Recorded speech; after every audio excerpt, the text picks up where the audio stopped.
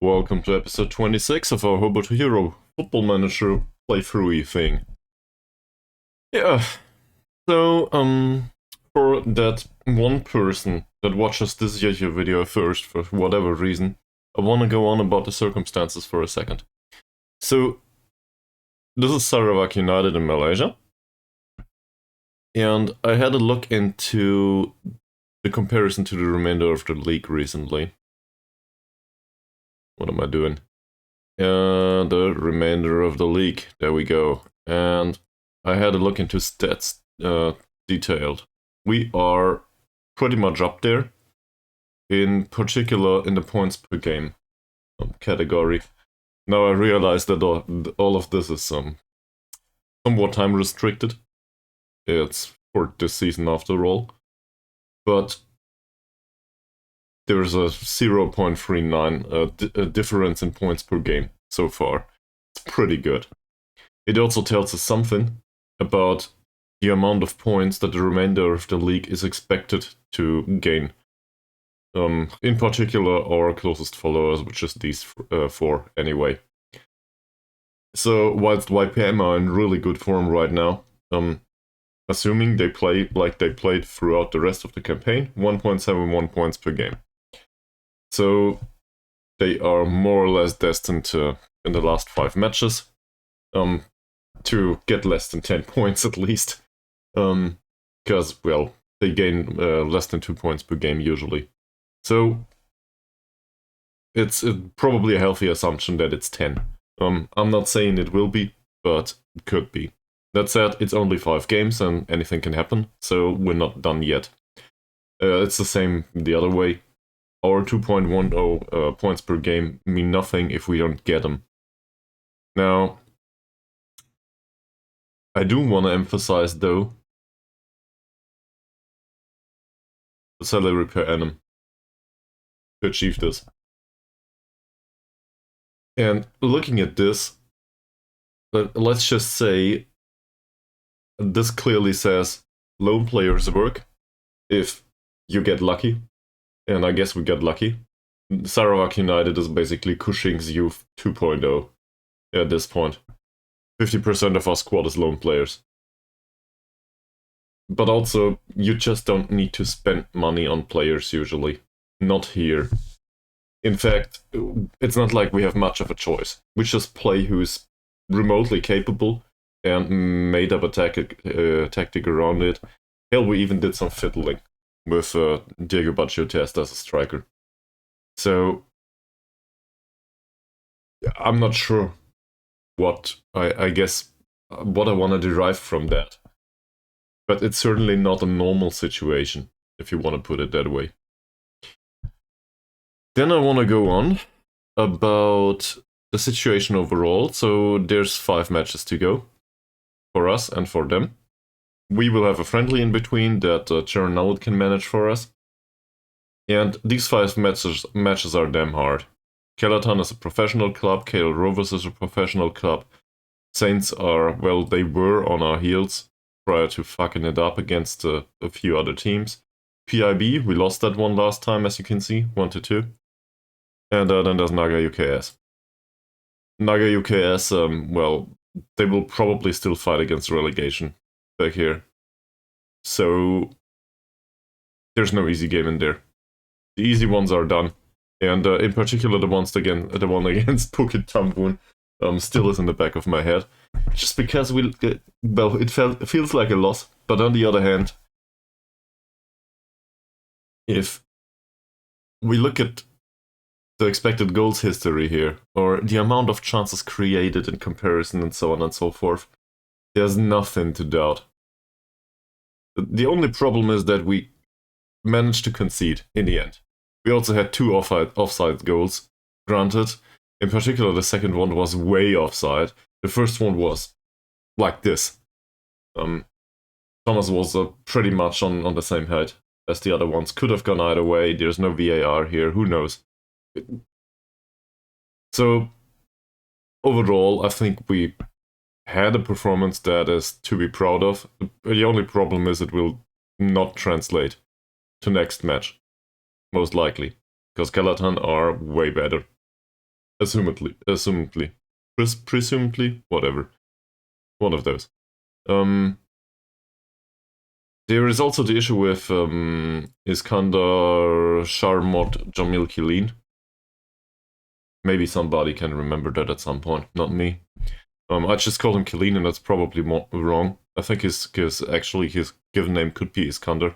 I'm just not aware of the rule set for that. So if anyone can find out at some point, maybe we can nickname all of these or something. That would certainly help.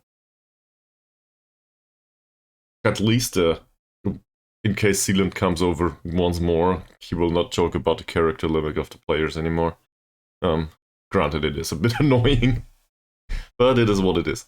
So he's unhappy. First of all, he trains well. You might as well tell him. Great. He's annoyed by his lack of playing time, and I gotta be honest, I wanted to look into his attributes just for a second. Did that prior to the stream, so I just want to show you. He's not more technically gifted, but he's more well, he is a better passer. It boils down to that. His vision is lower than Ankun's, which is bad. But, well, Ankun has a year and a ton of time on the pitch in comparison to him. And for the rest of it, it's pretty much a wash. But Ankun is considered a star player, and Ankun is wanted and will probably go at the end of the season. Actually, straight to our next opponent, it seems. Whilst Iskandar Shamot Jamil Kilin, well, he might go back to Kushing, given that he's a lone player, or maybe we stand a chance of signing him once we get promoted. Who the hell knows? So, in the end, we might lose both. But I do not think there's much of a reason to throw Norman Ankun off the pitch just yet. On the other hand, the entire situation between these two, and it's really just these two at this point, because these are the playmaker-ish options. We have a remote option of playing him as a deep line playmaker for a second, which isn't the worst idea, but his vision is crap. But yeah, we can try to re-educate Motfosan Zulkifli. Why not? That would be an idea too. But it boils down to the choice between Ankun and Iskandar Shamot Jamil Kilin. So we might play him actually, Kilin. Or we might stick with Ankun. There's not really a wrong choice here, I think, given that the season is more or less over. I think I am somewhat concerned by the fact that he is slightly concerned. I don't want to have an escalation of that. So if I can, I should probably play him for 90 minutes at some point and give Norman Ankun just a rest. Now, this might cost us a game. Who knows?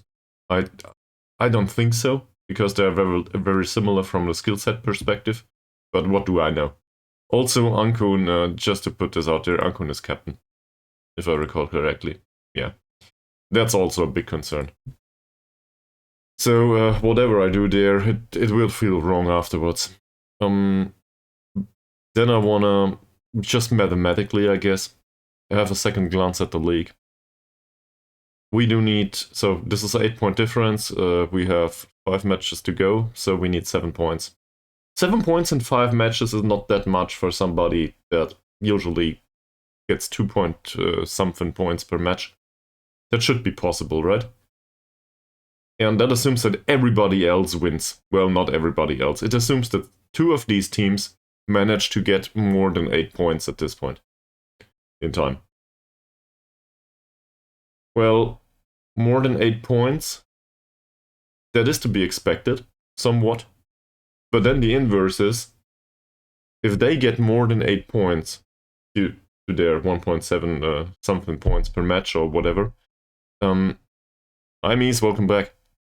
If they get this amount of points, that still assumes that we win absolutely 0 points for the next 5 matches. That is extremely doubtful as a perspective. I do not think that this is likely. So, I'm doing something now that I usually do not do. I'm stating we are getting promoted. We are getting promoted pretty soon. It might just be right now. In case we win a match against Kelatan, I basically think we've done our job. Because the rest of them will fuck it up at some point. And well, given that we play 2 of them, we might as well fuck it up for them. A single draw would be enough at this point. I realize, yes. And I think...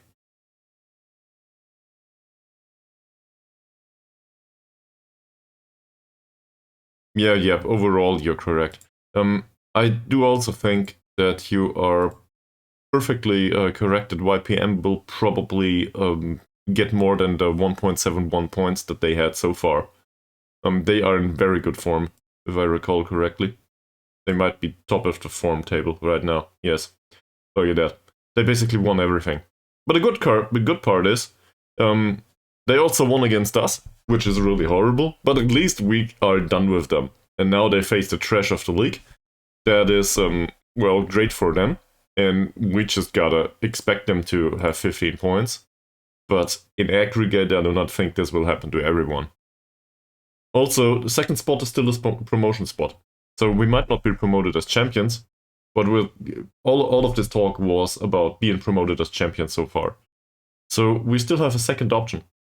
It might be that less than 15 points are not only enough to be promoted as champions, but in particular being promoted in second spot. We also have this teeny tiny thing of a goal difference that is going for us.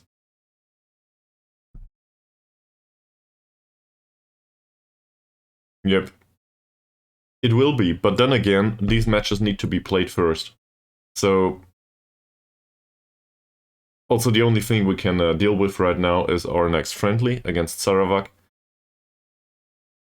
And well, I will not do that personally, but I will set up the players to be played there.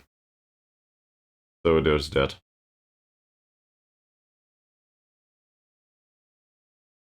But overall, I think I'm pretty happy with the situation we are in.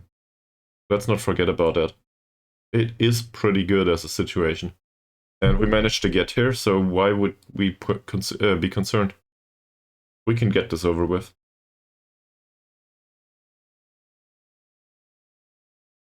First circuit fleet here.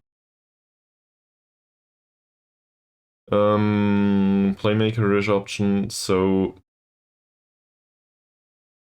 Ankun's sharp. Killeen can do the friendly. Sulaiman is not that sharp yet. Sophie's pretty okay.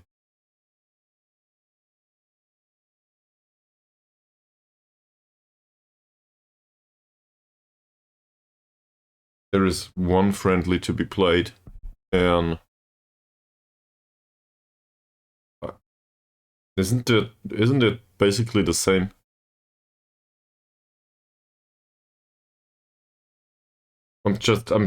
Honestly, I'm just confused. Isn't it basically the same? We give it to the assistant manager, he does the friendly, and I don't care much about it. Don't see much of a reason to get an extra skin now for that. I might be wrong.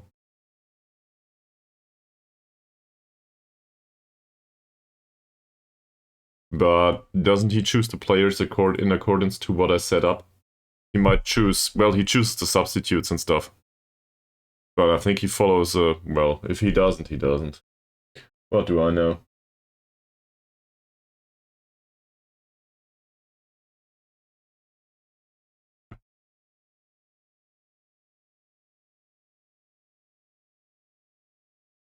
Well, I will not go on holiday.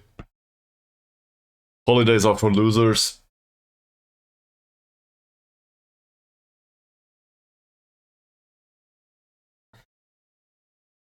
Also, Mr. Arthur Schopenhauer reports on Diego, and Diego is unhappy with learning a new position. Again. It took him 3 days. Played there and training there. So we will take him off the training again, and he will stop being unhappy. How long does it take for the player to recover his happiness once you do it to him? We could, for example, try Diego unhappy with training until Sunday.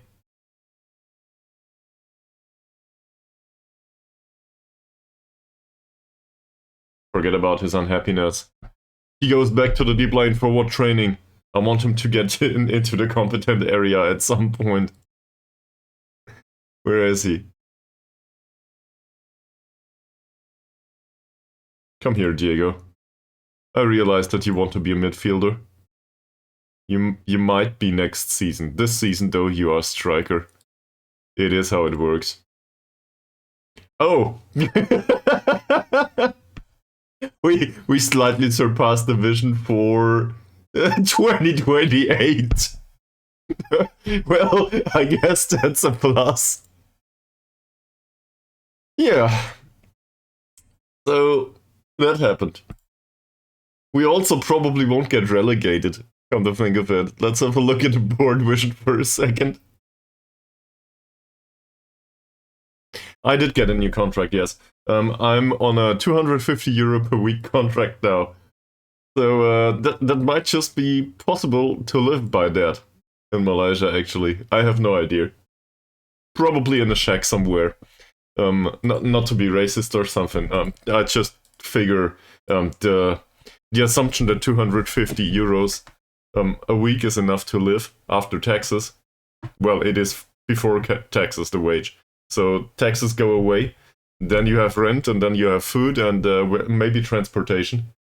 And, well, Kuching is still a city as far as I'm concerned. So I probably cannot really afford a home from that. I didn't Google though. Just assuming. I probably should just have a look, but why would I? Yeah. So, for the next 1.5 weeks, we have all the time in the world to talk trash.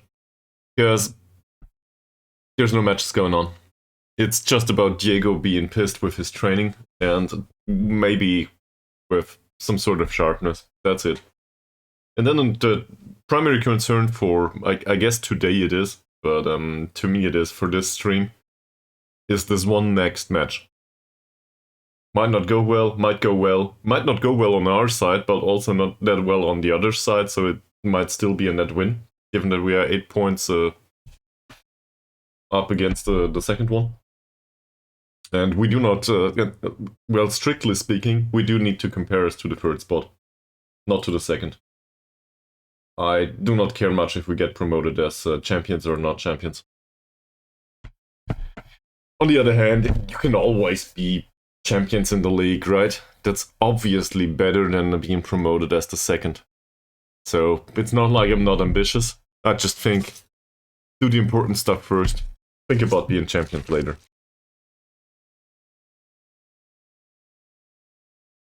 Also, this is my breakfast.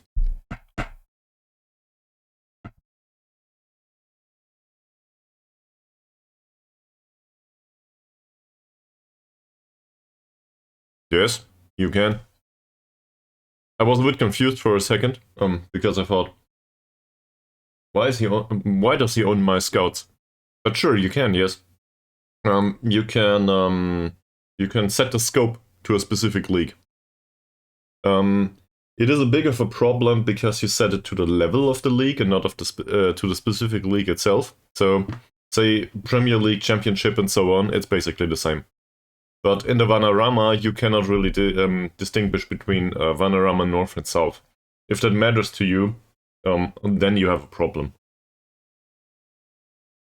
Yep, it's still a recruitment focus. I did it for the under-19s and under-21s league here in Malaysia with that one scout. Granted, he doesn't find shit because we are still Sarawak United FC. So, like he probably might find players after going there on a boat trip or something. I don't know. But they don't want to play for us, so he just comes back empty-handed. I do think he does do something though. We can probably prove this in the scouted players section. That is something that I always forget, and other people might or might not be aware of it.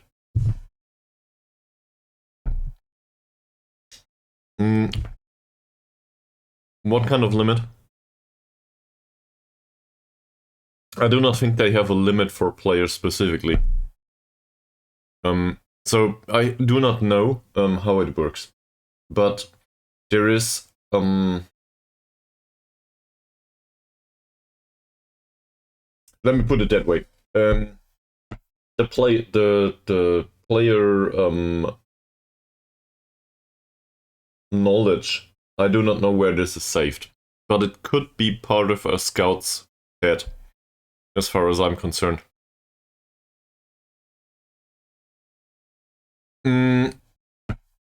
He just get knowledge for the club as long as he works for the club, as far as I'm aware. For 3 or 4 players per match, I think. He is unable to scout all of them, as far as I'm aware. I will show you in the scouted players section once this stops processing. So, what happens is he goes there, you pay for the trip, and hopefully I can show you. It pops up in here, in the scouted players section. And these are 39 by now, so that tells you a lot.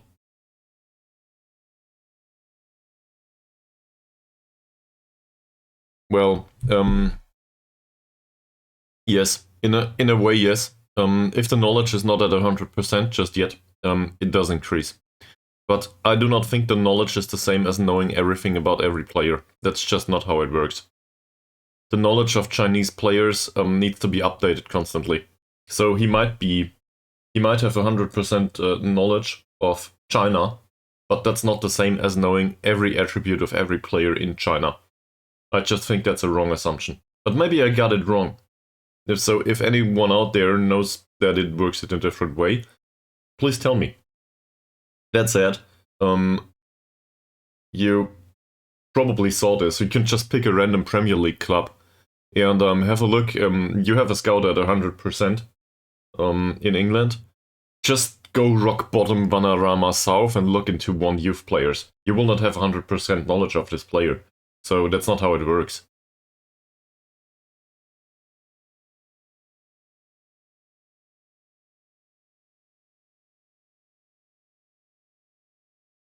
Okay. Well, yes, that might be, but give him time. Give him time. It really boils down to that. And it's obviously influenced by judging player ability and potential. Or adaptability or stuff, but wow.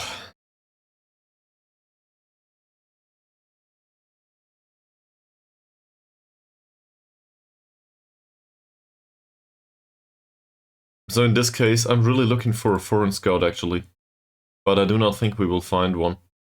Let's have a look at stuff search. Is there anyone that is willing to work as a scout for us? Nope, go away. That has...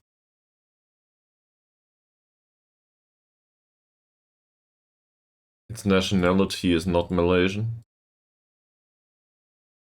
Maybe. 0 people. Might also be second nationality. Where is it?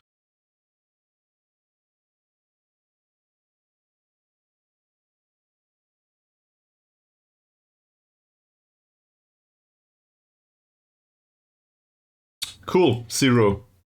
Alright. Thanks for having this talk. So I guess we might as well sign a Malaysian scout instead. Somebody... Well, this is definitely a case of the character limit joke. But somebody like this. That's pretty good. Or him. Low determination, not him. But let's pick Kamarudin. He has pretty great adaptability, so he will be able to provide from the get-go. He's 35. Not much reason to be concerned. This can go away. We will give him something.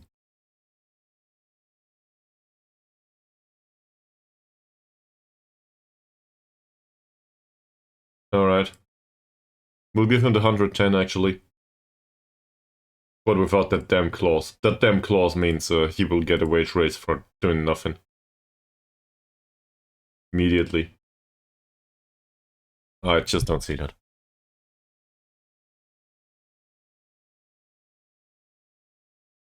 In general, I think, and this extends to real life.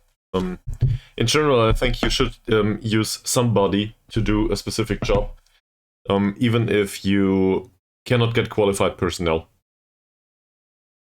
Just let the job be done by somebody that has no idea what they're doing at the start of their employment. You might not pay them real money, but if the job is vital enough, every job worth doing is worth half-assing, as I constantly remind myself. So I know this from software testing, for example. Software testing is something that always gets thrown out of the window as soon as economic requirements come around the corner. But the problem is, people have it backwards.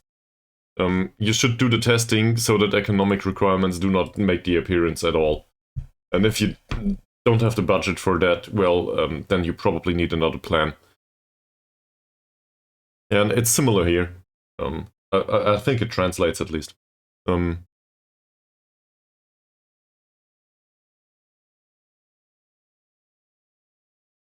that's not bad. They bring knowledge with them.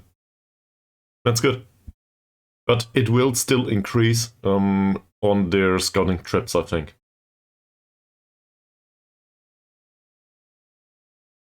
And I think there's also, like, you don't really think about it that way, usually. Well, you might, specifically me. But the odd football manager player, I'm not sure if they think about it that way. There's cost of opportunity here. If you can force your scout, and yes, that would be a good idea to have them. They accompany the scout and they do the statistical work, if I'm not mistaken. So they have a role to play, let's put it that way.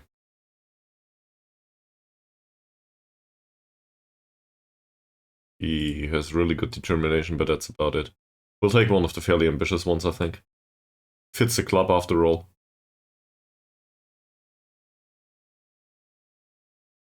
So, you want to be a recruitment analyst? Why not? 210. That's a lot of money, but sure, we have money now.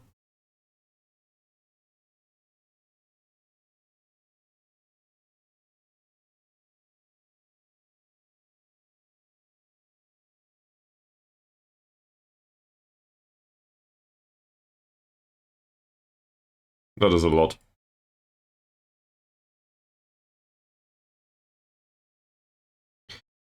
Oh. That was too much. So he doesn't want to work for 160. Well, I guess we have a second attempt here.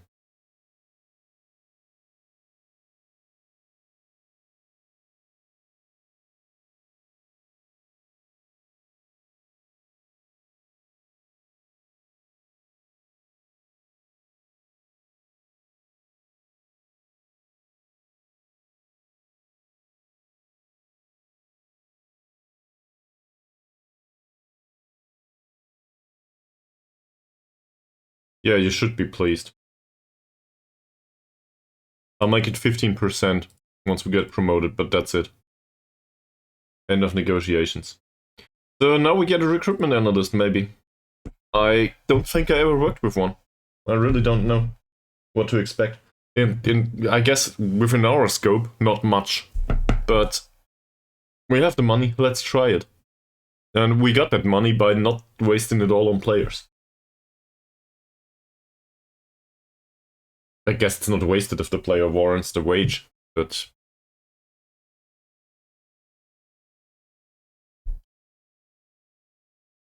Okay. Aaron Jeremiah Renang is 12 months away from being homegrown. That is good and all, but also not really important.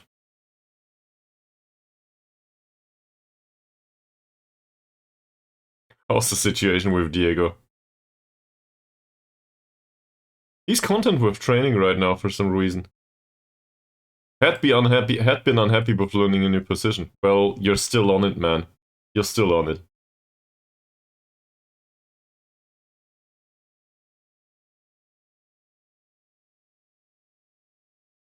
I don't care much. You do that journal. I will follow your instructions. That's fine.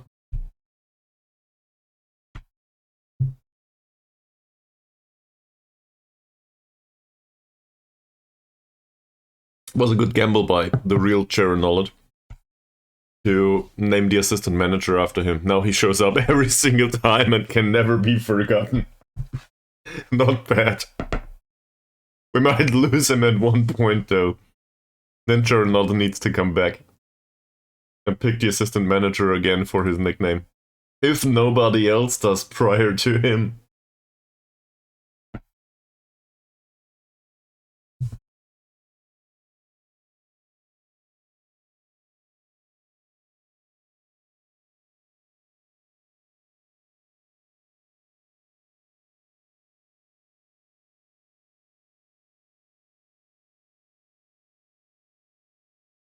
Come on, Rudin as a scout. Yep, I'm okay with this. We should also extend the contracts at some point of all of our staff. There is always a discussion going on if you want to keep your stuff once you get promoted, or, well, it's not done yet, the promotion. Let's just get it over the finish line first. But there's always a discussion to be had if you keep the stuff or if you don't. And granted, you might get better stuff, but on the other hand, having some stability in the club is worth a lot. And maybe you get them for lower wages too. So we do not need to make some I'm missing the word. There was a word for it. Haphazardly? Haphazardly? I don't know. What's it called?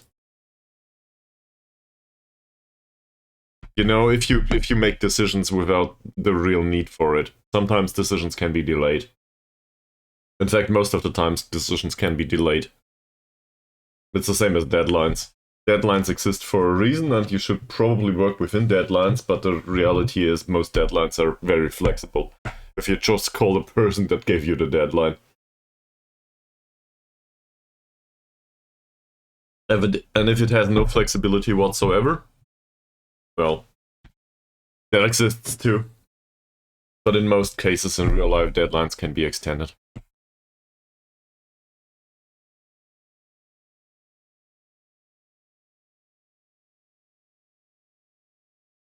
Alrighty. So Chernobyl plays a friendly versus Sarawak. Kamarudin came. Let's ask him for a signing. This will probably pop the player count.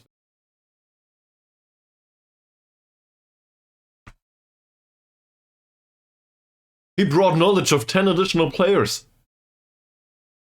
Wow. That's a bunch of 16 and 17-year-olds. Where the hell do you come from? I'm not kidding, he knows about youngsters. Holy shit, that's huge. That's worth the money by itself. Okay, all of these are trash, but... well, he might have brought the knowledge of them. Who knows? We'll offer a trial to 19 players, of course.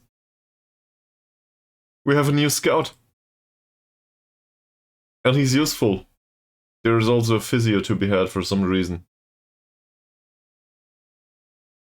Yeah, right, to avoid injuries and stuff. So we will renegotiate the deal with him. I think we came to a conclusion with that one previously.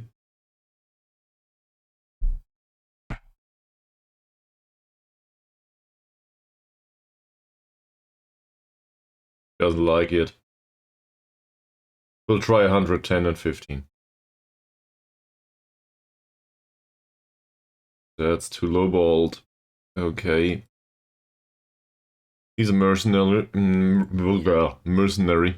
Do not want him to work for us. Sign is spirited. Physiotherapy 4. Well. He wants less money, that's a bonus. So let's pay him 85 as a start. No? 95 maybe. Come on, man. Ugh. I will offer 120 and 15%. Doesn't deserve that, but I want to get this over with. Great. There's an under 20 international cup to be scouted. Sure, I will set up a scouting assignment for that.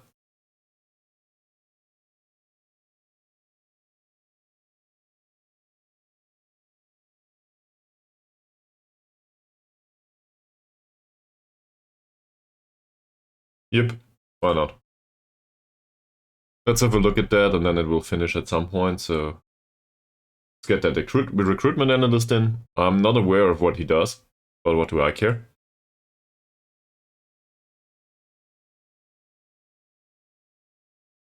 And then we have a bunch of trials.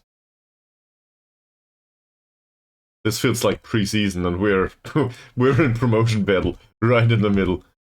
But if you get new knowledge, you gotta use it, right? This bunch of players is not entirely known to us just yet. In fact, they are. Well, I invited them for a trial anyway. This guy must be, I don't know, we signed a scout, and he's one to hang out with the youngsters on the street that know how to play football or not. They have nothing else to do but kick the ball over the street most of the time. So he knows about approximately 20 of those. And he brought the knowledge with him, well, maybe 15 or something, with him to the new club. So we pay him for hanging out with the guys on the street. And well, that is vital knowledge. Because some of them might just appear in an actual football match. Like him. Okay, he's a mercenary. Maybe not him. But what do I know? We'll take all of them and throw them in the under-19s, though. Every single one of them. This is youth intake 0.8, basically. We do not have a complete youth team, so next youth intake is in September, so basically now. This might be our own youth intake, and I might be overly happy with it. Who knows? But we might as well sign a few of those. Maybe it's the youth intake of other clubs. That would be even worse. It would be really, really not... how do I put this? It would be unfriendly to do it that way. But what do I care? Might as well have the youth intake of Cushing.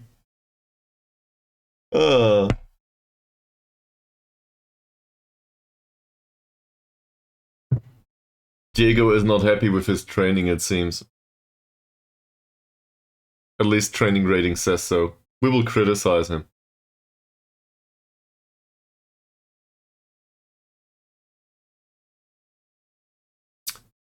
The others, though, that's all pretty good. There should be little praise buttons here for the others too.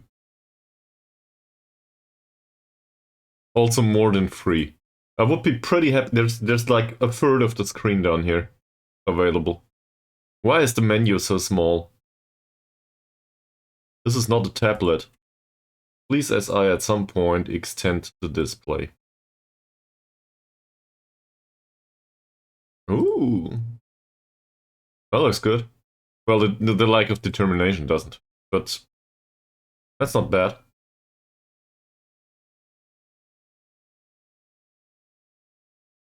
He'll make it a reasonable ball-winning midfielder at some point after all. He apparently played as a central defender recently. Sure.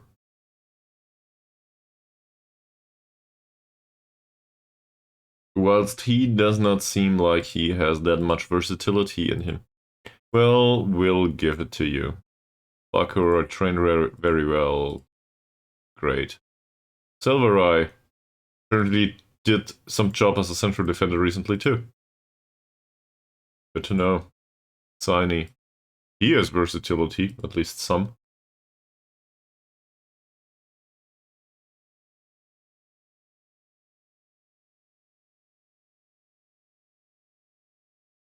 Temperamental.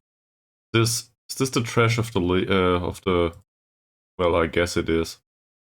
3 players, 3 temperamental players. He's balanced.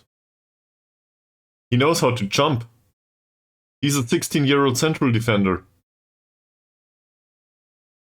He's also susceptible to injury and outspoken. So never mind, ignore what I just said. How about you? He's more in line with what I expected. Low level of determination on top of that. I wasn't kidding. These are basically the guys from the street. They have a character to match it seems. He's a fairly consistent performer at the age of 16 and well sporting, I don't care about. Media friendly isn't great either. But he has some vision. We'll wait a bit. Most of these probably won't make it.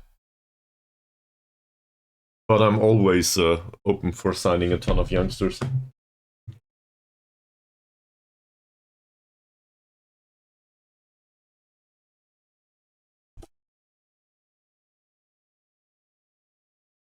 Yeah.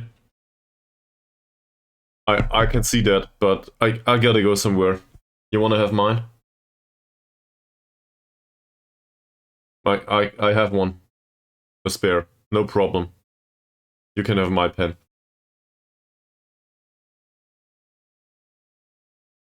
That wasn't really funny, was it? Sorry. Well. Okay.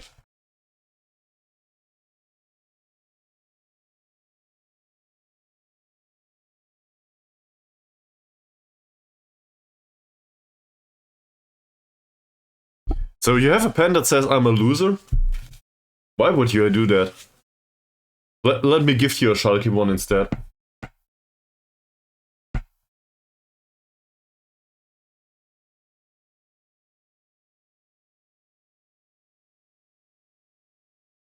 That's not fair.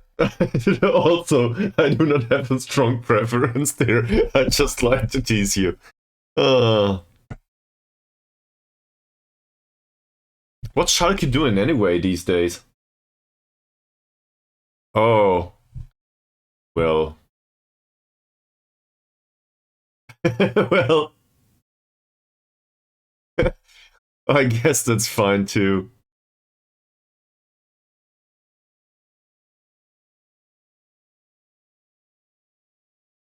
What?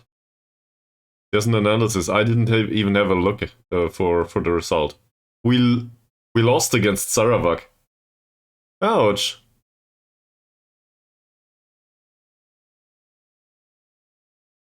Ouch. Also, barely any chances created. But it does seem like they were played though. Looking at the match load, I think Journal at the tier 2 or suggestions. So they were played. Also, where is it? Here. Bling bling. Sitting at 82k now. There is an 8k profit this month. That is probably derived from exactly that last match. 14k in gate receipts. So doing the friendlies all the time really helps.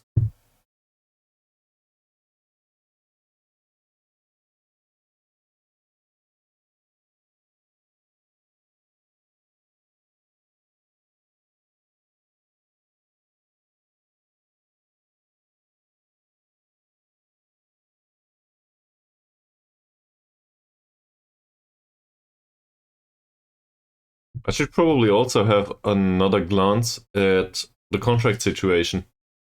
I realized that most of these players want to you know, the three that still have a part-time contract, they want to keep it, but that'll switch at some point, and then we can save some money. And really, there's no reason to cling to them for another month at the end of the season. So we might as well do it as soon as possible. Even though that means that we might lose them. We will probably lose them anyway. I just need to come up with replacements, whatever happens.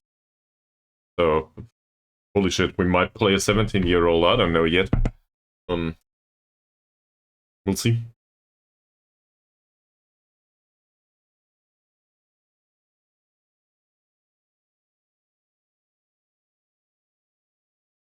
We do not pay Hafizal Iskander any money anymore.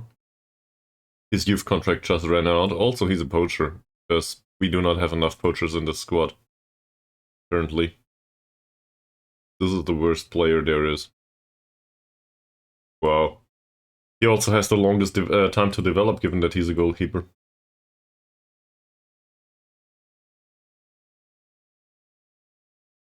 That's somewhat underwhelming, I agree.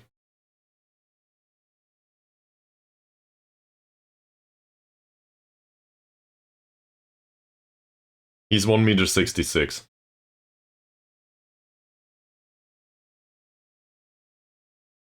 That's just wrong.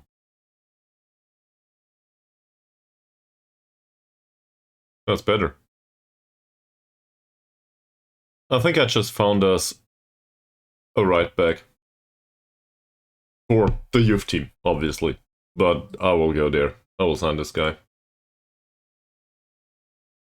And obviously you do not need money. No, no, no, no, no.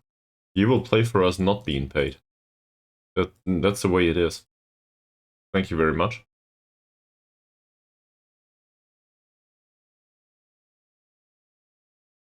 And we will train him as a right back, I think. He has the pace. Acceleration is a bit lackluster. The rest of his physicals needs to improve. He basically has everything that's needed for that, from a, like, at first glance.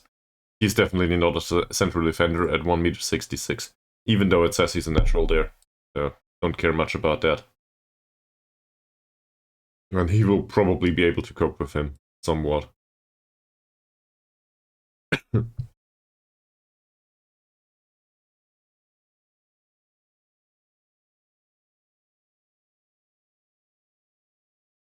Alright, as this takes time to process, I will grab some water, and also we need to include some of these damn ad breaks anyway. BRB.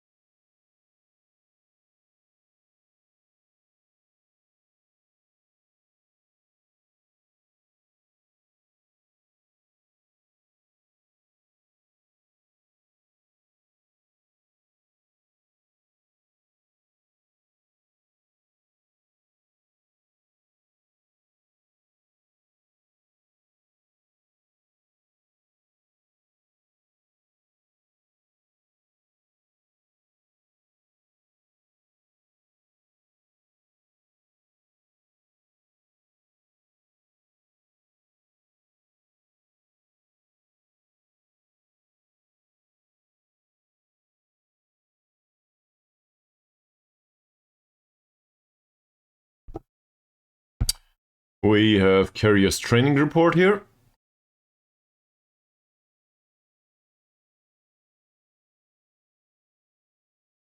Apparently, the mentoring group had a positive impact recently. Not sure if I want to be excited about that or not. And then we have a physio that signed for us, that's good. So hopefully that keeps the amount of injuries even lower than they were.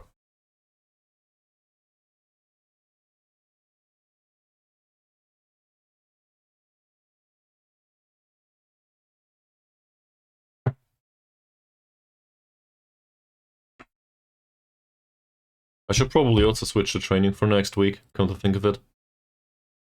Thank you very much. Can you recommend a signing, please? You are a physio after all. Maybe you know somebody that doesn't hurt themselves all the time. Training, calendar, there. There is a match on Saturday here, so we will just do the match Saturday schedule as always. Match Sunday here, this is good. An additional week of preparation.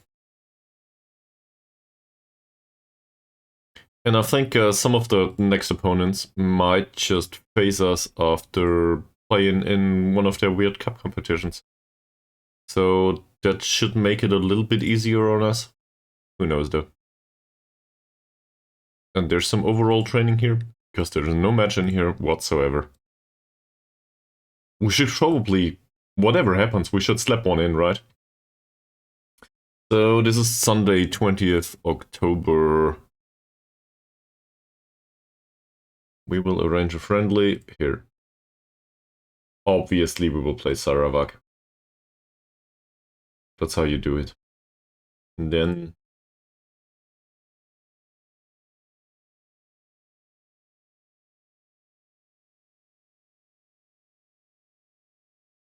there's a ton of small-scale clubs that we can play too.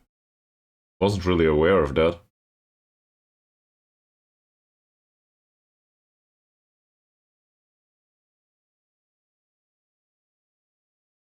I mean, I guess we should probably have a look for players there.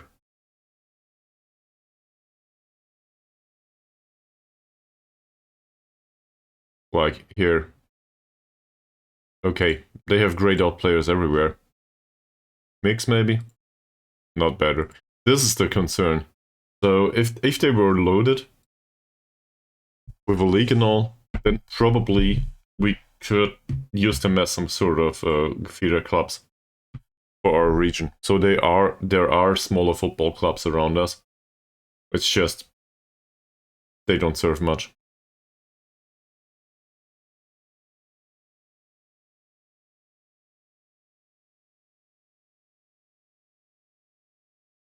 Yep, I did that. Thank you very much.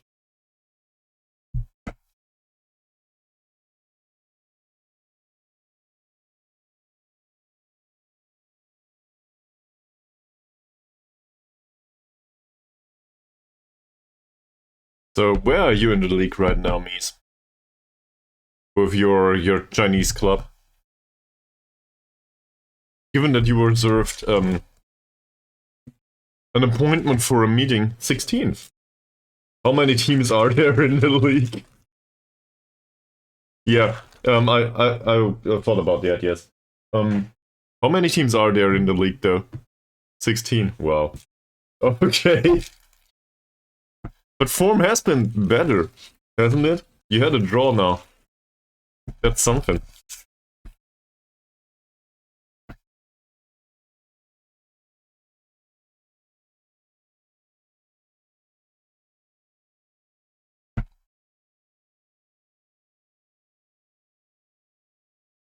Two draws. That's even better. Ouch. That's even worse. Seems like you concede an awful lot of goals. Okay. Well, just blame it on, I don't know, one of the players. It's never you, it's always the players. You are not responsible, the players are. It's their fault.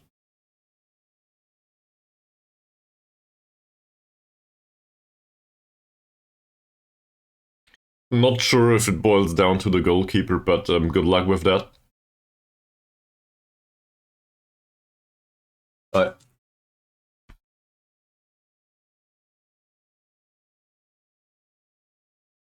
Hmm? So you are doing way better. That's good.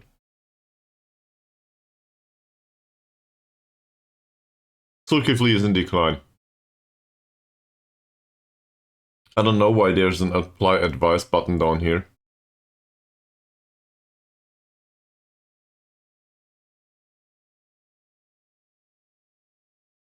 There's nothing to be done here, really.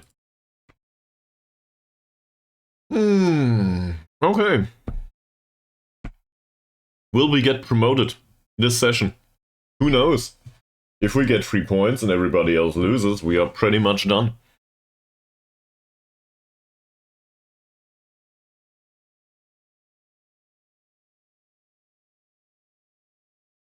And then we can sit through the next 4 matches with barely any interest in the result. Other than wanting to beat them, obviously, for quite obvious reasons, because you want to win every match.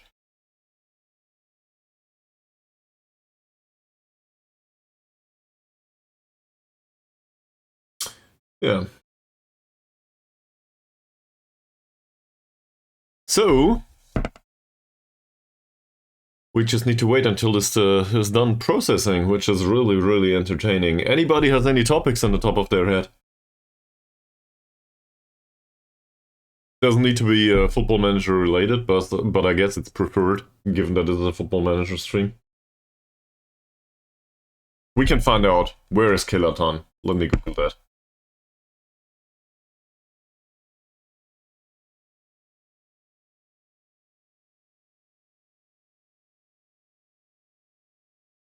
It's somewhere.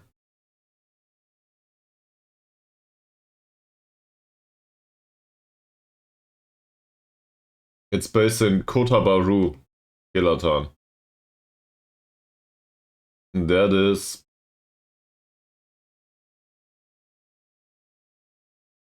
part of northern Malaysia? Yeah. So this is pretty close to the border, to the northern border.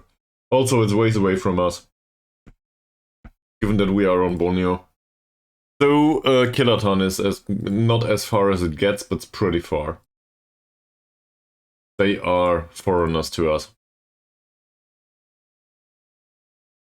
Might as well learn about wherever this or that is in Football Manager.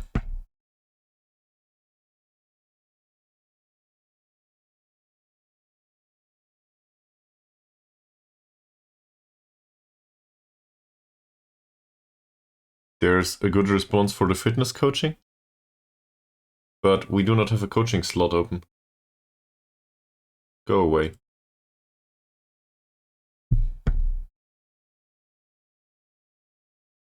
We'll have a look at the opposition report in a second. Okay, so it says we should train Ankun for the final third. I do disagree. He will not change much. It clearly states here he needs better challenges. And to be fair, he is a leading player for our league, so of course he needs better challenges. That makes sense.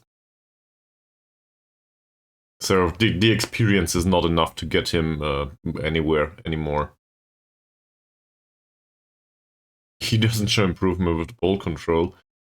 Funnily enough, he does show improvement on the concentration department. But yeah, we can take that off. Similarly with Suleiman, apparently he is not one to improve his strength anytime soon. We'll use him as a defensive midfielder for the remainder of his playing time with us, and then he'll probably leave anyway. If he were to come back at some point, I would probably focus on playmakerish duties for him. Then again, this is all over the place for me, so probably not. Chuchu won't develop beyond accomplished, it says, but I will still train him there. Early signs that he's in decline. We can try to slow the decline a little bit. That's actually very reasonable, I think. So Amran has it right here. I think focusing on agility and balance might help to cope with the decline there. And we do not really expect him to decline all over, all of a sudden. He's not that old yet. He's 33. But might just happen. Nordin. What's with Nordin? Needs to develop match experience to become natural striker. Well. So we tried to turn him into a target forward, given his jumping reach. That said, I'm not sure if this is the correct way to do it. He also has reasonable passing and vision and all.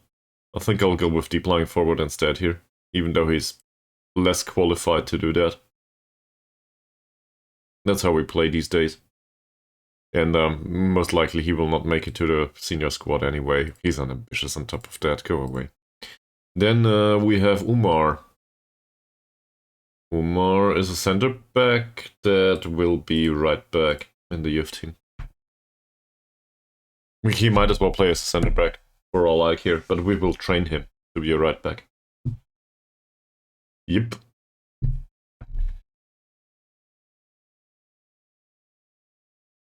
Did you have to talk just yet, Mies? With your board? How did it go?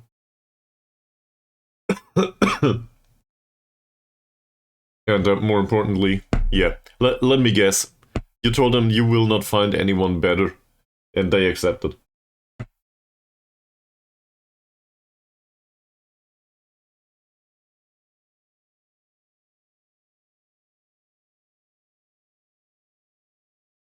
Perfect. At some point, new stuff will be generated. And there will be somebody in there that has really good attributes, and they'll be like, not anymore, Mies. Then you'll find a new job. Somewhere with qualified players or something. No point deduction.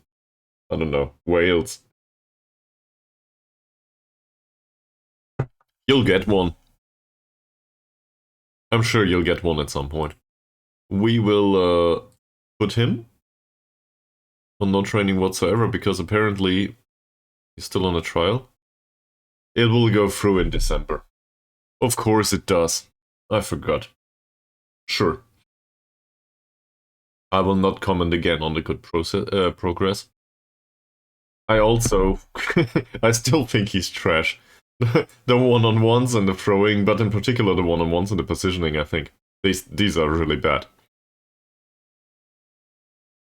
But... given his recent performances, we might just see him improve from being a fairly inconsistent performer at some point, and then we can actually use him. The attributes are really bad, though. Well, some of them. Some of them are okay-ish. For League One, though, don't know. We should probably invest some of that money finding a goalkeeper. I don't know, maybe Simon Owen from Wales is available, but I think in this timeline, where first of all he was a new gen, and second of all he's probably like 10 years old at this point. So, Choo Choo's playing time needs to decrease, it says. We will do that at the end of the season. He might just leave after all. And Roslan?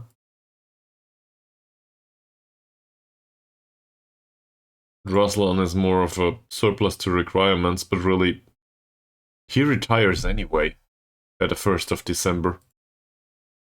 So what do I care? We're done with him. His status can remain as it is. I wanted to see, though, if people like Carrier... Go back, please.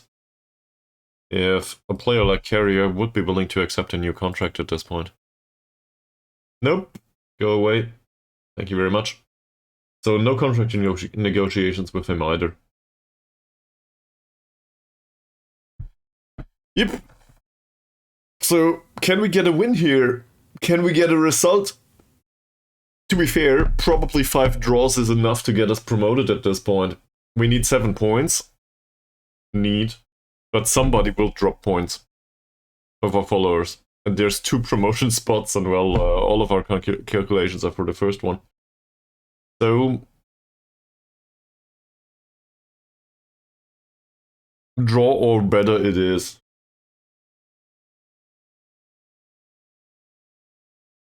On the other hand, don't want to be outclassed by YPM. And Kelatan FC are coming to our place. So this is our turf. We will dictate how it goes. He says. Then I will have a look at the scouting report in a second. And I will be highly confused because they have players that actual skill. Yeah, well, that phrase was fucked up. Well, they might have skilled players, is what I'm going for. So let's have a look at that for a second. Oh yeah, we know a lot of them. But there is automatic scouting set up, so obviously that will be ignored by everyone. And we will do specific report anyway. Can we please have a report on these? Yes, you need to jump into the boat. There's the preparation already. We don't even have a report on them. We might have a report on them. Kiloton. We do not have a report on them because I misspelled it. It's Kiloton, okay. There we go. There's an opposition report. They didn't do a scouting report. So they like to control possession, it says.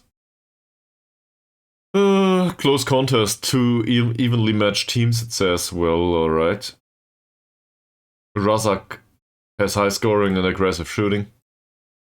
He's a poacher. Fast kind, no good passer. We barely know anything else about him. And for the remainder of these players, he's pretty flexible. Versatile is the word to phrase it in English, I think. There's this South Korean guy that plays for him despite not being allowed to play in the league. I guess he still was. He was registered or something. And a bunch of the others, we do not really know much about them. At least the analyst did its job. His job. They are pretty good defending. So I cannot really do much other than set the team up to play like we always do. We do not know about specific weaknesses from the corner taking or stuff. We can adhere to our own strengths. Or we can, and I will do this, we can adhere to just not conceding. Given that we need 7 points in 5 matches, we can be defensive about this, can't we? So we'll focus on being out of possession and all that stuff. It's not very popular with the fans, obviously. But who cares? Not conceding is good. So maybe we can improve our odds there. I will ignore this. And we are actual favorites here, given home advantage. Didn't expect that. Also, I forgot about Diego. His training performance is not in the worst department anymore. Where is Diego? Here.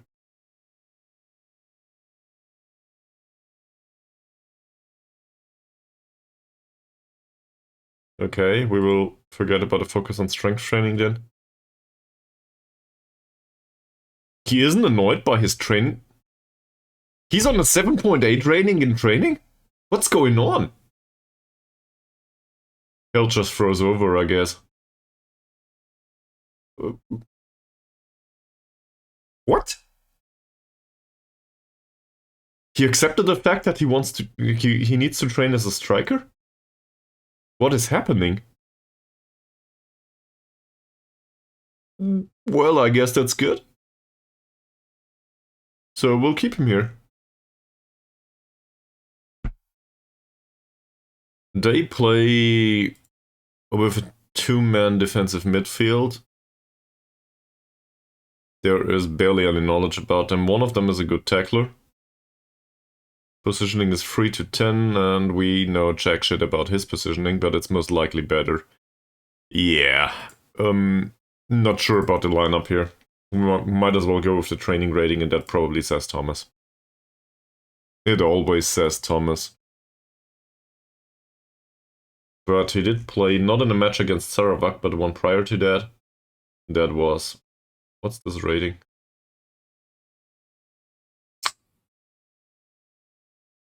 It's a 7.2. So no major concerns there. If you ask me.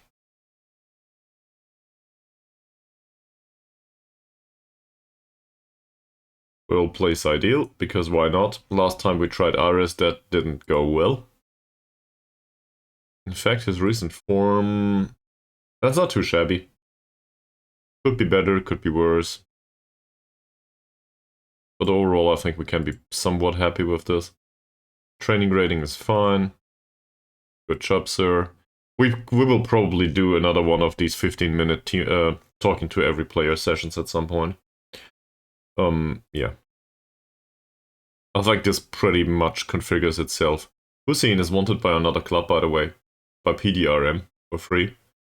I'd like to keep him, please. I'd also like to keep his training rating.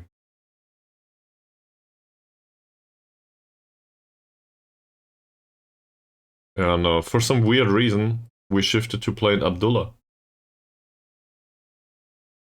That didn't go that badly recently. Might as well give Safri a match though. Did play in the friendly. Teamwork did go up a little bit. Nah. He's not on the level. He'll be on the bench as always. Mazrin, sure. Sophie is still suspended. Suleiman it is. Why is Sophie still suspended?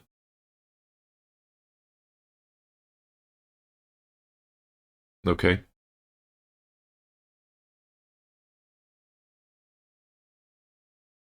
Oh, it was the other way around. Suleiman was the one that was suspended previously, right? And Sophie got suspended due to too many yellow cards. Is this the way it is? Well, that doesn't help. Great. There should be an explanation somewhere. I don't know where it is, though. Ankun or Killeen? Mies, you got an opinion? Ankun or Killeen? It is an important match. It is at home. Shall we take the captain or shall we take the loanee? 7.8 training rating on him. I think Ankun is at the end of his development, though.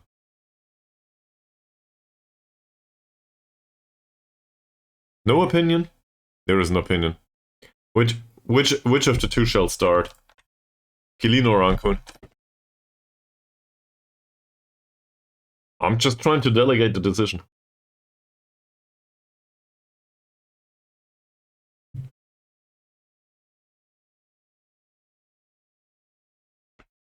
Well, apparently Killeen's Killeen's match load is heavy, so why do I ask? Sorry. Yeah, true. I guess you have it right. I'm just trying to give some playing time to Mr. Killeen, because, well, because he complained about it, really. But he can come from the bench, why not? Atan or Baru is pretty much the same. The problem here is Baru is on the heavy match load, due to the friendly, I guess. So, despite me usually starting Baru in this situation, we will probably go Atan. To be fair, his form says play me anyway. So we'll do that. Zurkifli goes to the bench as always, and well, this is Chucha. This is always Chucha, no matter the match load. That's fine. Amran comes along. Central defender, Safri or Saleh?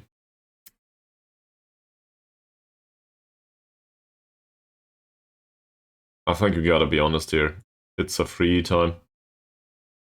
It's not so much Tiki time, but whatever. Might as well bring him along. And then, as I said, Killeen. There might be the need for a defensive midfielder, but there is none on the bench. Because, well, Sophie's suspended, so I guess Harsi comes along. And Taib will probably be pissed pretty soon, given that we do not play him anymore. But it barely matters. Season's more or less over. Which of the two strikers is in a better shape? None, really. I did that to myself, but I guess it's Hasnan for now. That's it. Let's go.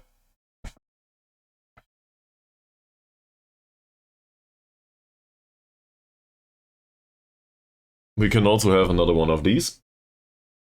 And then we will do our position instructions.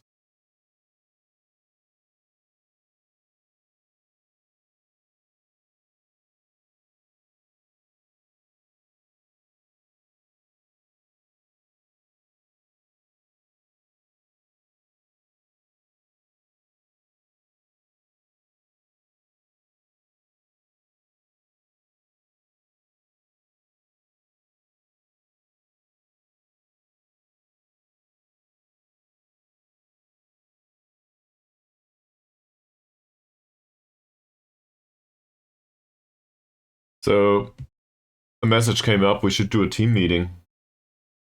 You got an opinion on that, Mies? Holding the team meeting? Sure, Nallard thinks we should.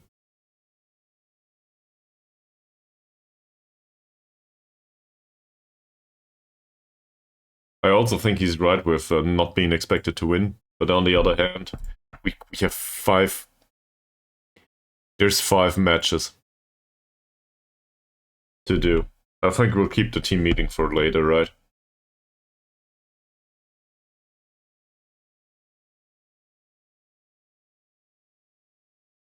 We'll do the annoying individual talk stuff instead. Talk to everyone about their training recently. There might be somebody that has a different opinion, but in aggregate it should help with morale. Starting 11 plus bench. So we'll do that. Jago has an 8.0 training rating. I don't know what happened there.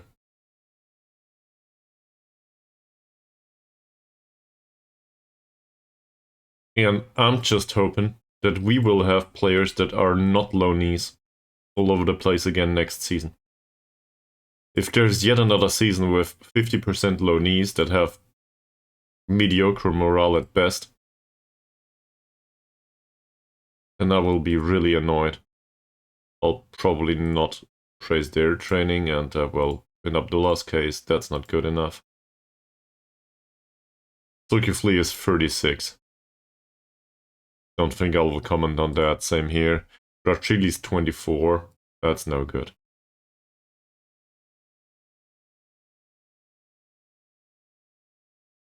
This is the other goalkeeper, same here. Saleh's 17. I expect more of a 17-year-old, really. Alright. He thinks differently. And in Chuchu's case, I'm happy with it, but I don't want to praise it. Same here with Amran and so on. So, that's it. We can obviously also comment on the last match, but if I do that now, it might give us an additional improvement. Hopefully it's not needed long term, though.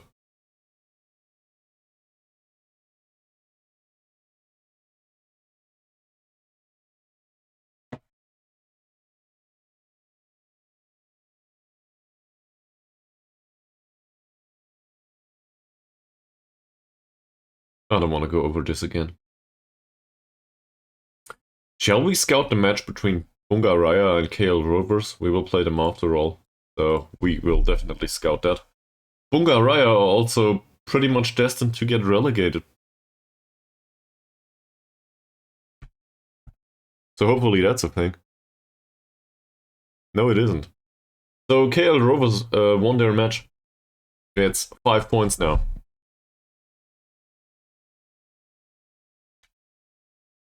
The noose is tightening.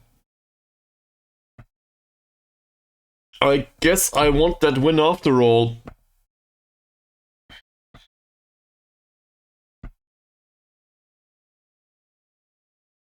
There's an average response to the under-21 scouting coaching Edward.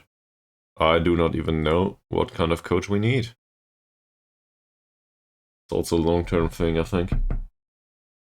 I guess attacking tactical we need. Or a goalkeeping and fitness. Yeah, some tactical coach, anyway. Is there somebody that has really good tactical? Not really.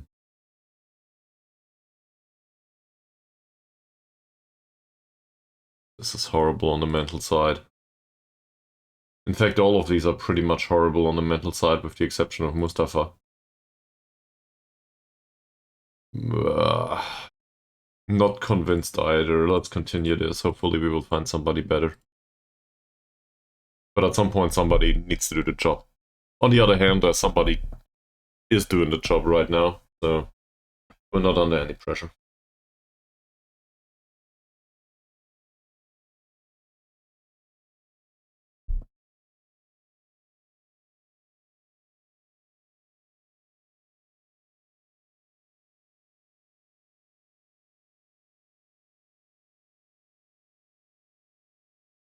Yeah, let's leave that to the under 19s for now.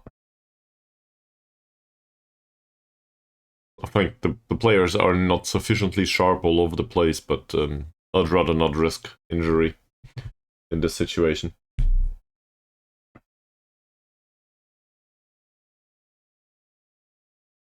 Why did KL Rovers need to win? I guess it was assumed that most of them would win their matches anyway. Still, they could have had a draw or something. Then again, against Bungaraya or whatever it's called, well, in this situation, I guess I expected as much. And in aggregate, it will probably buff out.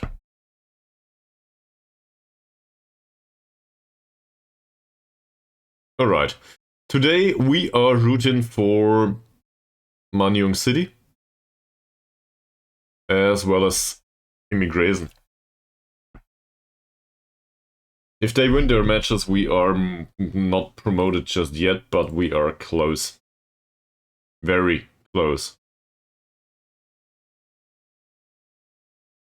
No matter our own result. It says here we should go defensive.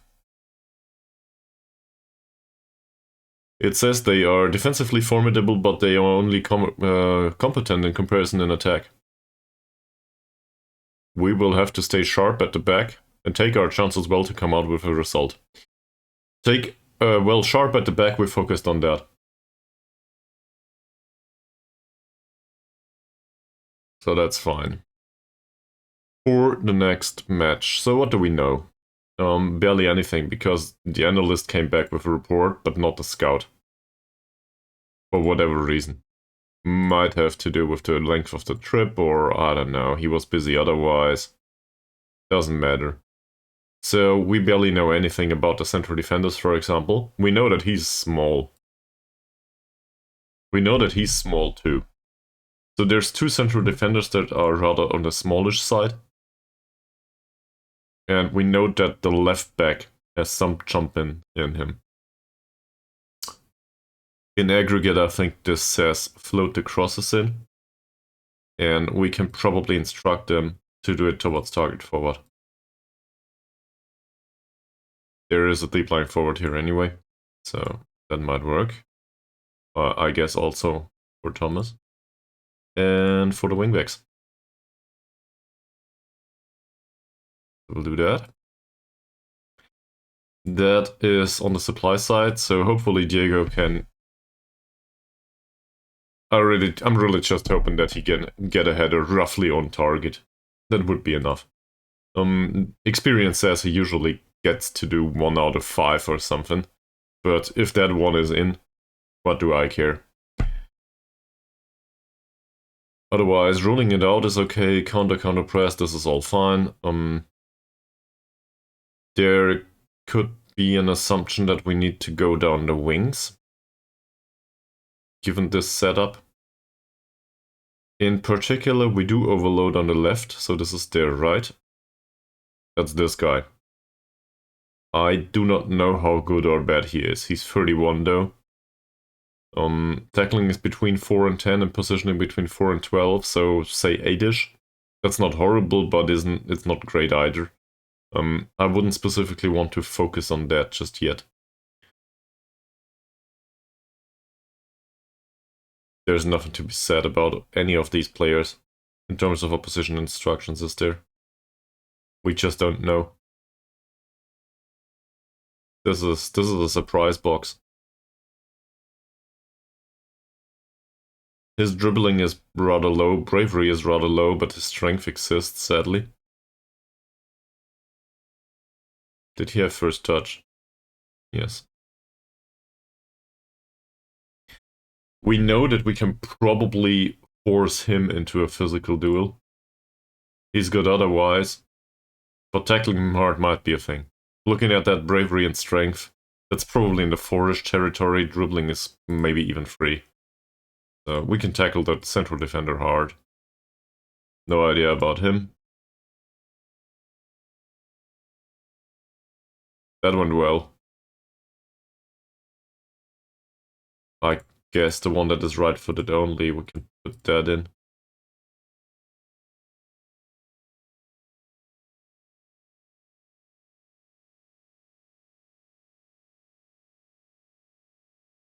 Yeah, that's it. So that's all I can think of. And we will stay positive, and it might or might not go well. Let's submit this. Everybody's more or less emboldened by all of this.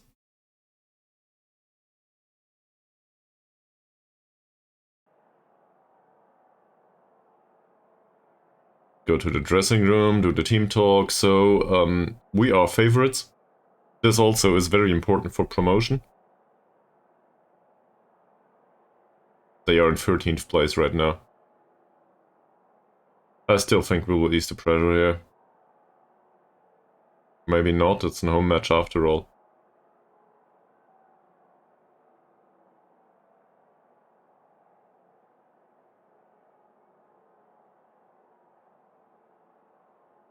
I think I will go with stick to the plan. I would never use that.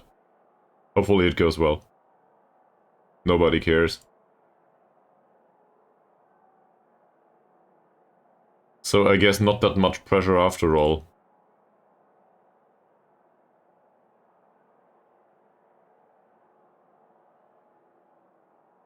That's inspiring to them for some reason. Fine. Minor ad break, afterwards we do the match.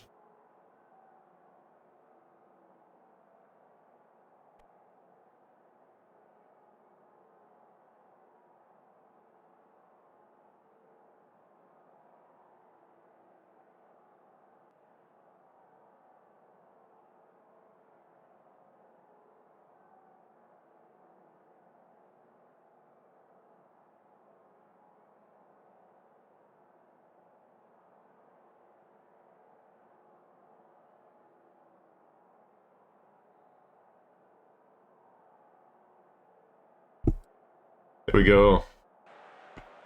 Here's a preview. So...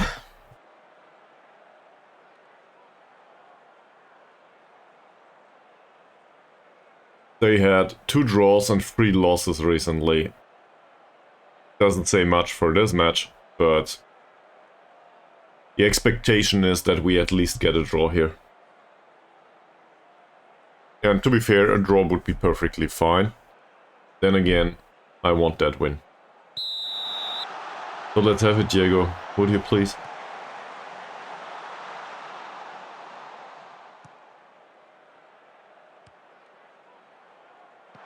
Interesting choice of a pass by Artan.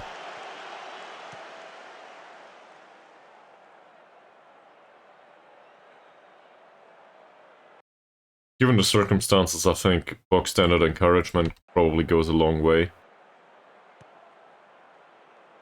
Nice ball control by Ankun. There's even a dribble. That's in the back of Artan. Still skips past his men, and there's the first cross. We did not float the crosses just yet. Melaka are up against Manyong City, sadly. So there's pressure on us. The chance wasn't bad.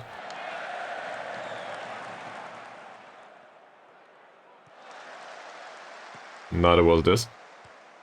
Good choice. Choo-choo, followed by 2.5 players. Still 2. Nice dribble. And Masrin gets muscled off the ball. And now we face a counter-attack. A big one at that. That was well done. Shifting it to their left attacking side.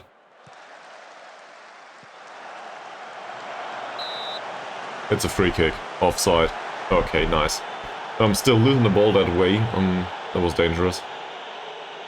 Somebody will face a suspension, and we will have a corner. And they will face it.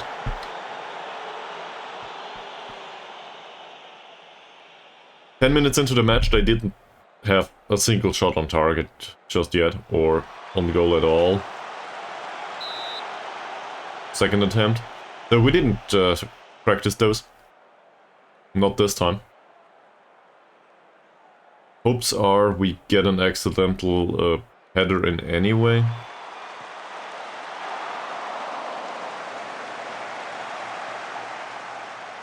There was a chance. For now, 12 minutes into the match, it also seems like we were in control most of the time. 36% possession. Atan had the shot. I think, is this a case of working the ball into the box?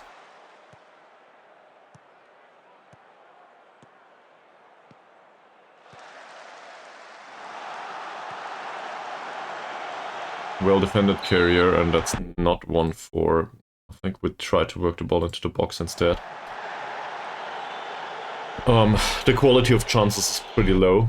And whilst I do like the entertainment, maybe retaining possession a little bit more is a good idea. That was their first chance. Luckily, it didn't hit the back of the net.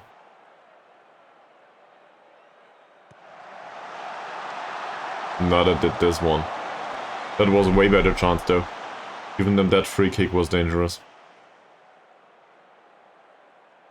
Apparently the header that didn't even count as a shot on target, I don't know. Well, not on target, but it didn't even count as a shot. Well intercepted by Mod Hussein. Sadly, he didn't have the patience to play a possession pass. Thanks. I'll ignore this. Diego belongs there, at least according to me. I'm really nervous about this now. We need the win. No matter what I told you previously, we need that win. Well done, Ankun. Decent possession pass, Suleiman, Ankun, Thomas, good ball control. Reasonable short pass. Atan, Suleiman, Diego, Ankun, Suleiman again, Chuchu, Mazren is... You can build a house out there with that amount of space. Oh! Didn't expect that. Interesting approach.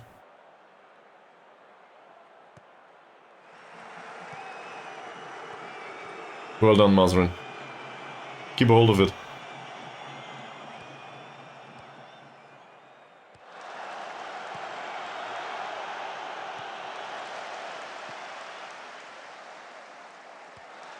That is dangerous, and Mod Hussein intercepted it. I'm not so happy with the way some of this goes. Feels weird, the expected goal says we should be... If anyone, we should be in the lead. But then again, it doesn't feel like we are in control of this match. This is really close.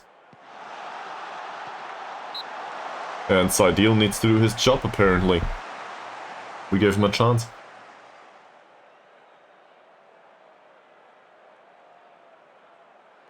I'm starting to think maybe I should demand more. That's well defended. Suleiman will get to this ball. He is a decent passer. Will he spot an option?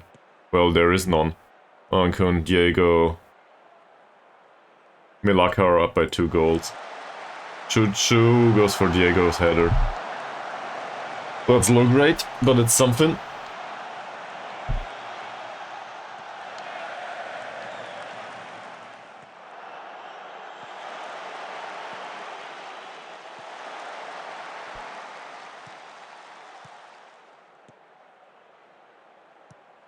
Well done. Not well done. I see... Maybe that's just me, but I see a problem coming out of the pressing trap. They seem to get the ball back a lot immediately. Of course it had to happen.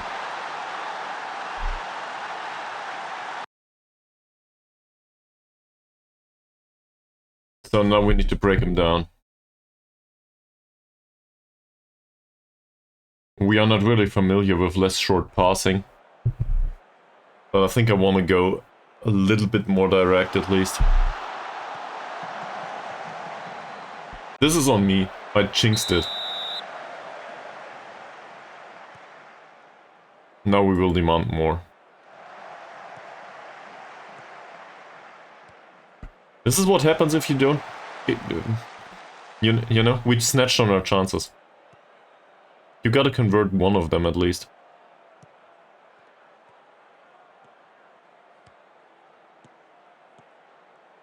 The technical skill set definitely is there. Looking at this.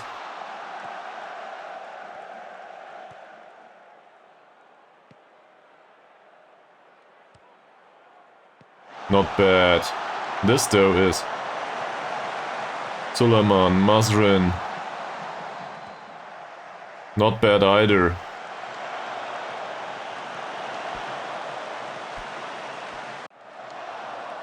Stuff is getting created, we just don't get it into the back of the net yet.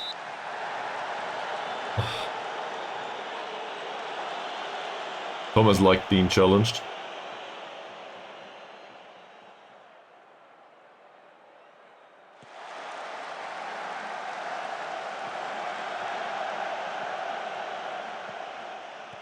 Thomas, Suleiman. Oh, there was an opportunity for a great pass there.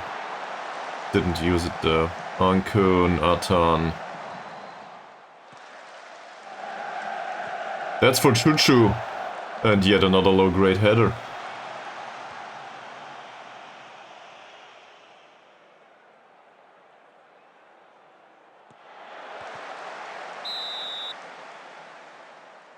It's not so much the performance that I'm annoyed by, it's just the fact that we conceded.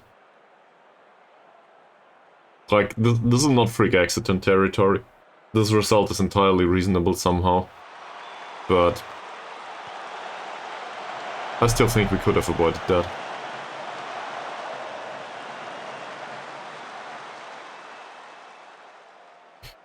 No water bottle just yet. It's an unlikely result in a way, but it's not good enough either. So we'll definitely be angry with that.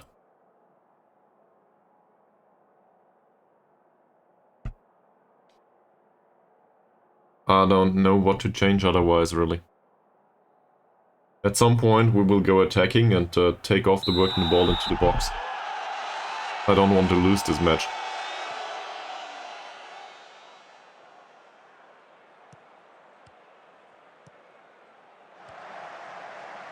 Go Thomas. Or don't.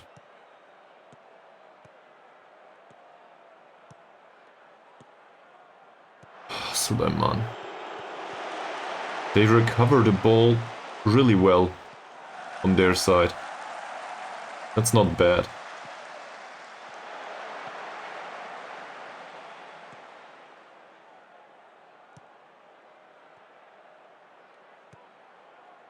That's offside, isn't it? Yep. Keeper was there anyway.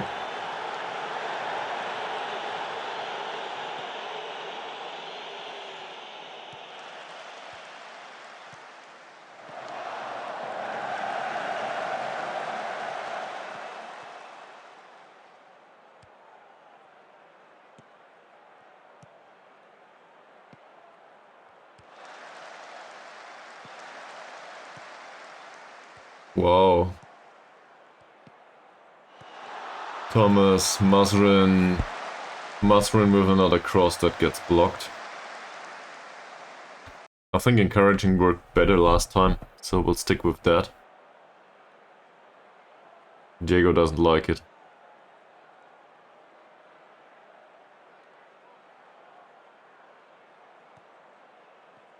They had 3 shots. One was on target, that one was in. We had no shots on target though. Not a single one. Chuchu keeps going. Artan again, Hankun. Mod Hussein. Hankun. Mod Hussein. Look at the amount of people there. Gonna go very wide, I think.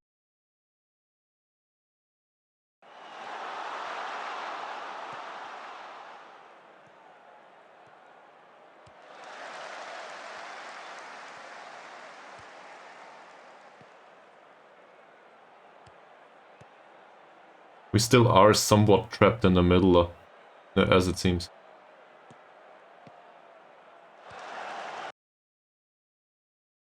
And they seem to push up a little bit. So let's experiment with it. I want to pass into space. It does not need to go that way.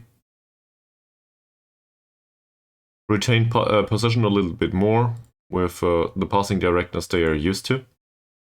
And we try to go behind the defensive line instead.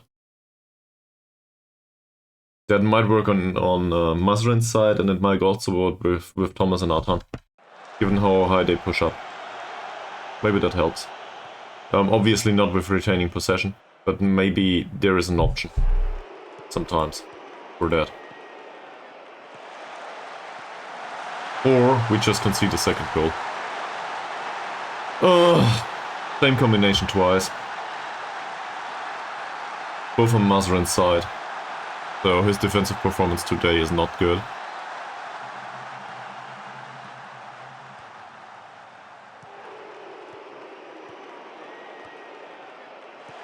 I wanted to get promoted, not being destroyed.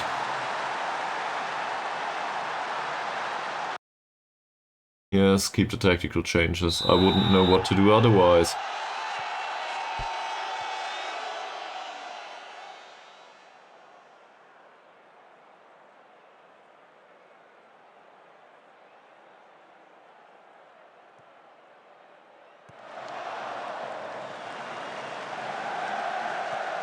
Oh, come on, Carrier.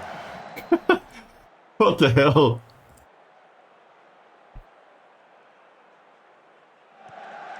We are in control, and it is entirely not dangerous. Chuchu, Thomas, Abdullah. There is an opportunity to take a pass. Yes, you missed it. I will start berating now. This isn't good enough.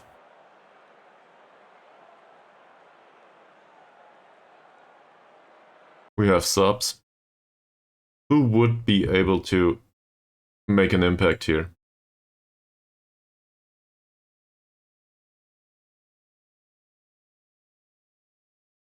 Chuchu doesn't really play well. So we'll bring on Harsey. Put Mazrin one notch back, I guess. Goalkeeper sucked so far. Don't want to replace him. Same as Diego.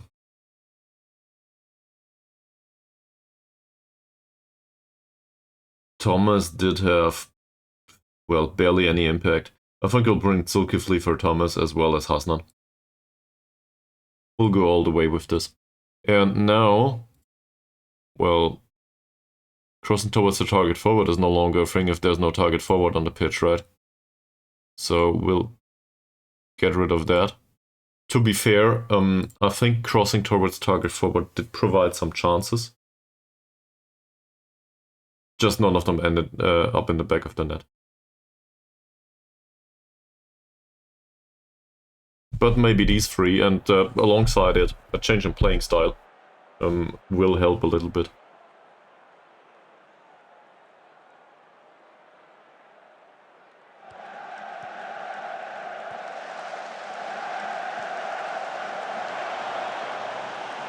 We were so well in control of the game for the majority of it.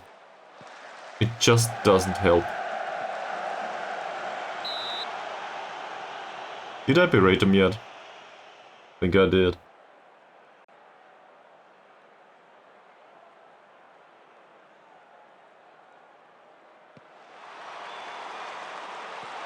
I think this is the Korean guy, by the way, so a foreign player with some skill. Yeah, and he absolutely dominates this game. It says we should close him down. Yeah, well, the problem with triggering the press on him is that we lose the striker. So that's why I don't follow through with it.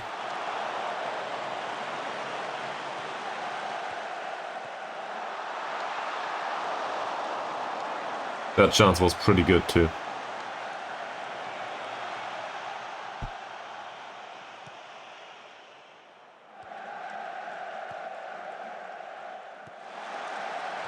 Well intercepted by Sulaiman.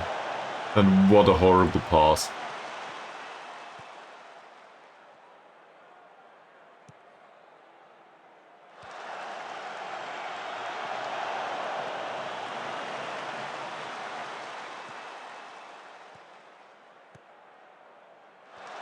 Same. It's like we cannot get a single pass to whoever there is on the pitch. Our passing is so bad today.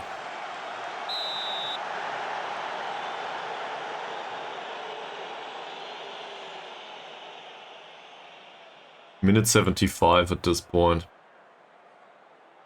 Game just flew by in the second half.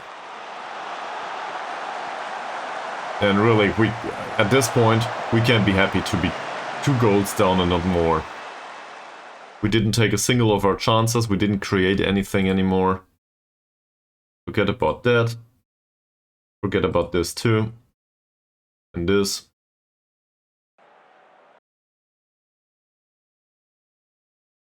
Instead, we will go very attacking. Don't care anymore.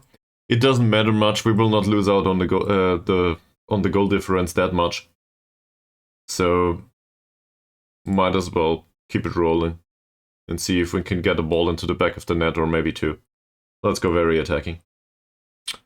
Also, this is probably an opportunity for Killeen to play a little bit. Captain didn't really do much either. It's not like they're not trying. It feels like they're incapable. That's even worse.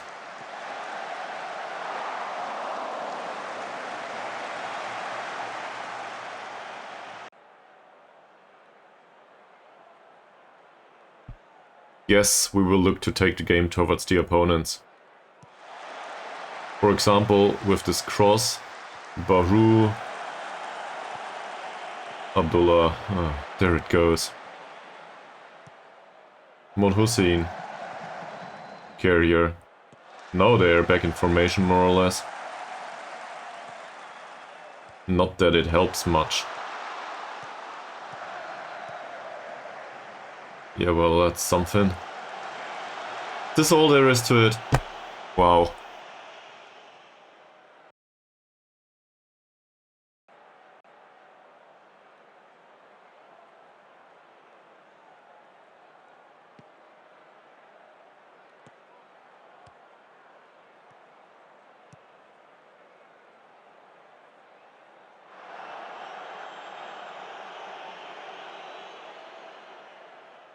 Maybe we should have had that team talk after all. On the other hand, it feels like it would have been a waste, so maybe the decision was correct. Who knows?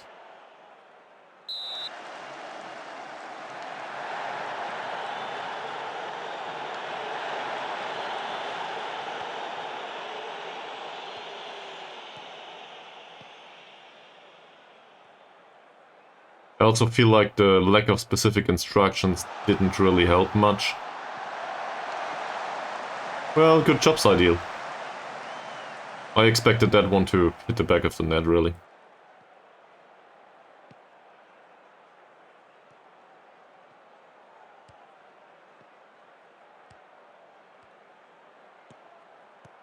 We are close to 70% possession. It just doesn't come to anything. Entirely useless.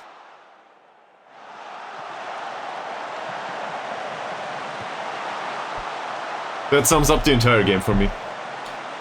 Really. The goal was empty and he hit the post.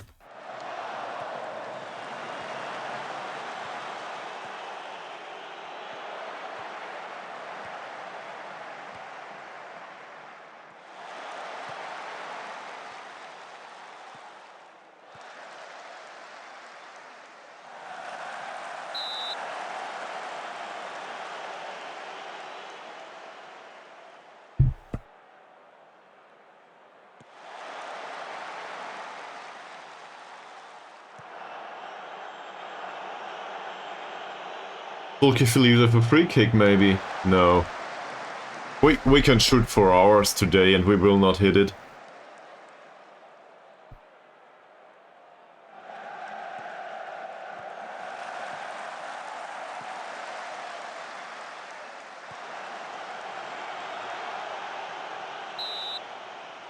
An effort has been made, but it was a bad one. I don't know. What do you guys think?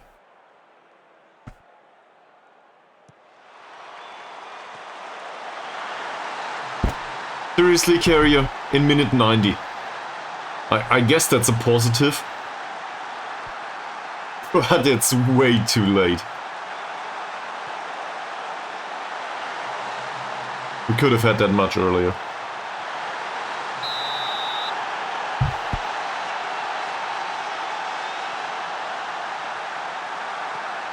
Still in very attacking mode anyway.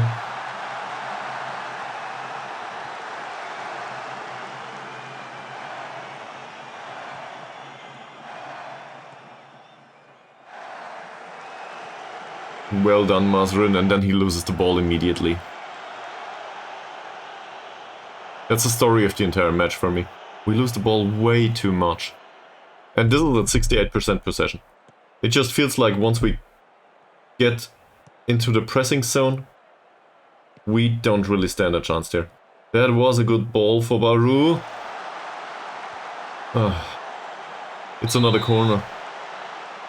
Well, if Carrier manages to hit the back of the net once more, then I will not complain much in the end, but...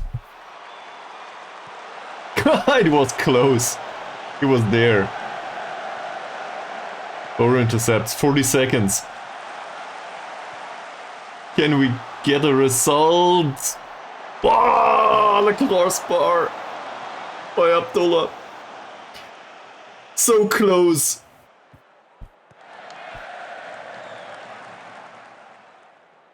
That's a foul.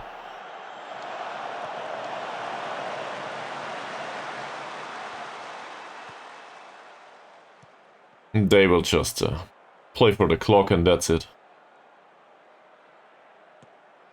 Or not. It still is a loss. I don't even know what to say. Performance was horrible, we didn't deserve to win this.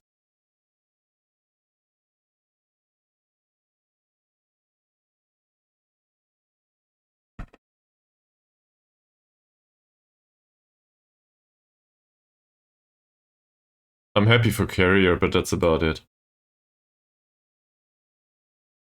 Now let's have a look at the rest of the league. And the entire good situation that we had prior to this match just went away. Well, at least Kilatan are not one of the direct opponents. That's a minor positive. Melaka won though. Don't care about the match with Perlis.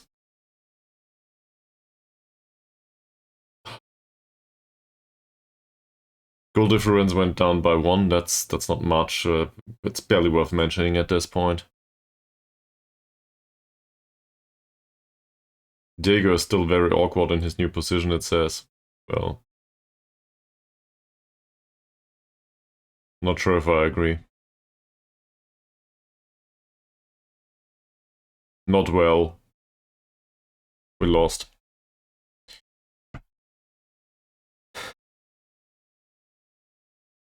And KL Rovers are next. Last time we defeated them 4-1, but this is an away match this time.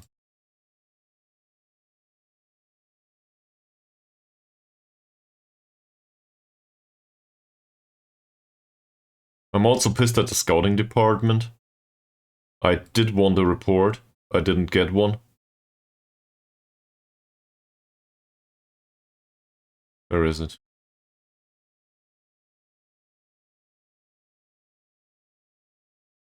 What the hell are you doing?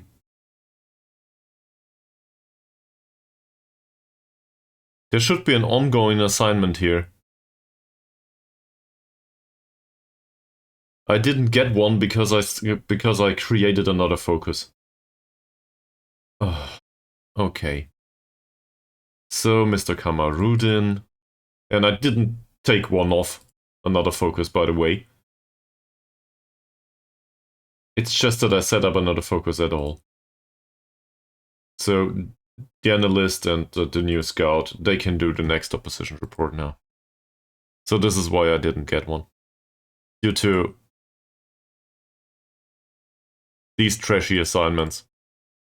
Well, I guess the one for foreign players might be responsible too, but it's more likely the one with the cut. Don't know. They are on one of those anyway, so... Still 48 players in the draw.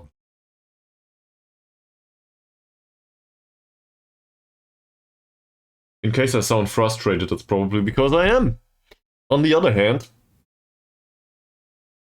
a loss at one point was to be expected. We need that win against KL Rovers now.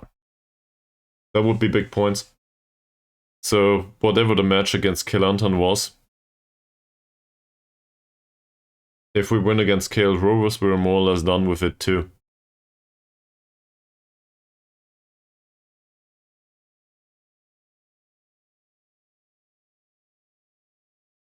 We should probably have a talk with the players though. With every single one of them.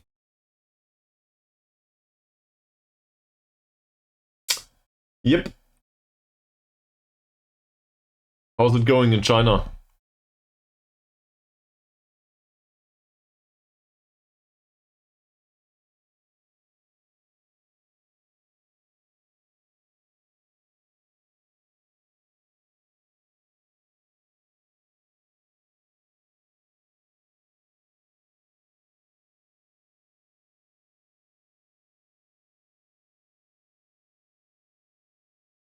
Nothing? That's not much.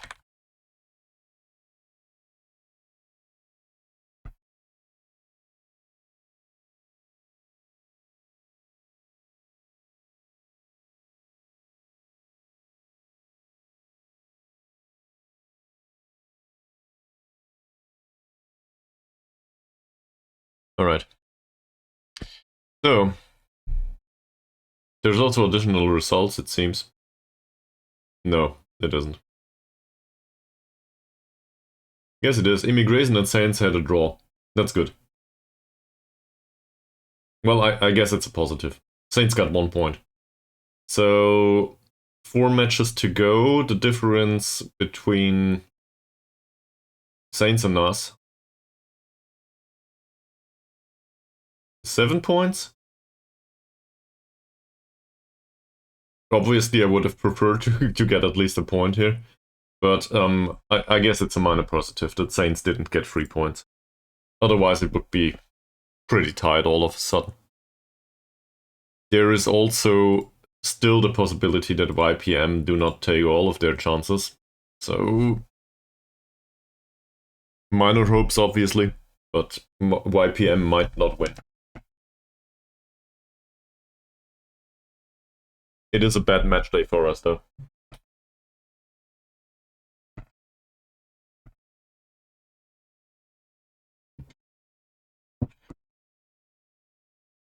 Any suggestion from your side? I don't know. Maybe somebody saw something as an improvement.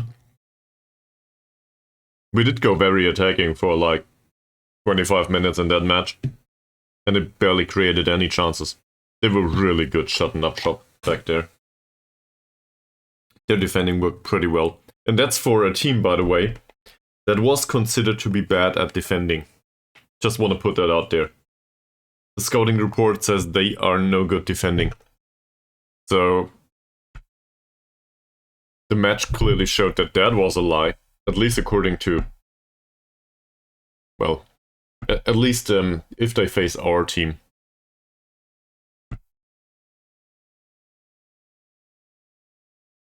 Maybe that's just some weird sort of survivorship bias in the match. But I think our passing in general was really rubbish once we saw it. We were in 60-something% possession. 68, I think. So pretty high. In particular for a lower league team. And I'm not, you know me at this point, I'm not one to go for possession that much. But we barely had any possession that was relevant. I think I want to have a look at the data again. On the other hand, we created like 10 chances. I cannot expect to create 27 like against Bukit Tambun all of the time. At some point, somebody needs to hit the goal. But we weren't even able to hit the goal, like the target, at all. We just hit something, somewhere.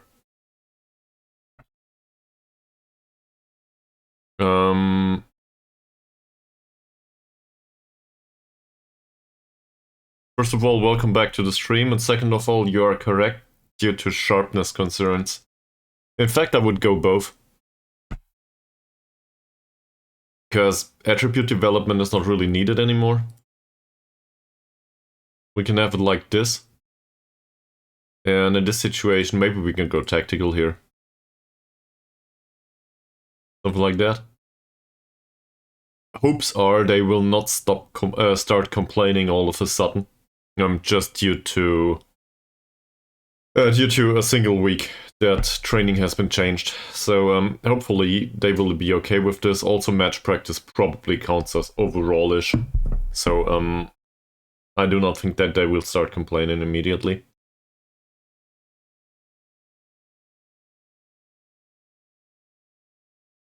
This will be a damn hard match. And it's an away match. So I didn't do it just yet, but we can of course try to go defensive again. On the other hand, we had no good experiences recently with the defensive mentality. That's not true. We had good experiences with the defensive mentality if we did it pressing high up on the pitch. That was not expected by them. To be fair though, we mostly did that in the last 20 minutes of the match. Once we realized that we were well in control. So that's a thing.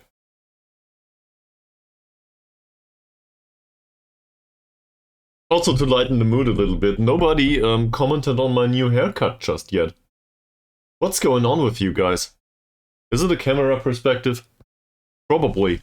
I do this like once a year at this point, so it's a pretty drastic change, but apparently nobody noticed. This is a bunch of males on the internet.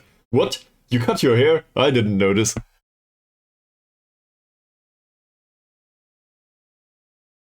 I probably should have put some color in it, made it orange or something.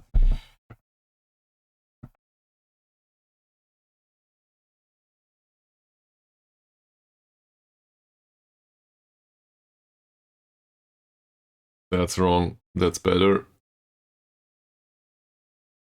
There is a match on Sunday here, so we will take an appropriate approach to training. Also, how has you guys' week been? I think at least some of you were at work, right? Yeah, true. So it's pretty short now. It went all the way down here. I desperately needed that one. In fact, I so desperately needed that haircut that it might be a bit all over the place. I do this stuff myself. Not going to the hair cutter, but it was so bad that I actually promised on stream a few episodes ago that I will do it until the end of the week. So last night I decided, okay, it's time. Right after not doing that stream that I promised yesterday, I guess at midday somewhere. Don't know about the time at your place, Charnald. But I promised yesterday that I would do a follow-up stream. That didn't happen. Due to, well, let's say, how do I put this? I had a talk with a friend, and it was somewhat important because a topic came up that people usually avoid. So that was more important to me at this point because I wanted to help, if that makes sense. Nothing dramatic though. Just the usual personal finance bullshit. So anyway, that's why I didn't do a stream yesterday. Well, I did one, but not the second one. And for today, just to put this out there, the regular schedule might be a bit jumbled up too, because obviously I will not start a stream at 18 p.m. It's not 18 p.m. It's 6 p.m. But I will not start a stream at 6 p.m. local time, for obvious reasons, because this one is already running. I might do I might go for a similar approach though. Do this until I get hungry, and then do another stream in the evening. There's also no real football to be played here, at least in Germany. So, also Dortmund re-signed Bender and Sahin. The Serie A plays, Portugal plays, Championship plays, League One plays. So, I don't know. Anyone watching English lower league football? I did that actually. At some point.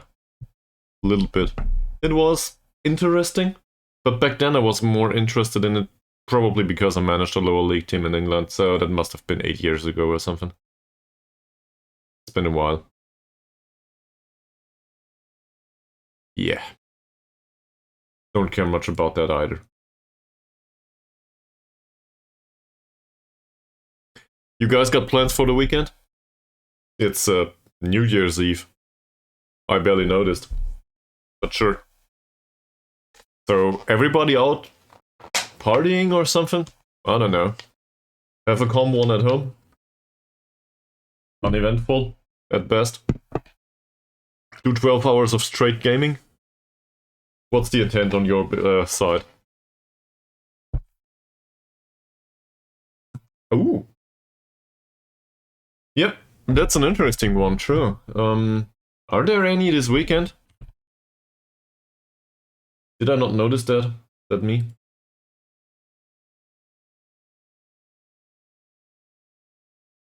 Premier League plays on Saturday, it says. Yeah, Premier League plays on Saturday, and on Sunday there's also Fulham versus Arsenal and Tottenham versus Bournemouth.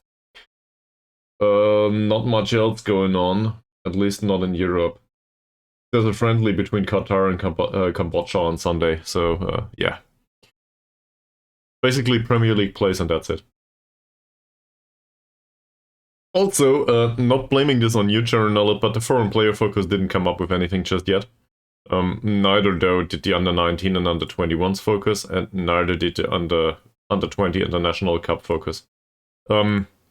What did come up though is that I fucked up the scouting assignments. Because we did not have an opposition report. No New Year's Eve party for you? Are you on the job or something? Don't want to impose, so you don't have to share. It's just that I'm usually interested in people, but on the other hand, I realize that you guys have your privacy too. So if that's important to you, just tell me you don't want to answer. That's fine. What's overpriced? Oh, New Year's Eve. I see. Yeah. Well, to be honest, most of the stuff you get on a regular basis is probably overpriced from some perspective. So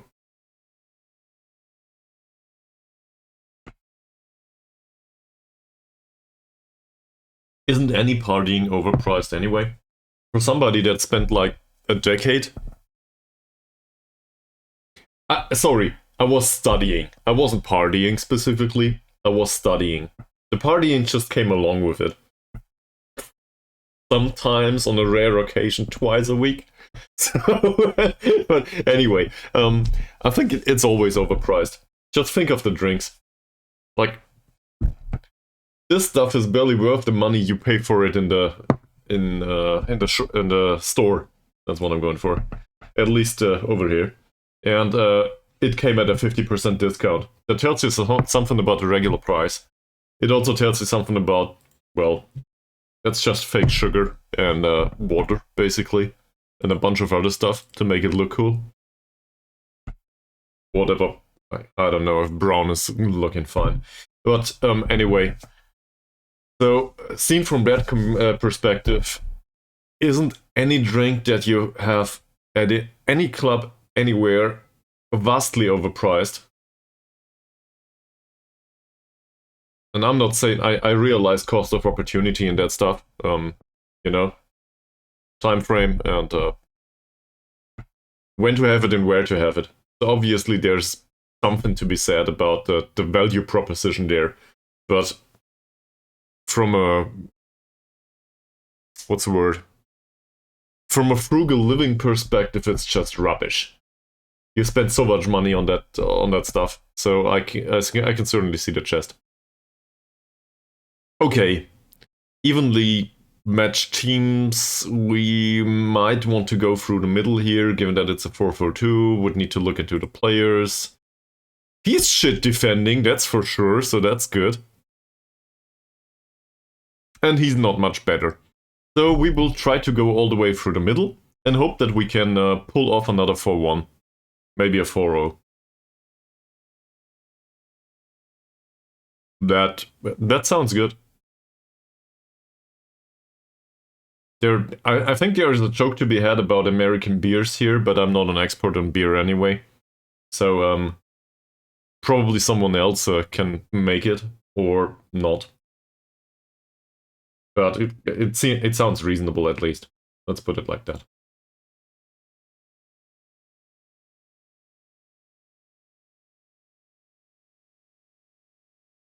Yep.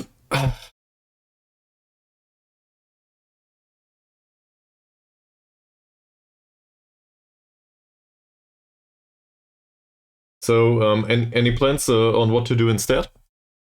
Given that there will not be that much partying? You might hang out with a random ass streamer on the internet, but that's probably a bit much. And I don't want to promise too much. But yeah, I might probably do a stream there. Well, maybe not on New Year's Eve specifically, you know, in the transition period, but whatever. I played World of Warcraft at one point back in my life. There was fireworks in, was it Shadowrun or something? The virtual city in World of Warcraft? I'm not aware anymore. But there were fireworks. It was pretty great. I also think I spent one of my New Year's Eves in, it's not New Year's Eve. Whatever. Change of the year. I think I spent one of them in EVE Online, actually. So that makes it twice in gaming. Yeah. From the perspective of other people, that's probably really sad.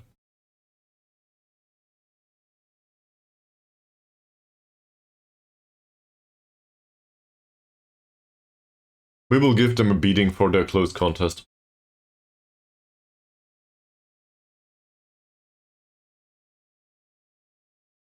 There's so many matches coming up that are just big points, whatever happens there. If we win against KL Rovers, promotion is pretty much done. If we win against Saints, promotion is pretty much done. If we lose both of these, we are pretty much fucked. Because then all of a sudden things get really, really, really, really tight. Or is it really close? It's probably better to phrase it as really close. Well, that would work too, I guess.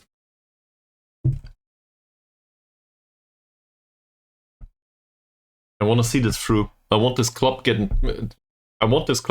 promoted. I want real contracts. I want them to turn professional.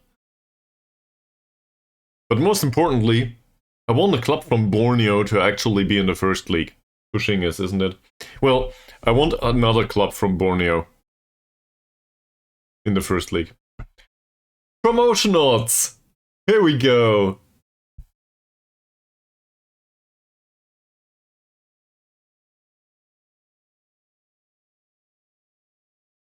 It's on 8 teams to battle out for promotion.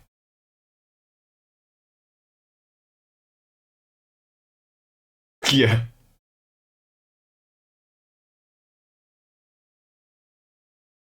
Hell, we even provided Kelantan with a chance to get promoted just yet. Well, it's highly unlikely given that they are sitting at 30 points now. But theoretically speaking, they still stand a chance. Wow. Okay, so always take the other perspective there. It's a 5-point difference, and we are talking about 4 matches. It's not impossible that this goes wrong. And we certainly had better odds prior to the match against Kelantan. Prior to losing it. But the odds are still vastly in our favor.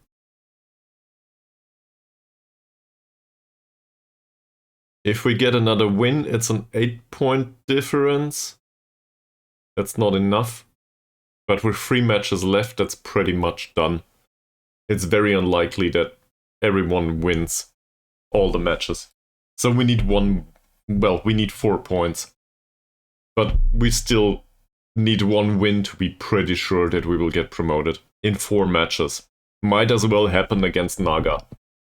I don't want it to happen against Naga UKS, I want it to happen now against KL Rovers. But it might turn out a really desperate end to the whole campaign. And to be honest, that's to be expected. Like, this club with all the stuff. Yeah, the playing stuff. We are not good enough for this. This club's trash. Okay, I want to go through all of these. Well, it's not trash, but we're not good. Not in comparison to the remainder of the league. We are vastly overachieving. I need to have a bathroom break. And I talk too much. So, I will see you in a minute or two. BRB.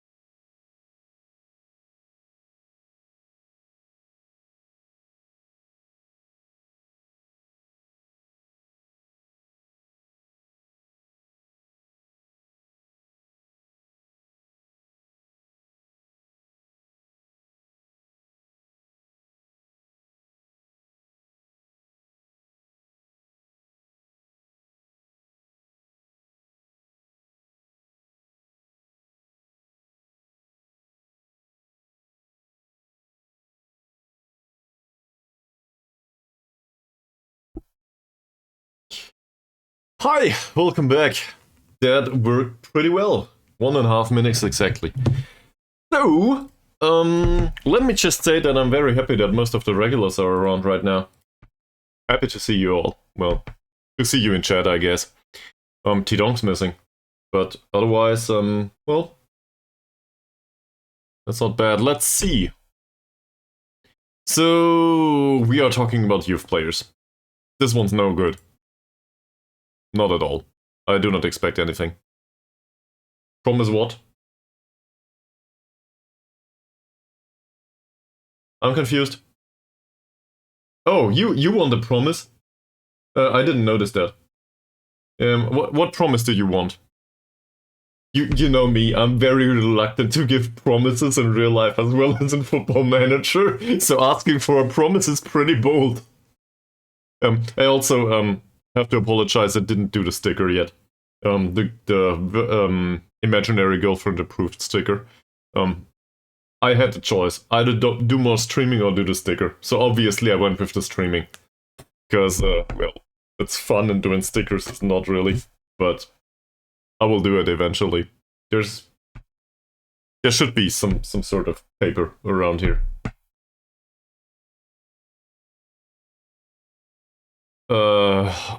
Which one, actually? There are two. Well, we'll have a look at it once we get there. But the thing is, there are at least two 16 or 17-year-olds that have some jumping reach. It's not only the one that you know as Target Boy anymore. There's a bunch of them. Yeah. Well, obviously we can. If you want to. At this point, it won't matter much to me anymore, so sure, why not? We can try that. You really want to promise for that, though? His skill set is better than... Oh. Casual, susceptible to injury, and inconsistent. The combination that everyone wants to play. He's right-footed with good crossing on the left side.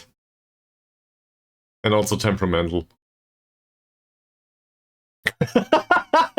There's a combination from hell as a personality. Temperamental, outspoken, volatile, and confrontational. He has everything. This is what's his name? Was it Amiri? No, it was not Amiri. Yunus. Yunus had management that was like this. Most of the time. Talking to the press every single day and complaining about this or that all the time. Signing a new contract and being willing to move on immediately. He's short-tempered and confrontational on top of that. This is really just local street population, I think. We picked 10 guys from Kuching somewhere, and now we're trying to make footballers out of them. In a way, this is really funny. His personality is way better. Does he serve any purpose, though, on the pitch? First touch isn't that bad. Passing isn't that bad. The rest of it is. That's it. So, strictly speaking, from receiving a pass and doing something with the ball, that's not horrible. He's also very inconsistent, and well, it's a 16-year-old. Fuck that, let's sign him anyway. He will not get money, though. That seems reasonable. No. You misunderstood. You do not get money. Thanks. Osman. Well, the acceleration and pace are fine for a 17-year-old. He doesn't really play as a winger just yet.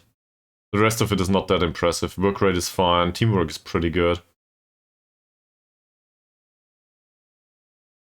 We need alternatives. I'm not really impressed by it, but we need alternatives long term. And we do not really pay them money. So it's not like this is a big financial decision other than increasing the workload of the coaches down there. But in a way, I'm looking to employ them for no monies whatsoever, just to fire them afterwards in case they're not good enough. It's easier to just have a look at it once they are here and see who's not needed anymore. I think this is not very good. His passing is okay-ish. Heading is okay-ish. And most importantly, he has some strength. Unambitious and level-headed is not a... Like, this is not a combination that is horrible.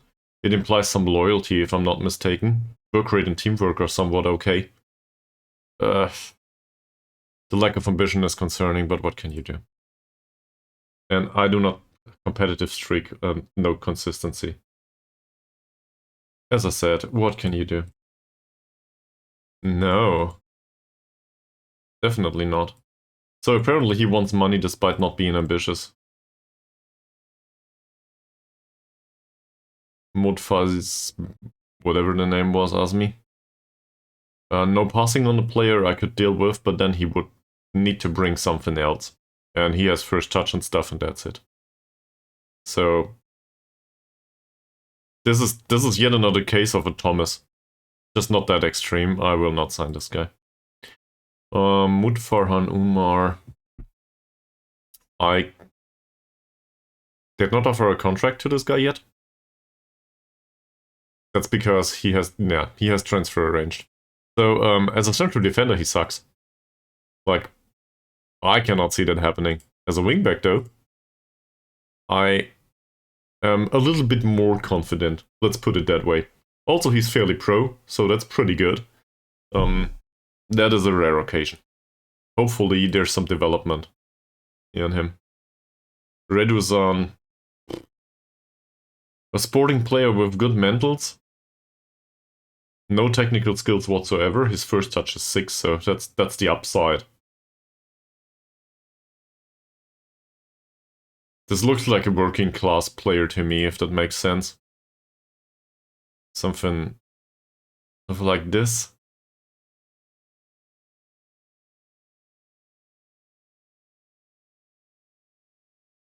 That would be oddly focused on a midfield role, though, and he cannot pass the ball. So that's really just a workhorse on the pitch. Is this something we need? He's balanced and media friendly, not much to tell otherwise. Says fairly consistent. That pushes it over the decision line for me. So I guess we sign him. Everybody tells me that under 19 management is really not needed in the lower leagues because the players are trash anyway. On the other hand, I'm really happy to have one available here and there in case it's needed. Abu Bakar. That's not as bad as some of the others. It's not great either, but also fairly consistent. I think we have enough right backs in the under 19s at this point. On the other hand, he's younger than the rest, so he might remain there. The rest might not. Same here, plays for free.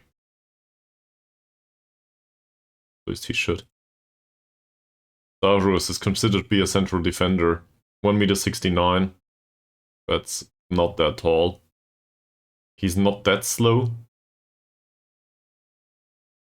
Composure's pretty bad. Heading's pretty bad.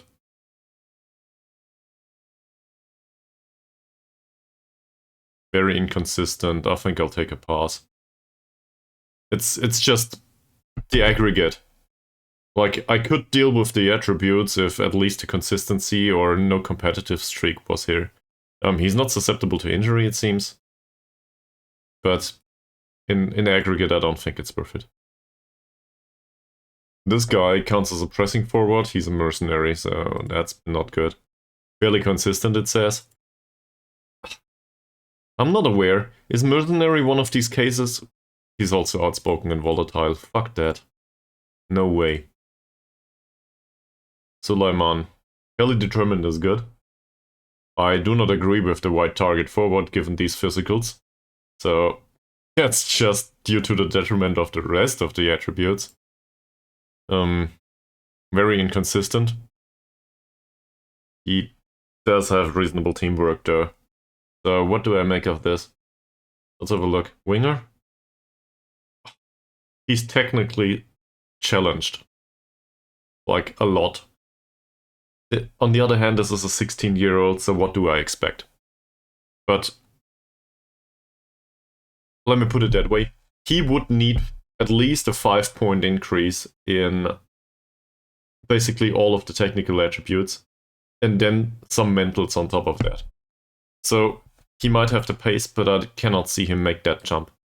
Not anytime soon. And he's not to be considered one that develops much either by the coaching staff, so I will take a pass. He also was inconsistent, if I can recall correctly.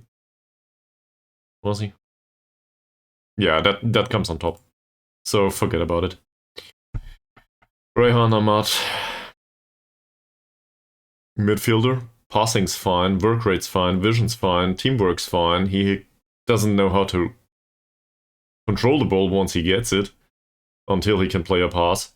But the physicals are not impressive, but it's okay-ish. It doesn't really show here, but... So this would be about first touch technique and most of the mentals. I'm less concerned with the mentals, actually. The vision's there.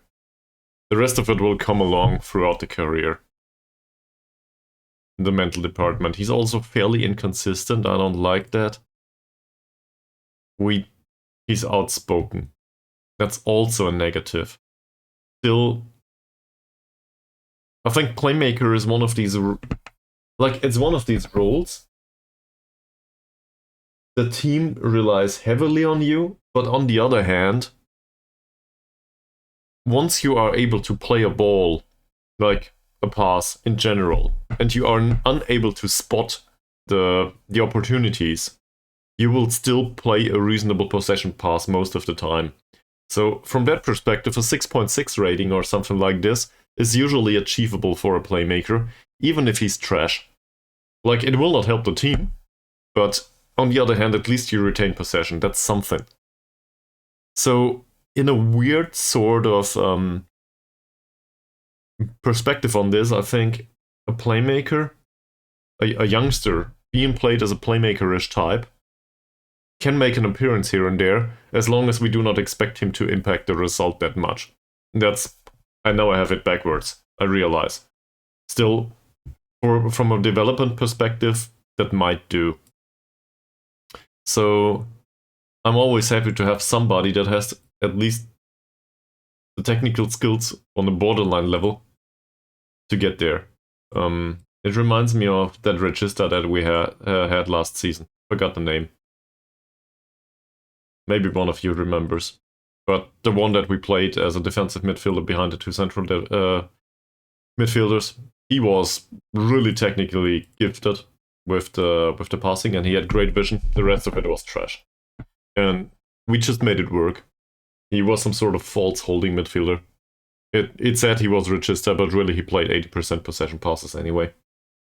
And that worked just fine. So I always have that in the back of my head. It depends on what you do with the players, really.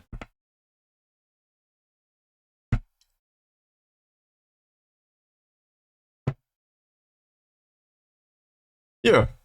So I didn't promise to start Target Boy, but I think we can do it. At some point. First of all, though, we need to get promoted. And if we do not get promoted in the next match, well, then Target Boy will need to wait. I think his name was Zainuddin or something, wasn't it? Weirdly enough, I think I remember that. Alright. Let's have a look at the scouting report for KL Rovers first. Because we have one. They have capable goalkeepers, good composure, crossing seems to be okay.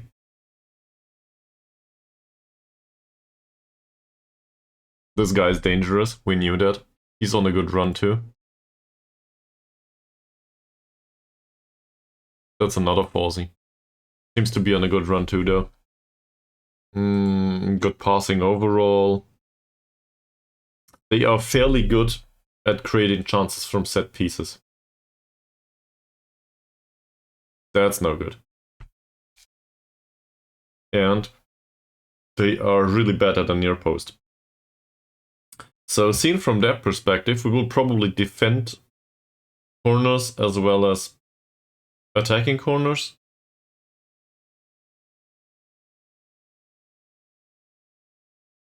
And I think, yeah, that's. And I'm not sure if we go transition phase.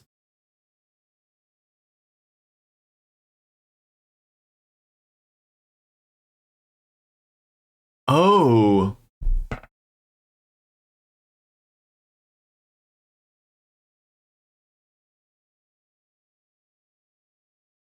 I see.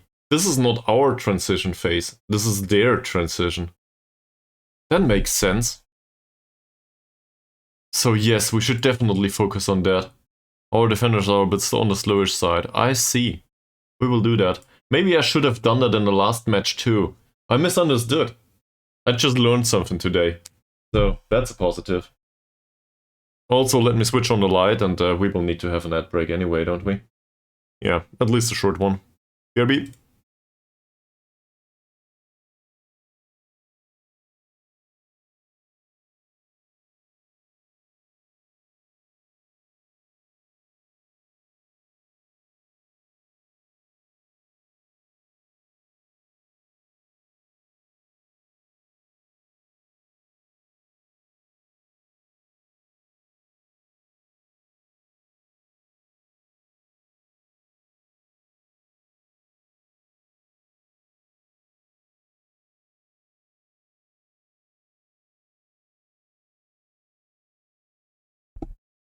Training report came in. We will go through this anyway. And the match odds came in, so we are expected to win this one apparently. They are slight underdogs. I do not know what's going on there. I think we are the underdog, but well, if they tell me like this, I guess it is as it is.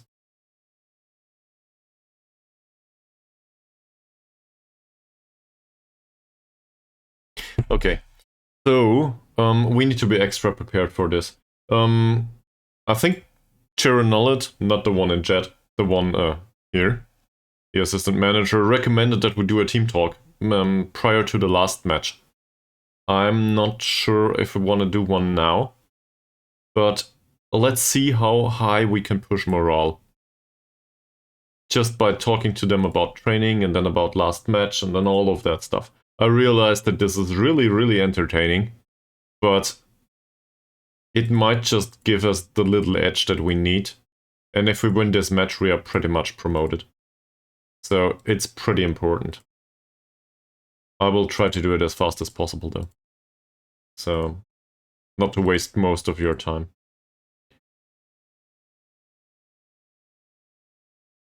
And if anyone has another topic on the top of your head, feel free to share. What's going on in your lives? How was the week? What do you plan for New Year's Eve, I guess? We talked about all of this, right? So in the end, we will talk about the weather, you see. Usually that's the last topic left. German weather in aggregate is pretty easy to phrase, I think. I don't know, maybe Mies will want to phrase it. But we are not blessed with a specific circumstance in Nuremberg, all of us, well, not yet. But the rest of Germany is more or less drowning. So there's that. The weather. You're fine in Dortmund? Okay. Well, it doesn't rain all day in Nuremberg, weirdly enough. But it seems like the rest of Germany got all the rain. So we got really lucky. Then again, we had our, well, a drowning southern part of the city a few months prior to this. So I'm not really concerned we got our share. No, it's all fine. It's all fine. Just happy to have you on the stream, really. And, well, going back to the topic recommendation, thoughts on universal basic income. So,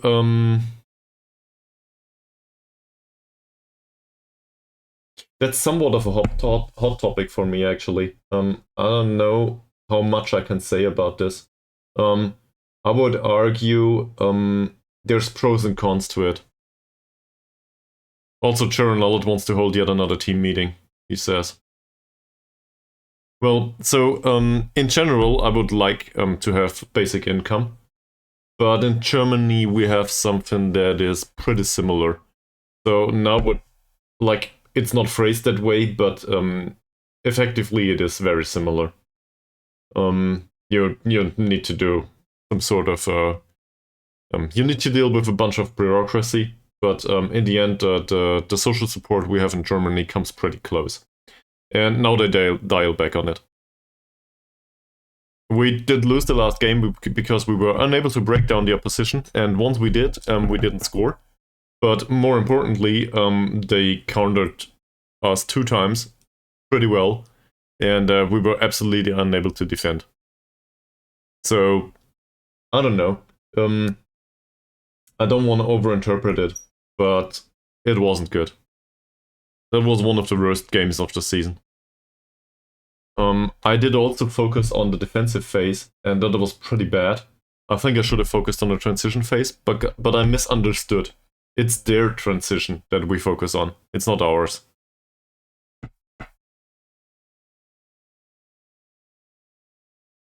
I think... No, that's not Target Boy. That's the 30-year-old striker of the opponent. We did play a real striker. It didn't help. It was even worse. He didn't have a single shot in comparison to Diego. And I did also play an Zulkifli at this point to create more chances.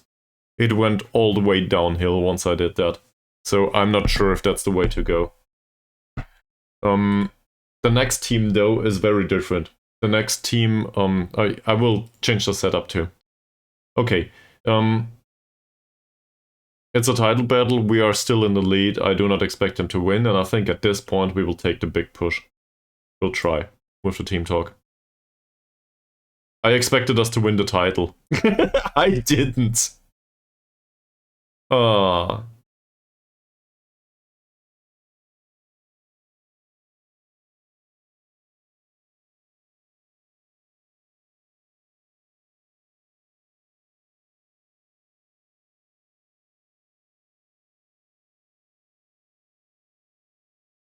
I think I'll go with this. So, Chironel, it says we should ease expectations. Prepare as you always do. I think we'll do that. We weren't expected to be in this position, so anything from this point has to be considered a bonus. Okay. If you say so. I want to get promoted, but in the end, I just want good morale. And if that helps with the dressing room atmosphere, we'll do it. Also, going back to the topic of universal basic income, you have a strong opinion on that, Chironel? I think your perspective as an American might be very different to ours as in Germany, right? They're like, I don't know, don't want to single out anyone, but maybe other people from Scandinavian countries might have a perspective on that too. Given that the social system there is pretty tight as far as I'm aware. So that at least the circumstances of the different people here in Channel might offer a different perspective on the approach. That makes sense. Oh, everybody plays prior to us. So, this is where we root for Naga. Manyung play Sembilan. Yes, that's one of the major concerns, housing in general. Well, rent. I wouldn't go all the way towards inflation just yet, but, you know, if everybody gets 1,000 euros or dollars or whatever each month, then one of the major concerns is that rent prices just go up immediately. Because everybody has enough money to pay their rent all of a sudden, well, then you might increase rent. So, don't know how to deal with this. I'm not an expert on it. But that's in the back of my head. We want Bunga Raya to defeat Saints. That would do us the world of good. Saints are 7 points off, so if they get defeated, it's pretty much done for them. PIB and immigration I don't care about. Yeah. Alright. Fingers crossed. In German, we do not cross fingers, we press our thumbs. Sembilan defeated Manyong. That is not good. Naga lost to YPM. That's even worse. PIB and immigration I don't care about, and Saints scored 4 times against Bunga Raya. Well, shit. Fingers Things are not going our way today. So we have the game in hand. If KL Rovers win, we are fucked. We need to win this match. So much for no pressure.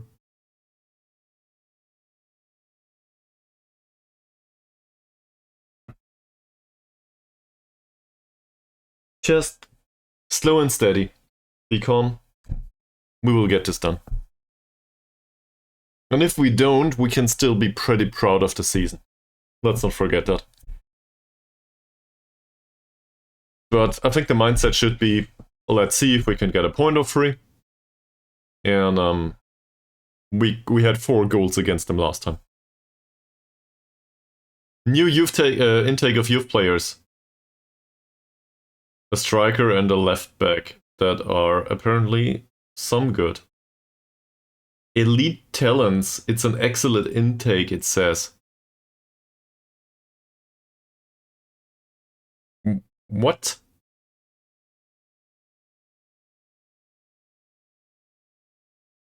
It's an excellent intake.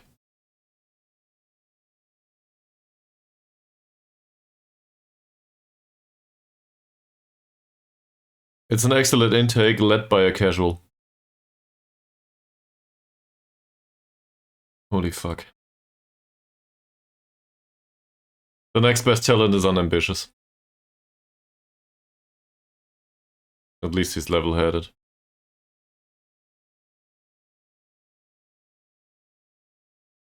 Yeah, the finishing is great. No complaints. Composure and decisions are pretty good. He can hit the back of the net. That's it though. And with that personality, this is rock bottom. Like, it doesn't get much worse. He could also be confrontational and stuff, so he isn't. I will slap this into the personality calculator now.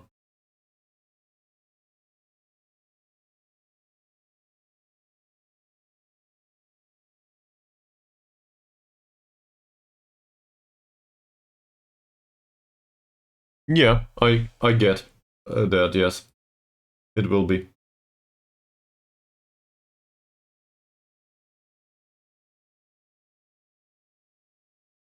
The ranges on his personality are pretty bad, though. I'll put it on the Discord.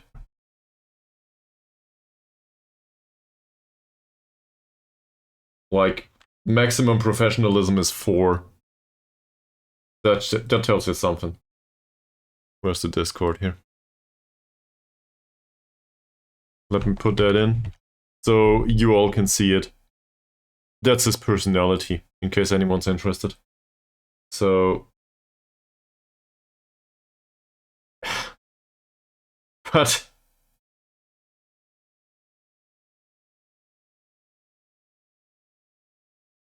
Well, I will probably sign him anyway, but we'll see where it goes. This is considered to be very good intake too. Potential ability is great. There's somebody called Isha. Obviously an Isha is always welcome. Sure. Slow and steady. So, he has good heading and finishing. This is a poacher if I ever saw any. But, you know, unambitious and stuff. Him, on the other hand... He's fickle. Great. That said, somebody needs to replace Mazrin. Is him it? I don't know. He also wears a bandana, it seems. I guess that's a positive. Yeah. Well, not really. I guess for a 16-year-old that's fine. I do appreciate that his physicals are up there. That's good. He's also not that small, which is a positive for me. I think retraining him to fullback position is no problem whatsoever. He is fickle, that comes with some ambition if I'm not mistaken. But fickle and media friendly, that's not a great personality either. He can get there though. This guy apparently has really great potential. And this is a weird attribute combination. Like, I don't mind the fact that he has technique, but it will not help much with the tackling. Yeah. It's not horrible though on Rosley. Ismail, don't want to go into the specific menus on all of these. We'll sign them anyway. He's fairly loyal. That's good. Also, he has no attributes whatsoever. Ahmad, good finishing, that's it. Yet another wingback on the left that is technically gifted. Has some good physicals. I guess the crossing is 6 and the dribbling is 1.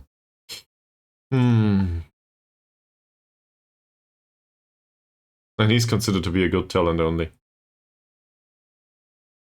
He dives into tackles as a central defender. I don't like that. He is not much better. How about you? A central defender with 15 points of jumping reach. And good tackling. Let's have a look at him. He's unambitious. It says he... I don't know what's going on here. What's with this assessment? Yes, his strength is a bit off and he's a bit slow. That's not bad. He's inconsistent. Oh, never mind. Okay, the youth intake is somewhat alright. We will maybe find a player there that we will use at some point. Not really against playing a youth player. Yeah, you can come in on trial until you join permanently, same as you. Totally fine.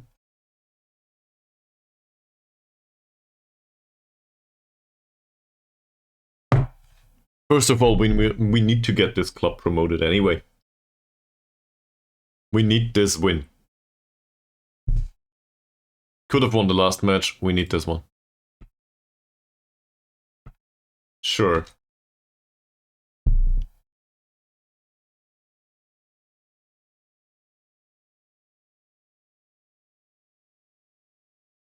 How can we get a win?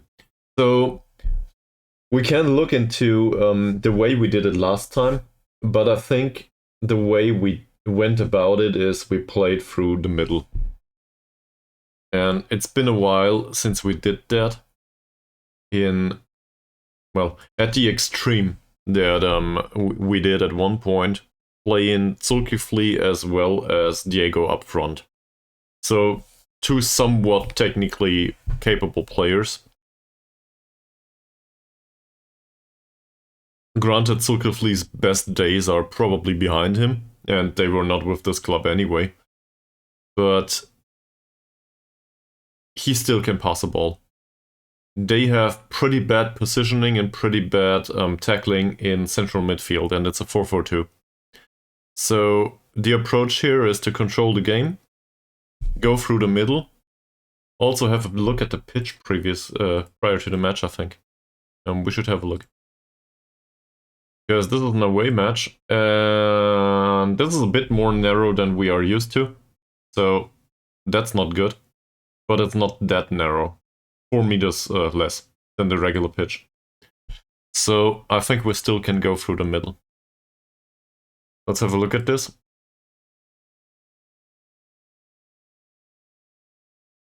Defensively speaking, he's not good. Even on the attack, he's somewhat lackluster. This guy's passing is 9, but his vision is 1. He's more of a runner with the ball in midfield. Never mind. He's an attacking midfielder on the right. Don't mind me. I don't know what I'm talking about.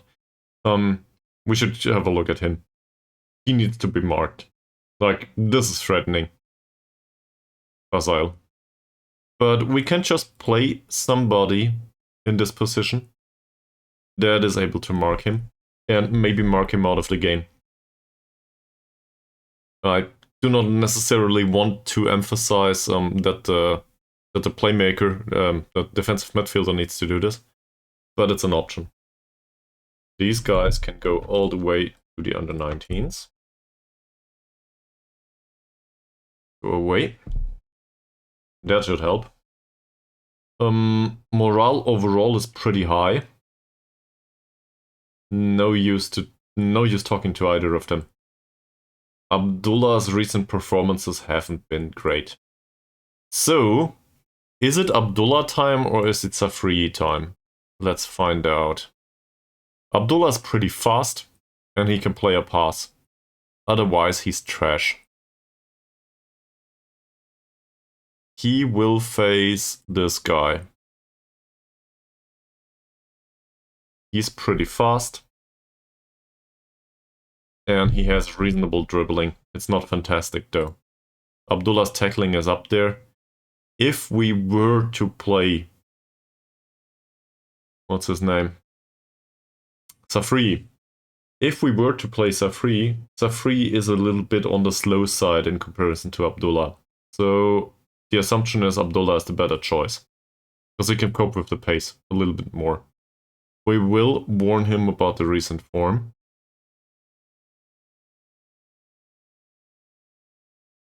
That helped. We can praise his conduct, it has been okay. That might help too, it does. And now we go on about the last match. Passing in the last match was pretty good, so we'll go with that. Despite the 6.5 rating. That is a positive. He also won the headers. Defensively though, bad. I will just criticize his overall defending, hopefully that works well. He didn't have a single tackle. Alright. So, we brought the morale of a lone player from middle of the road to excellent. That's not bad. Hopefully that helps. Mazrin. Mazrin in a good mood, together with Chuchu, can devastate pretty much the entire team. The problem is he's not in a good mood. Well, he's in a good mood, but not in a perfect one. In this match, I think his defensive performance is what's most concerning. The rest of it is okay. He does have a good conduct though, so we will start with that. And I will try to criticize his defensive performance. He says fair enough. Now we're getting into the lackluster territory, don't we? His form is 7.0. Not really great. The amount of assists, 0 goals, 0 assists. Can we criticize that he didn't provide any assists in the last 5 matches? Is this something that we can say?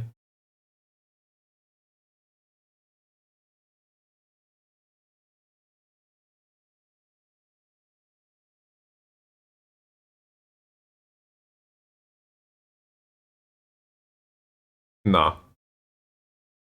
This is all about mistakes and stuff, I will not go there.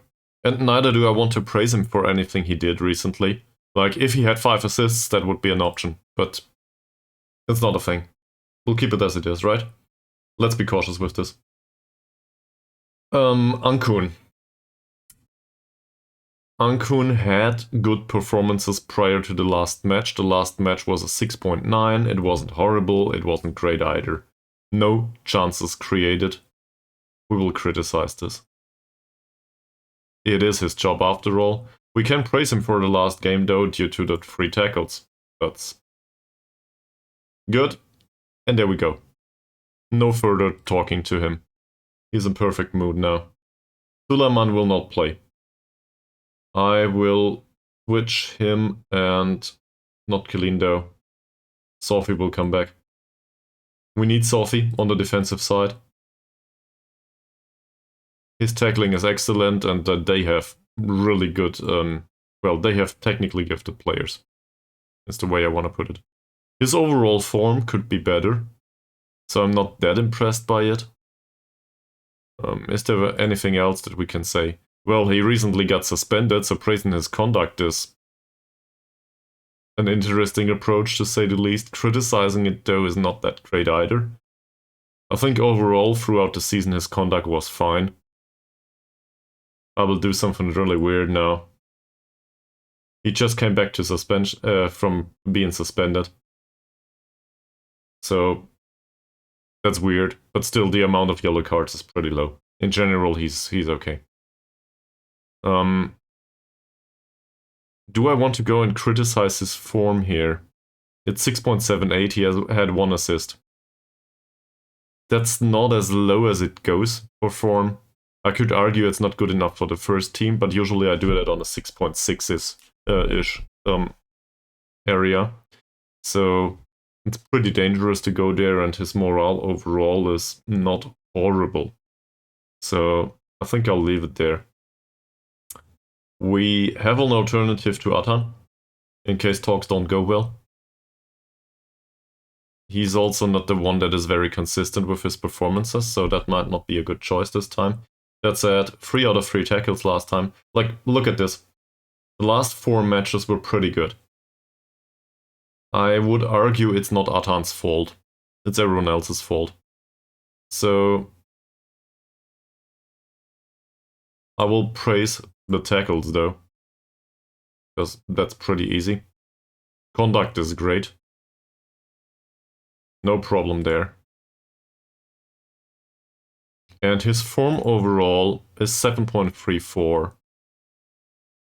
2 assists only, but his recent form is okay. I think he will accept it, a general praise. He does. That puts him up there, morale-wise. It's not perfect yet, and we will not get there, but it works. Thomas is in perfect morale, but Thomas does not fit the way we want to play in the next match. I'll bring on Zulkifli, in hopes that Zulkifli can provide whatever he provides, given that he's technically gifted. He is also 1 yellow card away from suspension. I don't care about that, as long as we win that match. Training improved recently, that's good.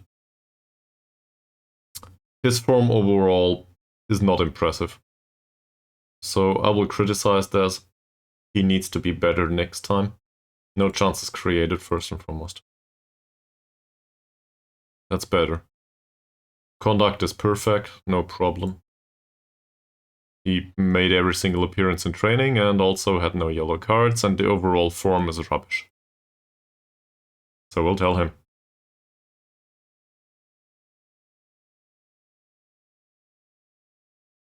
That's not perfect yet.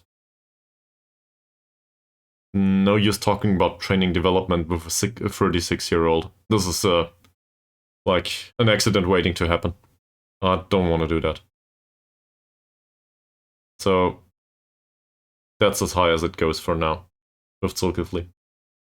Choo-Choo is needed for the Mazrin combination, no matter what happened recently. That said, the last match was trash. He didn't create any chances whatsoever. This was probably one of the worst games he had throughout the entire season. As a captain, I expect more, and he's in perfect morale now, so not touching it anymore. Diego is not yet annoyed by his deep lying forward training. Oh, he's unconvincing now. It improved. We might just get him to barely competent at the end of the season. That's not bad. Yeah, stuff happened. 6.3 rating last time out was really pretty bad though. I would argue he didn't really offer a chance to, get to a chance. So there's that. I would also be happy with him providing for the rest, but that didn't happen either. Adris. We can praise his conduct, I guess. As a goalkeeper that doesn't play, it's really a no-brainer. Training and all that stuff, I don't think so. Form, pretty much not worth mentioning. And we can't. Amran's training is okay for somebody at the age of 32. Form says we didn't play him recently. Can we criticize it? Maybe. Not really. I guess no bad conduct. We go with that, and now he's in perfect morale. Why not? We rarely talk to him, apparently. Safri. Training rating's good. Didn't play much recently, so I guess the conduct is okay. That's all we can tell him anyway. It's enough though. That works. Dicky.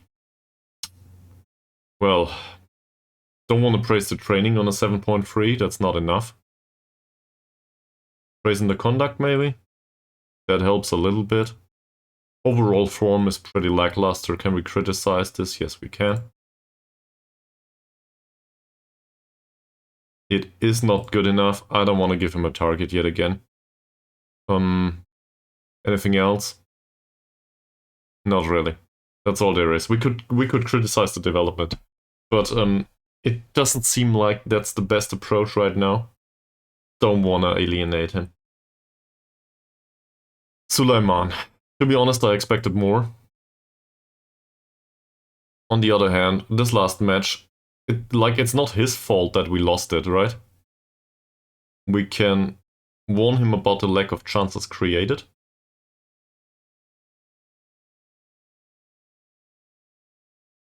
We can praise the 3 out of 3 tackles.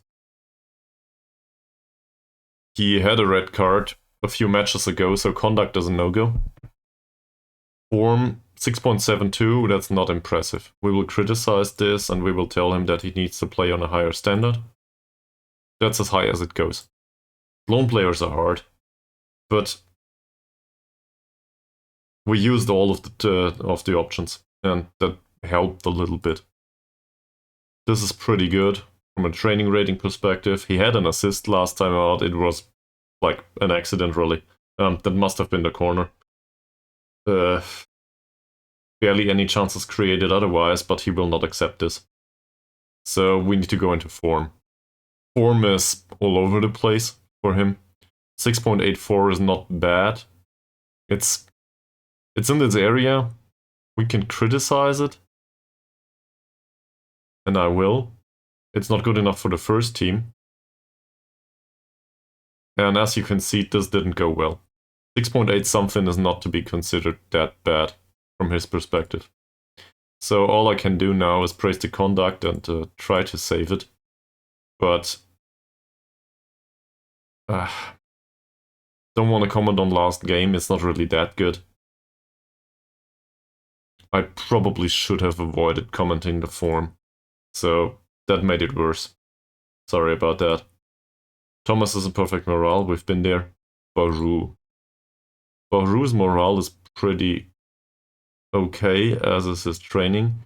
He came on, had 12 passes. We can praise the passing, that's easy. Choice of pass was sensational, not the chances created. Chances created were inexistent. So we'll criticize it. Conduct with 1 yellow card overall is pretty okay. And now we're going into the form, and that's 6.64. So with that form, I think criticism is warranted. He understands. Now the question is, do we play the player in form that is inconsistent, or do we play the player that is out of form, but usually a consistent player? I guess we go with Atan. He didn't do anything wrong specifically recently. Haznan is more or less in decline. We don't play him much. We can criticize the training again just because we can. Not in perfect morale yet. He did make appearances. In fact, he played 25 minutes last time out. He didn't do anything though. There's hardly anything worth mentioning here. He had 4 passes. So I guess we praise the passing. Good passing, sir. Otherwise, you were trash. So we tell him that he needs to get into goal scoring positions. And all of a sudden, he's in perfect morale. Same as Diego. And for good measure, I will go through these 5 too. Just because it might have an impact in the medium term. So we will praise his conduct just because we can. Doesn't really matter much. Saleh, the development is no good. He doesn't train well. Conduct is okay though. Apparently he played in a friendly. He is in a good mood. And we cannot criticize the development just yet. Killeen is important in a way. He could play. He didn't do well last time out. Passing was good though, so we can praise that. And we will criticize the fact that there were no chances created. That said, I think his morale doesn't improve much because he is unhappy with his playing time. That's where it goes. He has a good conduct, so we can do that. And his form is 6.9. I will not touch that. Like, I expect more, but he will not accept it. Taib didn't make an appearance recently. There's nothing to say. Praise the conduct. Be annoyed by the lack of development. That's pretty much granted, I think. Yeah, there's no development here.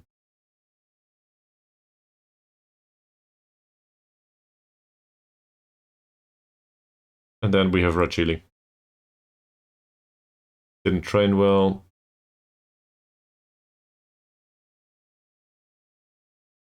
We could also hit the development here, but it's not really needed.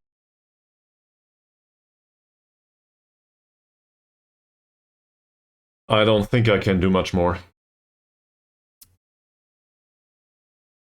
Okay.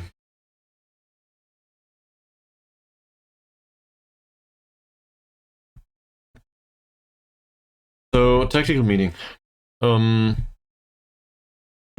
Obviously we want Kelatan to lose to Bukit Tambun. We want to win against KL Rovers and, well, hopefully Melaka lose, but I wouldn't count on it. It says we should be defensive here and take short kicks and blah blah blah. Rolling the ball out will probably be fine. Towards the fullbacks though. I think that's reasonable. So, let's start with that. We roll it out, but we distribute to fullbacks.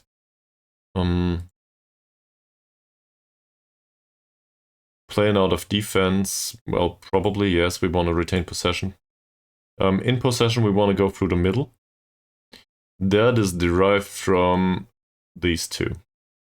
But in contrary to last time, we do stand a chance here to have opposition instructions that might or might not help. So I will go through all of these. This striker is a pretty bad jumper. He's pretty fast though. Bravery is damn low.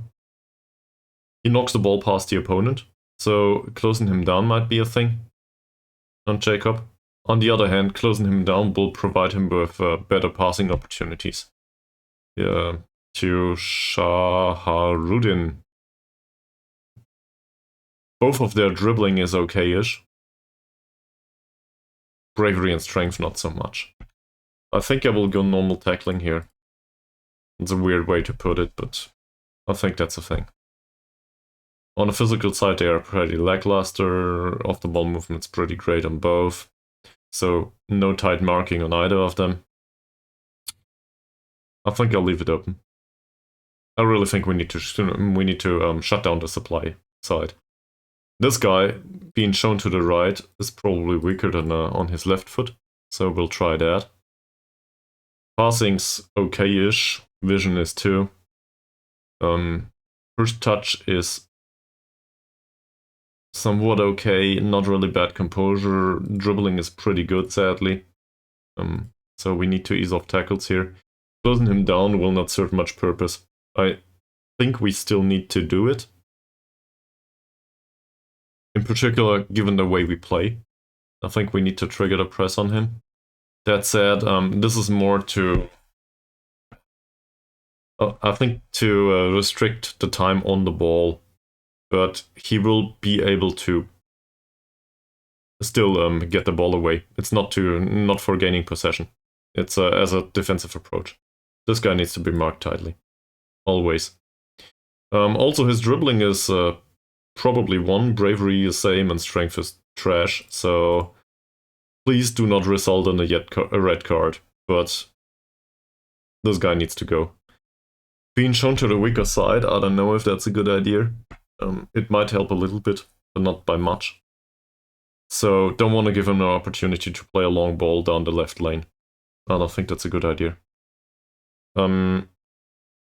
Composure is okay-ish. First touch is not that great either. We might want to close him down. despite whatever's happening otherwise, so we can do that. This guy has better first touch, passing and vision are somewhat okay. It is a case of somebody that might be marked out of the game. And I would like to tackle him hard, but he's not that bad. We'll go with normal tackling here and still try to mark him tightly. He's also spirited. That's not the worst player here. That's for sure. Does he have any particular traits? Don't think so. No. Easy tackles. He's good with the dribbling, sadly. Show him to the inside. His passing is better, but still, I'd rather for them to be shown to the inside. The bravery is pretty damn low, same as the strength. So, yeah. The thing is, his defensive demeanor is not exactly inspiring for them. So, given that we overlap on that wing, he might be just what we need. Because he will lose Mazrin all the time. At least that's the assumption. I don't know for sure, obviously. Gravely shown to the right. I think on fullbacks in particular this is important. Dribbling's bad, bravery's bad, strength's bad. This is a case of hard tackles. He's also not that tall. Pretty fast though.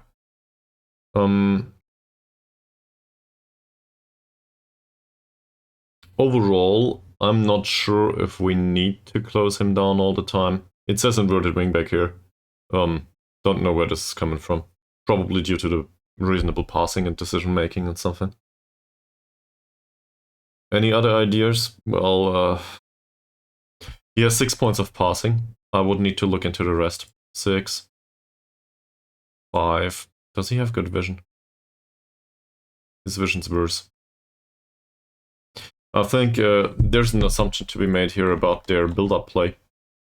It will probably not come from the defenders. Like, they are not horrible, but 5s and 6s, that's mediocre chance to provide a goal-scoring opportunity, I would argue. So we need to leave some open at some point, and I think we can go with let them distribute in a short manner.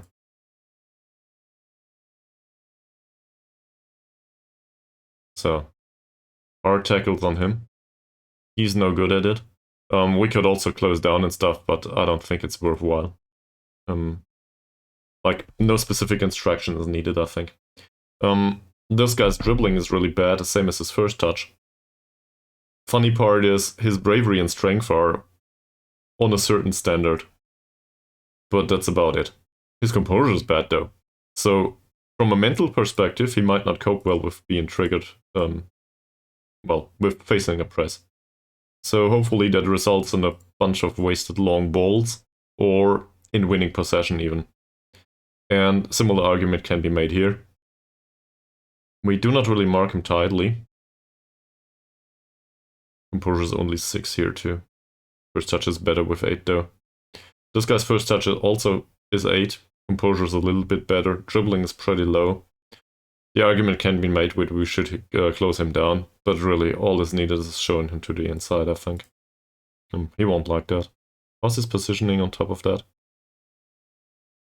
Positioning is 11, so that's pretty good. Saidin, that's the one that covers the half space for Chuchu, together with Mod Arif. He's also pretty good. So Chuchu will have a hard time. That said, Chuchu plays in support duty, so in this hole, in the half space here, in the gap. So it poses a problem for them, hopefully. This guy, Mod Sharbini Alavi Ramli. Man, these names. I really have a hard time with them. Reflexes are pretty damn bad. But I'm looking at ball distribution, and it seems like his passing is okay. His kicking is pretty good. His throwing is 5 though. So, if they have an opportunity to distribute in a short manner, that'll probably be a positive for us. The central defenders are a little worse from a distribution perspective. I'm really hoping for no long balls here. Bravery is pretty good. Composure is pretty bad. Could try to close him down, but I don't think so. We'll leave it open. Tight marking? Well, no. We can definitely tell them not to tight mark the keeper. I think we can go there. Okay. So much for that. So let's submit the team. That's the end of the idea section. And now we will go to the match. But prior to the match, as always, given that this will take probably an hour, well, maybe half an hour, but I think as always, I will do a bathroom break. Hi, Strong J! Yeah, it's the same as always, man. Welcome back to the stream. And I will do a bathroom break immediately, but afterwards, we will do a match that decides promotion. Potentially. So, BRB.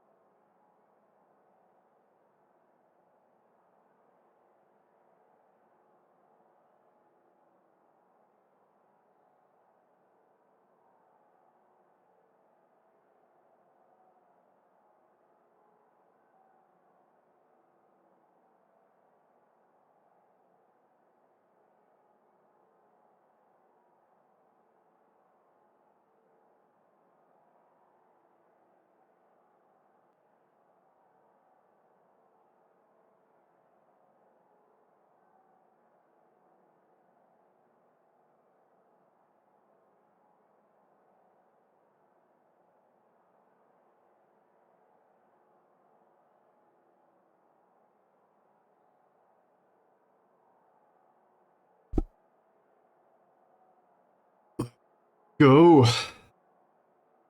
So, any recommendations?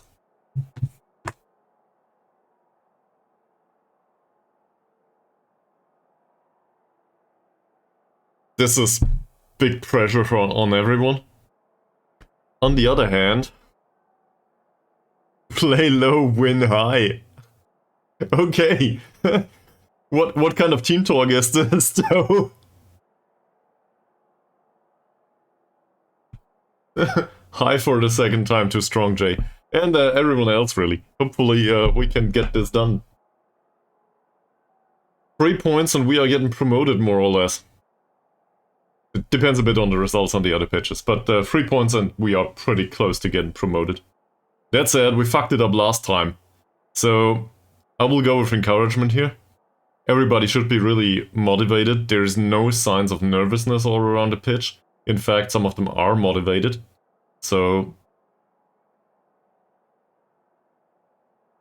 that doesn't help much, does it? I think it's been a while since I did this. So we will take that body language and encourage them. And tell them that we have faith. That's all I can think of right now. In general, they do not seem to appreciate being encouraged in match that much anymore. That said, this is an away match, so it might work. They made 4 changes to the starting 11, it seems. Zulkifli comes on. As well as the defensive midfielder. Well, the ball-winning midfielder.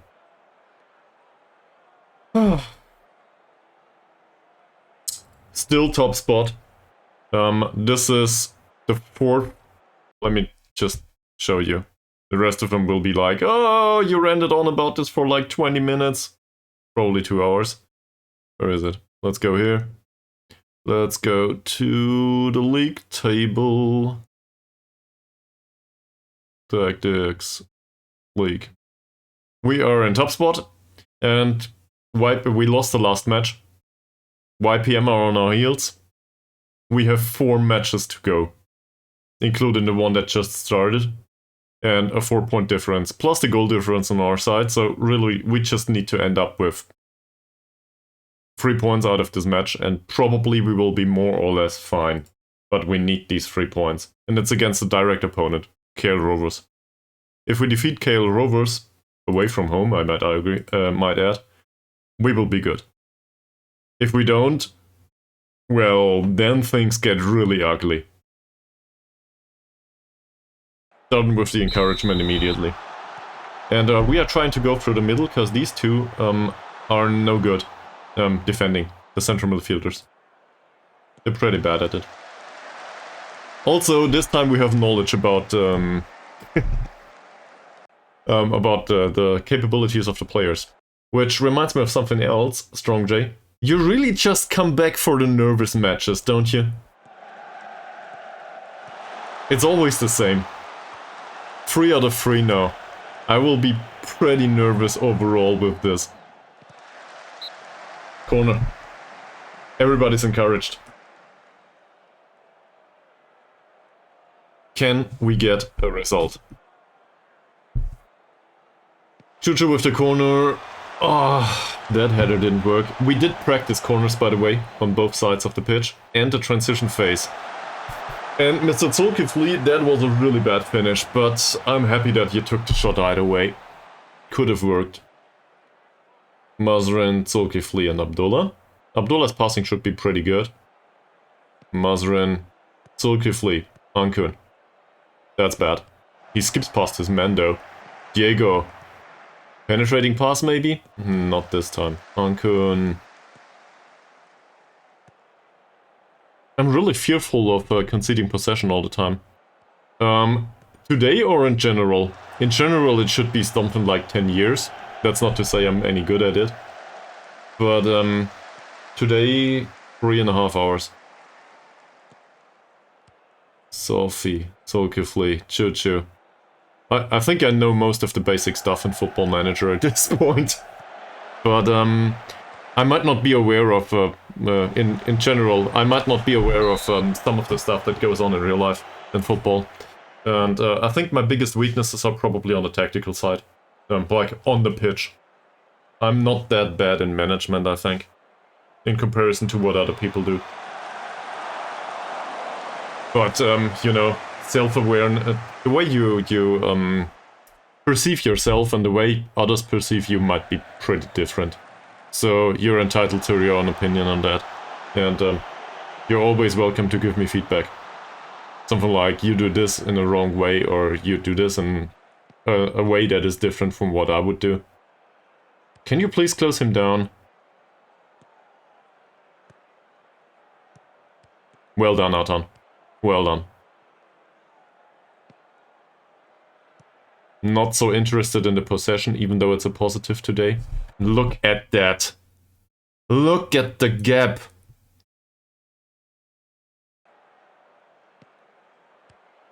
That's really good. If only somebody exploited it. We go the other way, though.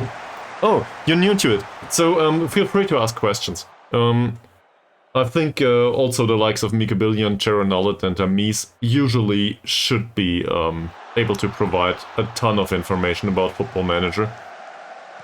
I think all of them have played it for years at this point, if I'm not mistaken. Not this installment, obviously, but Football Manager in general.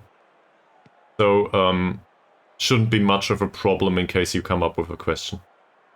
Or want some general advice. If that makes sense. And just want to put that out there. I cannot obviously speak for an entire community, but welcome to Football Manager, and also welcome to losing parts of your life. Because Football Manager can be one of these games that really sucks up time a lot. It does come with some... How do I put this? The gratification of Football Manager is something different entirely there. Alright. This wasn't really a good counter-attack. But it was something. Encouragement? It's the same as last match, really. we do get the chances. They are very low grade. And then something like this happens. This time, though, we didn't concede. So that's good.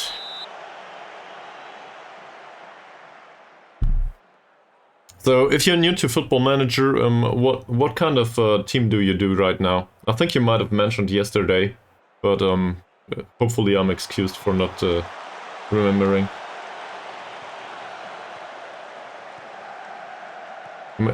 I might confuse it with the team you support, but I think you mentioned Strong J. Usually I try to keep track of what people do on the stream as a save. Mises in China. Not sure what Mika Billion does these days, other than playing very attacking football, currently. But I think he might have mentioned previously, it's been a while though. Please don't... Sunderland, yeah, okay. I remembered something with S.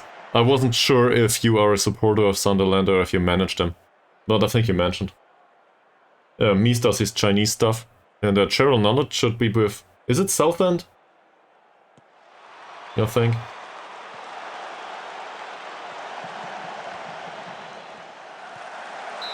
You're both. Okay. So, this doesn't go well. What do we do? Saidil is in top form though.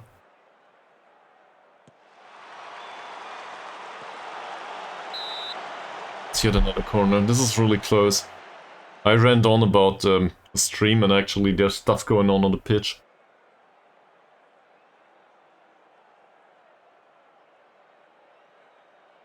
Mod Arif, well defended.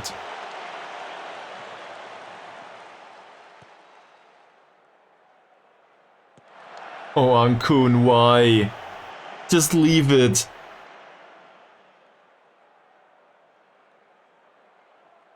This is what it must feel. Well, it's not even close, but it must feel pretty stressful to be a manager at the byline.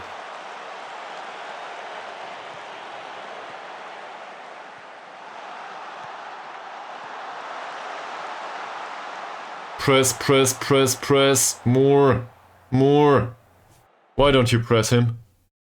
I do live in Germany, yes. Nuremberg to be more precise. That's in southern Germany. I guess for people outside Germany it should be northern parts of Bavaria. But people around here do not really consider this Bavaria, even though strictly speaking it's true. It's Franconia. Nice penetrating pass. Sadly, this is not Thomas, this is Zulkifli, and he loses the ball, wins back the ball though, and then... I will encourage them, and also we will put on work ball into the box. That might help. Retain possession a little bit more. We need better quality chances, not more chances. Well, we need both. But... if we consider whatever Zulkifli did recently a chance, this is probably the first real chance. Not bad. It also would have been on target. Mazrin, Carrier, doesn't hit the target. Oh, we should confirm this. Yes. Thank you very much.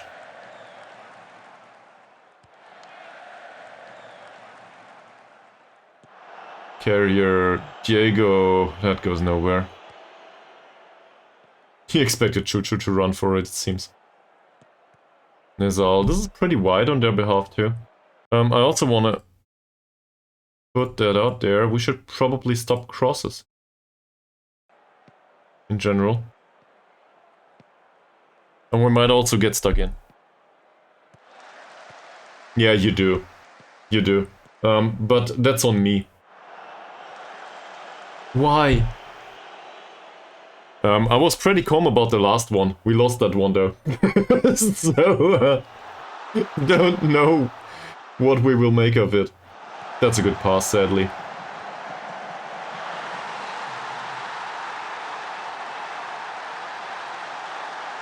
It is a stressful game. It just got there. Snatching a draw would have been somewhat tolerable. Losing it is not possible. This is the stressful game. We need the win.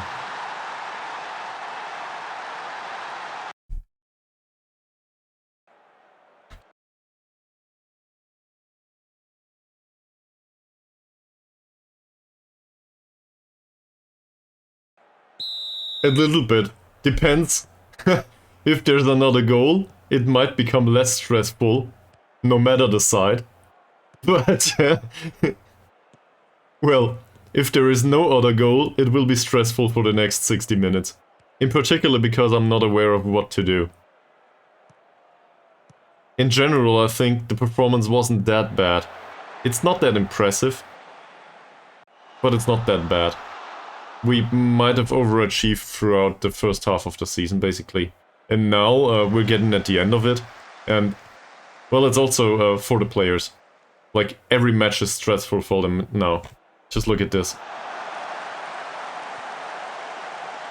That's well defended.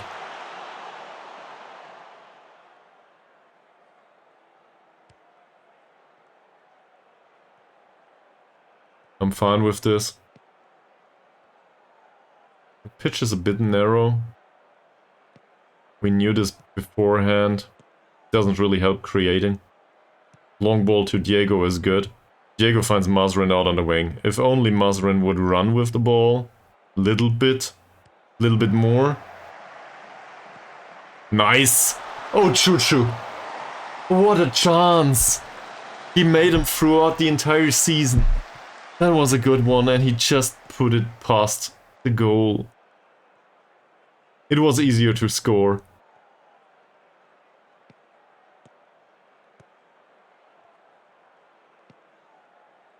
Good pass. Finds Ankun. That goes towards Diego. There's a gap here. It could have been used. In general, I think going through the middle does disrupt their shape. That we can see. Atan's pretty fast. Pass. Zulkifli, long shot. He is instructed not to run with the ball, and that makes sense. He's no good at it. In that case, though, he might have put another foot or two forward. Is it fun to see me in Football Manager stressed all the time, though? I think that can get pretty tiring long term, can't it?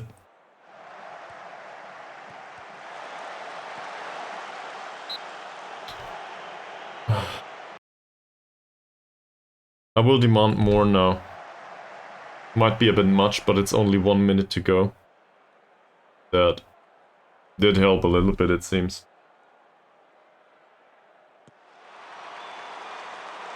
Sideal claims the ball, 30 seconds to go. Don't want to lose this.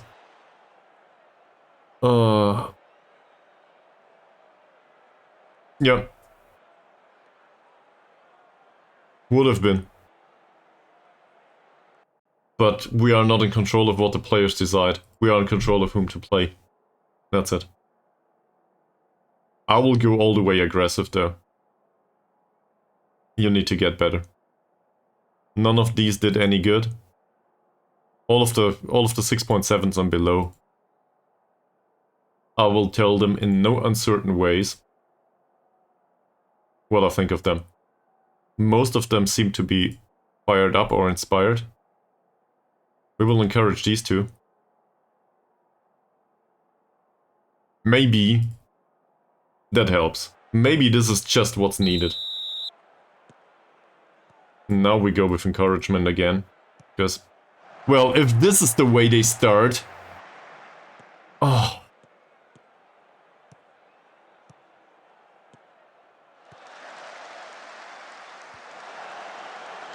Good header by Mazrin.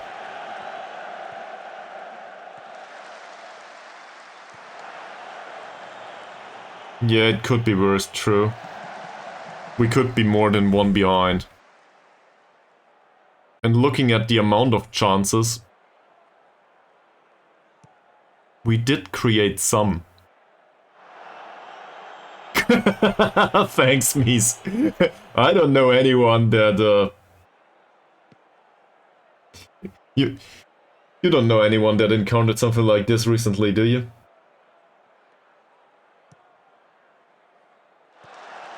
Zulkifli's performance is shit. No? Okay. Well, in that case, no red card after 8 seconds just yet. You forgot about it yesterday. Well, in that case. What? Abdullah? How?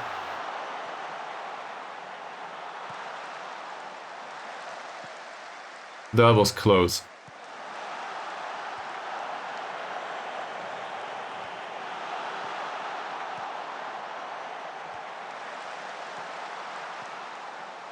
It really feels like they are the better team.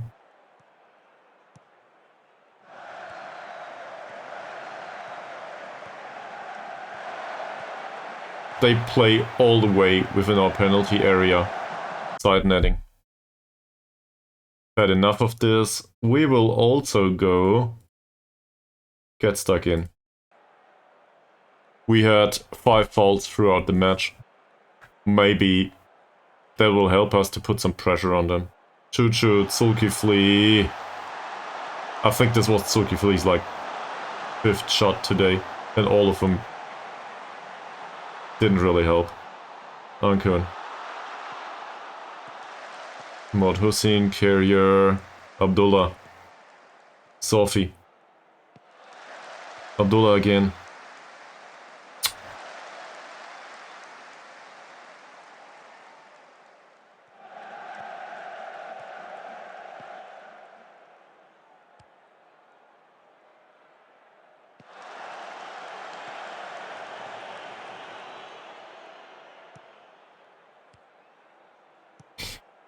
It's weird, the closing down doesn't really do that well. So either, we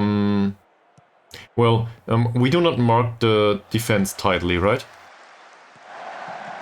Whilst we give away a great chance to them. We do not really mark the defense tightly. It feels like they're either overcommitting or undercommitting. Not sure what's going on there. But given that we are 1 behind, I think we'll try to compress this a little bit more and push up even higher. Step up more. Hopefully that's not totally unfamiliar to them. But we gotta risk it. That'll be recovered by Chuchu. Oh, Diego's hurt.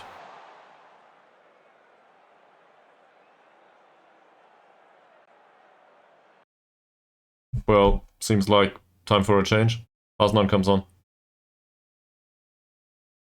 So, the entire, like, not the shape, but the entire interpretation of the shape just changed. Anyone else? Atan doesn't do anything useful. Baru can come on. He didn't stand a chance so far, Atan. The rest of them, I still want Chuchu and Mazrin on the pitch. Hussein is not exactly impressive either. But I don't think Amran will make the difference, so... Get out there. Change the match. 30 minutes to go.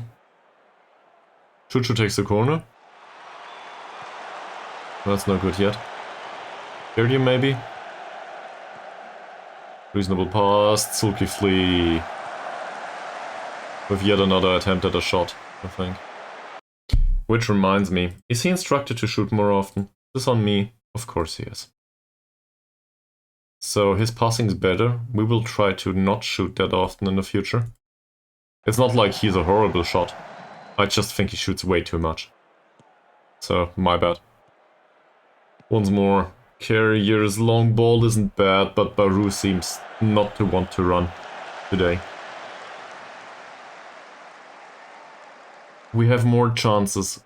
We even had the... well, I think they had a good one, so... It's not like we had the better chances specifically, but ours were okay. Sophie back to Mazrin. Interesting. Nice cross. Baru! Asnan was there. The ball wasn't.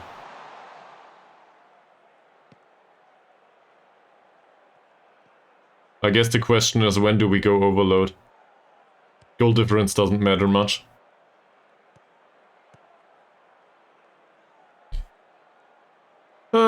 And Choo Choo is injured too. Same as their Sharudin. Well, that's not bad. I guess I don't like it, but we will need to deal with it. Mazrin's overlapping comes to a slight. And now Choo Choo can come off.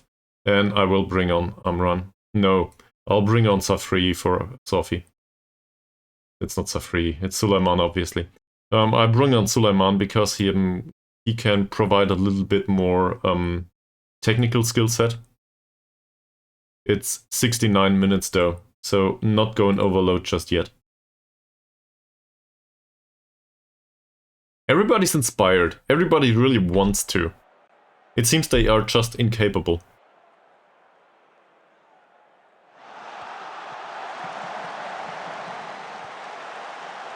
That went well.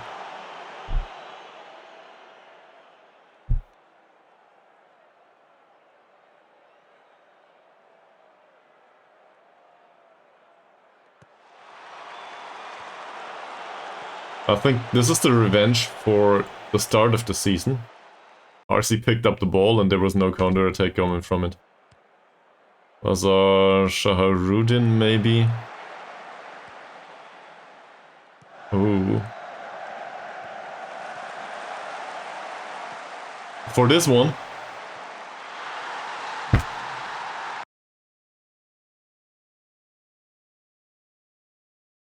For this one, I think it is not to drop out of the promotion places just yet right now. The overall goal of the save though, I started unemployed and I really just want to see where it goes. So it's not like I want to win the Champions League with 5 teams or something. So now it's less stressful. 18 minutes to go, we go very attacking and roll the dice. That's it. Not much else to say. That's probably not a very satisfying answer, but I do not know how to... I don't know. He probably got bribed by KO Rovers. But that's just Sideal in a nutshell. He's so inconsistent. Sometimes he has good games.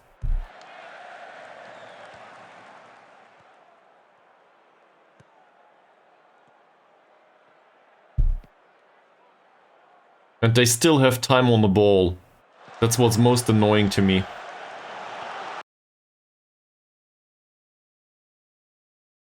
There's a high press going on. We can trigger the press even more often.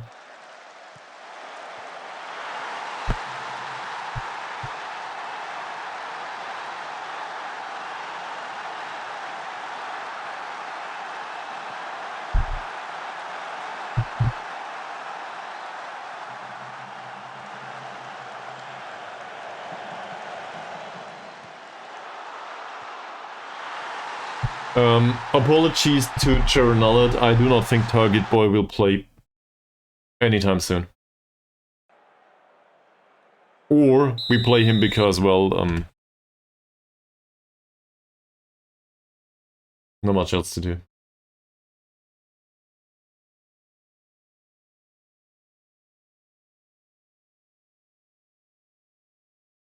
Let's bring Amran. At least he's not devastated by circumstances just yet.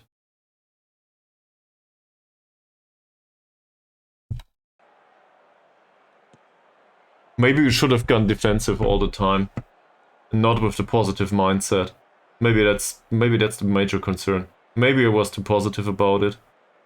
Should have stuck to our roots. Roots are, we defend pretty well. Problem is, our roots are trash right now, given that our defenders are not capable at defending. No matter how we play. That said, we did not score either. And that's the most concerning thing here. And I cannot put this on Diego only.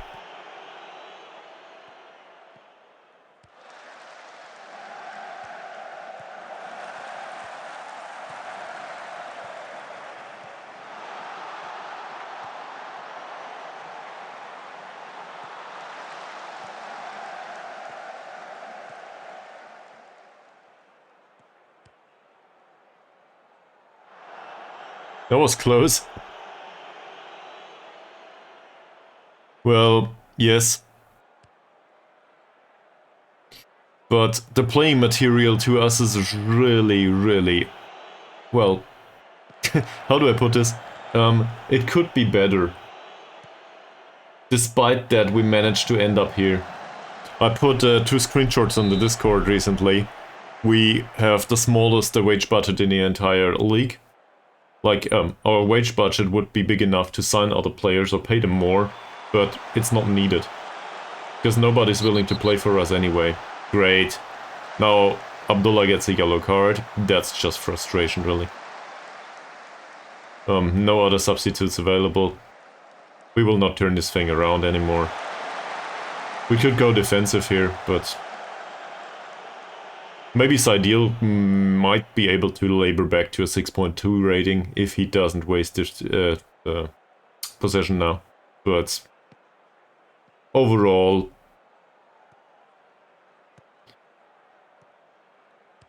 This feels gutting, really. Yeah. All of the central defenders are gone. I do not really miss Mokhtar. Halahara-san... But the first one, the third one was something with I. The one that was a right back on paper, but a center back slash ball winning midfielder in practice. Look at this. Who the hell is this? It's Zulkifli. He doesn't even move. The ball is like 5 centimeters away and he does nothing. So... yeah. Ismavi, thank you very much for looking. Or for remembering, I guess. Ismavi is the one that's missing the most. I wouldn't have guessed. But it's not like we stood a chance of holding him. There was no way. He wanted to leave. He left.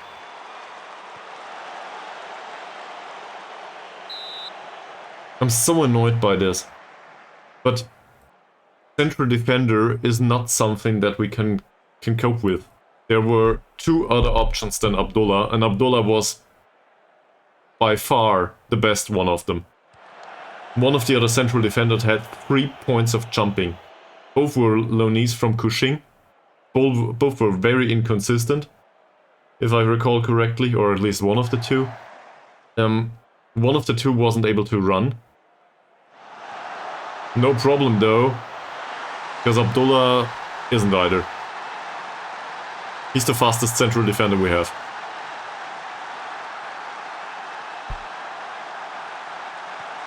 To be fair, we are in very attacking mode at this point, so it doesn't matter any much. The only thing that goes down is the goal difference now. And us. We will probably drop out of promotion places pretty soon. That, or the opposition fucks it up. If we get promoted, it's not due to our own demeanor in the last matches.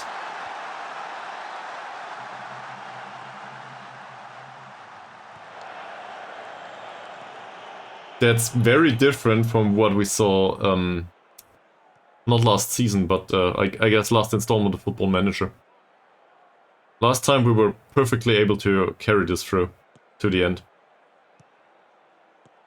In fact, it was pretty close at some point, but we didn't get it. Well, we did get it done regardless, I think. But this...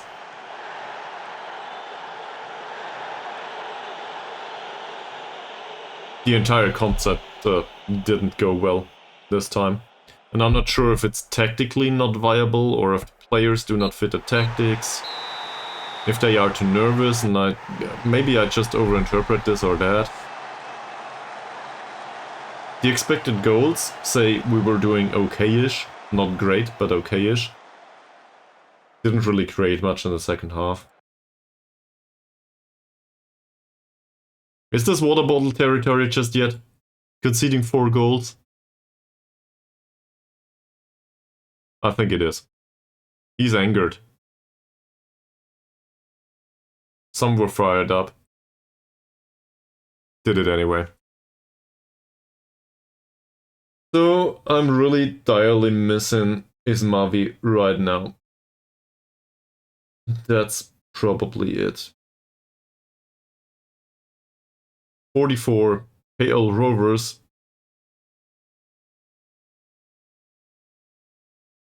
came back a little bit. We might lose promotion spots in the next match, depending on YPM and KL Rovers. And we put ourselves in this position with a really good run.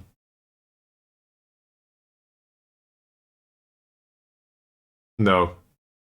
This is not only central defenders. Like, I agree that central defender improvement would help, but I will not start one of the youngsters there. They are so bad. It's an entirely different level of bad they are.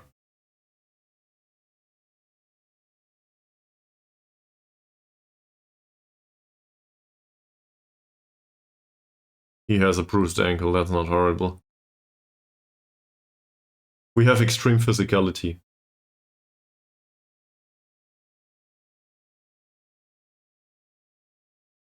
We go with this.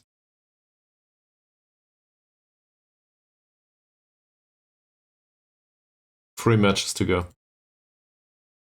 These three matches are Saints, PIB, and Naga. The irony is,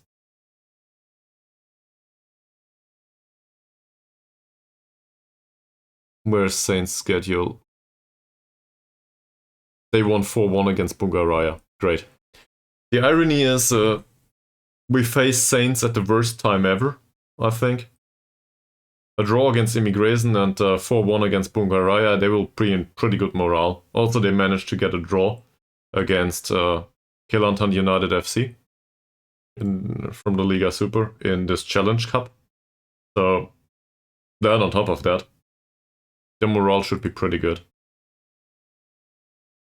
It doesn't show here, does it? Should show somewhere. I don't know. Doesn't matter much.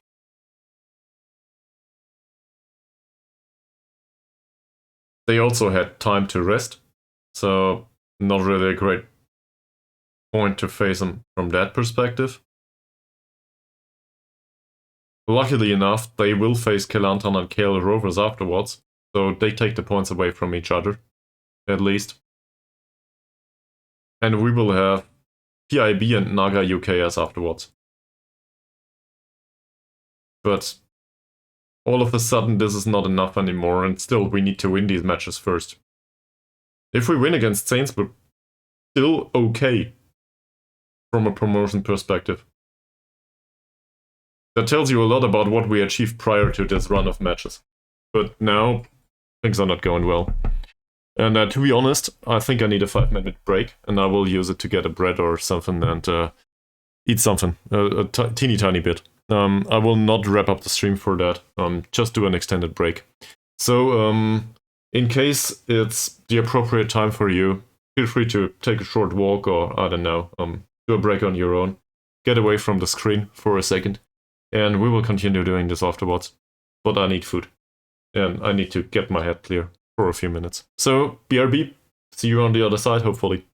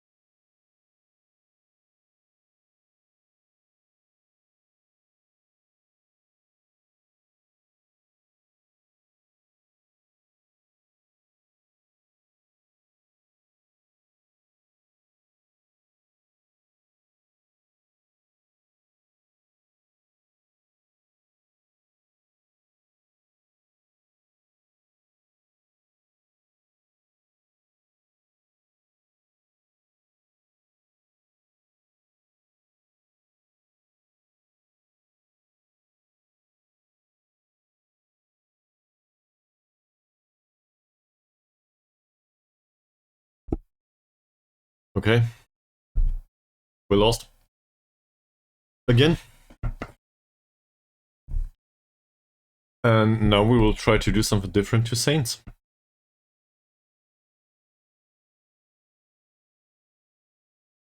I guess Football Manager wouldn't be fun if it wouldn't be a challenge. We defeated Saints 4-1 last time too. Don't know how that happened. So first of all though, we probably need to talk to the entirety of the player base. This is no good. What the hell are you doing? So let's see. Saidil certainly had a horrible game.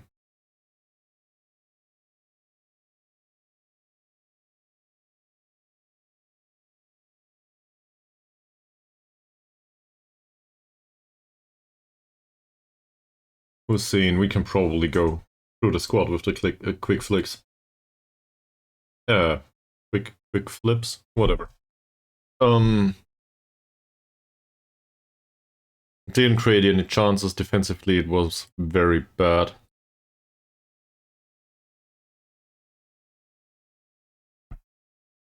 Killian didn't play. Maybe I should have brought him. The free didn't play. Suleiman did play.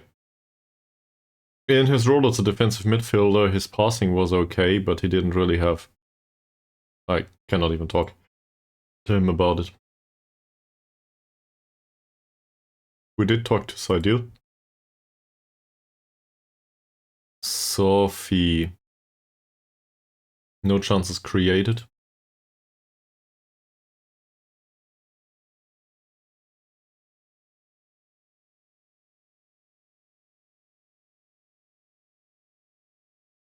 The funny part is, whilst his defensive performance was trash, I cannot talk to him about it. I think we need to move a day or two forward for the game to recognize it. Thanks. Now it saves. Like the stats that you can see here, a little bit. 7 out of 7 headers, 1 tackle, 1, had a key tackle. 2 interceptions is pretty low. And so overall, it's not like he did that bad. With the exception of 4 goals conceded overall.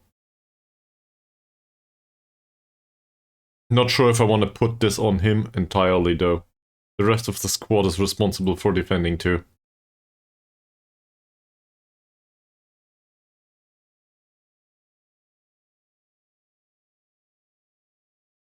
Obviously, we are not a dirty team. The team might have been dirty last time after they made it back from the pitch though. Not sure. As they should be.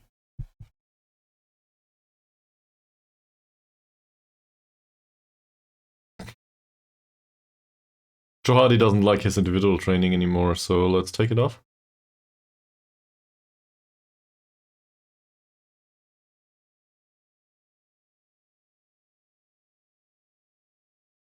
Any ideas?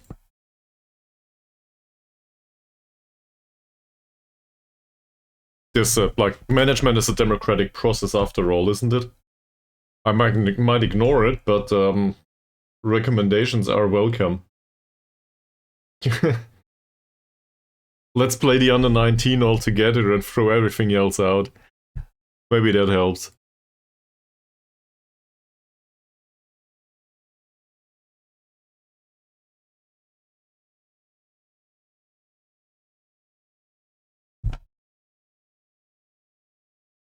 Four goals.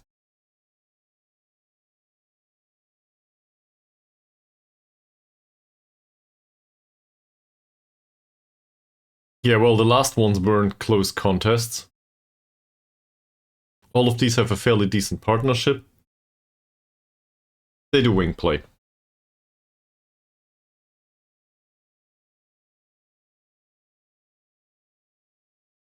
Okay.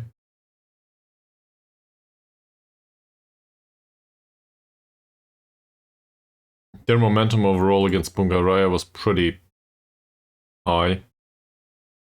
It is a home match. We will play Saints at home. So we got that going for us.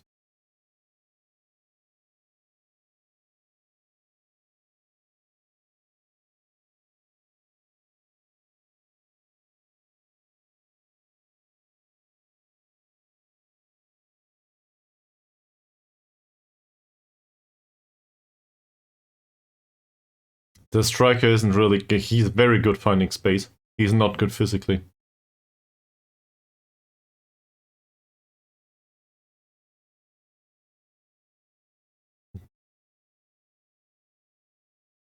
One of the defenders is good jumping, but no good with the positioning. One of the defenders is reasonable with the positioning, but no good at jumping. This is not horrible. This is horrible. This guy's pretty good. I think we had that. It's considered to be a wide target forward. I do not agree with this.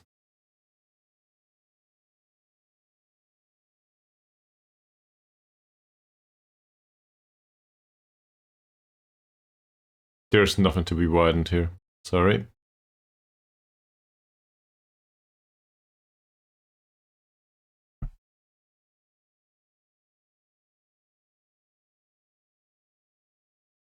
We're good on there.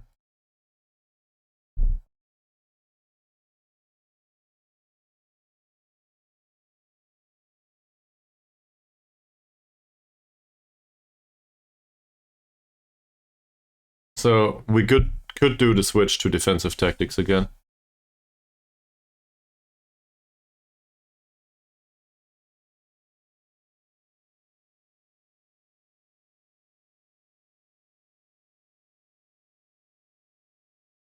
Just sign all of them. Don't let me do it myself. Please don't give him contracts that cost money. He probably will.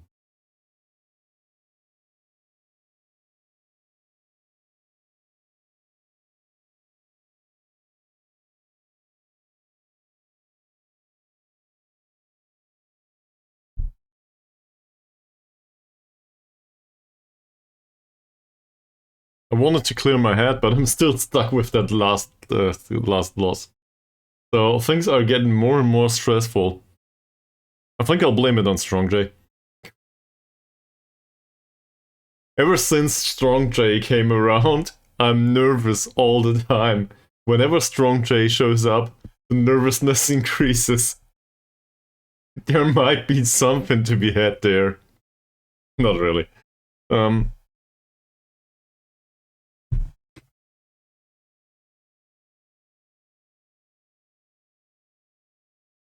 That's fine. Yeah, you better be. Nah, man. It's all good. Obviously, it's on me. I will not start individual training these days. Baru shouldn't take penalties, it says. Well, his composure is better than anyone's, so we'll keep him in there.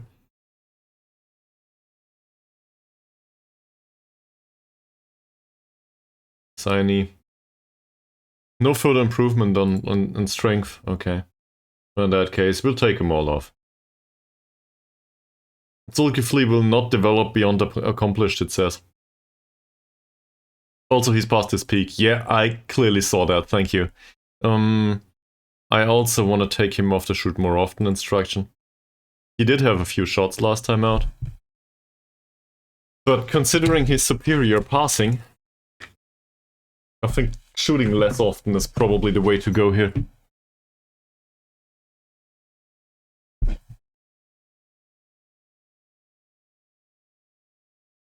On the other hand, I'm happy to have you around. So maybe this is just a test for me. You know, I like to be challenged, and this adds to the challenge. No pressure.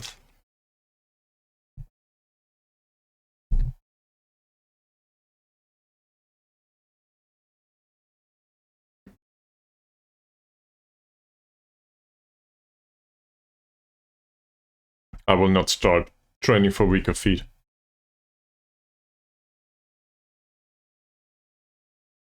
Now he's disappointed, well, as am I.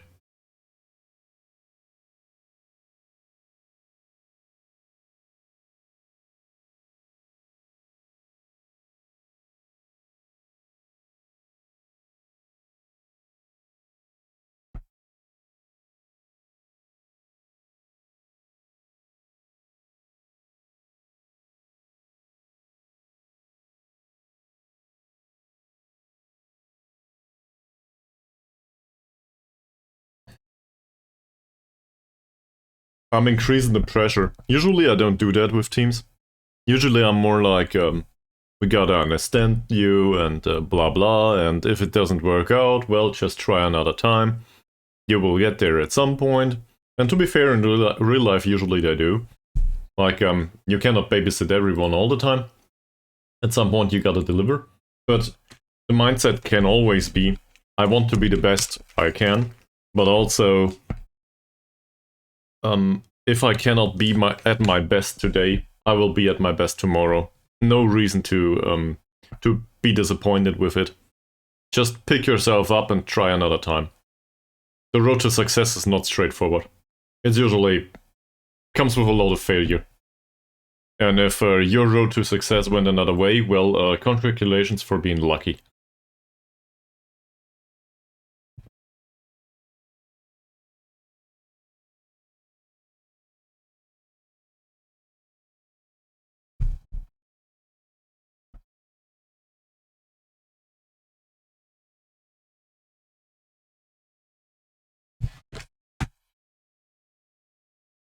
We'll get it done.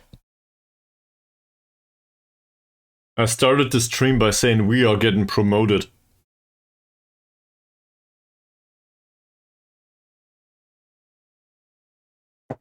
That aged like milk. Don't care. We'll look into this later. I don't want to deal with the under-21s coaching right now. They can have another week or two like this. Maybe, who knows. If we do not get promoted, what's the goal for next season? Probably not getting relegated again. If we do not get promoted, though, the entire player base will change. Like, this is the best shot we have. Afterwards, it will be entirely all over the place.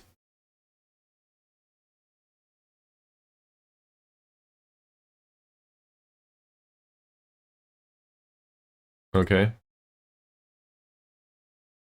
Oh yeah, we signed the youth contracts. That's good. Welcome back to the stream, Deltane. Last season we finished... Well, it was half a season, so we didn't really manage the club for the entire season.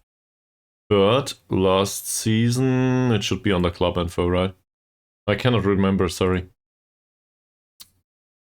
10th! We finished 10th. And that was pretty successful. Given that we were expected to fight bravely against relegation, just like this season. But there's no playoffs in this league. Is there? There are no playoffs here. So, it's either get promoted or remain in the league.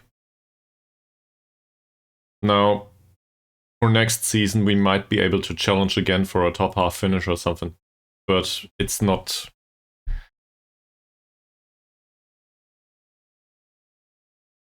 The biggest concern with this club, ever since we sorted most of the trashy players are here that might not do situation, is that the quality is leaving too. Most of the players that had contracts that were any good left. And those that were not bound to the club, they usually leave throughout the season, whatever happens. So we constantly have to reinvent this club. And the biggest concern is we do not really have acceptable player material to make up for whatever we lose. It comes down to stuff like this. This is a prime example. So the two 16-year-olds were not available last time, but they are not good enough anyway. One alternative would be to loan this guy as a central defender. You can probably notice the 3 points of jumping reach, 4 points of heading, and no composure whatsoever. That's no problem though, because on top of that he's also fairly inconsistent. So, not really impressed by the prospect. And this one is the one to be considered worse. He's still with Cushing. He will get released at the end of the season, I think. Very inconsistent, fairly susceptible to injury. And if you look at your attributes, well, We don't have to talk about this, do we? Positioning's great. The rest is... That's League 4 level or below. So, or M4, so League 3, whatever. Lower leagues level, not loaded level. And we cannot give him another season or two at this club. We need somebody to perform. So that's how we ended up with Abdullah, ironically speaking. I think most of them, yes. A bunch were signs. These have transfers arranged later. So yeah, we signed all of them apparently. Which means we should probably deal with their training. Wrong menu. Let's go through these, okay? These are the old ones. Keyboard's working here. These are new. Alright. So we have a wingback on the left. We'll put him on defender, and wingback off the ball movement's much worse than the positioning, so we'll go with defensive. This guy says he's left-footed, says he's a winger, so why not use him as a winger? Not really impressed by the prospect overall, but the physicals are good. Ismail says he's a midfielder. Tackling technique is pretty good. Vision is not that bad either. First touch is okay. Not really impressed by this overall. His tackling is alright-ish, the strength really isn't. Is this ball in your midfielder territory?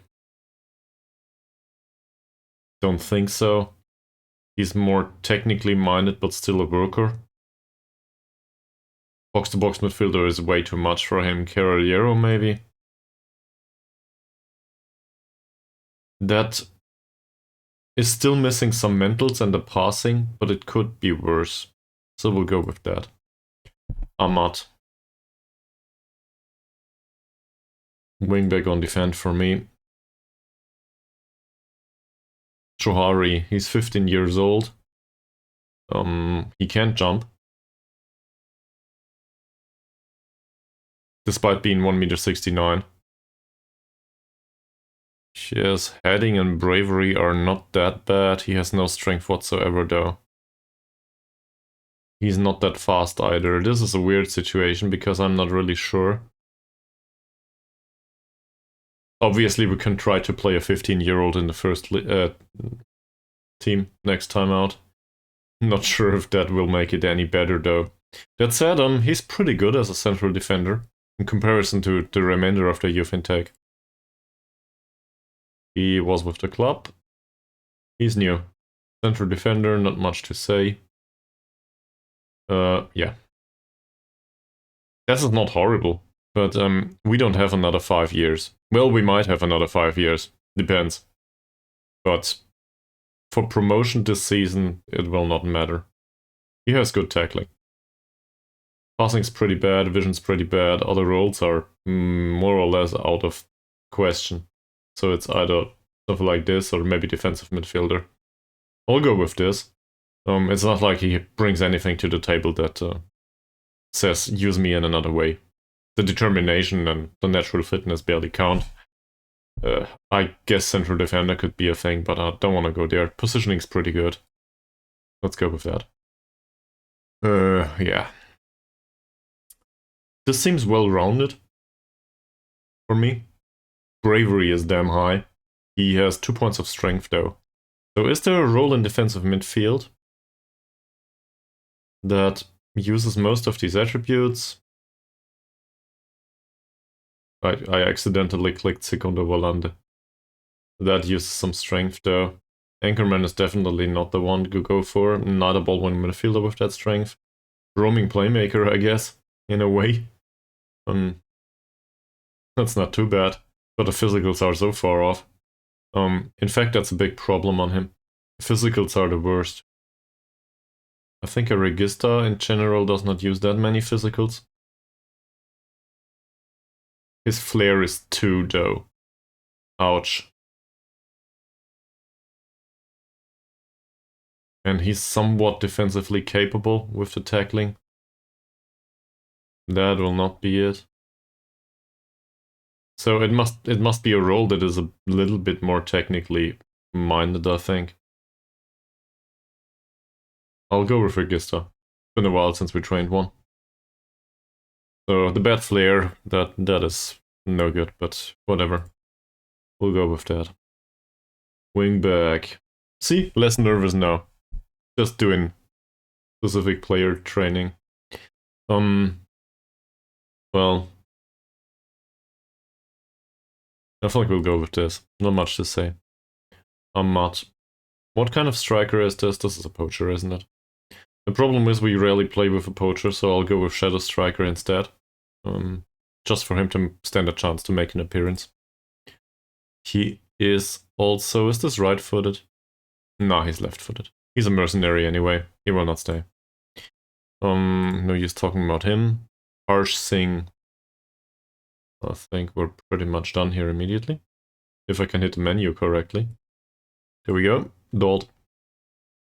Marking's good, technique's good, crossing's good. Says he's a central defender, jumping reach is okay, he stays back at all times, apparently. Positioning is pretty good. Well, if he stays back at all times, then he's either a wingback on defend, or he really is a central defender. Like, I'm not opposed to the idea.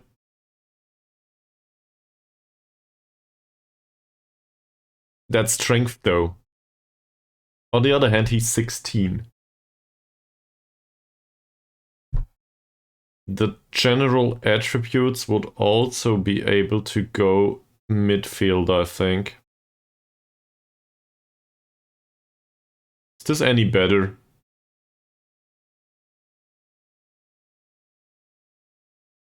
Obviously, he doesn't know how to play there yet. Nah. I don't think so. Let's go central defender, we have a problem there anyway. Isha. I like the name. Very fond of another Isha. In the bygone era. Otherwise, it's just a poacher. Not much to say. Jafar. Same. This is the casual one, if I recall correctly. He'll probably start to complain about training immediately. And that's just another central defender. We can go maybe wingback on him, but I don't think so. As a wingback, yeah, he's missing the technicals and also all of the mental compartment.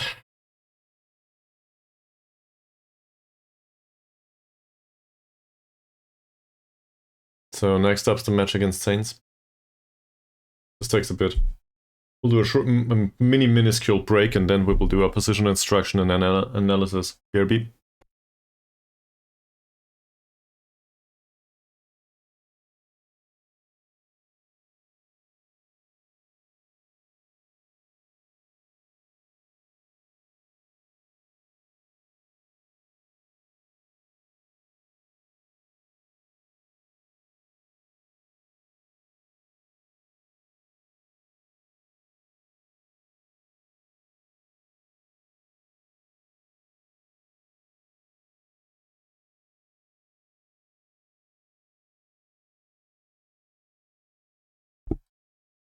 Apparently, Charonelid is still in a good mood. At least it says so here. He fancies his chances for the match. Well, as do I think. We should improve the coaching quality. We will not do that right now. Neither will I switch the physios immediately. Training overall. Sure, let's have a look. It's basically the same as always. And considering the training ratings, maybe we should follow through with it. So, Suikofli didn't show much last time. By the way, anyone still remember the meme? The Thomas meme? Not the fact that he's a train, but the fact that he's really bad. He's considered to be one of the best players in the squad at this point for some weird reason. I don't know why. He barely did anything to warrant this, other than achieving a 7.21 rating for whatever reason. Not like he outscored the entire squad or provided a ton of assists. So, not sure what's going on there. Well, we'll play him regardless. Atan improves his passing. Well, that's very late. Saidil had good training. Great. Now he just needs to put it on the pitch. Safri. I think Abdullah played for long enough. Maybe we'll bring on Safri. I will not sub off Carrier. Like, he's the best chance that we have at achieving some consistency. What's with Abdullah, by the way? Where the hell is he? Great. Good, Abdullah. Very good. That's a way to get thrown out of the squad. Here you go. Things can be so easy. Safri is not prone to be very consistent either. Mazrin. Mazrin has seen better days. That said, development is there. Not fantastic, but it's there. Diego is still not annoyed by being trained as a deep lying forward right now. And for some reason he started training well. So I'm okay with that. Suleiman. In general, I think we are missing a ball-winning midfielder, but, well, we knew that previously. Look at that. His strength is 5, and this is the best ball-winning midfielder that we can have. It's really hard to win the ball back in these leagues, apparently. At least in our team. RC, that looks pretty good. Yeah, in fact, I think I want to play him. And probably Baru too. Due to the fact that Choo didn't perform well recently. Hasnan. Dicky, Clean, Ankun. None of these did much. I will not do the praising for the youth teams right now. So they play a 4-2-3-1 or a 4-1-2-2-1 or something. So basically a 4-3-3. I would need to look once more. But in both of these occasions, we will need to go through the over the wings. Maybe we expected too much.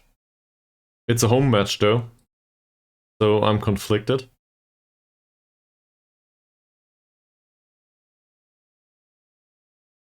On in what way to approach the match. It's a 4-3-3, okay. So I guess it depends on supply. Can we shut down the supply side? This guy's passing is pretty good. So the answer is probably not for the long term, but in some cases, they don't like physical force, do they?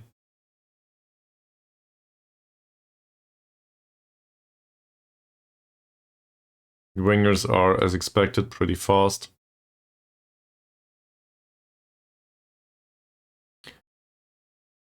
Okay. I'll play Harsey for Chuchu. Focusing on the wing. I will not change much here.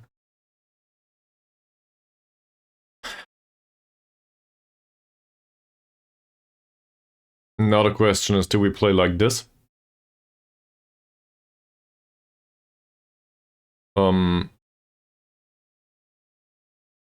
The question isn't that easy. Put a little bit too extreme. I reject the premise of the question. I'll show you. The comparison says that average pace on this level is 9.84 for all of the players, including goalkeepers and stuff. So let's exclude goalkeepers. That makes it 10.09. And acceleration is 11-ish. Be aware that this comes with similarly levels that are very low with stamina and strength. This is Malaysia.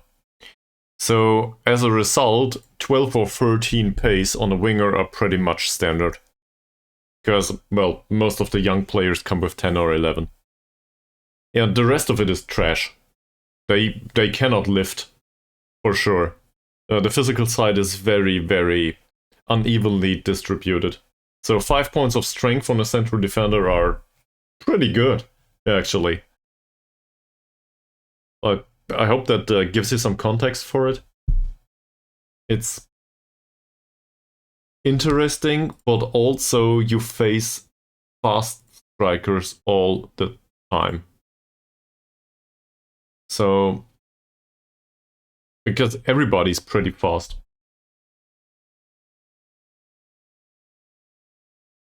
Usually even the tall ones, even the ones that saw weights at some point in their life, even those are pretty fast, usually. They do get slower as they age, like Choo-Choo, but even then, more often than not, pace is not a problem. Pace is always there. The problem is it's everywhere, it's widespread. It's not like you can exploit this. And this goes into game mechanics, I think, but it's a reflection of reality. Once somebody achieves 13 points of pace, it's really hard to go to the 14. Mazrin, I think, has 14 on both acceleration and pace. So he's pretty good with this. But the majority of the players are like, okay, I will be between 10 and 12, but I will not go much further. And the rest of my skill set is lackluster at best. There's exceptions. Bauru, for example. Bauru's acceleration and pace is pretty much standard for a winger in this league. I'm not impressed by it. He does come with reasonable mentals, he does come with good crossing, dribbling, and first touch. Passing's shit. So what do I do with this? I don't know. It's not like we can knock the long balls behind the defense most of the time. The wingbacks will have similar setup. They are perfectly fine and capable of dealing with this. Now, he has good dribbling, so we can tell him to dribble more, but that's standard for a winger. It's not like I can do something with this. His finishing is a little bit better, so attack duty might make sense. And, well, then that's it. So, sure. Slotted into a counter-attacking situation, he might work. Well, that implies that we can defend. We had a hard time with that recently. Yeah, looking at this, you can probably see why. The same here. Acceleration and pace are there. There's even some crossing on him, for some weird reason. Can't dribble if forced to it. And also the positioning and marking are off, and he's 25. But this is the best we have. It doesn't get any better. Any better plays one league above. This is considered to be a good player for our league. So what do I do with this?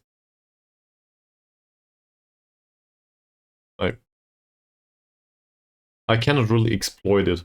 That makes sense. And this is specifically a problem for the central defenders. Thanks, Stream Sticker Spot. The central defenders, if they come with 10 points of jumping reach and strength, that's outstanding. But the problem is, then they are usually slow, like Carrier. And this is a real problem in the league. Being slow basically means you will be overrun most of the time. Being that slow also means low block usually doesn't work either. Wow, his positioning is great, same as his marking, but that doesn't help if they run away from him. He can position himself as good as he wants if he faces a long ball. In comparison to the difference in attributes here, it's not like we received that many counter-attacking goals throughout the season. Maybe opponents' teams didn't know. Maybe they were not aware. But if the next match goes in a similar fashion, I might go defensive for the last 2 matches of the season. And this is... I'm one to go too defensive in most matches anyway. That's what brought me here. So in a way it makes sense. But on the other hand, I really think we can dominate matches and we can actually outscore opposition because we did repeatedly. So there's this weird situation where I do not really know where... I guess I know my tactical roots. I do not know about the efficient tactic going forward anymore. With this stuff though, probably... I mean, as a general concept, these players out here on the wing, they do not contribute much defensively. So the obvious example, or the obvious approach here is to exploit the wings. Let's have a look at these.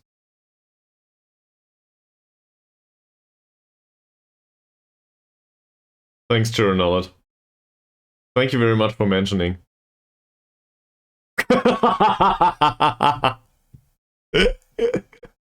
Also, thanks for lightening up the mood. You are great. Well. So on the wingback side, they are pretty fast. It's not like there's a major weakness to exploit here. This is still good enough. He's 34. He's also perfectly capable to provide crosses from deep or long balls or whatever. This guy's... We had somebody similar last installment of Football Manager on the left, and I brought him on for creative passing from a wingback position from time to time. And the funny part is it worked. He was able to play these field-splitting passes. So it says here wide target forward, but he's really good as a creative option on the left wing in wingback position. Not fantastic on the physical side anymore, but it doesn't matter. What is that? As an optimism coach? Probably. So what we can try is we can try to go down the wings in this next match. So 0, okay. I'm not agreeing to anything just yet. What is it? To be fair, you do pay me by watching ads and well, with the stickers. So that's much appreciated. It really is. Streaming is fun, but this is also work. That makes sense. You still do stuff that you do not like to do. Looking at the defensive midfield, this guy shuts up shop. At least. He has 7 points of tackling. He does not, but it doesn't matter much. There's too many players in the middle. Hell. An OBS recording tutorial. We can maybe sit together in the Discord at some point and just talk about it, if that makes sense. Would that help you? Like, I'm not gonna record a tutorial for YouTube or anything. I'm no good at this. There's way better tutorials on YouTube, and I got my whatever I did from there anyway. But in case you have questions, it's not much of a problem. I can happily answer those. But probably off stream. You are welcome to contact me about it though, on Discord. I hope that helps. Would that be okay? Yeah. I can do that, man, no problem. And in general, even if I do not answer immediately, everybody's welcome to drop me a message in Discord at some point. Like, if it reaches hundreds of messages level at some point, I will probably say on stream. But for now, it's basically me tossing a message in my direction more often than not, which I appreciate. It's fun. So in case any of you has any thoughts, put it on a Discord server. But you can also message me privately in case that's needed. Like, some topics are not for the Discord server, right? And stuff like this, like setting up OBS, sure, why not? I'm always happy to help. If I have the time. Okay, ranted enough about this. So let's get back to Football Manager. I'm conflicted. Do we rely on defensive, like on something like this? Do we rely on this? They are very awkward with the passing style though. So would go with short passing. Would need to go with short passing. No, I think I will go with this. We are used to this tactic. The problem is the opponent is too. We also conceded 4 goals last time, so that's rubbish. We are very used to playing defensive football though.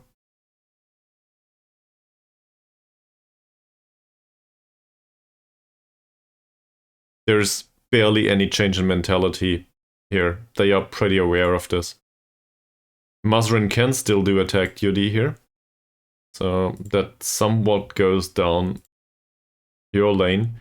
But in a defensive setup overall, this comes down to balanced.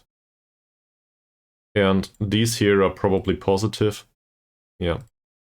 But he will probably be balanced. So maybe, going back to positive for a second, maybe in comparison, there's something to be learned here about a positive mentality. And that learning for me might be that this is too attacking. It clearly stats positive here, but on attack duty, these players do care about scoring goals and not much else. And we saw that. So I'll knock it all the way back to defensive. Still go down the wings. They still have a positive mentality overall here.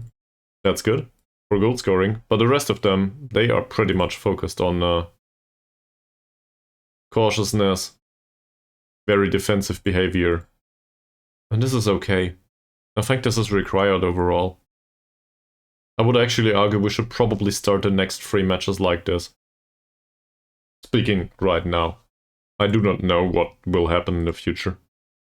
But first of all, we need not to concede anymore. And if this one goes down as a draw, that's still a success actually. Even if we lose our position in the promotion zone. This guy's dribbling's pretty bad. Same as his bravery and the stuff. So I think I'll go with that. I also tend to over-instruct players on all of this. His crossing's pretty bad. We can show him to the outside. That should suffice. They're on pitch, so as always. Passing and vision are okay-ish. Dribbling is not that impressive. Probably foul him a little bit. Composure's pretty good. He's also pretty fast. Not doing much else here. He's not the threatening one. This one is. This one needs to go away. Preferably with an elbow to the face and without a yellow or red card. So we'll try to do that.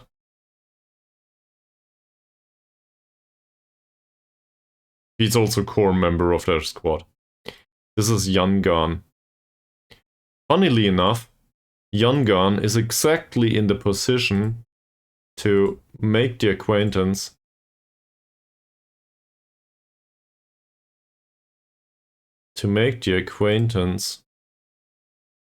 of Sophie. That's exactly the right person to encounter there. This guy has good long shots. Yeah. True. I have my problems with that closing down instruction. I always think with good long shots and good finishing and good composure and also the first touch, he will do first time shots anyway. That's not to say we do not need to close him down, but it might be too late. So I'd rather shut down the supply for him. But you are correct, obviously. We need to restrict the time on the ball for him. And to be fair, if he doesn't knock off a long shot, it will probably be a rather bad pass. And force him into a possession pass is probably all the success we need. His passing is good, same as his vision. That's dangerous. And we cannot really mark him tightly. We can try. Thomas is there. Maybe even the striker. but neither Diego nor Thomas are very good at this. We could play Zulkifli up front, but I've had enough of his performance last time. Same here. Dribbling, bravery, and strength are pretty low. That said, 5 points of strength is not that low for this league. KR Jones, left-footed. That's a major weakness on him. The rest of it, this guy's dangerous. Overall. I would love to mark him out of the game, but forget about it. We close him down and hope for the best. Him, no passing whatsoever. So I would argue no need to mark him tightly, and there's no need to close him down either. Let him have the ball. Chances are he will play a possession pass and that's it. He also plays short, simple passes, so there's that. Also, hard tackles. We can, by the way, this is controversial. Just want to put that out there. It might be entirely wrong. You can argue with that composure, that dribbling, that first touch, we need to close him down. We need to create a goal scoring opportunity from this. Because he's shit at it. Like, exploit that weakness. In fact, I just convinced myself that this is probably the better choice. Might come at the detriment of other stuff though. I think we can mark this guy tightly, somewhat. His passing is better than most of the others in defense. Like in comparison to the remainder of the league. It's a bold statement. This league is not that bad with the passing in general. I've seen way worse. I don't know, Wales. But Wales in general has higher skill than this. It's just different. The distribution. This guy's physically capable, crossing and passing are a bit off. I think we will go with weaker foot, and that's about it. Goalkeeper? Any major weaknesses? First touch is 1. That's pretty bad. Kicking and throwing aren't that bad. Overall, communication is a bit lackluster. Composure's pretty low. He is right-footed only, so in case it comes to it, we will show it to the weaker foot.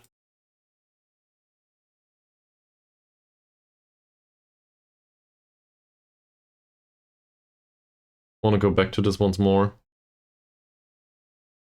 Positioning is pretty good on him. It's not so good on him. It seems like some of these players...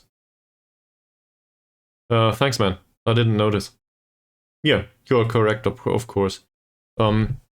There seems to be a lack of positioning overall in their defensive midfield. One of the central defenders is pretty good with it. The other one, 6. So my assumption is that a patient passing game should be able to provide some holes in the opposition defense. Now we do go down the wings, so I want to double check this. Probably these have pretty good positioning though. His positioning is 10. Jones's is 7. That does not say that we should not go down the wings. Basically the approach is we should probably go down the wing and play these angled passes into defensive midfield here. Because there might be mispositioning in the middle of the pitch. But still, from the outside, that might be possible. Looking at the morale overall, this is horrible in comparison to last matches.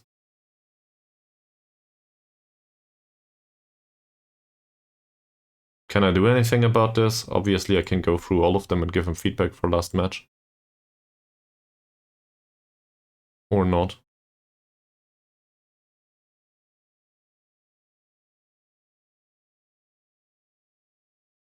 There's nothing I can do right now. We just need to keep moving. I might be able to, but to be honest, I don't want to. It's another 30 minutes spent talking to each player. We can do that for the last 2 matches if it's needed.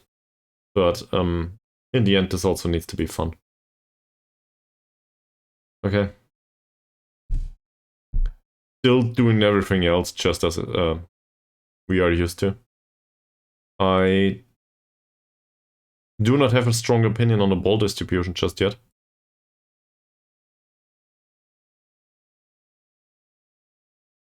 Let's have a look at this again. The striker is pretty good at closing down. He's aggressive. His work rate is trash though. I will not start Chuchu due to his recent performances, his declining capability. Show you. Chuchu in general is in decline. That's not to say he cannot serve a purpose in this match, but he achieved most of his better performances in this interval over here. And ever since this goes down, he's getting worse and worse. I'm not saying he cannot provide anymore. He's vice captain after all. He had good performances throughout the season. But there's also the form. It's 6.7 now. The last 3 matches were not impressive by any stretch of the imagination. 6.5 last time out. I will put Mazrin 1 notch back. He'll be able to do this, I think. So that's just for additional width. Hopefully that helps a little bit defensively too.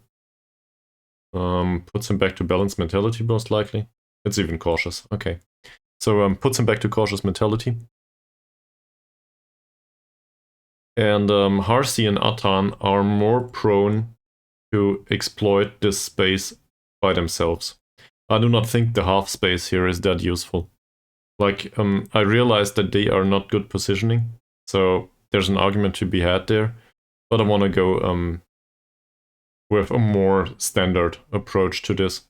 Playing wide.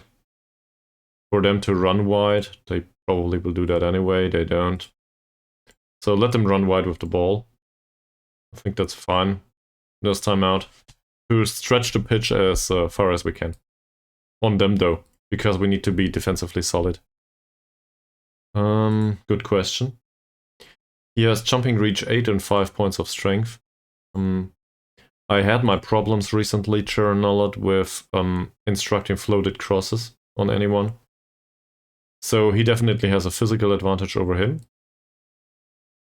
And he has no physical advantage whatsoever over Mahazir.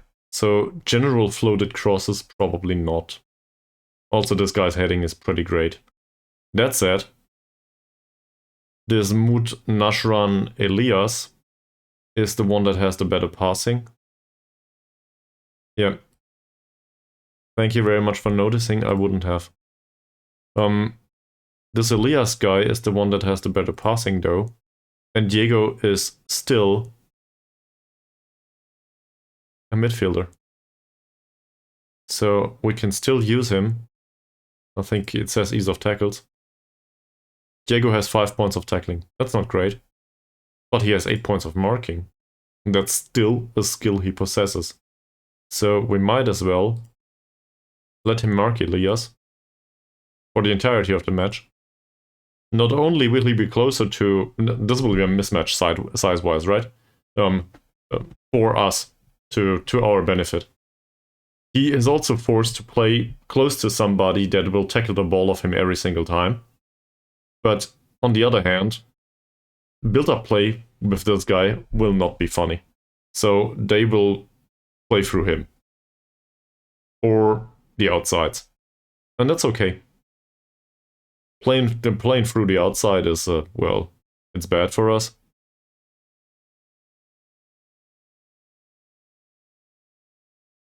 May.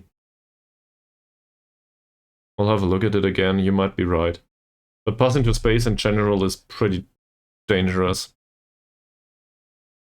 So, well, Ramlan has 13 points of pace, so that's probably the exception if you're correct.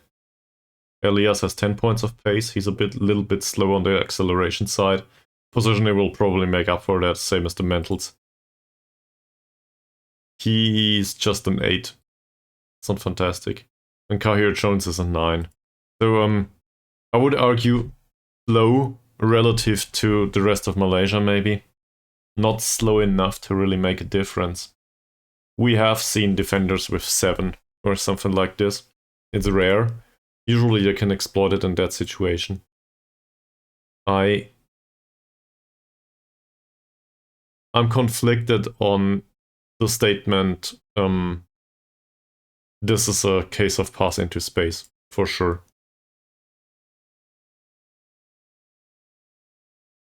Yes, but their mentals are better. Atan's off-the-ball movement is 8 and his anticipation is 7. Baru is not much better, by the way. Just putting that out there. His off-the-ball movement is 7 and anticipation is 8. Atan is the faster one of the two. Thomas is pretty fast. Thomas off-the-ball movement is great. His anticipation is inexistent.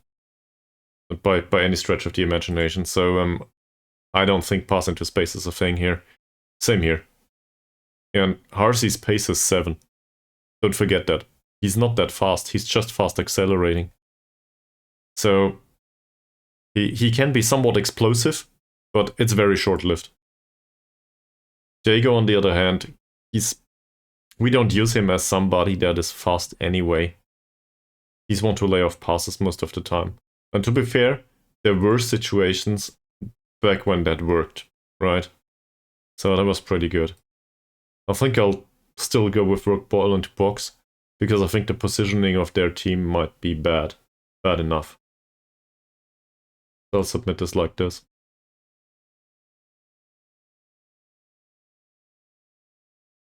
Kahir Jones is physically stronger and Atan is offended. He's apprehensive. Okay.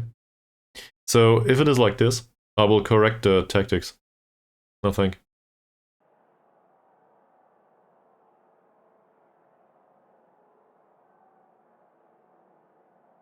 Who was this?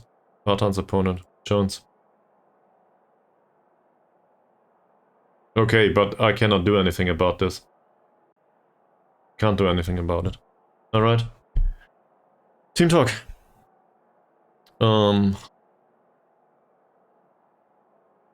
Saints or no Saints, we need to win this. I think an improved performance is an idea.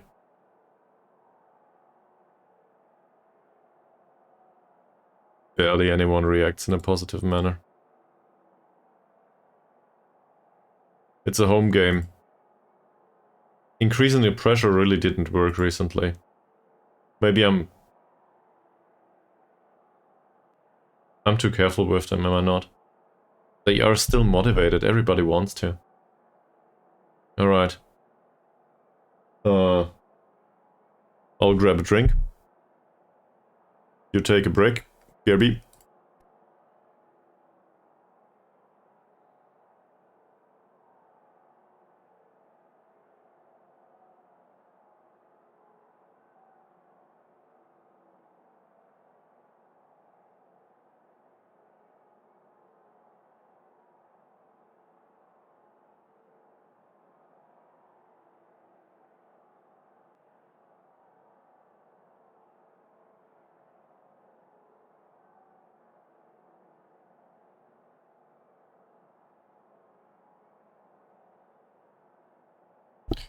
One season-deciding match coming up right now. Abdullah's nervous. Well, he's not on the pitch, so forget about that. Let's go. We brought on Thomas as well as Harsi. And Safri, apparently. Safri? Oh yeah, for Abdullah, sure. That makes sense. Is this thing on? Apparently it is.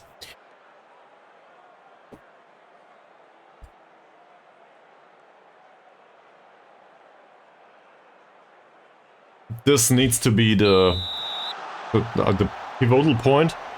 There's a thing. Things need to be turned around. This is the first time in a while that we play a defensive approach, by the way. And Modhusian starts off with a foul. Not good. We won back the ball though. Nothing came of that so far. Ankun, Safi, still well in control of the match, but much more defensively focused, hopefully. Mazir, Atan? No? Okay, we take the corner. I do think we practice those. So, let's see. Maybe we get lucky. Carrier did score recently, so might stand a chance. RC. It's a free. Not for Carrier this time. And we take the throw in. A good part about football matches is you can always start with no goals conceded just yet.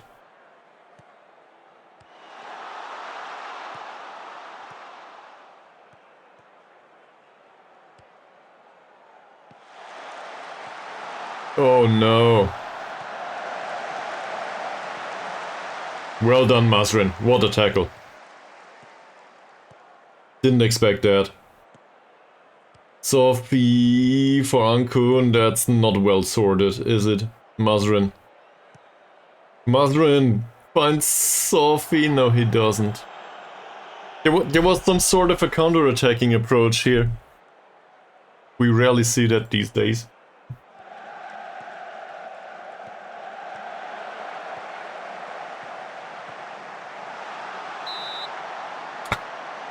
Did you see the intervention by Carrier?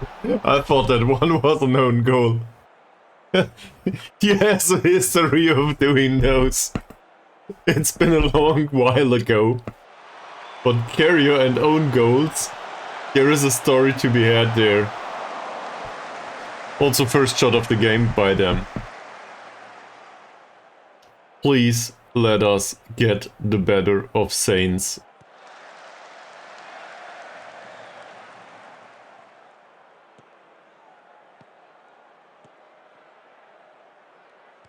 Well done. Nice tackle. Ankun, nice one. Atan, direct pass towards Thomas. Still Thomas on the ball. Still Thomas on the ball. Mod Hussein with a cross from deep, that's fine. It's another corner. Come to think of it. No, their positioning was pretty good with the exception of that one central defender. So low crosses do not make much sense.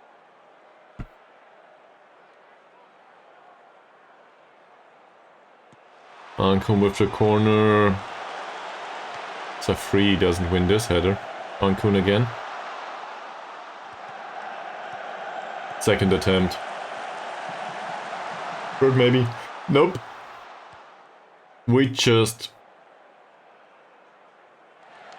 On paper, we try to retain possession. It also clearly states, due to the stats so far, that we try to retain possession. Didn't really help much. Oh, somebody get hurt. Safyan. Well, that's bad. What happened? Ankun challenged him, apparently.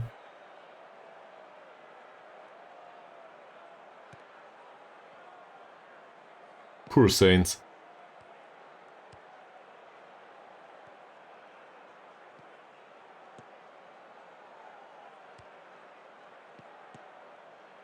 Not bad, Thomas.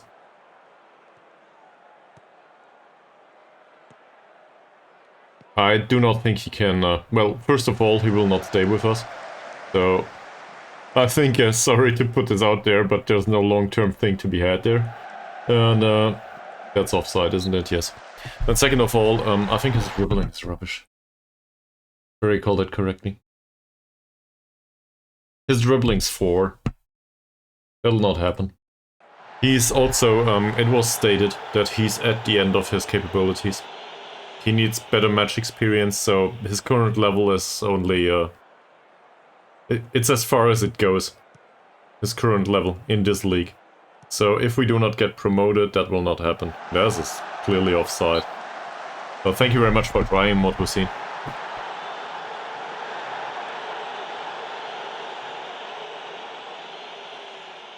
No chances whatsoever. Are there other matches being played right now? Yes. Casagrande scored against Perlis.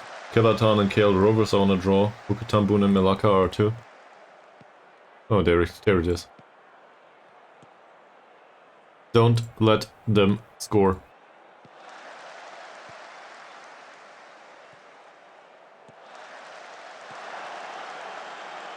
Yeah, once we win the title. Somebody needs to be the optimist here. I was very optimistic at the start of the stream.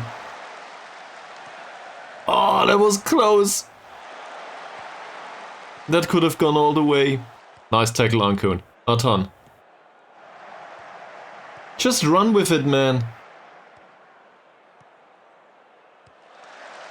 Still a cross. It's another corner.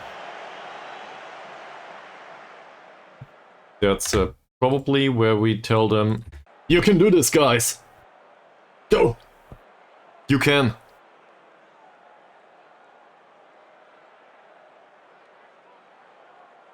Ankun takes his time. Then the corner. That's not good. Second attempt, maybe? No long shot either. Ugh, he finds Carrier with a pass, of all the people. And that's yet another long ball into the penalty area. Lobbed straight into the arms of Mod Rashid.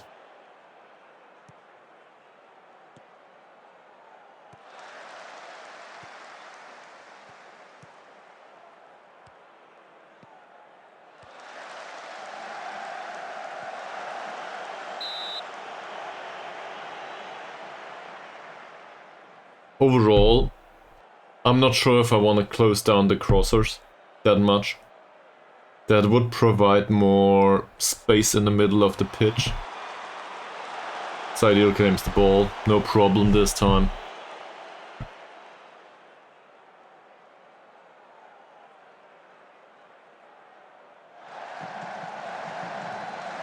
Somebody's practicing fireworks outside. Great.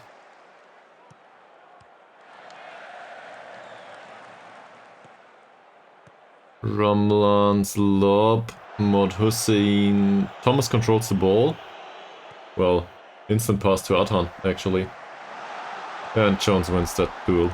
This is, like, if I were neutral in this match, I would argue this is a horrible match. It's awfully unentertaining.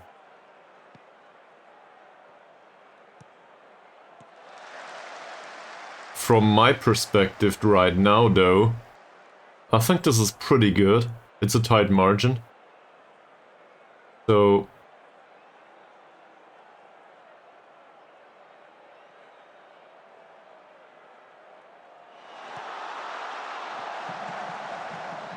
as long as we are not on the percent in the end. Not conceding goals actually is something. We didn't manage to get that in a while.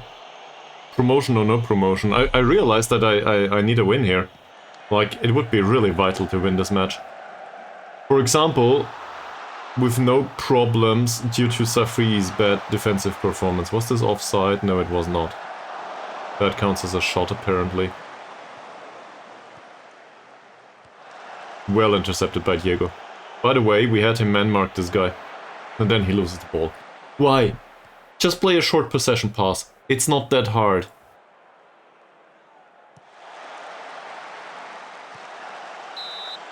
That'll be another corner. Last 10 seconds of stoppage time. This corner, and then we're okay for halftime.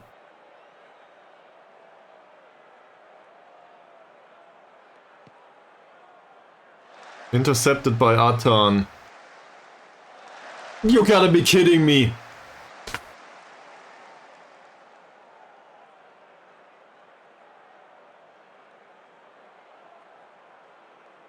We can, but I think I wanna remain here. Like this.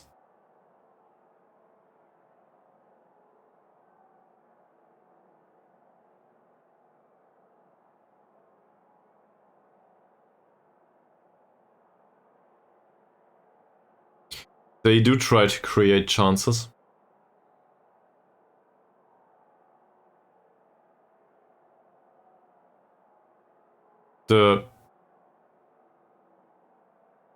Like, I know you're trying to be helpful here.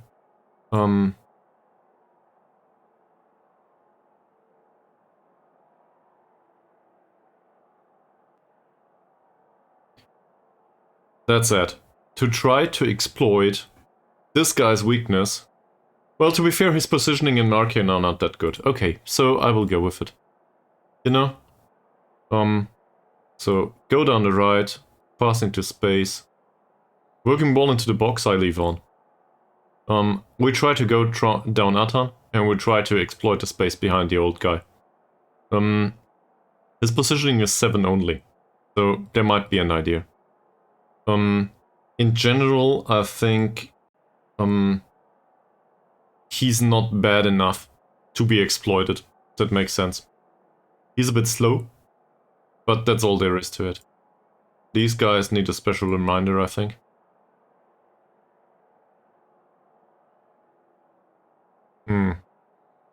We need to explore the wide areas. At least that's what I'm going for right now. I don't know if it's correct.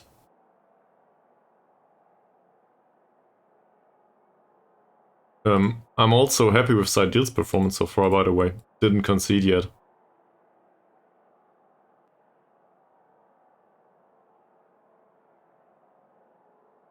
The team talks are rarely a problem, it seems.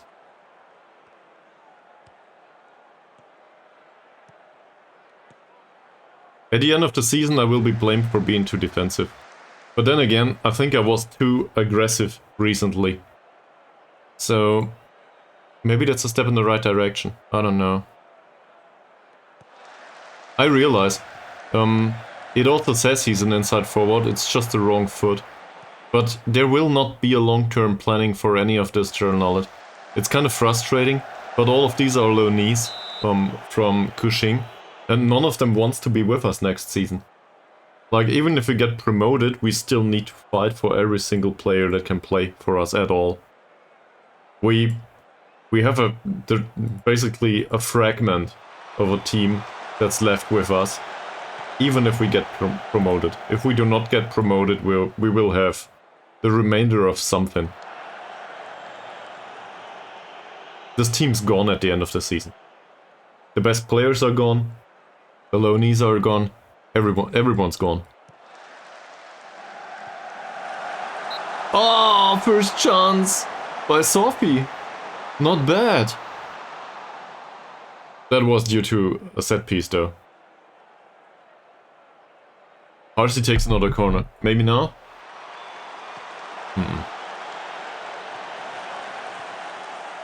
Oh. It's intercepted by Safyan.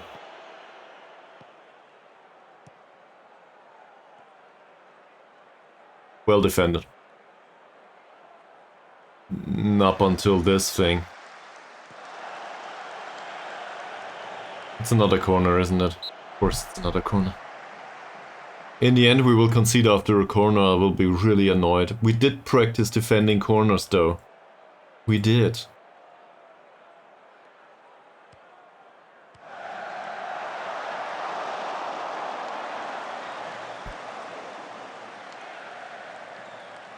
Is Strong J back? Or still here? I'm nervous. There must be. Sophie's pass is interesting. I thought we were going down the left, maybe. That's what you get from going past the defensive midfielder that has good tackling. Sophie, well intercepted. That was a mistake on their behalf. We do go down the right. Atan, still Atan. Tell me it's a penalty. It's a corner. A penalty would be great too. He's still motivated.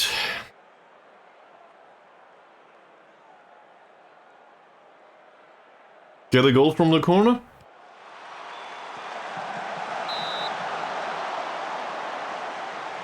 That was damn good. Second attempt? Come on, Safri.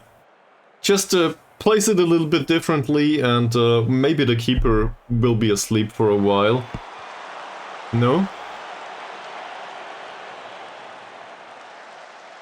Our control of the match, weirdly enough, that declined a little bit. I think due to the pass into space. But... ooh, interesting too. Thomas will probably get to that ball.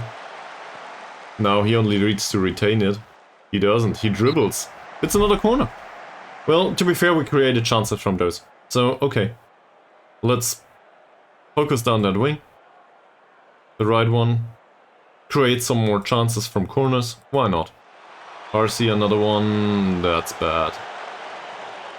Does pick up the ball. Second attempt. Goalkeeper claims the ball. That was well misplaced. Safri was there, but, well. They subbed somebody. They subbed somebody and Idris came on. Who's Idris and what's he good at? Idris is a reasonable parser, not a good long shot.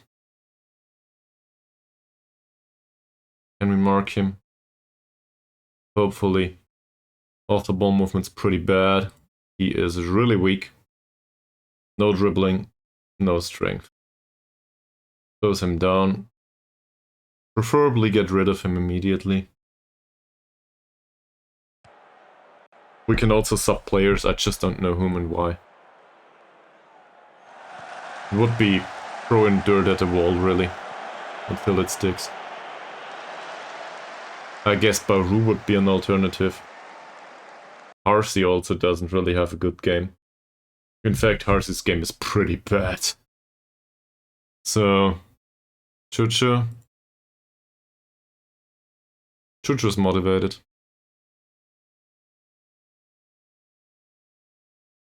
Okay. So, narrow a bit. Ngosh on, Baru on. Well, a bit narrower against a 4-3-3 I do not think will work. We trying to go through the middle in general is probably not the correct approach here.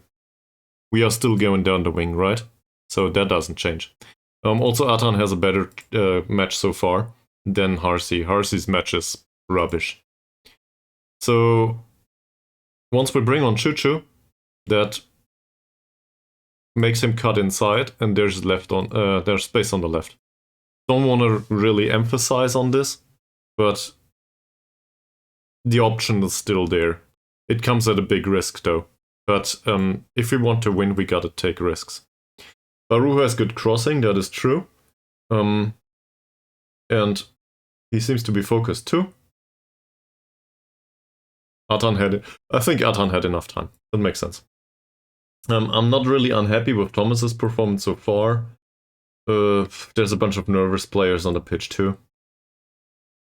I think I actually will substitute him instead.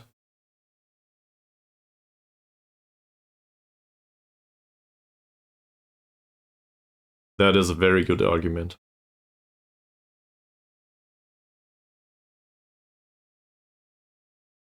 Okay. I'll put it to fairly narrow instead.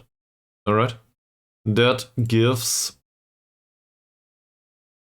Mazrin space to run wide.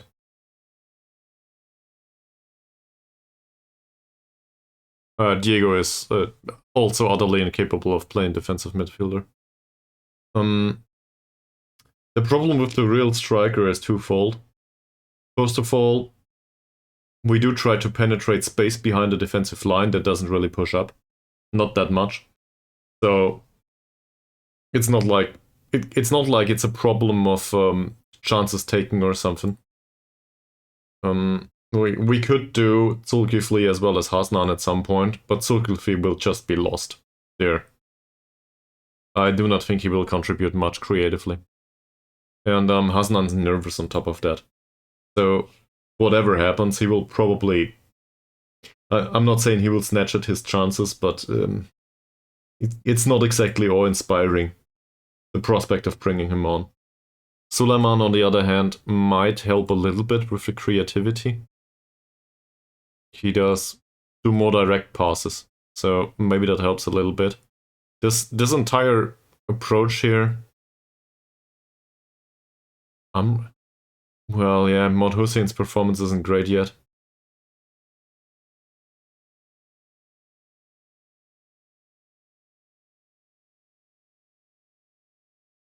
He does enjoy big matches.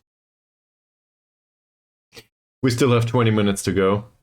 It might be needed that we bring on other fresh faces. I'm not opposed to the idea, but I think I want to go about it this way. And your input is very much valued, even if I don't follow along with all of it. And I would say try to score the winning goal. Is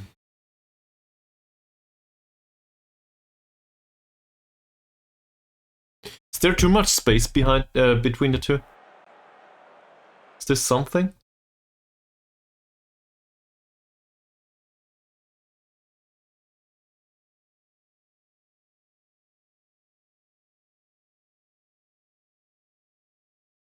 From very defensive to cautious, that's not too much.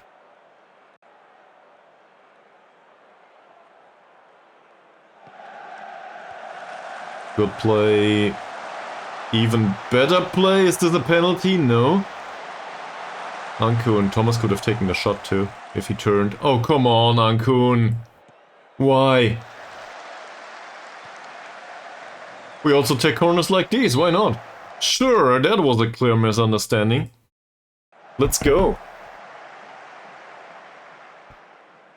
62% possession, it says. This is our time. Masrin takes the corner. We will score from this corner, I tell you. It's a free. We don't. The keeper's on his spot. Damn. We could have scored from this.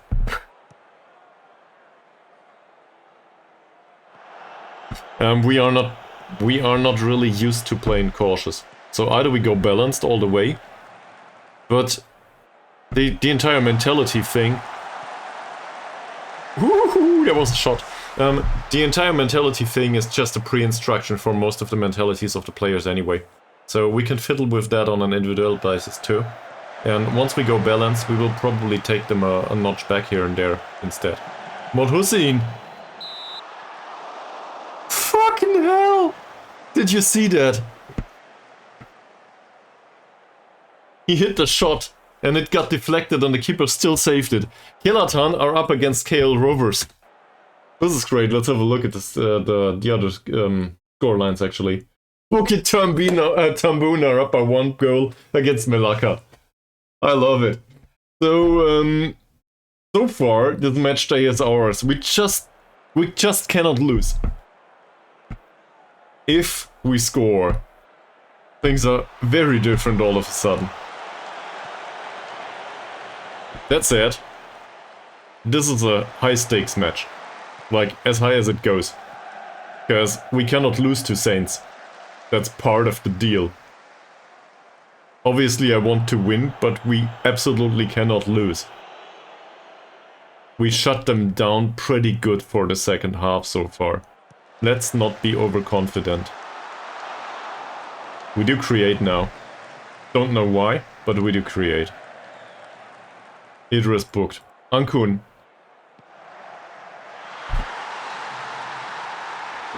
That was the perfect time to pull one of these out of the head.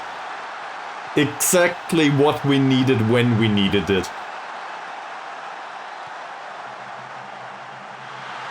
What a goal. And now we will strictly keep it at that.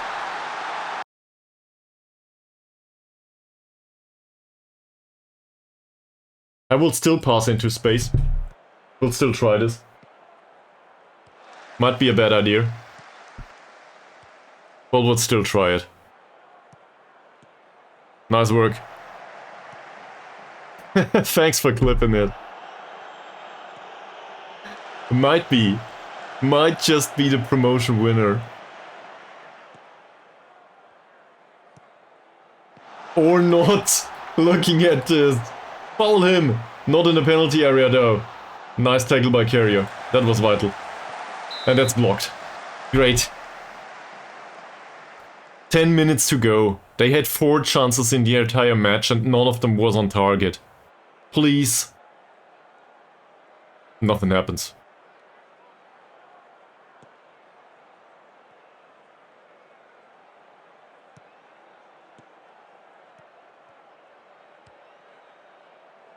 Well done, Ankun. Diego, Ankun again. That's wasting time in a nutshell. Sulaiman, Safri, Sulaiman again. There's a direct pass towards Masrin. Look at Chuchu. Masrin could have also run with it.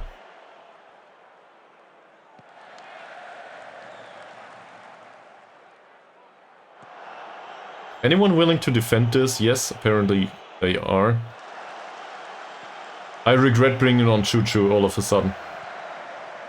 And this guy.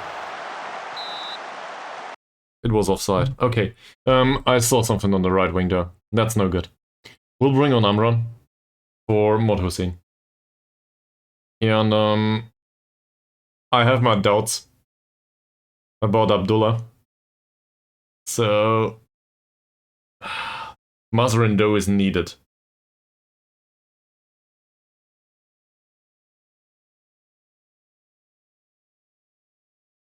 Get it through.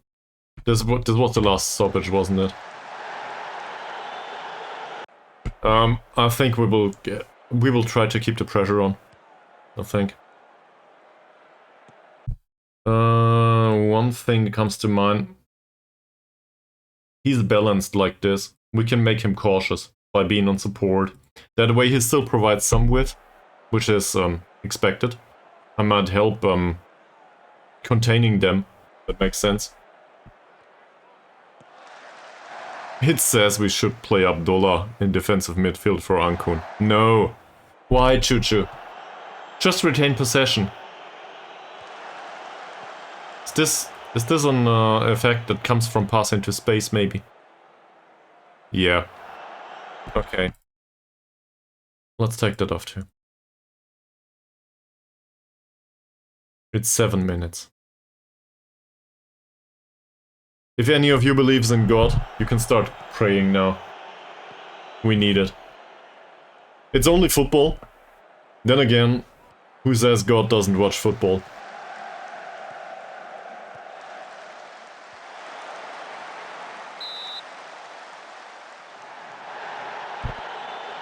Every single bit counts here.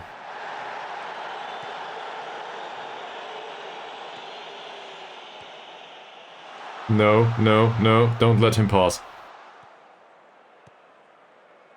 In particular, not this way. I consider it lucky that he didn't take the shot. That was pretty lucky. And I will praise them now. It's 4 minutes to go. This game goes our way. Maybe that takes away some of the nervousness. Or it doesn't. Still nervous. KL Rovers equalized. Well done. Thomas on the ball now. Can we get something from this, Thomas? Please. Please. There's so much space there. Yeah, cool. What a horrible pass. It's offside. What did I expect of Thomas anyway? There's still a break. We still have stoppage. Dicky, nah. Abdullah, nah. Zulkifli.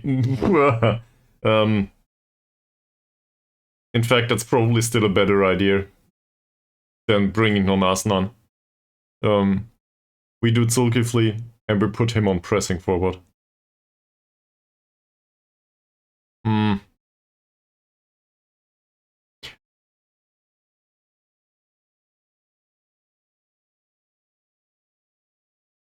There's no patient passing needed anymore. There is no passing skill needed at all anymore. And, well, but he's apprehensive, Mies. You have a point. Put him out as ball-winning midfielder. Sulaman goes to Ankun's position. That's not horrible, yes. Ankun is less defensive. So we switch it around. He can still tackle hard. Is he aggressive? Pretty much, yes. Trigger the press more often. Why not? Abdullah is reasonable here.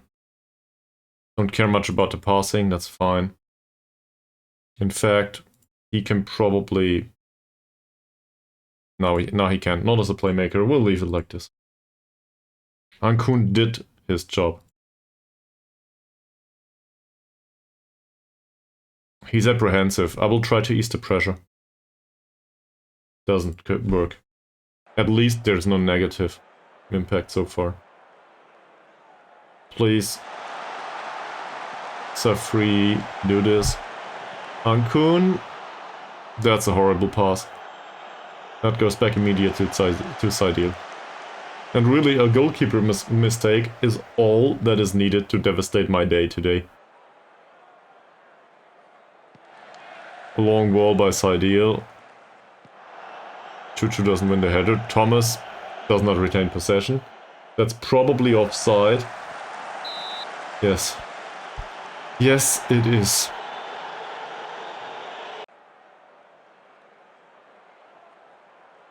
Stoppage time.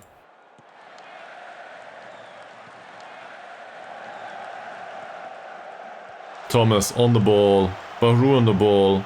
Just run with it, that's fine. That's okay too.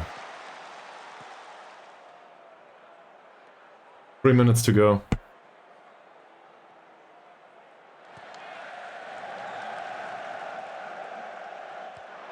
Or... that I agree with.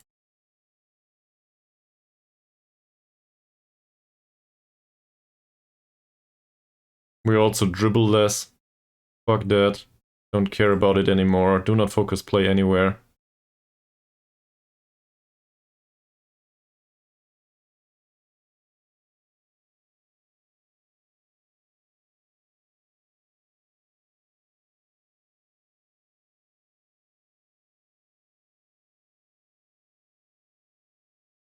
Okay.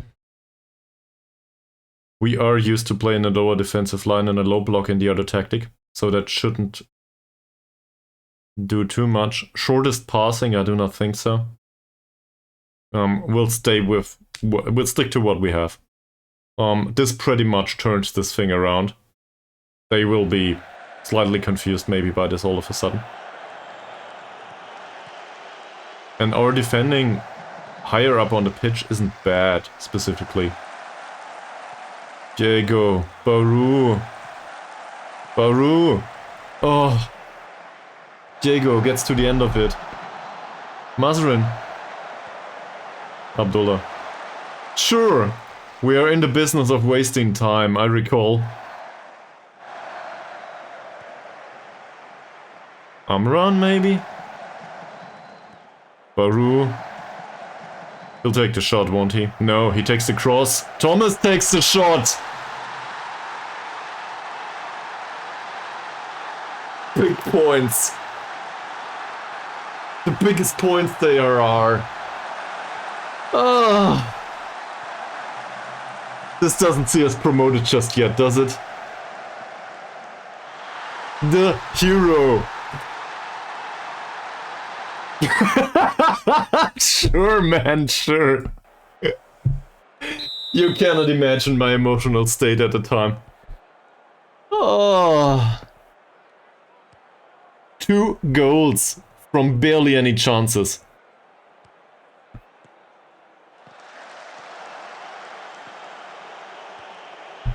Low block it is now. This is how good we are. How good we can be, at least.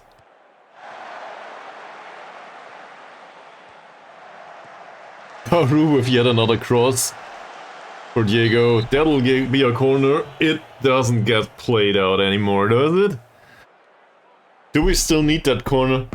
Well, I guess a free or carrier won the goal too. That's nice. The opponent's manager is praising his team. How was the reaction? The added benefit of irony, I guess. I'm pretty happy with what we do, though. Not yet. After getting promoted, there's still 2 matches to go.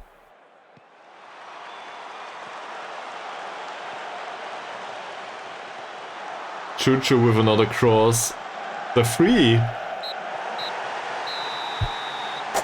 We won against Saints. And this one was way better than the last one. That was well deserved.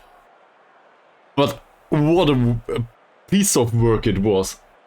Holy shit.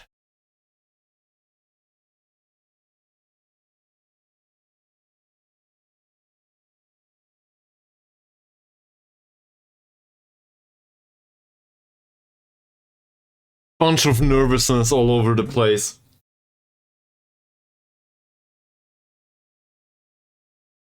Does this see us through mathematically? No. YPM and KO Rovers might win. And we might lose the next 2 matches. It's not done yet. Not done yet. If KL Rovers had lost, then it wouldn't have been done yet either. It was a must-win and we won. That puts Saints off our heels though. That's done. Saints might still get promoted, but at the expense of the others. If Saints get promoted, everyone else, well, if they do, we will be okay. So it's about Sembilan. They won, sadly. But Sembilan are on 40 points too. Forget about that. Saints and Sembilan are out of the competition to throw us off these places. It's really about KL Rovers and YPM. If one of the two leaves a point on the table in the next matches, we are done. So they have... It's 4 matches, and in these 4 matches, if one of the two does not win, we are okay. Obviously, our own result can impact that positively too. So that's pretty much a very good position to be in.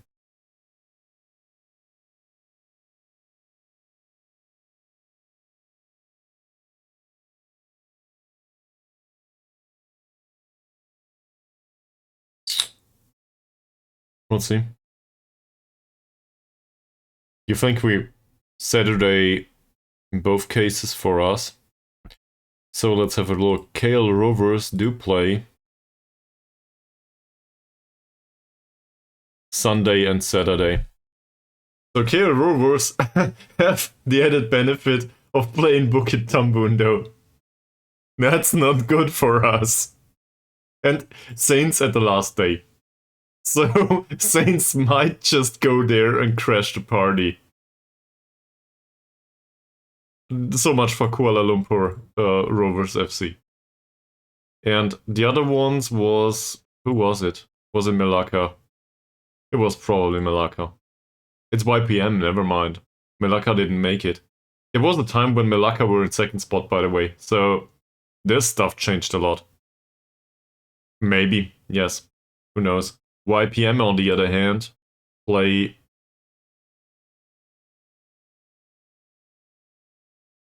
They have a game in hand. Shit! I forgot about that. They have a game in hand. So forget what I just said. All my calculations were wrong. YPM have a game in hand. They might make it to 45 points right now.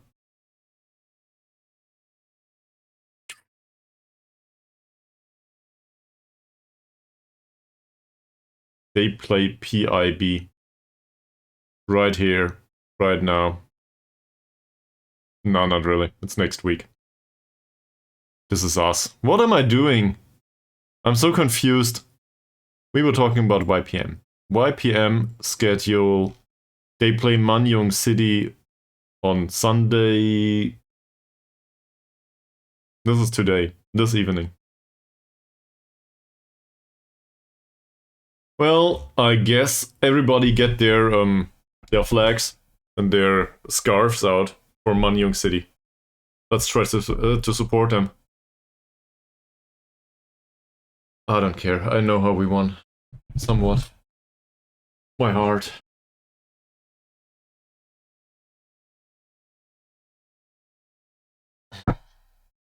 I brought some Coke, but really it's warm now. Let's have a cold one. BRB.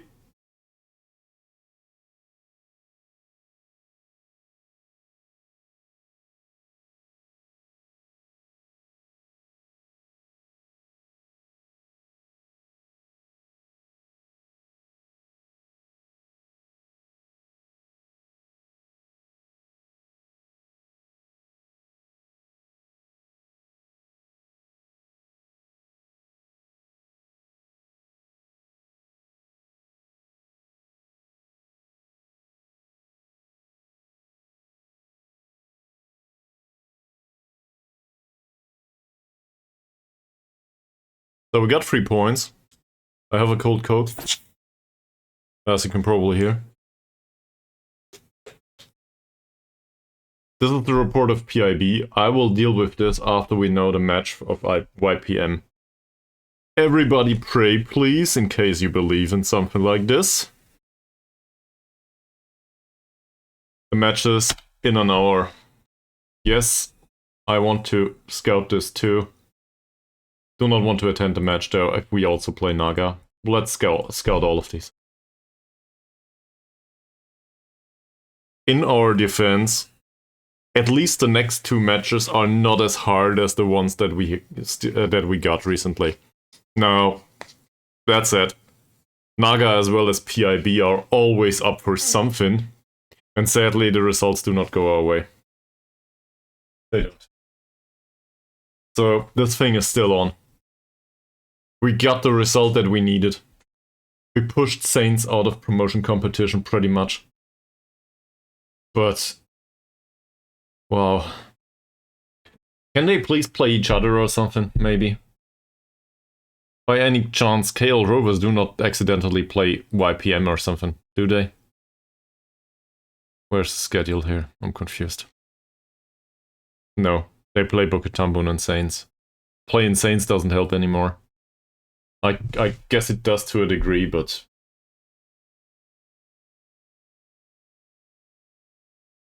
Yeah, can you tell that I'm nervous? Can anyone tell?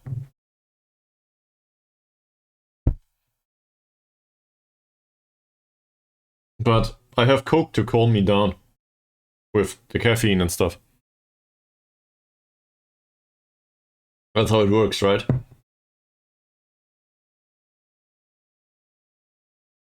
Okay. There's a match on Sunday here.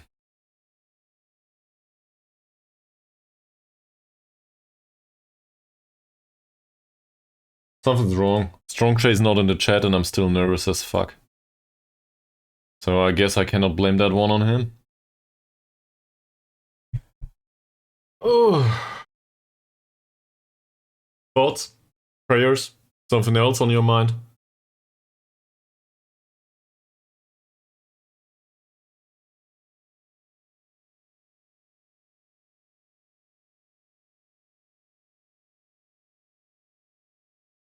I blame this on the defensive mentality. Hungriness? Well, if you're hungry, I would recommend doing something in the kitchen or something. Get something to eat. Order food, I don't know, whatever appeals to your taste. Yes, all of them. In fact, most of the loanees in our team. We have basically the best of what Cushing under 21 has to offer. Thanks, Mies. It's highly appreciated. The next game will probably take half an hour. You will not miss that much in case you just want to get something to eat. I don't know, man. Let's have a look. Where is it?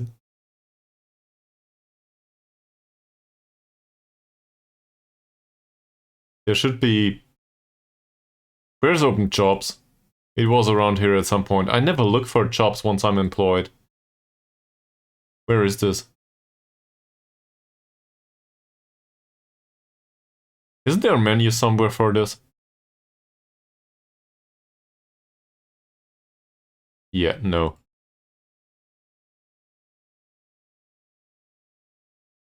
To be honest, I don't know where to find it.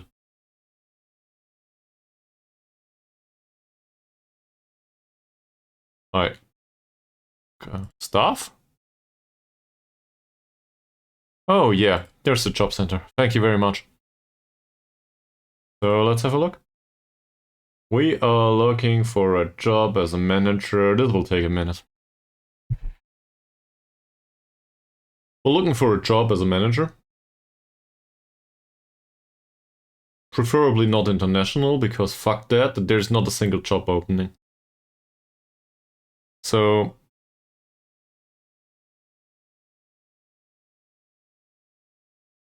Nah, this is never mind. This is open. Let's play Tabby.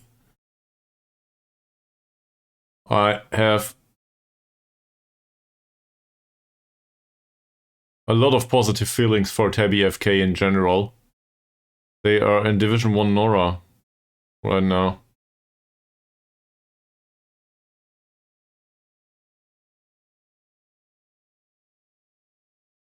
Yeah, it seems like either they got promoted or something, I don't know. What's with Tabby anyway? Seems like they got promoted.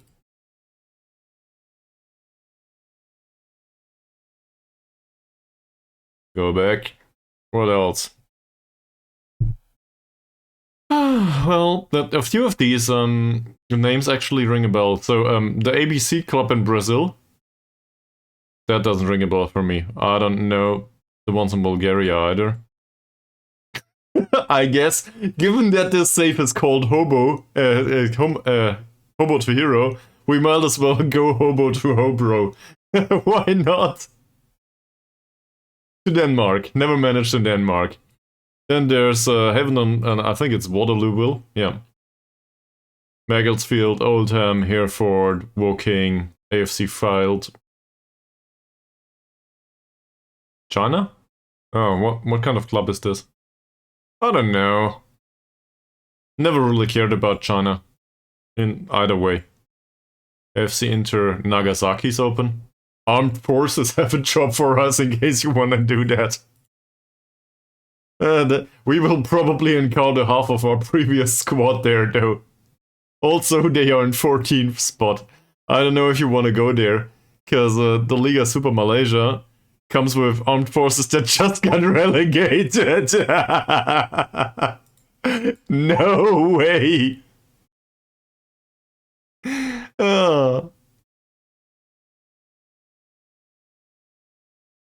Leave Borneo, please.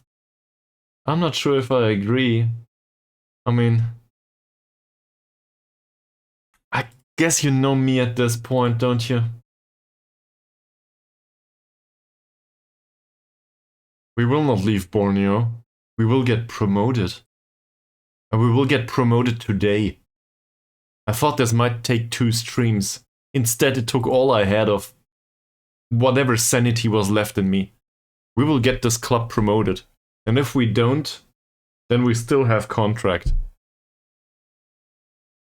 Also, apparently, there's the rare occasion that somebody that watches Football Manager streams.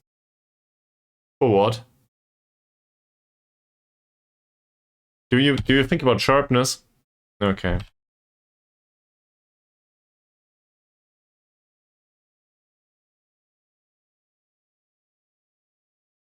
We do have a problem on the defensive side.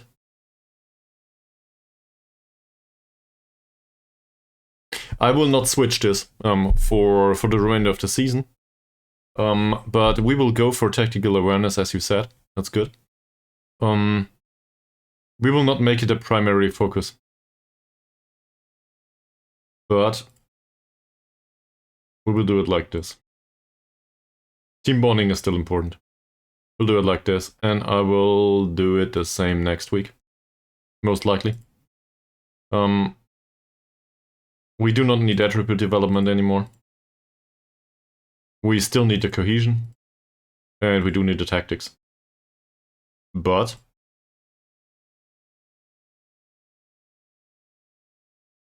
it is very likely that against PIB, I will go for a point. Just like in the last match. I had a really bad experience last time we played PIB, if I recall correctly. Should be a 1-2 or something. We scraped one out of the barrel at the end, but where's PIB? Am I blind? It's probably lower. There it is, 1-2.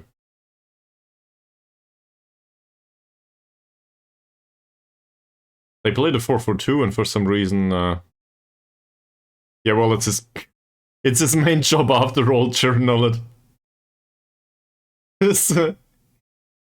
He is considered to be a defensive midfielder, formally speaking on paper. At least he was once he got here. So, yeah, that sounds surprising. I might say. He's not a horrible player. He's just a horrible replacement as a central defender, but it's not like we had a choice. And, well, I do not really need a second ball-winning midfielder, do I? Sure, we can use him there, but then there's nobody to replace the central defenders. So, that's where this came from. I also, don't let this go down as an insult or being ridiculed, please. But I really appreciate how you think about most of the player development long-term and whom to sign and what, and this and that. That's exactly my train of thought, usually. But I think Sophie can't jump or something. I need to have a look. There was something about him. That or I didn't want to go... No, he can't jump, never mind. He can't jump. He's also pretty fast. So you have a point there. Sophie as a central defender might do. His heading is shit, that's it. Also, he has reasonable vision and passing, but that doesn't necessarily avoid him being a central defender. The problem is then we need a defensive midfielder again, so... But let me just finish my... Hopefully not received in a mocking fashion statement. I am exactly the same way. I try to play in long term, but there's really no long term to be had here. Each and every single one of these loan players will give us the international sign for understanding if we offer them a contract. I'll just show you. I want Sophie. Sophie's contract runs out. Can anyone read this to me? Oh yeah. I have absolutely no interest in entering into contract negotiations with your club under any circumstances. I'm not sure if Mickey Billion is around right now, but Choo Choo wants to be semi-professional in the future, so he will not play in the first league either. He wants to get us promoted, and there's that. Back to that statement, that's very much a reflection of what we had with Jederhock.ck. There's a chance to get promoted. There's not a chance that they want anything to do with us in the future. Which, have you guys ever been in a circumstance where you realize that you would want to change this or that about things, but there's rules all over the place and you cannot really do anything about it? Because there's requirements on the contract side, or I don't know, specifically focusing on Football Manager now, but I was actually referencing real life. So he's just joking around with me. Okay, thanks. But if all of the squad leaves and we get promoted, we can do everything. Like, obviously, we are still very much restricted to the choices that we have, but we have foreign players all of a sudden as a possibility, but no scouting knowledge whatsoever. There's barely any squad other than non-contracts, so we can freely throw them out if we want to. The only problem is team dynamics will be rubbish. But the club will not expect us to get, I don't know, to Asian Champions League all of a sudden, if there is a spot at all in Malaysia. So there's nothing, no expectations. We can do whatever the fuck we want up there. The only thing we need to go for is not getting relegated. And I think that holds some merit as an idea for a save on its own. Other people start there.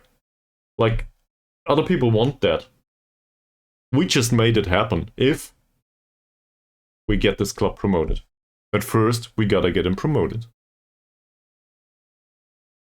Okay.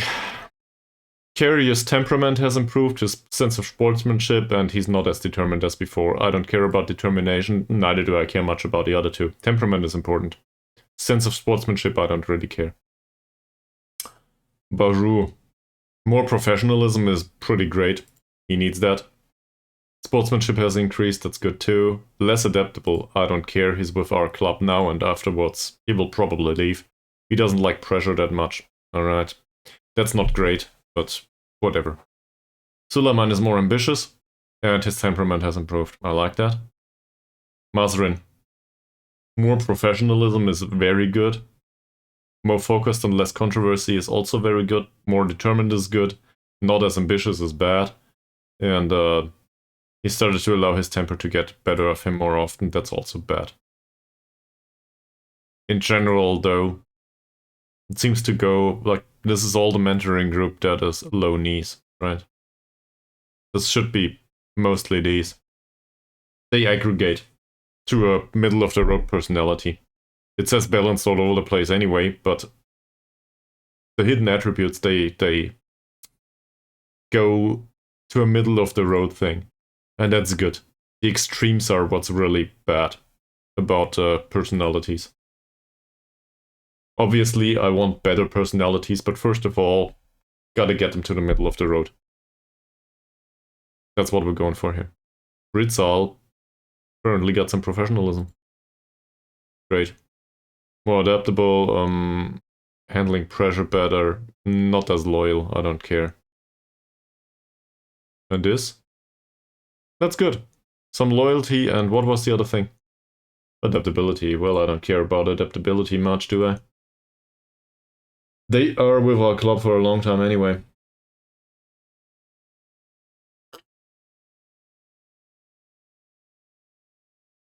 What did I rant on about for yet another half an hour? PIB's coming.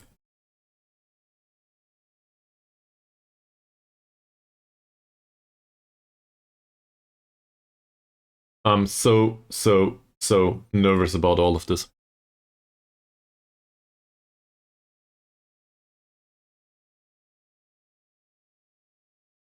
If we do not succeed getting them promoted, we will still have one of the best seasons.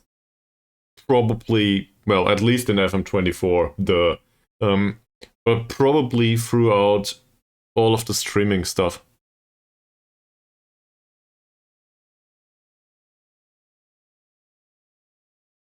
We lost to PIB last time, and I think we also were put to the knife by Naga UKS. This is not easy. And remember the Discord. Remember the screenshots due to where we should be. No. Remember where we should be, and remember where we are. This is a highly unlikely scenario overall anyway.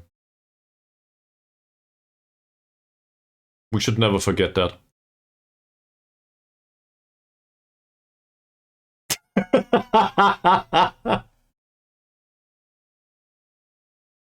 That's what I love about you guys.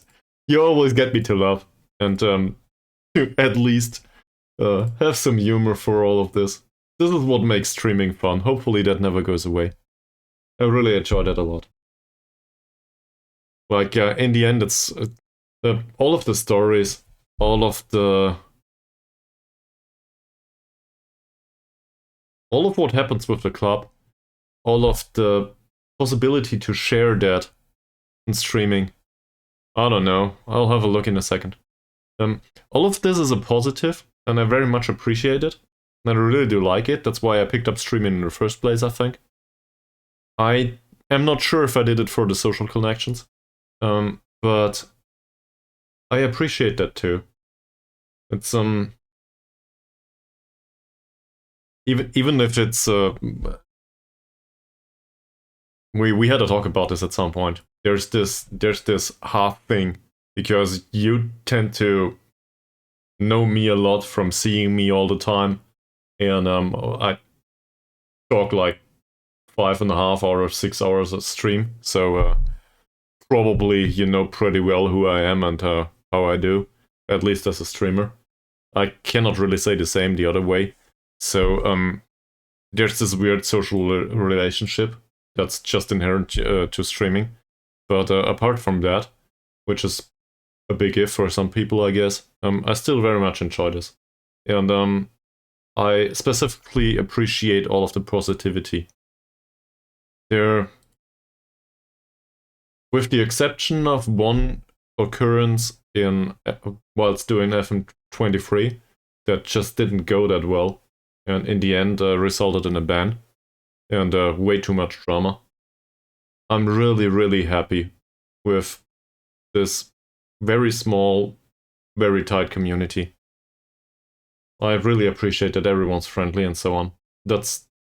We're on the internet after all. I'm not sure if that's normal.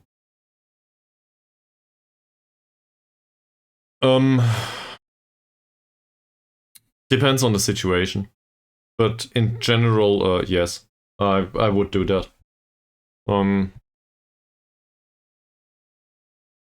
Like, it's not something I do on a regular basis, given that I do not drink alcohol anymore.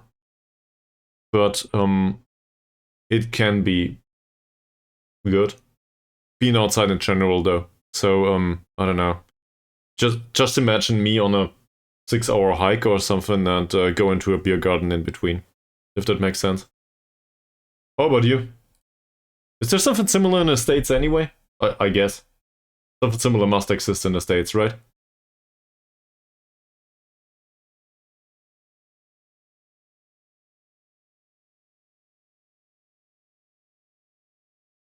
No. No. I won't. Suleiman is the defensive option. Suleiman can still do playmaker-ish duties in case it's needed. Suleiman is the one that has tackling. Killeen has no tackling. I do not agree with this. That's... Killeen has 8 points of tackling. Okay, so maybe he's not that bad at it. But... I guess there's not much of a difference between the two, is there? I never really noticed.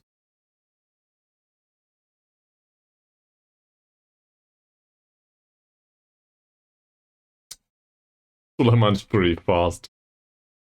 That pains me to say, but I think you have a point. Now, Killeen is still defensively less viable, more of a playmaker option.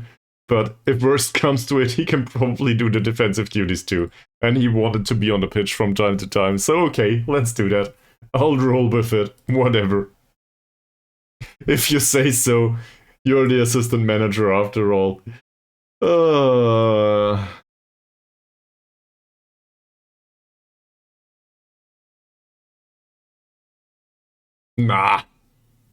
Nah. Like, I don't hate Taib. I really don't.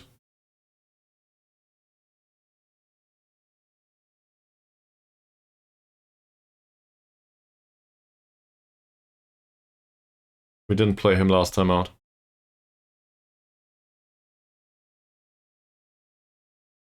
But Zulkifli comes with additional flexibility. He comes with being somebody that is, that has experience. He's very inconsistent, it says. Never mind. I was just going for he's probably inconsistent and stuff. He wants to be director of football. Enough that.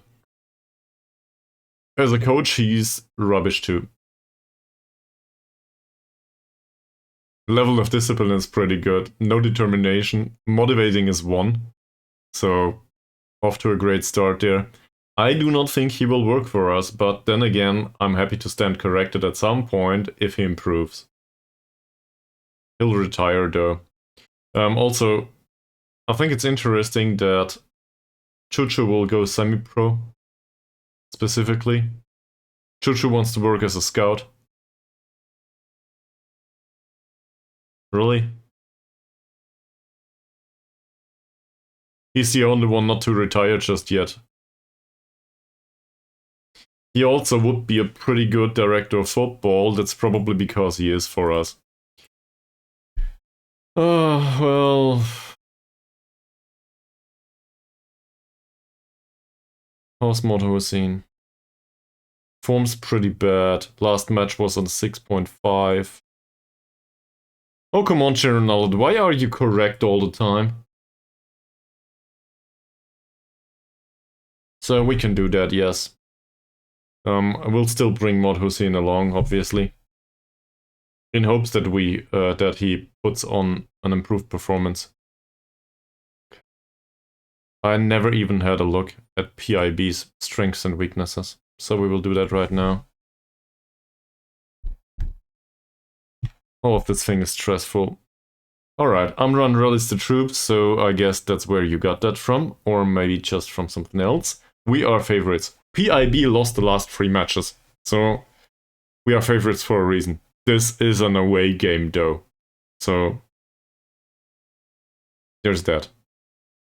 Forget about team selection advice. Apparently we do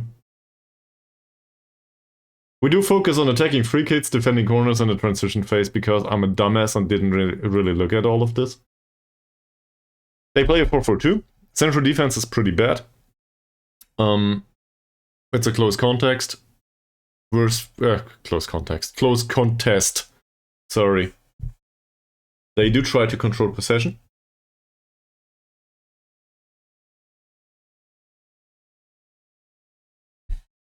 Alright, so much for the mentality, I think. What about strengths and weaknesses? This isn't the best squad in terms of positioning, so we are expected to create chances against them, even if we do not focus specifically on it. Lack of good jumping, no concentration, this all comes to the detriment of defensive performance. They are fast, high acceleration, high pace, agility is pretty good, so they will be fast and they will probably overrun us. This is why we focused on the transition phase anyway. They create good chances from set pieces. So this is the first thing that comes to mind. That is a problem if we play a low block. Low block would be an idea overall against a team that is pretty fast, right? And in particular, given that they lack the jumping and all of that. So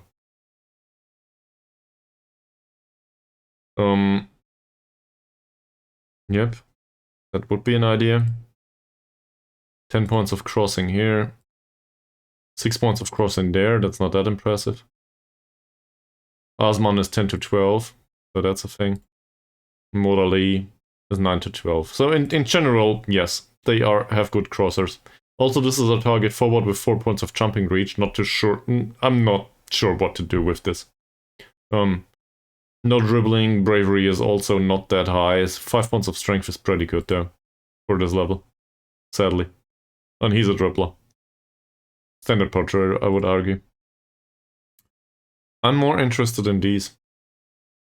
Positioning's shit. Vision is lackluster. Tackling's bad.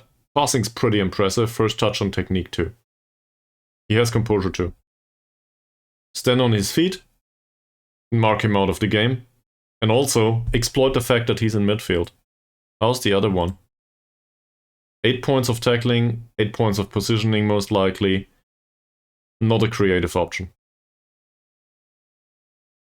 So, I say we go through the middle. I say we exploit the fact that they are really bad at positioning. I say we tackle them hard, where we can. And we do avoid facing crosses. And we keep them away from the goal, because once we give away corners, we are very likely to concede. What does this tell us? Well, I do not think we will do much differently than the other the last time. We will not do the go down the right and stuff, we will go through the middle. This could be yet another match for Zulkifli, I think. That said, yeah, there's a reason you never heard about him. This is the reason.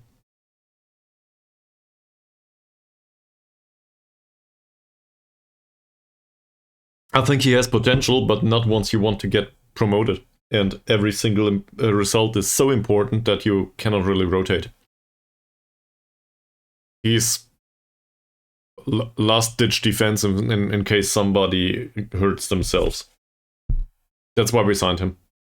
So, I'm not saying he cannot play at all, but I'd rather play Safri, and that says something. Also, he didn't improve at all. No natural development whatsoever. So, I don't think that'll be a thing. There's a reason why I play Abdullah. Let's put it that way. And that's also a bold statement. So, Zulkifli, we did take off the shoot more often. and I think I will keep it like that. Let me guess, 3 defenders. What? How controversial is it?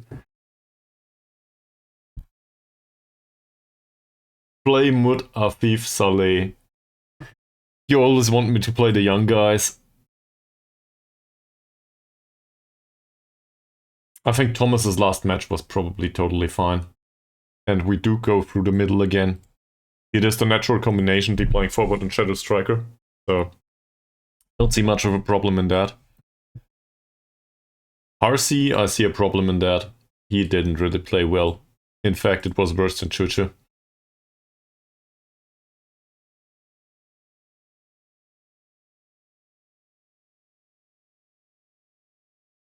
I think that's very specific.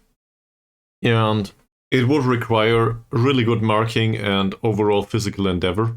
Given that they are pretty fast, I do not think that this will work. In the end, they need to decide this for themselves. Like, I'm not against a setup that is with more direct instructions. I do not think it is a good idea here. But that's also,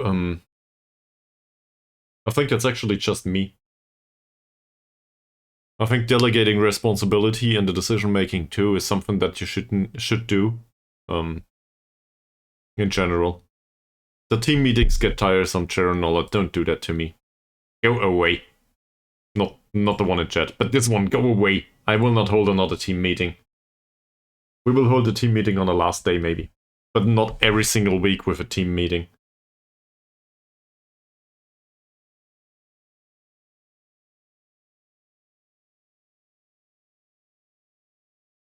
I think I'll leave it open. I think I'll leave it open, but I will change the mindset. I will not go positive on this match. Yes, we could use a win. This is an away game. We were very good playing positive football for a few matches against inferior teams. But we were even better back when we did not concede.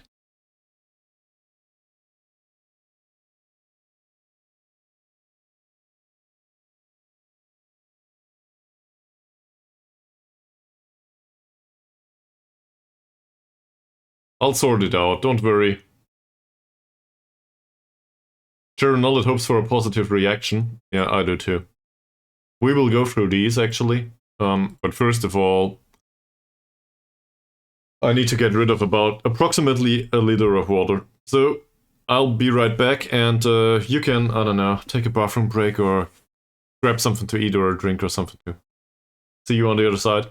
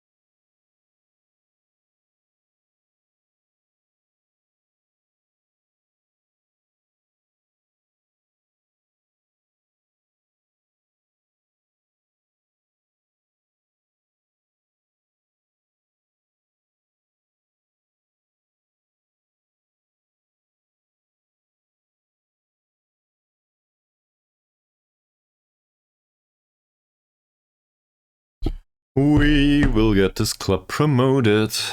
Hopefully. Maybe. Who knows? Thomas trained well though. That goes alongside really good performances on the pitch, even if he doesn't provide the assists or score. He made those penetrating runs. That's what we pay him for. Does he get paid at all? Sure, 110 euros. Doesn't want to renegotiate his deal. Adhan's training is also impressive. Sadly, not so much the performances on the pitch, so that's why Bauru is on there. I'm happy with Mazrin overall. Not bad. Carrier, as always, really. To imagine that Carrier knocked off his career with Sarawak United and us, with 2 own goals, that was interesting. He's still not annoyed by being trained as a deep lying forward all of a sudden. I think we are going somewhere with Diego.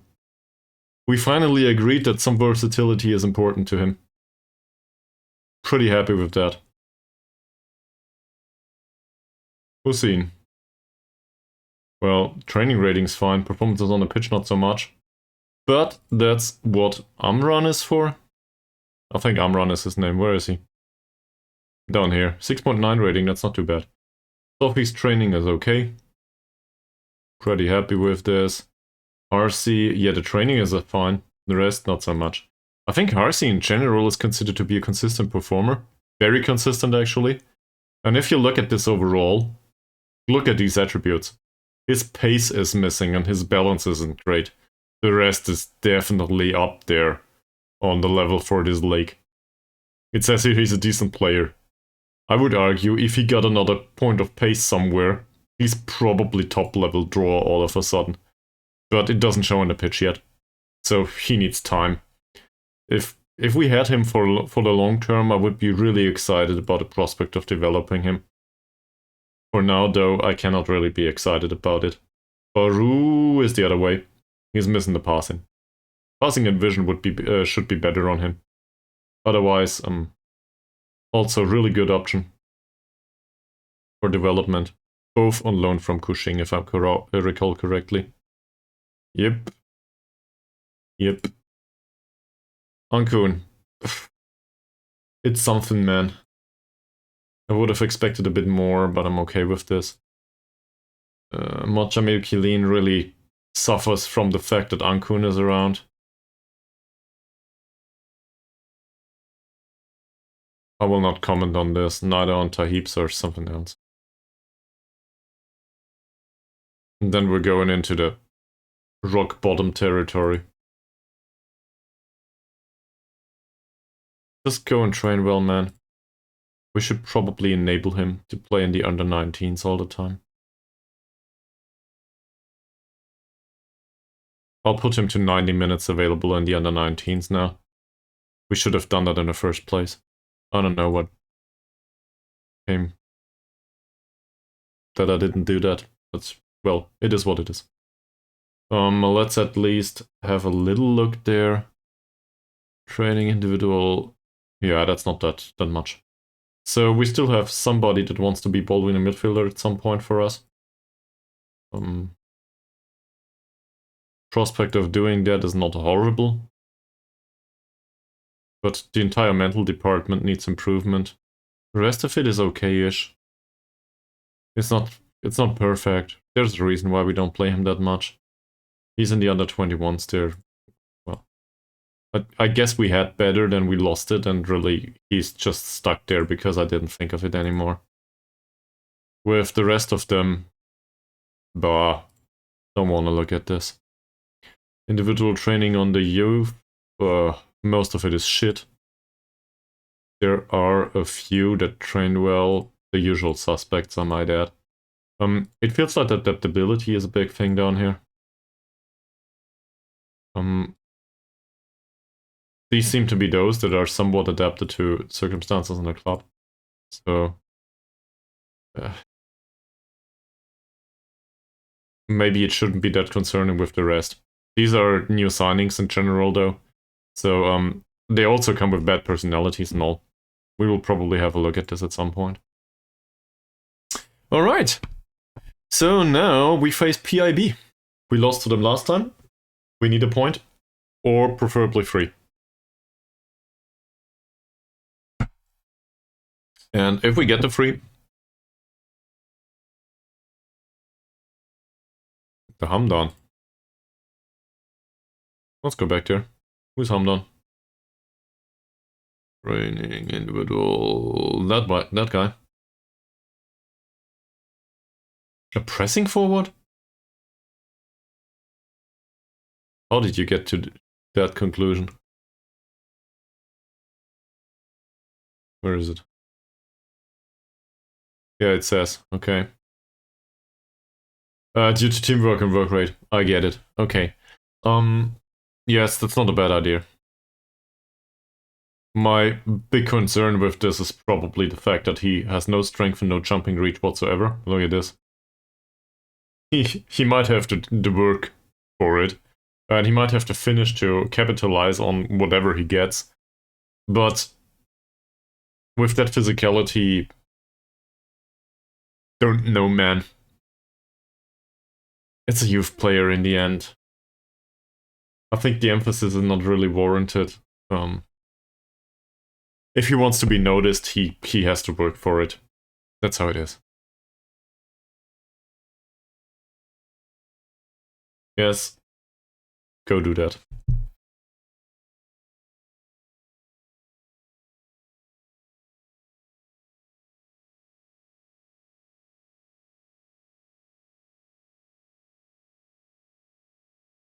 Okay.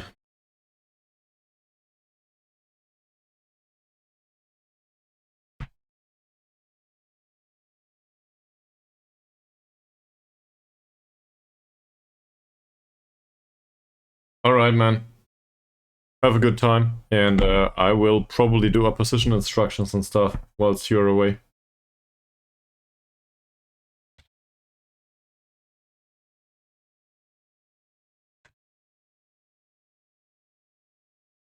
I'm working on a poll right now in case anyone's wondering.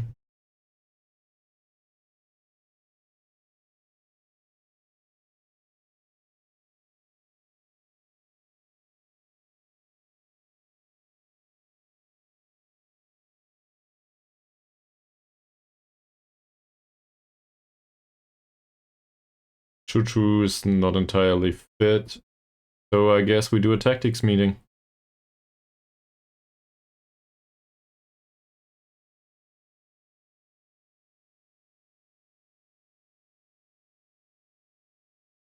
Alright, here we go. We have a poll. It's an important one, so I expect everyone to participate. Obviously, as always. Blah blah. We play through the middle, and we will do that actually. Not the deeper line of engagement though. Okay, so we will do defensive. Next match only, obviously. We will go through the middle, as I said. I do not care much about any of this. In transition, we will still roll it out. I think that's fine. This all is good. We will stop crosses, because we realize that these are bad for us. Opposition... Well, this might take a bit. Okay. So, we know that he is a good dribbler. Don't want to give away fouls. That's just no good. Apparently 100%, which is one person, says we will do promotion. Thank you very much for that. It's highly appreciated. These are in very bad morale. I wasn't aware. Ease of tackles on him. Anything else? First touch is pretty good. Closing him down will come naturally, I think. Composure's pretty good. Finishing's pretty good. He's rather fast. I would like to give him the elbow to the face treatment, but that probably won't happen. Bravery is approximately 7. So, let's talk about the target forward instead. Yes, I realize. It's a target forward though. Dribbling, bravery, and strength are pretty low. We will try to do hard tackles here. Composure is not that high either. First touch is pretty bad. With 6. Composure is pretty low too. Technique is low. He's highly likely to misplace a ball at the first attempt. As a result, there should be a chance to tackle him hard. And to tackle him sooner rather than later. This guy's crossing is pretty bad, but not as bad as his passing. Out of all of the the cross providers in the squad, he's the worst. Dribbling's low, bravery's low, strength is pretty bad. That said, this is not bad enough that I go hard tackles. I think normal tackling on him is enough. But he might not appreciate being shown a little off the rough side. Do we need to close him down? Composure is pretty good. I would argue a cross by him or a pass by him will usually be much less threatening than any of the other options. So I will not close him down specifically. It will happen naturally though, due to the formation. This guy's crossing is 7, doesn't really matter. We care about his passing. We also care about the fact that he cannot dribble. He's not very brave. And his strength is low. So he's a candidate for the elbow to the face treatment. Composure is pretty good, sadly. First touch is pretty okay. His positioning is rubbish. Defensively speaking, he's a liability to them. So this is what we want to exploit also. I think in general we can try to mark him tightly. Off the ball movement, 5 to 8 is not horribly bad. It's the same as with the first touch. In general, I think it's not horribly bad, so there is a way. On the other hand, I just realized that there's somebody more important in here. He's probably the one to play the possession pass. In general. He's a worker. Vision's pretty good though. Dangerous in general. Him on the other hand, he's the one that needs to be marked tightly, so we'll actually do it this way. It's not like I'm opposed to marking this guy tightly, but his off the ball movement is 5 to 8. Azri's is 4 to 6, so I guess he needs to be marked. Just because it's easier, and also because his passing is better. He has the technical capability to pull it off. Same here, hard tackles. Weak foot maybe? Yes. That is a thing. And then we have Mut Najmundin Akmal Kamal Akmal. Wow. That's a mouthful, at least for me as a European and a German. Dribbling's not that good. Bravery is pretty good though. Strength is a bit lackluster. He likes to beat opponents repeatedly. So seen from that perspective, probably triggering the press on him is a good idea. If he likes to beat them, that does not imply that he has the ability. And you can see that in the flair and in the composure. He's not good at it. His passing's worse than his crossing, not by much though. In general, this is a bit threatening. Hopefully we can make his game unfun. Mut Siukri Asman. Good crosser.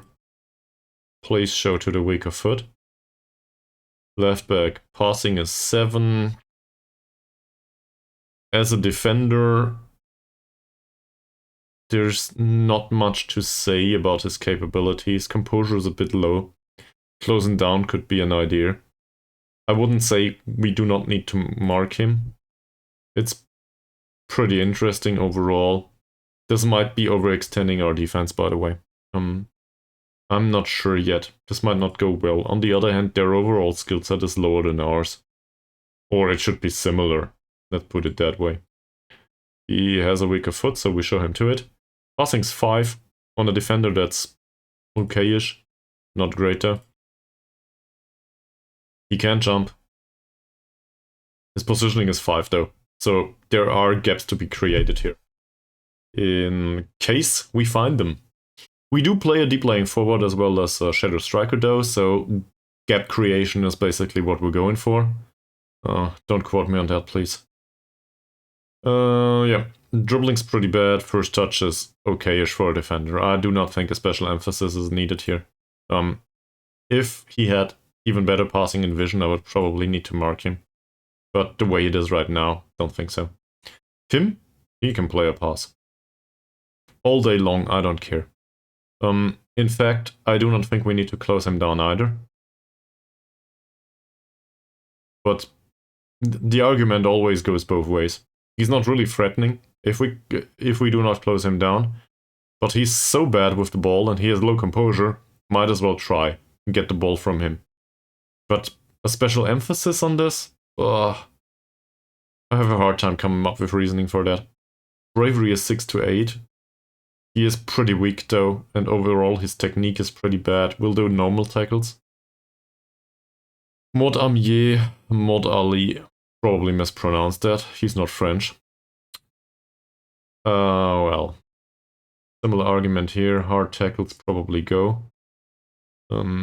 Crossing's pretty good. So we show him to the weaker foot and hope that he will take the cross on the inside, if at all. Preferably to a pass, and his passing's pretty bad. Same here. Triggering the press is an idea. So that triggers the press on a bunch of players on the pitch. That's a ton. Goalkeeper's bad in one-on-ones. Goalkeeper is he's graced with very bad first touch and passing. Throwing and kicking are okay though. So the reach is fine. He's not good anticipating stuff. Positioning is okay, and he's pretty agile but weak. I do not really know what to do with him. Overall, I think their distribution can go either way, and there's not really a great strength or weakness that I can see right now. Might be my problem though. So there's that. Okay. Any ideas? Other than not playing Atan. But maybe Baru.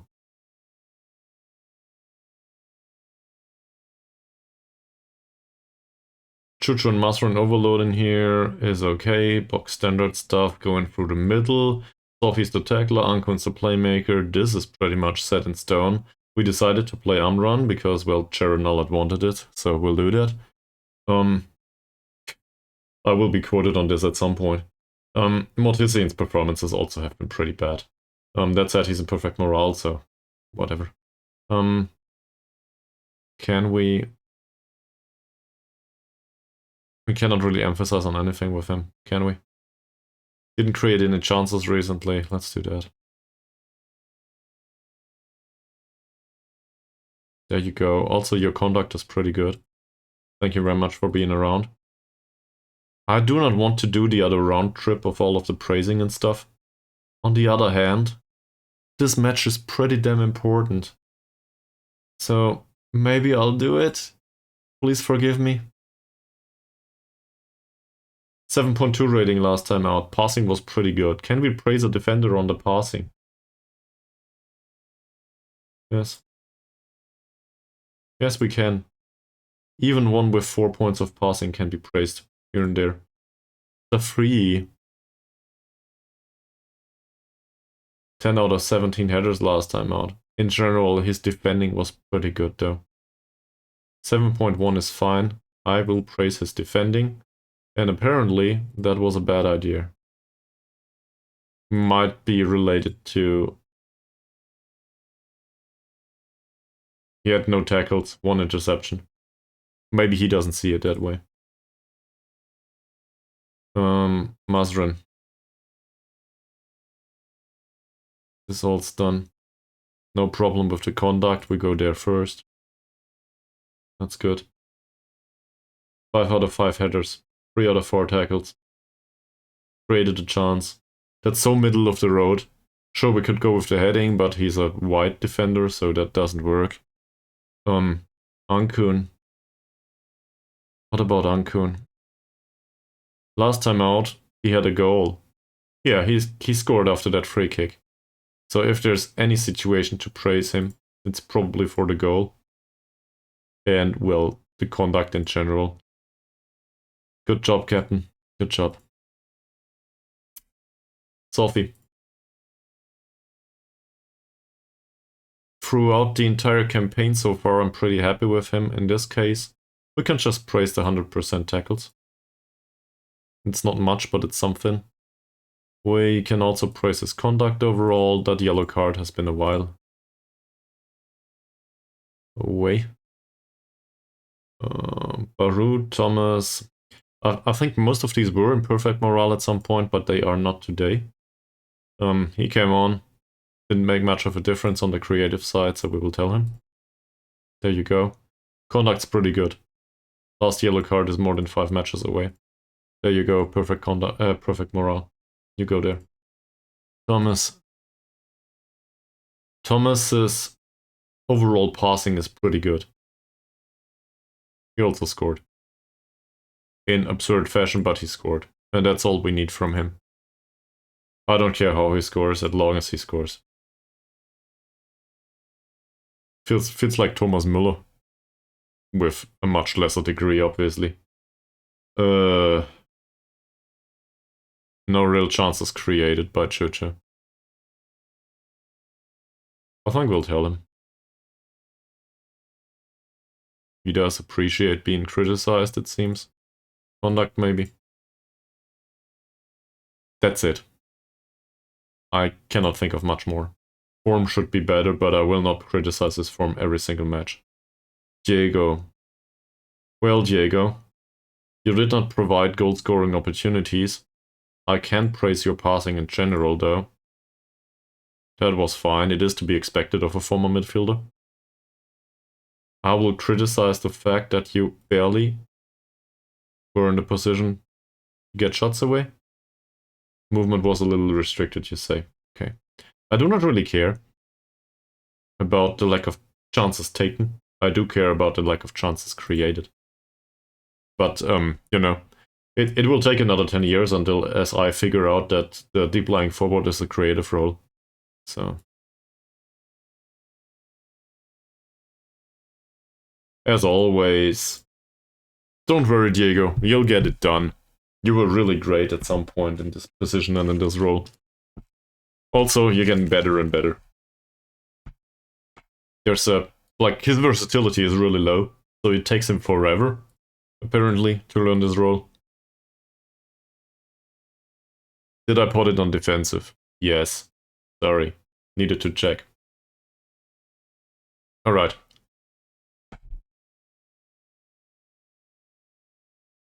This could be about the title, or it could be about revenge. It's always about revenge, isn't it?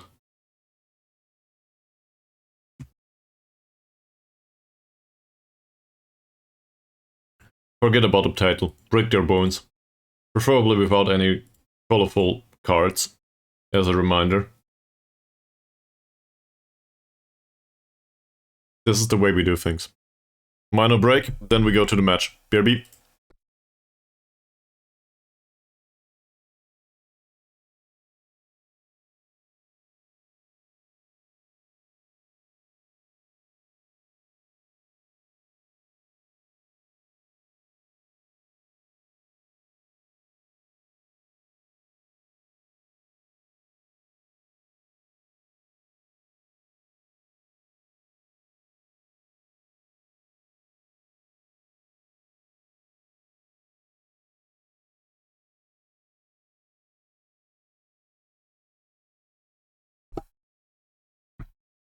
Let's go.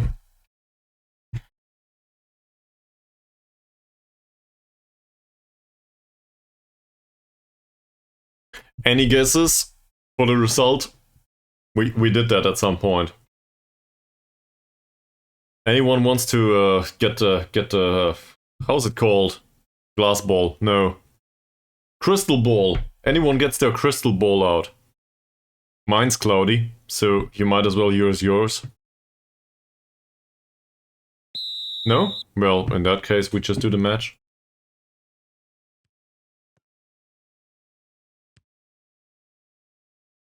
Great, Safri. Exactly what I expected from short passing. Thank you very much. Is there anyone in the stadium at all? Seems awfully quiet. Let me have a look at that.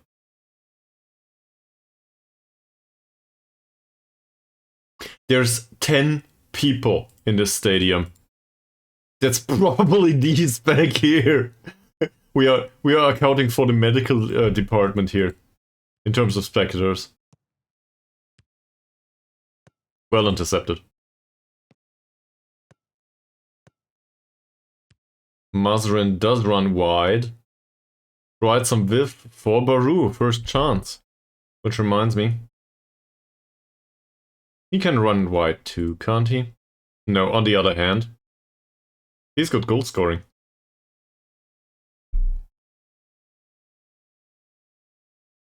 We go through the middle with Baru, I think.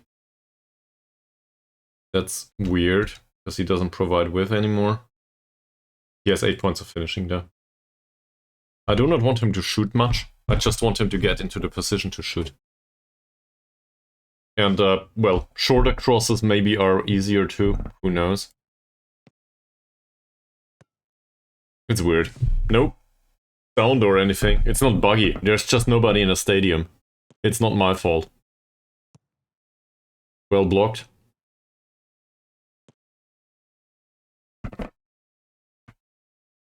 This is the start that I didn't want, and we are trying to restrict crosses. Just didn't work. So that's Kamal Akmal. Yeah, but this wasn't really a cross, was it? This was.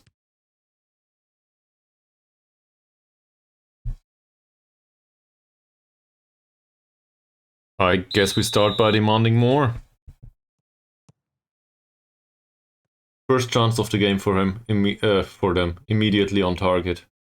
That long ball seemed kind of nice until Choo Choo stopped running.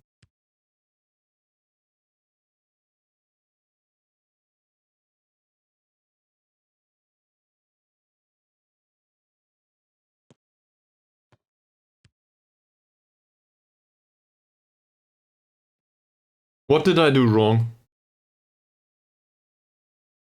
Honest question. What happened? The free kick, I think he saved. The one slotted straight into the empty net, not. So much for playing defensive football. And that's not even due to pushing up really high or something.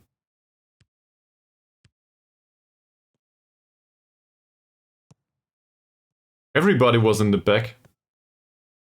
In both of these situations. It feels so unlucky though. Really only unlucky. The best thing about this result is it's 5 minutes in.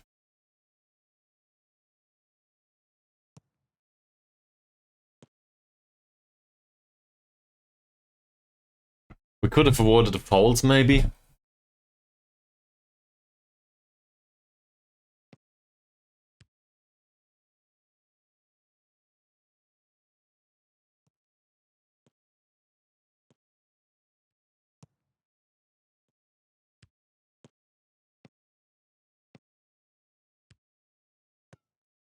They combine pretty well. Nice, Diego. Can we have a counterattack, please? Apparently not. This is way too much expectation. Any counterattack at all.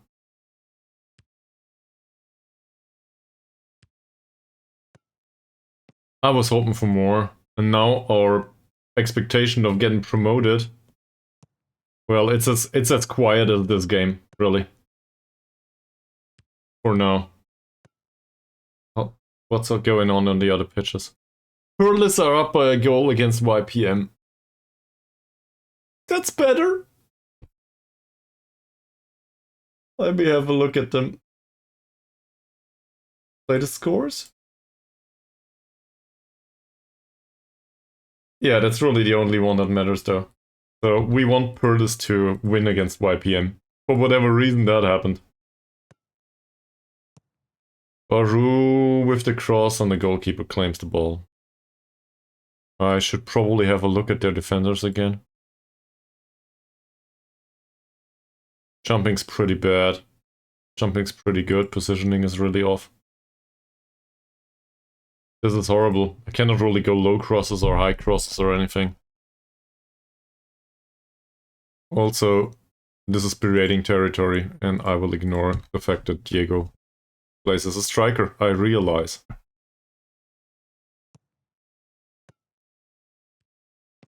Run for Baru again. Baru with another cross.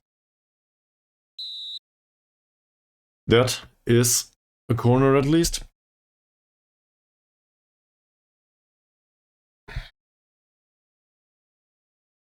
Two goals down. Behind, whatever. What happened here? That's intercepted by Baru. Cut inside, please. Or at least keep the ball. That would have been an opportunity for a goal scored. Twice, actually. At this point. So we do create a chance, we just don't convert it.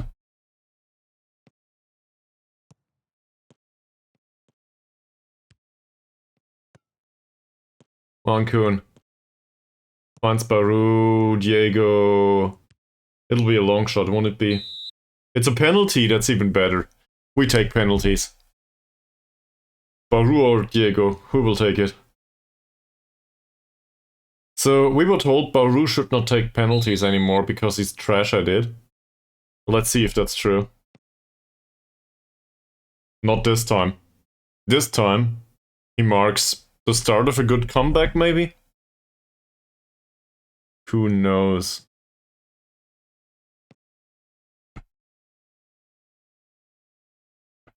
Our defending is pretty wild so far. We'll encourage them to do more.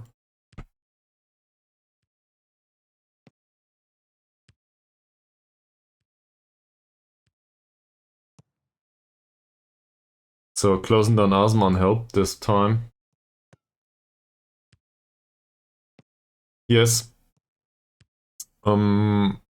Also, he intercepts a ton of balls there.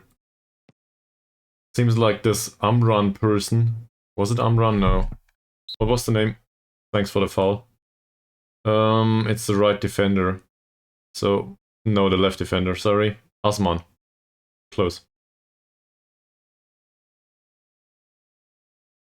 Yeah, we close him down due to the bad first touch. So, I don't know if the impact is, if this is me overstating any impact or anything, but it might be a thing. Thomas, don't be sporting, don't put it out. Sure, free kick to us. Pulled knee ligaments, what a pity. So this is Modali, I guess we go down the left all of a sudden. Given this. How fast is this guy? Usually pretty fast. So we try to exploit this weakness. I'm not sure if this goes well, but at least we try.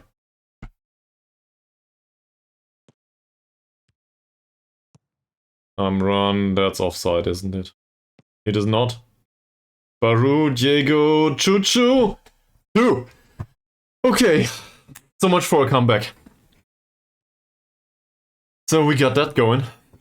30 minutes in, four goals scored. I expected a better performance on the defensive side.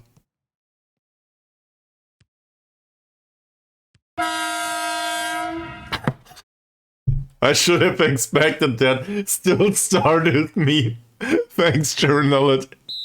Thank you for that one. Also well placed. Doesn't obstruct the view right now.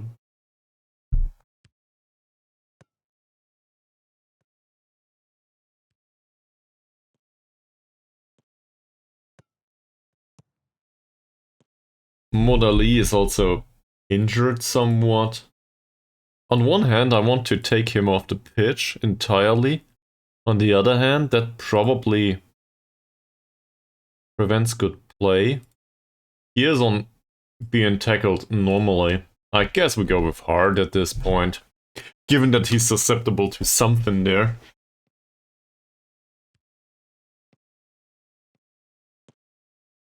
Maybe somebody will knock him off the pitch. Who knows? He can throw a ball still. Pulled knee ligaments are no joke. If he turns too sharp, well, if he turns sharply, sorry. So that might just be the end of his career. Please don't do that to me. What's going on with them? What are they doing? The ideal makes a tackle with the foot because the central defenders are asleep. Look at that.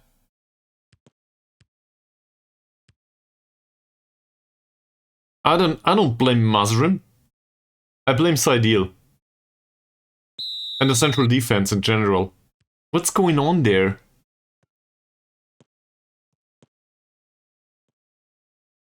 Three goals conceded within 35 minutes. This will end up 8-9 or something if we win it. I guess I will take an 8-9.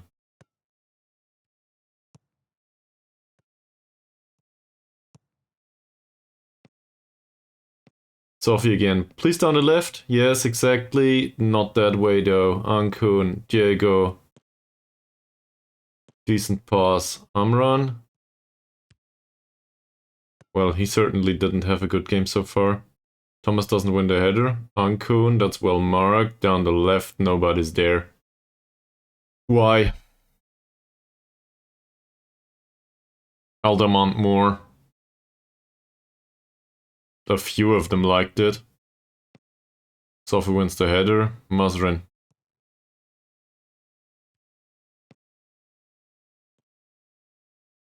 I guess I should be happy with reasonable possession passes. Thomas, Diego. The pace of the passing is fine. The tempo, I should say. Baru, Sophie, Chuchu. Not offside. It is offside. Saidil is on a 6.4 rating, by the way. Whatever happens next season, I promised Saidil that I will play him as a starter in case he manages a 7.0 average rating. The consistency on him is so all over the place. I'm so close to playing a 17-year-old goalkeeper. For next season, obviously. Not now. For now, we will suffer through with it.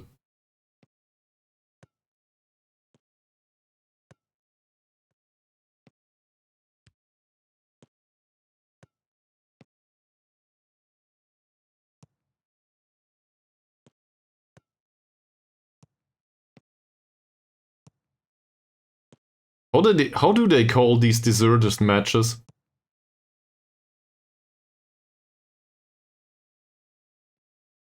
We will lose this one.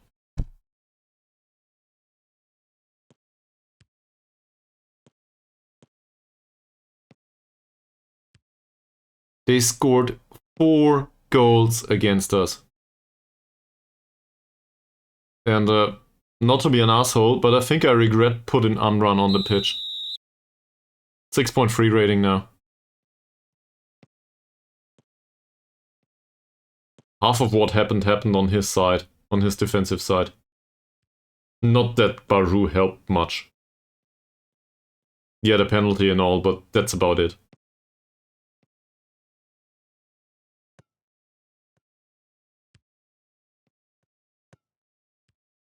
I'm also not sure if going down the left did us much of a favor. Baru, Diego again, that's going down the left. Yes, Mazrin doesn't do anything useful. Why? Your first touch is not that bad.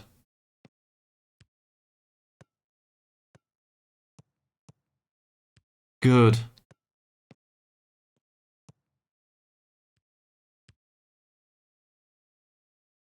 Mehat with another cross. If not for the bad cross, that would have been the 5th. Could have picked the low cross. I've had enough of this. No, I will not use a stoppage for this. Sorry. We will get through another 4 minutes. Then Amran must be taken off the pitch, I think. It's not his fault all by on his own. Not alone. But we need to score another 2 goals just to make it even. Yes, well done, Ankun. Going down the left doesn't necessarily seem to work either. Going through the middle, though, that brought us 2 goals at least. Can you... Yeah, apparently no. He threw that one into touch. What's going on with him? He's focused, it says.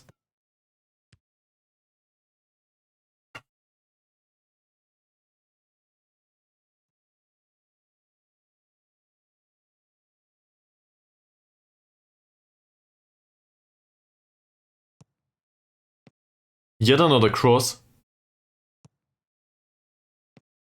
We specifically focus on avoiding crosses.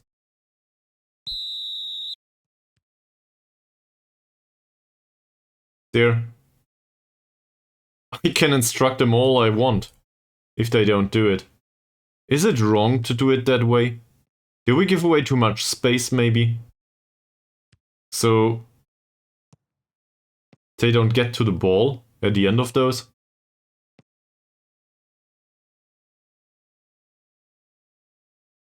They had 7 shots, 6 on target, 5 in the back of the net. So ideal 6.2 rating is... That's an overstatement.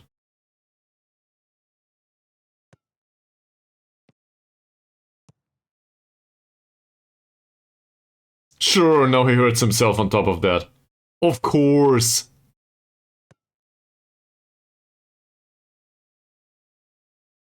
At least that'll get me out of that promise. But, of course, it takes a stoppage now. Here you go, Aris. This episode has it all. 7 hours in now, and all of the feelings. I don't know what to say.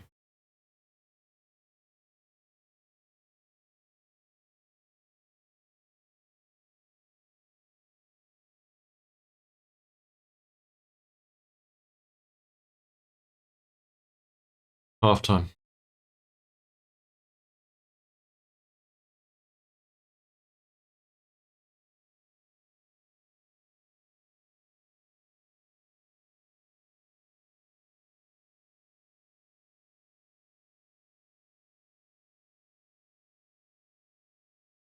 This is the attacking tactic. I went with defensive mentality. But...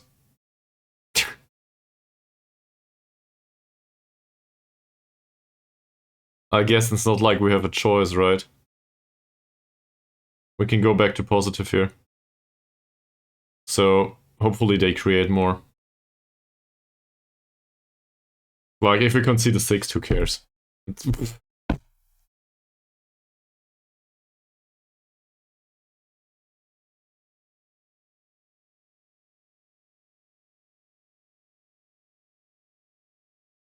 I guess this is the level that we usually play in.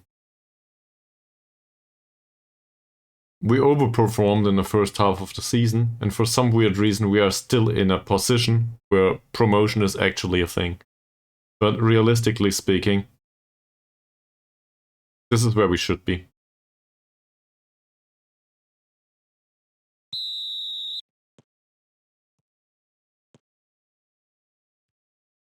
And, well, I will try to fire them up with B rating. Also, Mod Hussein is now on the pitch, so it cannot get much worse.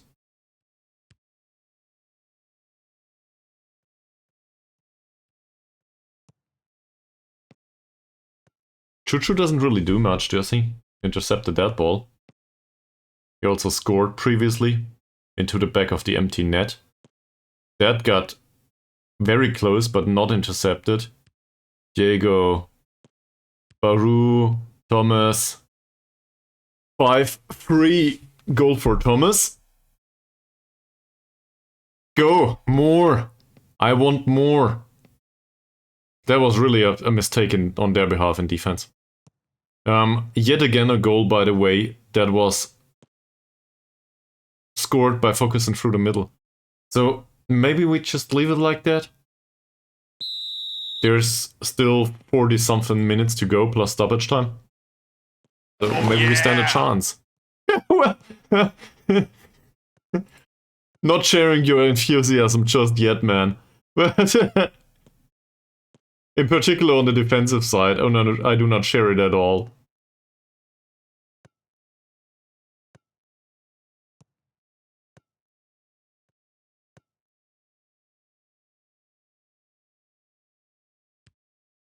Asman, Mod Yusuf, can we press them? Apparently not enough.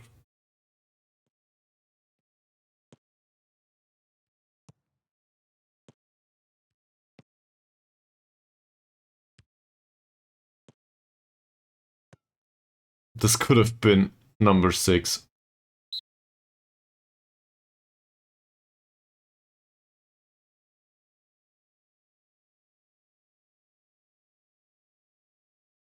Chuchu scored and still he is on a 6.8 rating only. Due to not doing anything else. Yeah, wow.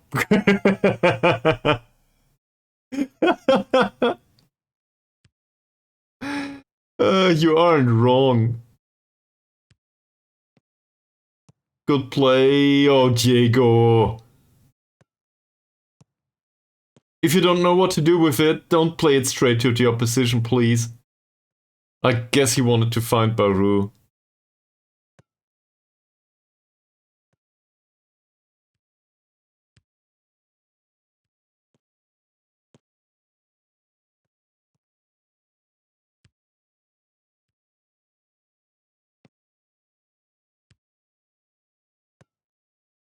Yeah, for the spectators, right?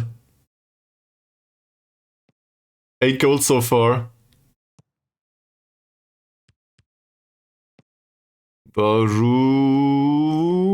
Too slow? Not too slow. Skips past his man. Chuchu's not a... Chuchu's apparently goal-scoring monster, at least in this match. Maybe this is what he will be remembered for after all, afterwards. He's definitely top goal-scorer for now. Back post header again, yes.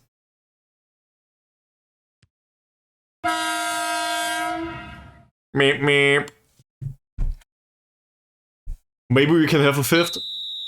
Go, go, go, go, go, go, go!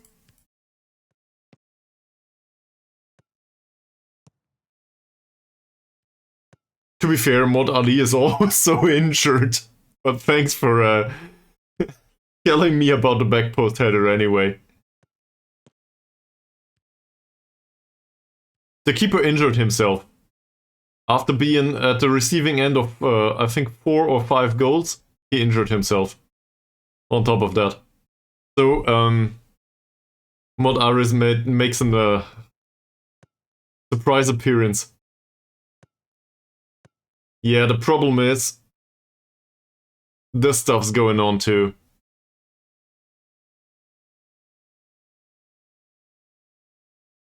Yellow card for Carrier. Whatever happens, I will at least instruct him to be more cautious. Doesn't matter.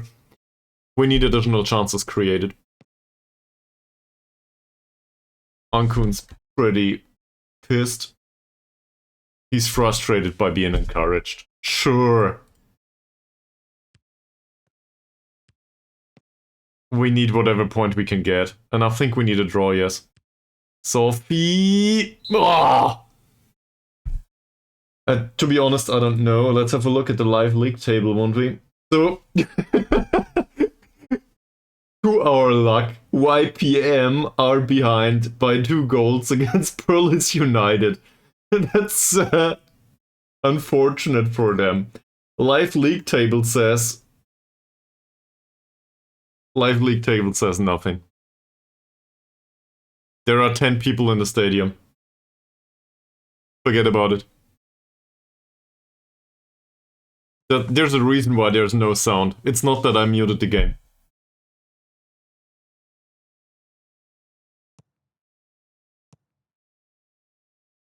Chuchu for the hat-trick, maybe? No? Safri is nervous. You already gave away. We conceded 5. How can you be nervous, Safri? It's all done anyway. That's not bad. Baru cuts inside Diego 5. 10 goals in 64 minutes. This is not the end of it just yet.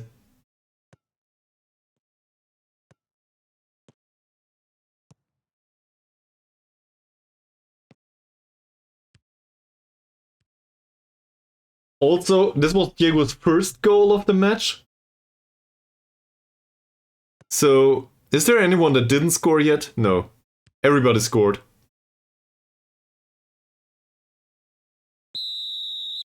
Will this Baru is on a 10.0 rating now. I think it was a good decision to play him. Nice tackle, Thomas. Close him down. Yes. Finally. Really, yes. We should have played a second striker in place of the keeper. Mod Aristo is able to claim a ball without hurting himself, it seems. So, he's got that going for him, which is nice. Also that long ball, and Baru is very confident right now. That is picked up by Thomas. Baru seems not to run.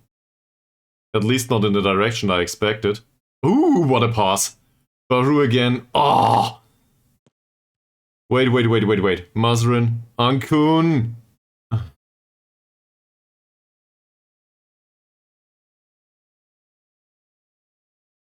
My biggest concern with that is that Kyrgios on a yellow card. And he's on a 6.3 rating, same as Safri. So, do you really want me to play him for Sophie, given that Killeen is on the bench? Also, Sophie's game is not half as bad as the other ones. No. You know what? Ankun can come off. He didn't do anything useful today. For whatever reason. Carry on for... If this is a joke for Carrier, it's a good one. The momentum is on our side. There's no reason to take off anyone up front. But I think I will give playing time to Killeen. You can do this, Killeen.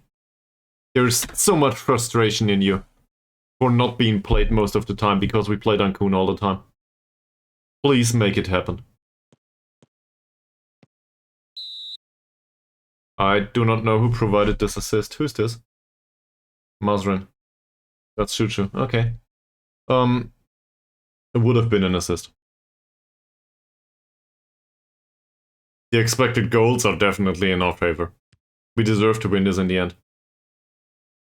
Safri, that does not end up with Thomas. I think I demanded more. That might not have been a good idea.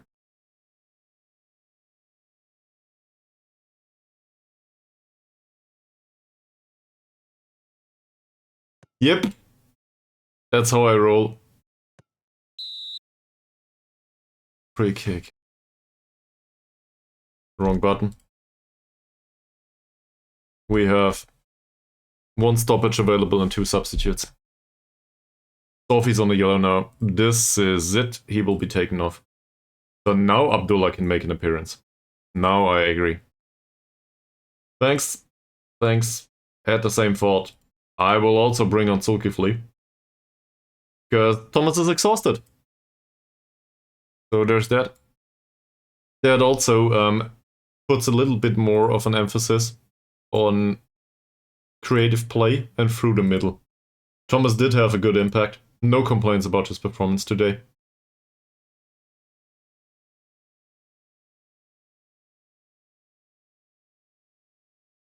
Well, if you say so, then we'll go that way. I don't think he's any good at it, but alright. Don't. Apparently Mod Jamil Killeen is willing to go into heading duels. That was an important challenge, yes. As the commentator just stated. Encouragement all the way. Ankun's no longer on the pitch, so he cannot complain about it. Don't you dare. Mod Aris with the save of the day.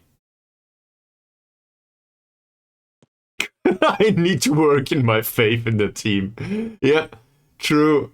Baru maybe? Ah. Yes?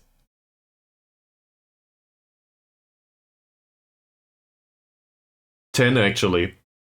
He's 1 meter 81. So for Malaysian level, this is a giant.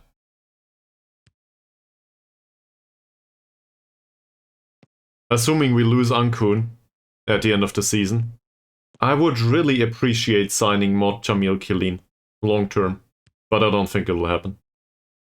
That's okay, Safri. This one, though, isn't. We found a keeper. One that can actually save the odd shot here and there. Don't want to overpraise him, but he might just save us this match. After conceding 5 goals. Not a single goal has been conceded since Mod Aris is in goal. So, not jinxing it just yet. Hopefully. 2 subs. That's fine. Mazrin. Abdullah. Abdullah with a long ball to Diego, and that's the wrong flick on. It was offside. Choo-choo for Abdullah. Oh. He could have made up for the entire bad season. That long ball ends up straight with Moss Hussein. Carrier. Mochamil Killeen. Diego. What the hell, Diego? Yeah, it would have been. Might be the other way now.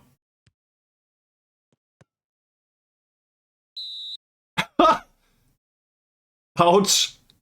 That was pretty close. Let's have a look at them. I know it's 3 minutes and we will probably concede after the corner, but I know jack shit about him. And I know that he needs to be kicked off the pitch. This is a central midfielder. His passing's shit, his vision's bad. In fact, that's enough.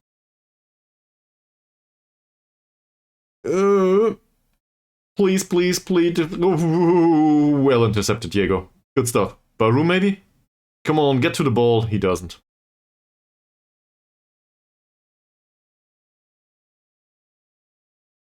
If we got a penalty, who would I want to take it? I guess Baru. He's on a 10.0 rating. He cannot be more confident.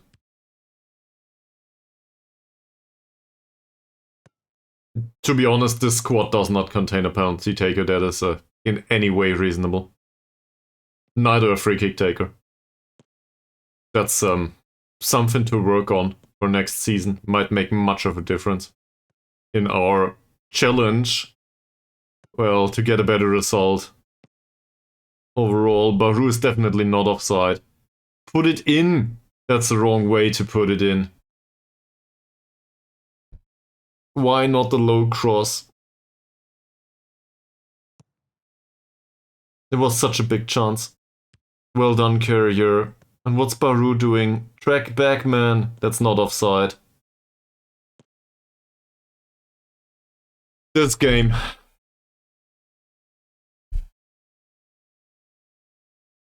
He's frustrated by being encouraged.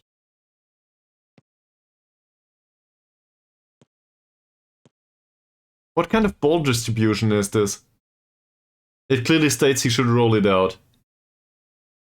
It also says play out of defense. There's no sub to be had anymore, if I'm not mistaken. But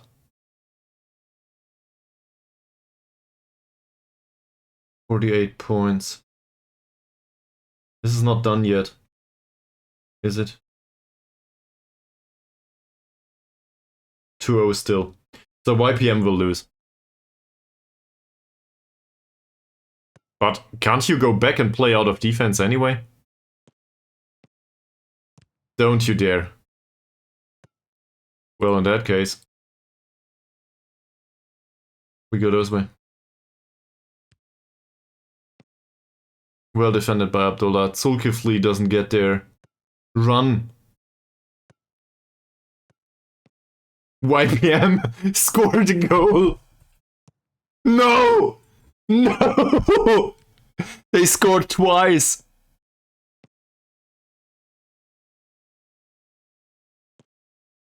YPM just scored twice.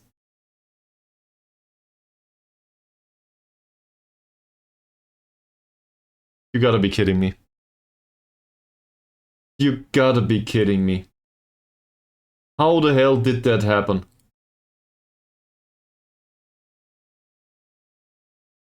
Depends. We do not need to be promoted as champions, right? It depends on KL Rovers. If KL Rovers do not win, it might still be enough. So I'll cancel this.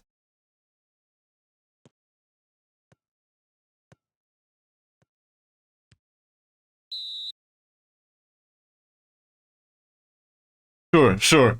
But it's too close for my taste. It really is.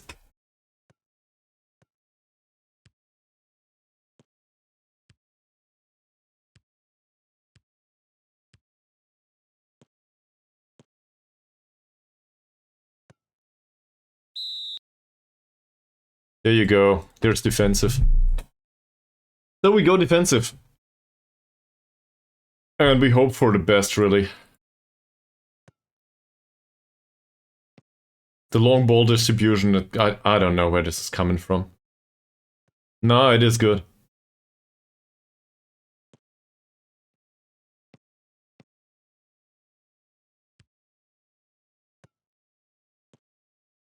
This is a wild game. So wild. That's clearly offside, though.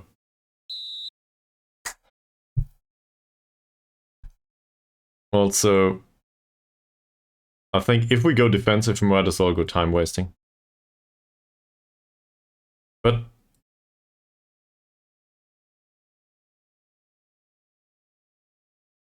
something like this.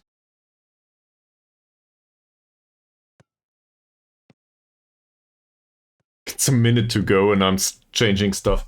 You are correct, I should have done that earlier. Well done, Kyria. Well done by Mochamil Killeen.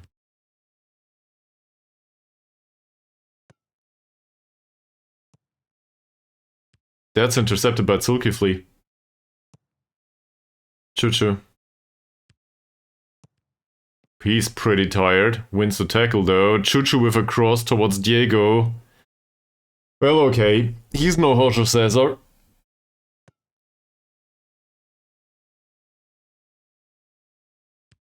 Abdul Hamid with a distribution, and that should be the match. Time's over, stop the count.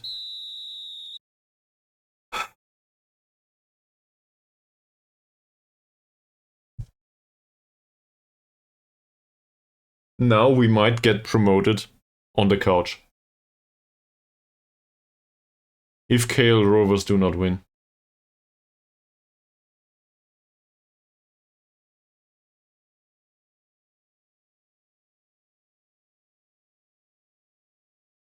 I think we'll go with this.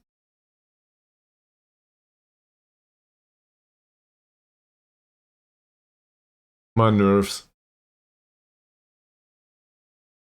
I guess this is what Football Manager is about, right?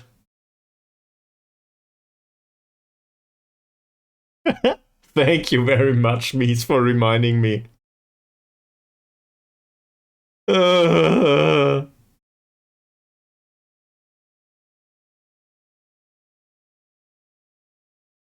So. KL Rovers still have 2 matches. So the rest of it is done. So Sembilan and Saints cannot really challenge us anymore. KL Rovers have 2 matches, and if they win both, they go beyond us. If YPM had lost... Yeah, sadly.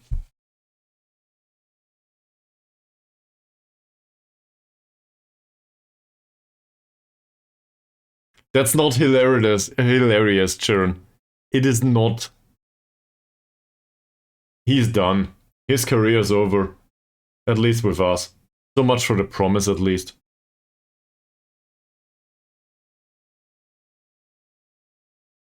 The Ideal managed to concede 5, get on a 6.1 rating, and then be injured.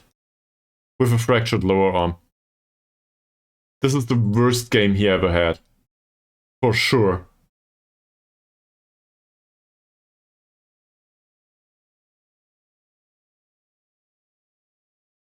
We are hoping for a Bukit Tambun draw or win.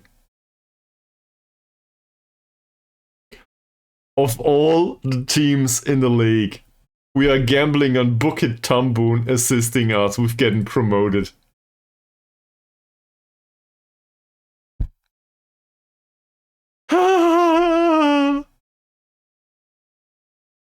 We will, but this is a good idea, Mies. We will do that.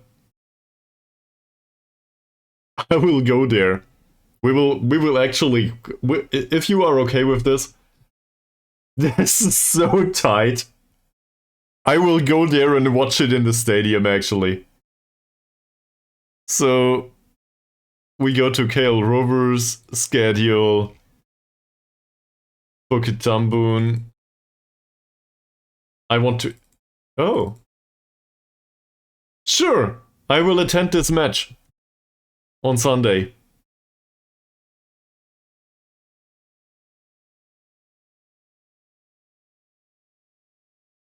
Short break, and then we will watch a match in Football Manager that isn't ours.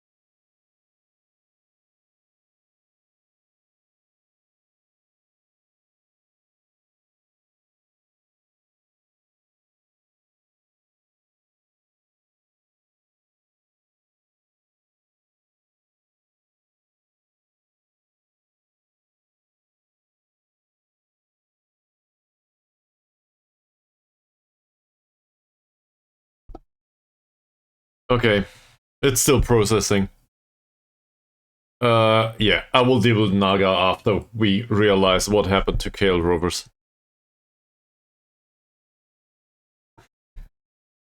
Please, please, Bukit Tambun, do something useful.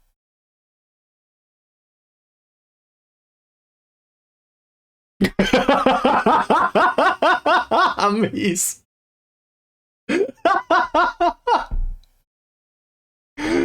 Okay. Noted. I will not do that. That said, I will probably not have this talk anytime soon. It's on. So, I'm actually willing to watch the comprehensive highlights on this. If anyone's interested.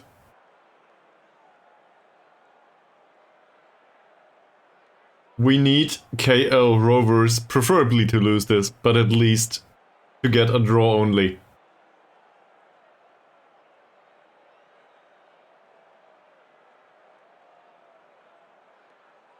Yeah, kick it off already. At least there's spectators in the stadium here. So KL Rovers is in red, Bukit Tambun is in yellow. We want the underdog. that did not have a chance throughout the entirety of the season to win against KL Rovers. Please let it happen. Please. Well done.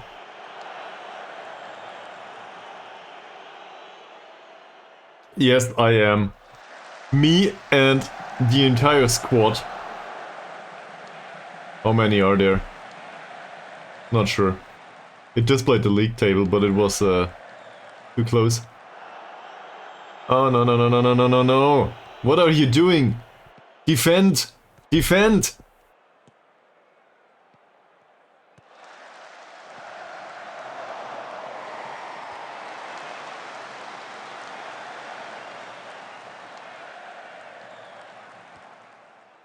Long distribution, obviously. I don't know what they're doing. So they distribute the ball in a long manner. But also, everyone pushes up. In an attempt to get in some sort of fast goal scoring situation. Yeah, I will. Please. As some sort of a miracle. Just win this match, Bukit Tambun. It's well defended so far. Not really, but a little bit. No, no, no, no, no, no, no, no. It's a free kick to KL Rovers. Don't. Maybe Zulkefli or whatever the name of the keeper was can save it. Or don't hit the goal. Just don't hit the goal. It's fine. That's also okay. It's not. We got lucky. It deflected off the wall. Don't jinx it, Mies. This is not funny. This is about getting promoted. This is serious business. Yes, counterattack. Go. Run. Oh. Well, they have the same colors. Similar, at least. So what did you expect? Also, this reminds me of TAF's well. That's not a good comparison either, is it? Free kick due to offside. He took the shot, though. Somebody's hurt. That's good. That's a star striker, if I'm not mistaken.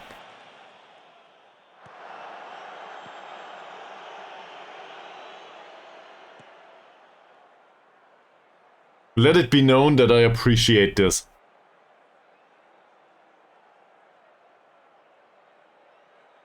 Yeah, he has a cramp, maybe. It's not the star striker, is it? Somebody on the wing.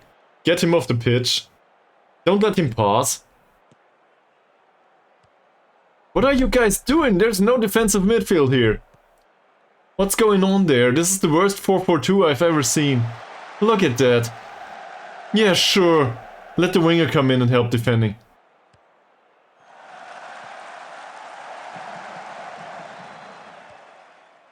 Of course.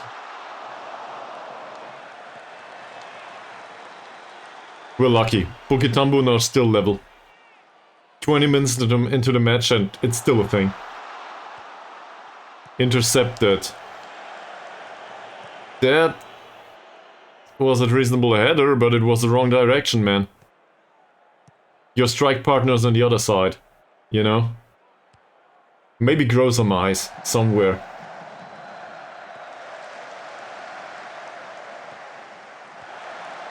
No, no, no, no, no, no, no, no, no, no, no. Okay, this is intercepted. It's just a corner.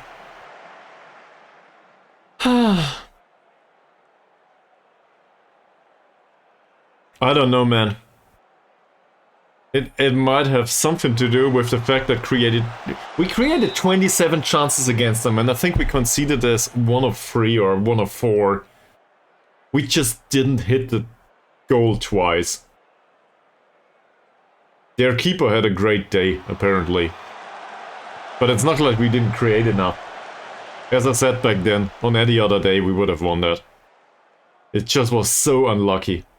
Or maybe it's on me and I should actually start playing a striker at some point. Maybe that's the biggest concern.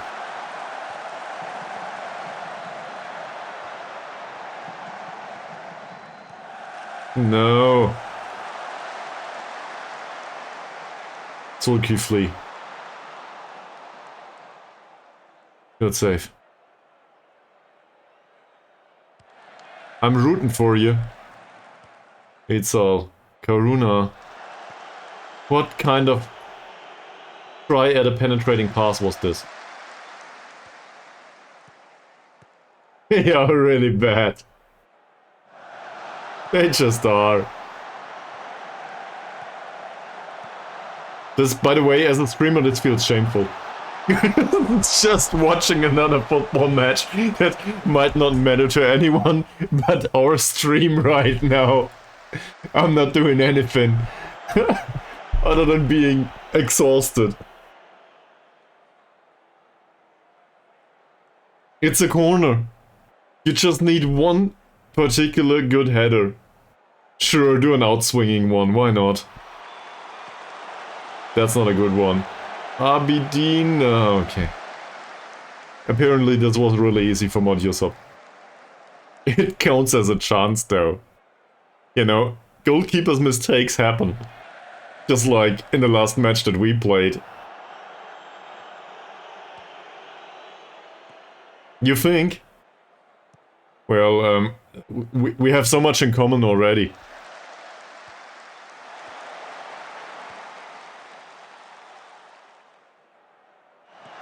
Is there a The defending. I know only one team in this league that defends that badly. And this is us. Claim it. Holy shit, okay.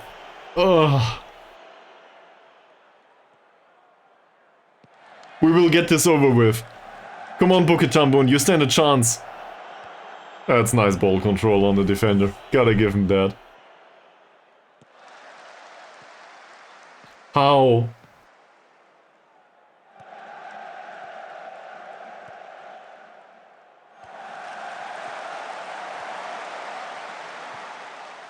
I don't know, man.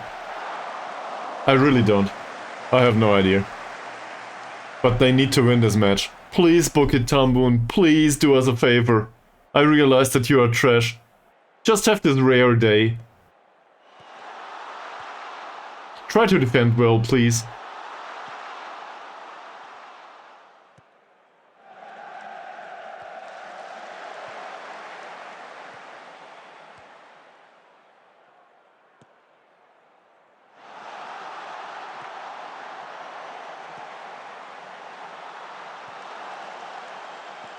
Alright, they have ball control. That's a pretty direct way to play. Also, they lost possession immediately. There would have been an opportunity to go for the left wing there. I can see a concept there. The concept is play a long ball and hope for the best.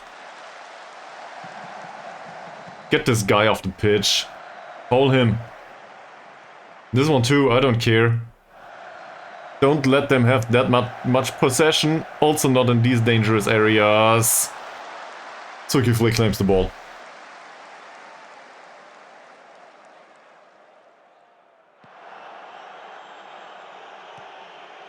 I was never this excited for another team.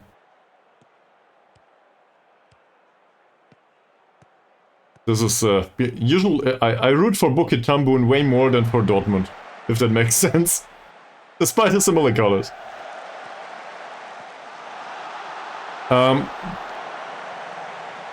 Probably some sort of hoster. Annotation that the domain is free to have. Stuff like that. Kuala Lumpur made a few subs. It's a Facebook page. Well, I think you might want to have a look at the club page of Jederhochdaals IK. Jederhochdaals IK has a real web page. It also looks like the web page was designed by a 17-year-old, and the content in there never got finished. So their Facebook profile is actually better. 3.6k followers. Well, in case you are a follower of Bukit Tambun, just let it be noted that I'm very much with you, at least today. Like, I don't care about the club in general, I just want us to get promoted. So Bukit Tambun need to win this match. Claim it. He does. 47 minutes. 0 both. I am a supporter of Bukit Tambun. For now.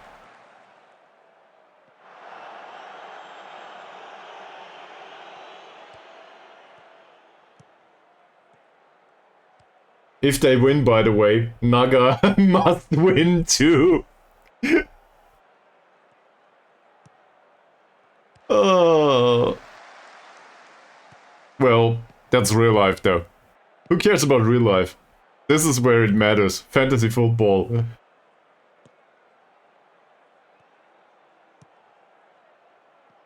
Where's Bukit Tambun, by the way? What location is this? It's not in Borneo, is it? It's on the other island of Malaysia. Whatever it's called. It probably has a proper name, I just don't know it. Sorry.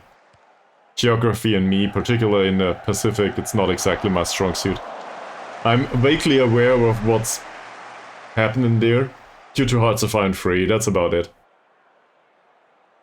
Probably should have learned a few of those names.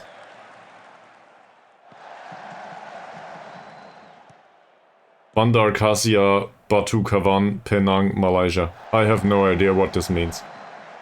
But thank you very much for the information. Well defended. That is... Gotta give them the fact that their central defending is way better than ours. We would have conceded 5 goals at this point.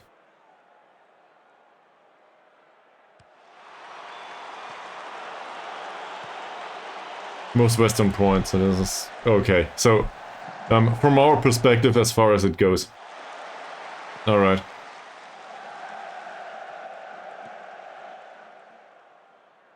Look at the narrow defending here.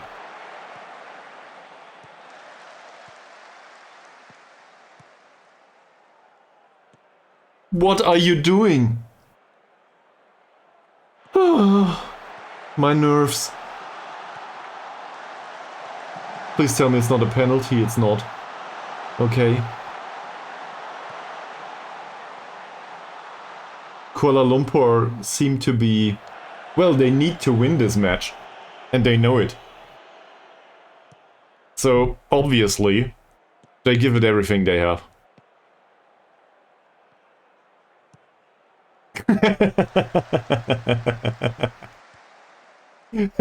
I don't know, man. This is what you do in your free time. You seem to like it.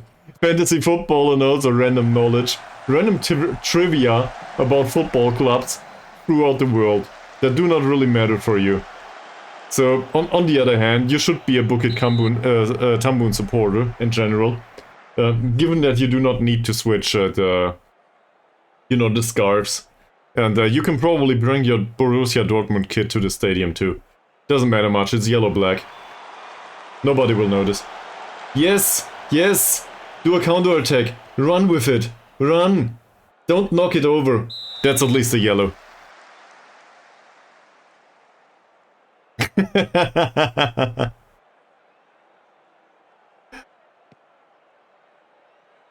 This is your opportunity to make history. Not for Bukit Tambun only, because they do not want to get relegated. No.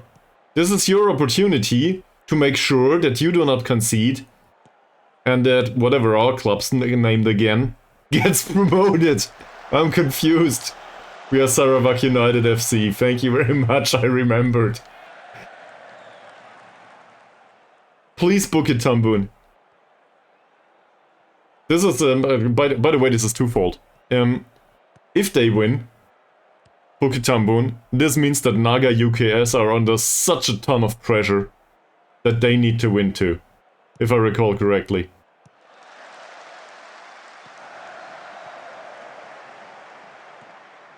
No. Okay. This is good. Where's the tablet? Tablet's gone. Oh, here it is. Let's have a look at this. So, at the current state of the affair, they would not be able to get us. Also, this is not enough for Bukit Tambun.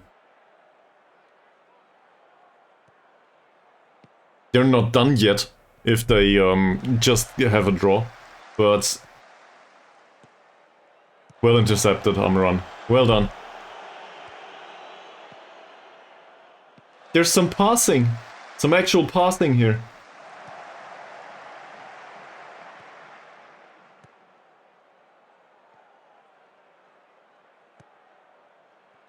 If you waste another 22 minutes plus a bit of stoppage time, I'm okay with that too. A draw is fine. I would prefer Bukit Tambun to score, obviously. But, you know, yeah, there's some space, do it. That is okay too, that's not offside. What do you do with this? Okay. Put it into the middle maybe? Or don't. There was a shot!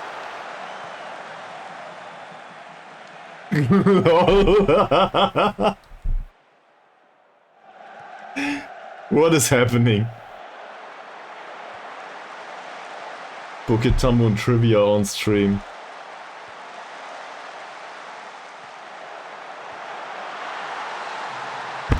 It had to happen, didn't it?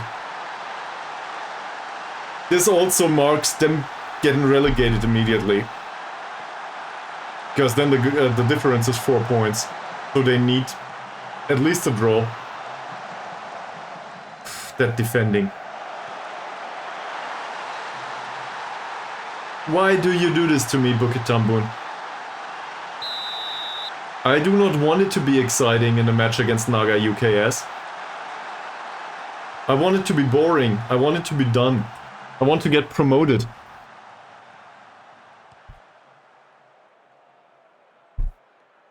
Granted, YPM could also just not have drawn in minute 93.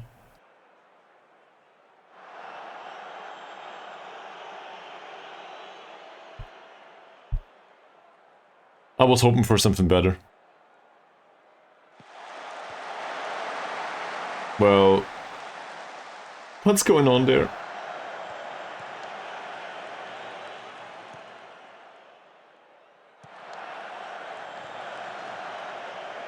To be fair, it's only one goal. They still have a chance. A teeny tiny one.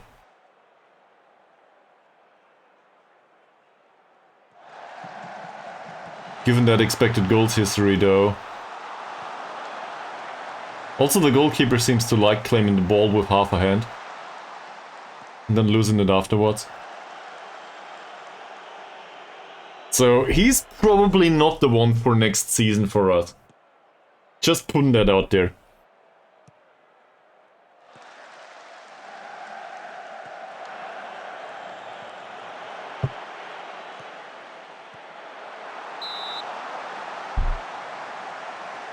Yeah, keep the pressure on, as if it's needed.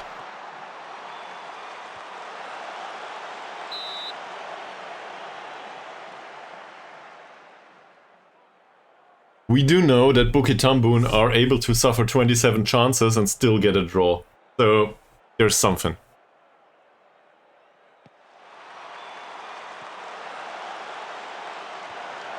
That's way more trivia than I anticipated at the start of the match. Thanks for keeping me entertained. I thought it should be the other way around, me entertaining you.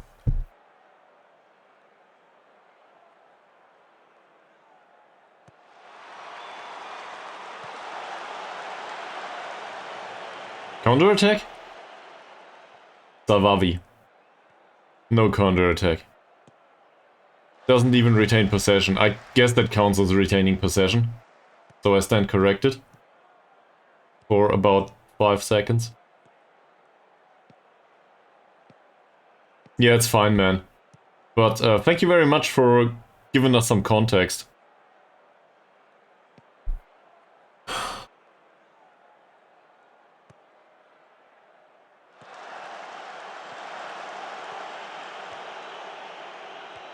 Okay.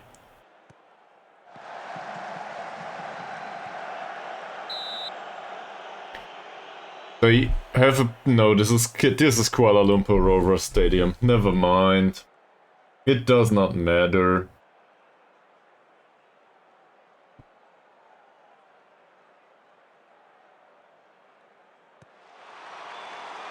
Yes. Yeah. Look at the table. They are done. They need at least 1 point. If they do not get 1 point, they are absolutely done. And for us, well, in our defense, 1 point is enough, even in this situation. And YPM as well as KO Rovers have to win to make it. So the situation is pretty much in our favor, but you know how it usually ends if it is like that. With conceding 5 goals and them scoring 12 each or something. So, that's not granted at all.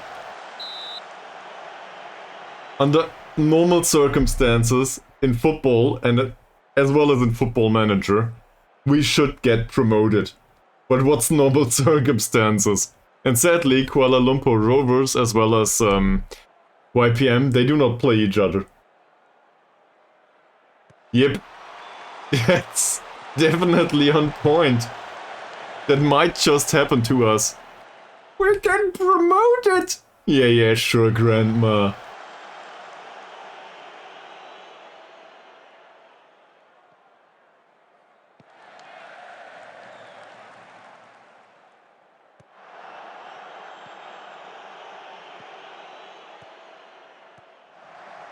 It could also be used in the meme format with Jesse from Breaking Bad.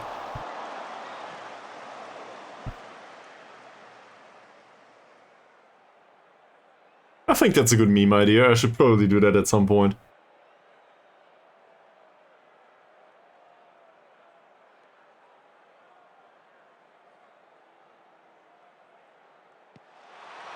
Don't you dare really losing this. You have 3 minutes. They don't stand a chance.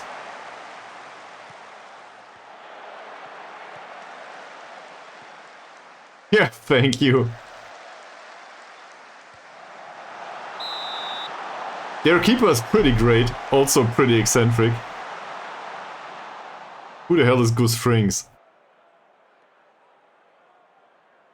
This is probably yet another piece of trivia that I'm not aware of.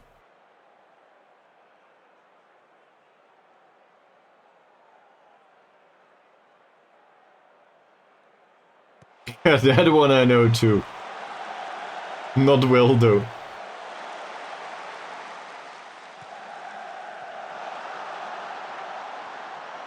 Polos Hermanos. Oh! Well, now it's done. I do not think we need to watch the rest, do we? So, we leave the stadium now, that's it. It was fun while it lasted, that's the result.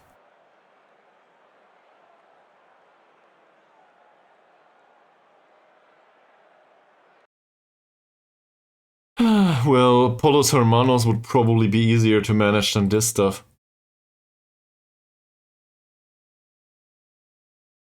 Sources in the media are at a loss to explain my attendance to the game. You fuckers are so stupid. Oh, okay. Me insulting virtual media. That's it. Twitch will ban me for this. Hopefully not. But seriously. Why would I be at that match? Probably because it's really decisive for us. Oh, okay. So, the situation is like this. We are at 48 points. 2 clubs on our heels. Goal difference is in our favor. Yes, maybe I will. Maybe I will. Also, I'm conflicted on this. I feel somewhat sharp as a player, you know. I feel like somewhat I can do this. On the other hand, I had like 2 pieces of bread today as food. So, this is the worst. This is the absolute worst.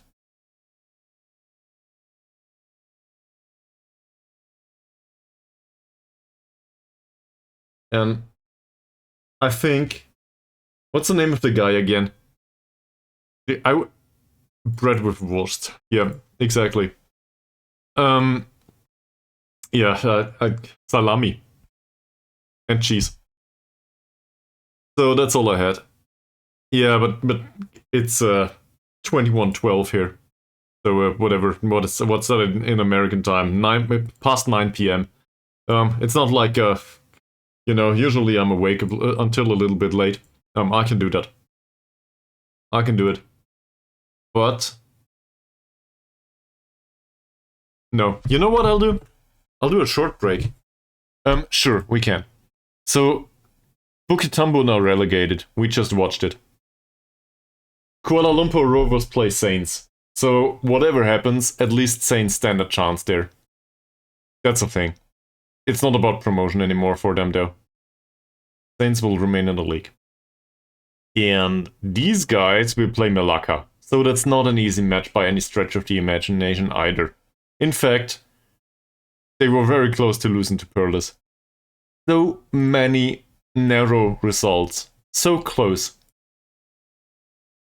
No, I have an idea for food. Might take 5 minutes to eat. But I have an idea. And afterwards, we will get through with this. We'll do this today.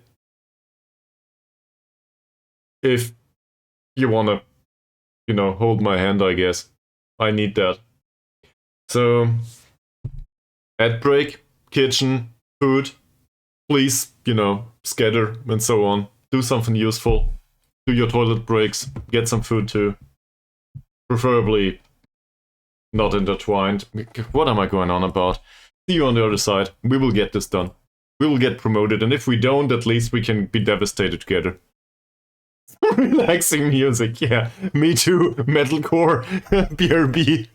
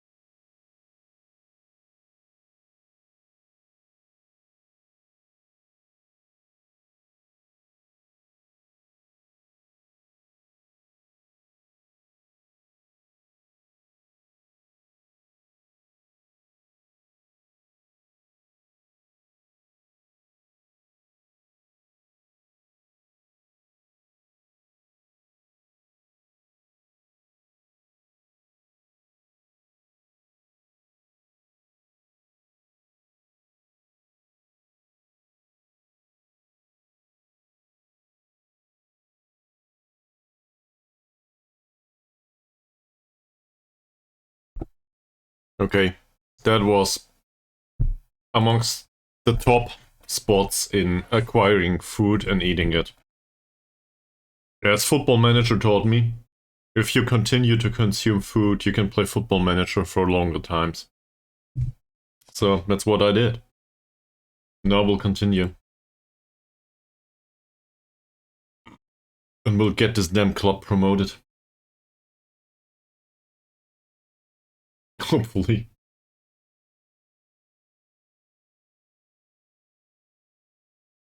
Well, not plain ideal though. So Iris will make an appearance. Great. Really great. Can we give him additional? No. That match's done. Friendly's over. Next match is against Naga UKS. Might as well have a look at it. Where is the scouting report? Yeah, sure, I remember. Okay. Well below us in the league, not as good as us, it says. Control possession style.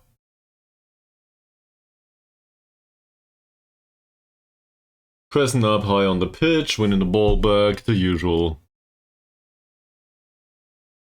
They should have problems out.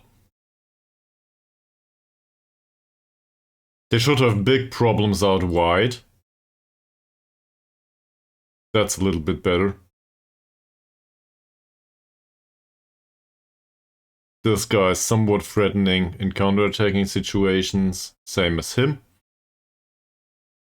Two poachers, basically. Not a good partnership, it says about all of these. That's probably just due to average match rating. He's not horrible, but yeah, you know, not fantastic. All of this reminds me of what I hate about our own club. So, he's pretty good though. The physicals overall are pretty impressive. Yeah, as well as the passing. So, there is the off chance that they can come away with something. This will be a really nervous match. I do not know if I want to change our tactics, to be honest. Let's go back to positive here.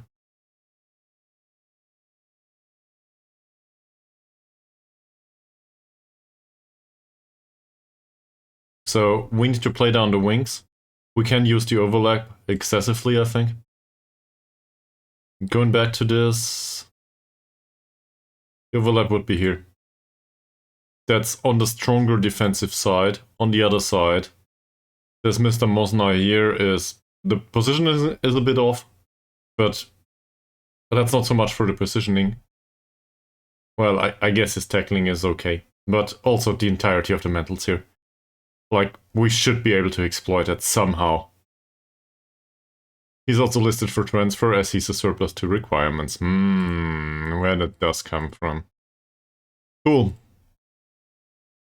So, a reliable member of the squad like Baru should be able to get something out of that. He had a 10.0 rating after all, last time out. Great, saving dialogue.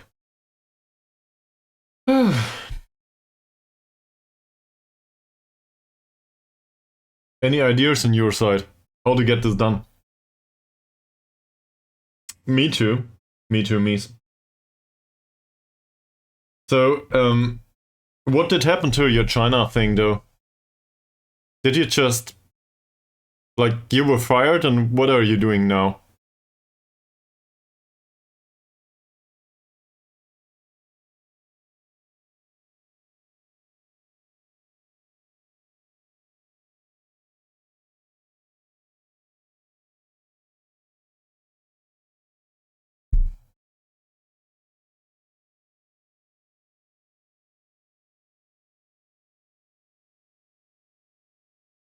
I'm not really sure what the not really relates to. What did I say wrong?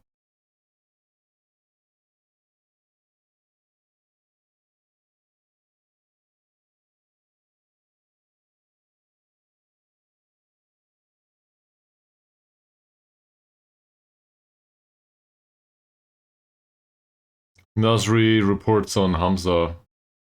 Hamza? That's one of the goalkeepers. Cool. We have a fairly consistent youngster. Well, let us know where you end up. Nils Ramang backs a coaching course license. We now have the National B license in Malaysia. Also extensive scouting knowledge there, so that's good. Don't care about this. Let's go. We will get the win against Naga UKS and everything else will not matter.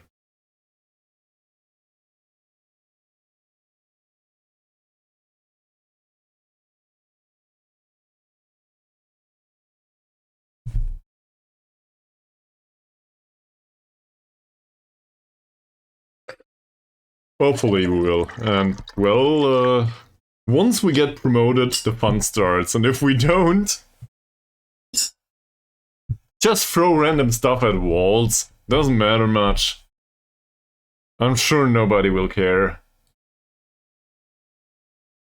What? You're back at the same club? Huh? How did that happen? I thought they fired you.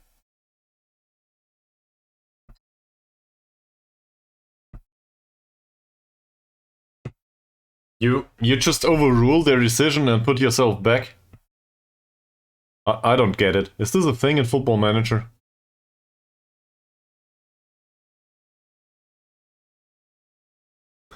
Okay. To each their own. If you want to play it that way, sure.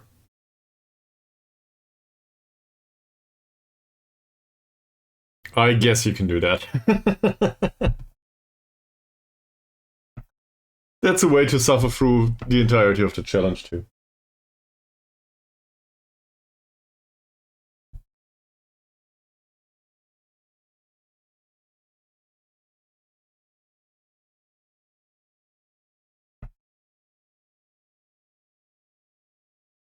Fantastic. No results here. Coaching advice. Diego should start with the shooting coaching. Sure.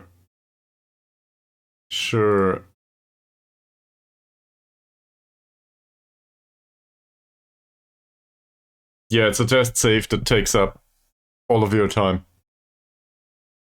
And it's all fine, man. As long as you're having fun.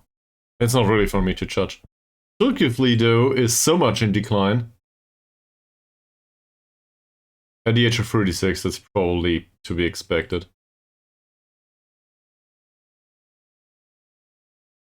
Don't want to go there. There's no improvement on Abidin? With the ball control? Okay, don't do it anymore. I will not follow through with this. Neither will I follow through with that. Well, Ideal will not get to his average rating. That's entirely on him, though.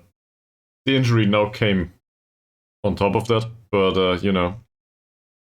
Go away. So, I guess we need a new goalkeeper for the new season. Might as well play one of the youngsters. If we do not get promoted, we might be forced to play in youngsters anyway. Fighting bravely against relegation from this league. It's so weird. Youngsters like him. I'm sure there's nothing wrong with that. Despite the teeny tiny problem of the low consistency and no skill set whatsoever. But we'll get it done.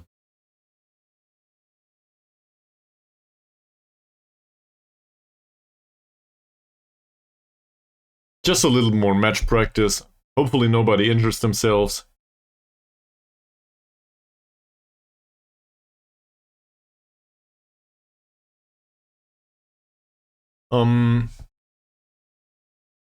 It feels like this has more to do with the skin, though. At least, you know, from my perspective, but I'm a remote observer, if any.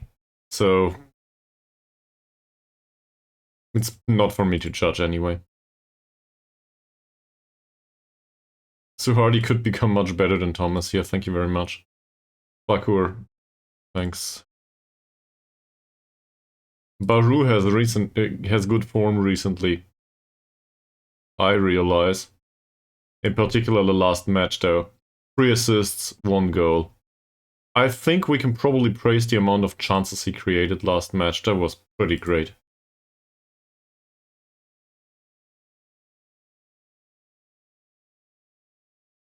It has a giant impact on form. 7.22 is not that high though. Hopefully he can keep it up. Wouldn't count on it. We should probably talk to most of the players about last match, with the exception of Thomas. For some reason, Thomas seems to be in a good mood most of the time. Way longer than the rest of them. Did score last time. Same as Diego. Nah, let's give them the additional day.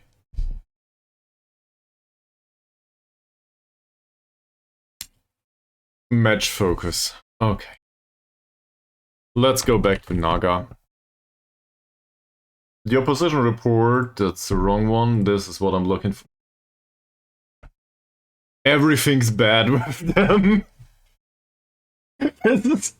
It says cakewalk, and this is why I'm so cautious about it. Please, please don't make me fuck this up. Okay. 4 chances from set pieces. 11th best in the division. The entirety of the attributes is rubbish. Their crossing is somewhat dangerous. Near post corner threat is also pretty big. They do not have good corner taking. Their central defenders have 3 points of jumping reach, 8 points of jumping reach and no strength whatsoever, and 5 points of jumping reach. It does not seem to matter how we approach this. They are really bad either way. So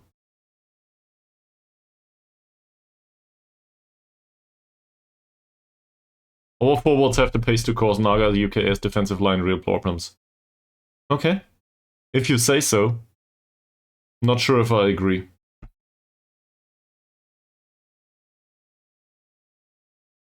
Yeah, you do that, and why do you do that? Our staff recommended focusing on attacking free kicks, as our analyst suggests that Naga UKS are performing poorly across the board when defending set pieces. We should focus on exploiting this. So why don't we focus on attacking corners too? I want to outscore them. Also, I do not want to concede too many corners, but... Or, you know, not concede at all. Neither the corners nor the goals.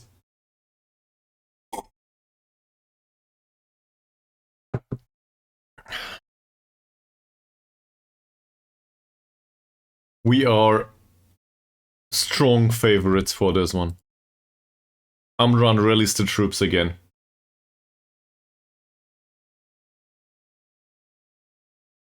Team talk, I guess, isn't it? What do we say in the team meeting?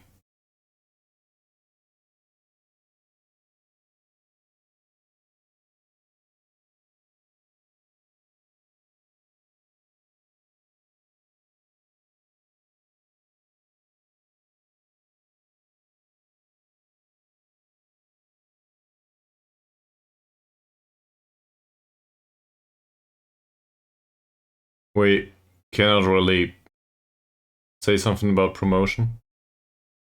I think I'll go with we've been playing fantastically all season. Don't let this little blip affect our promotion changes. Keep your heads up. That's encouraging, isn't it?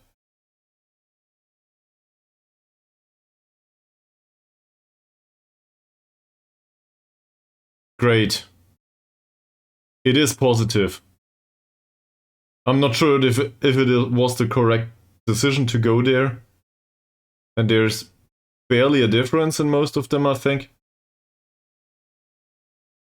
but it might have had a minor positive effect. Now Taib as well as Kelin are pissed with their playing time. This is the last match. This is friendly. Either we get promoted and they can go wherever the hell they want, or we don't. We just had. Thank you very much, Cheryl. Now let go away. The virtual one, not the real one.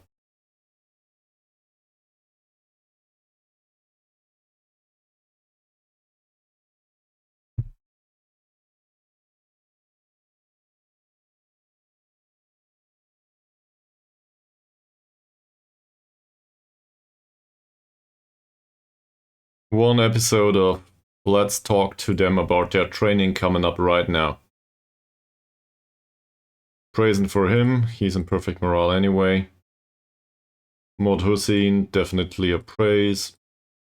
Perfect morale anyway. Atan, probably not in perfect morale yet, neither after this talk. Diego's vision went up for some reason. Guess that's not bad.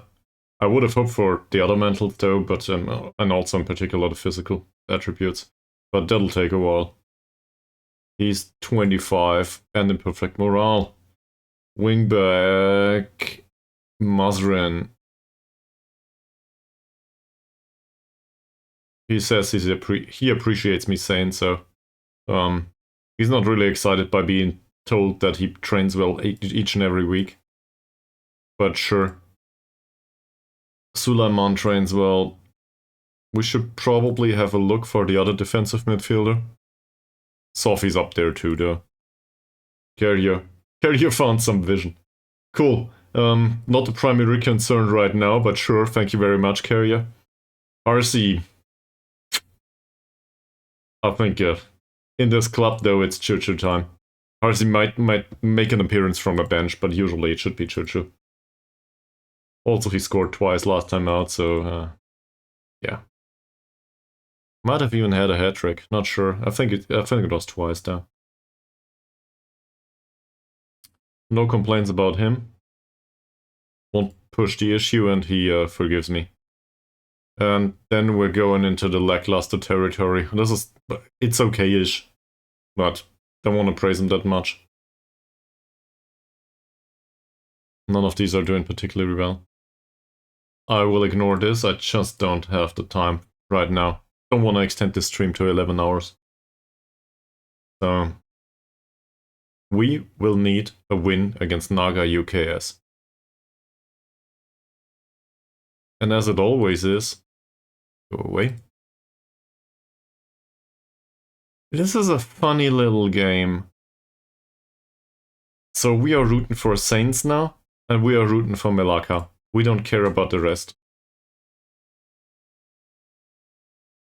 Sure, but I think the league sorting rules are pretty standard. Rules. Where is it?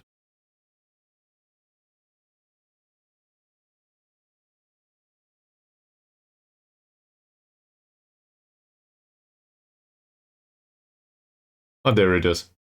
Goal difference, goals scored, results between teams.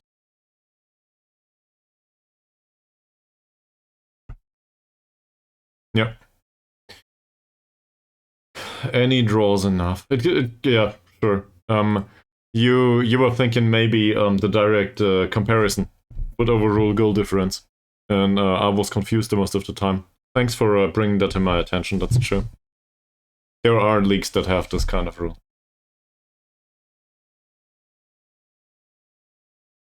That doesn't matter anymore. Oh, this is a home match. This is as easy as it gets, and that's the biggest concern right now. It will not get any easier anytime soon. At least on paper. The result does matter immensely, though. It's all about getting promoted or not getting promoted.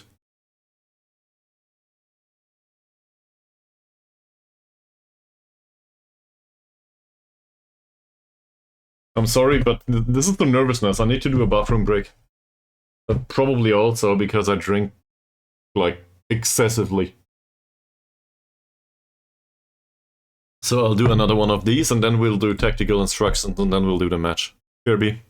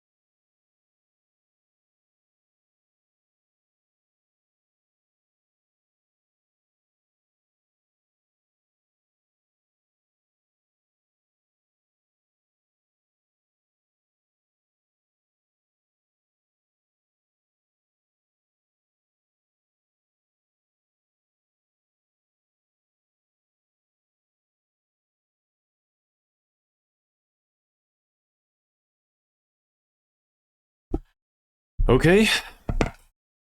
This is the final of our season. So let's prepare accordingly, won't we? No use scouting any of the other matches. Tactical meeting, here we go. It says we should do a lot of changes to the team. I do not really agree with that. It also says we should be cautious. A draw is enough, so I somewhat agree with that. Regroup after losing possession. Well, I don't think so now. I want to win the ball back. Okay. So we do go defensive though. We are known to be pretty good with this. We didn't really get the results lately. In particular, not in the last match. Conceding 5 whilst you're on the defensive setup is probably really, really bad. Overall, performances of Diego, Chuchu, Thomas, and Baru certainly give him any right to be on the pitch. Ankun's captain. I have my doubts in general about his capabilities. Scored 4. He had a bunch of assists throughout the season, didn't he? 3 assists for a playmaker is, well, let's not talk about it. So there's that. We should probably have a look at your position. So this Asmi person, dribbling and bravery are somewhat lackluster. Strength is pretty low. I do not think we need to do the hard tackles, but we can maybe do normal tackles against him. In general, low composure. Probably a case of closing down, but with our tactic that should happen anyway. Ovrinda, not much better. No specific instruction needed, I think. Same here. He's more or less a poacher and that's it. I don't really know what to do over here. They still have everything to play for though. They might go down, so dangerous opposition. This guy is the only one in the entire squad that can pass, if I recall correctly. He can't move away from his marker though. That's Mohammad. So we try to mark him tightly. Dribbling's low, bravery's low. This is the hard tackle in the squad. We'll go there, he needs to be taken out of the game. His average rating is also 6.9, so they have been better at some point, but I guess the really bad performance overall in the league comes from the bad defensive performance, so we need to get through this. This guy's passing and vision are not to snuff at either.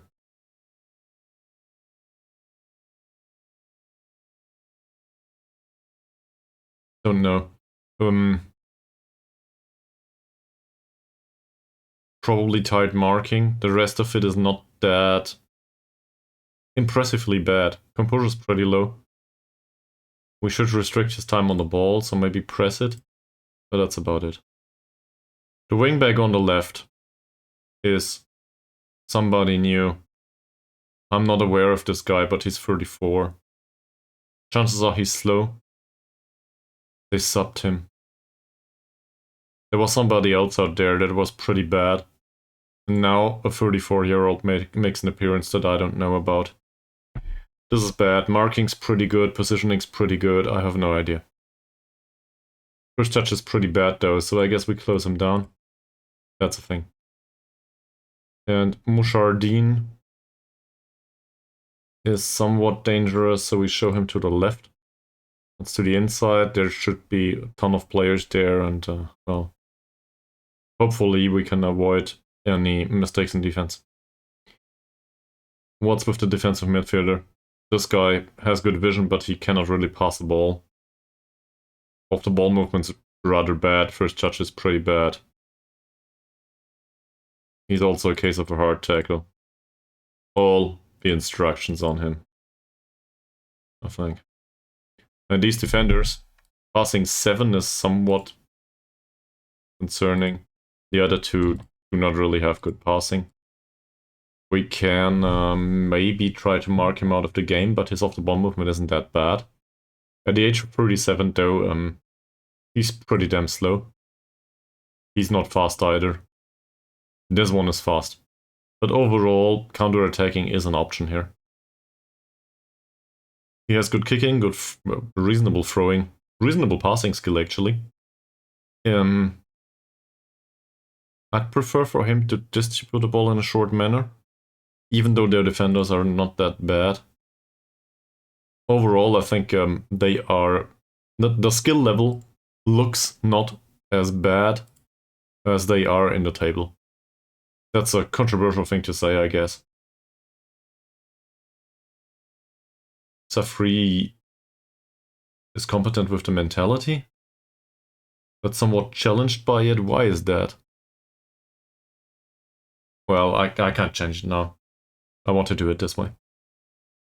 Okay, Modaris is not in perfect morale, so I guess we'll have a look. He did have 7.5 rating, by the way, against PIB. Just want to put it out there. We conceded 5 goals, but that was in the first half. Second half was played by Mr. Mutnor Hazik Mod Aris, that labored to a 7.5 rating and saved us the game. I don't know what to say other than nice goalkeeping last time out. Good work. Please do another one of these. Well, hopefully it's not required, but in case it's required, please do another one of these great performances. Forget about Amran. We'll not entirely forget about him. He might make an appearance from the bench though. Form says, let's not talk about it, so I guess we talk about it. 6.54. We'll criticize his recent form in hopes that it improves a little bit. No target coming up. Conduct probably was the topic recently, but it still works. So there's that. Carrier. Carrier was on a 6.2 rating last time out. I think we can safely assume that this is not a good defensive performance. We tell him and then we leave him alone. Safri. So first of all, he's in decline in training. Second of all, the defensive performance was none to speak of. So we tell him just that. That's fine. And I guess we go for the conduct too. That works. No complaints. Matherin. We won't get him to perfect, I think. 7.2 last time out. 4 out of 5 tackles, good heading. Defensive performance was lackluster, obviously, but he did create chances. I think we can praise the passing, maybe. That works. And the conduct is perfectly fine. This is on hard tackles, by the way. Just to put that out there. He tackles hard the entire time. And he's still on 1 yellow card overall. So, in case anyone ever comes around and says hard tackles on every player result in a bunch of yellow cards, No, they don't. It depends on the player. And their ability and so on and so forth. Anku. Anku was on a 6.6 rating last time out. That's no good. No chances created. We will definitely criticize that. Feeding off scraps, I don't know, but from a captain I expect more. Sophie. For somebody that is on loan at this club, he does pretty well. No chances created though, so that's an easy criticism. We go with that. Is there anything that could be praised on a 6.6 rating? I guess the passing is fine overall. Can't do that. Conduct is 2 yellow cards in 5 matches. I'll try. He appreciates it. You're welcome. Bajou, for some weird reason, is not in perfect mood. We praised him too early. So we go with the conduct instead here. That's better than nothing. I will not go towards the form. The form is 7.22. People sometimes do not accept this. So no use alienating him. Thomas is in perfect morale. Choo-choo. Prone to being thrown off any further matches that do not exist due to a yellow card. Scored twice last time. That's an easy praise. No perfect morale though. Conduct. Pretty good. Dear Vice Captain, lighten up a little bit. Criticize the form anyway.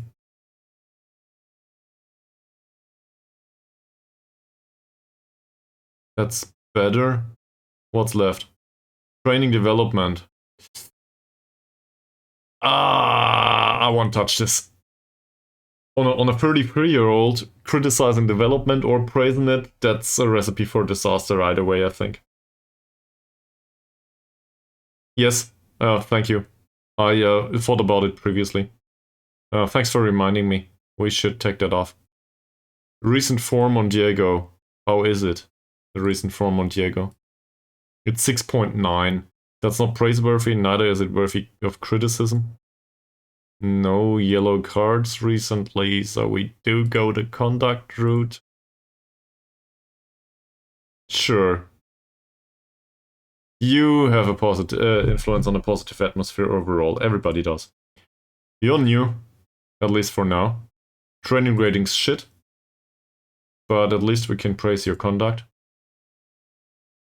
And then we leave you alone. I will not criticize the training, you didn't play. Abdullah, 1 yellow card away from suspension, doesn't matter. That match wasn't great.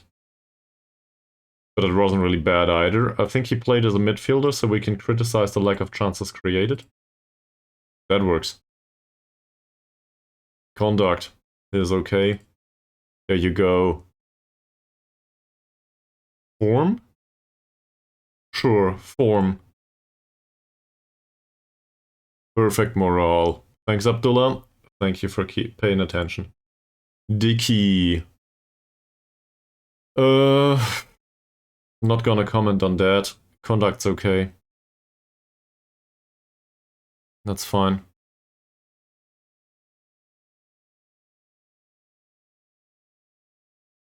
What else is there to say? Training and development is all I can comment on. Don't wanna go there. Mod Jamil Kilane.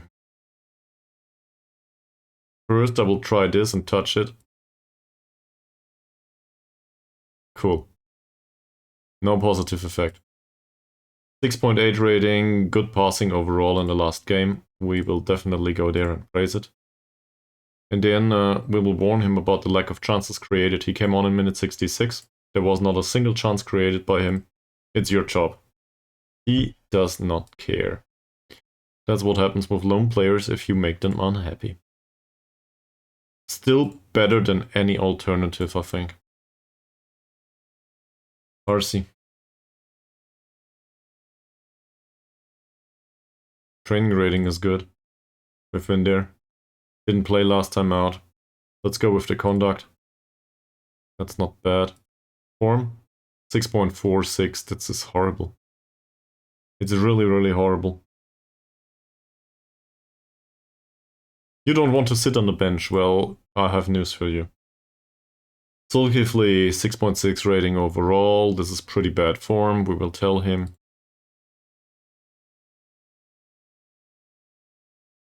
Go, man. You're old enough to know that you need to do better. Passing last time out, though, was pretty good. Yes, he is. And we knew that, so it's not like I'm surprised by this. This is the way it is with him. No chances created on his behalf. He did have a ton of shots back then. 7 shots, 2 on target, none in. He had a chance to make an impact. He fucked it up. Now he'll sit on the bench and hopefully he will. Well, if we rely on him, hopefully he can pull something out of the head. This, well, he didn't play. We didn't play Atan. Yeah, Baru was on a 10.0 rating, so I guess we didn't play Atan, that's true. We can praise the conduct though, that's fine. Let's go with that. Form. Don't want to comment on it. That's not good enough and not bad enough. Hasnan. I guess I would be happy if you made an appearance and made the impact that is required, but really, I do not see that coming anytime soon. Not touching anyone else. Do we want Sulaiman for Killeen? Training rating is really, really good. Last match was a 6.8. He's not exactly known to be consistent or inconsistent. He hates big matches. This is a big match. I guess we go with praising the conduct and leave him at home. And forget about everything else. I promised to play Taib. I won't. That's it. Opposition instructions. We did. We do play defensive football. I do not think... Well, through the middle is pretty hard. 6 points of tackling on him. 1 to 5 on him. 6 on him. So, there's the assumption that going down the wings is easier. But I have a hard time coming up with that it's guaranteed to achieve a result. And we do have reasonable capability to break down the opposition overall. Maybe we were too strict with the instructions anyway. I also want to put out there the defender's weaknesses again. This one can't jump for sure. Also has a weak foot. We can show him to the weaker foot. That's the thing. He can't really jump. He has good positioning though. His positioning is okay. He can also jump. He's pretty weak though. And the rest of the mentals is all over the place. Decision making and positioning is okay. Composure? None. He'll knock the ball out every single time most likely. He stays back at all times and the jumping is somewhat okay. Positioning is also somewhat okay. There's not really a specific weakness to the overall lineup. They play with back three though. And that's probably due to, well, it might have been that way at the start of the season. But it might also be due to the bad results. Do any of you have any specific ideas? This is the most important match of the season now. We can tell this about every single match throughout the season. We just would have needed 1 additional point. So we need to get it now. We need 1 point. We don't care about the other results. 1 point is all we need.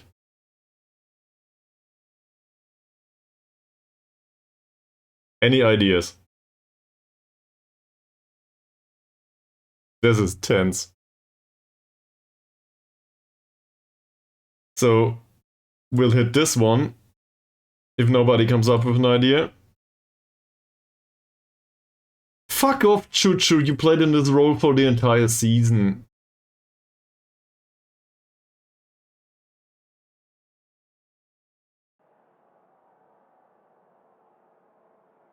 We'll get it done. We will get it done, and afterwards, in hindsight, do it for the fans. I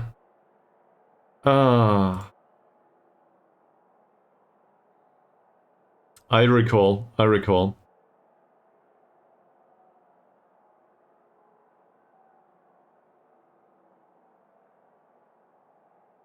Our goal difference really means that we're champions if we avoid defeat on this final day. Let's go!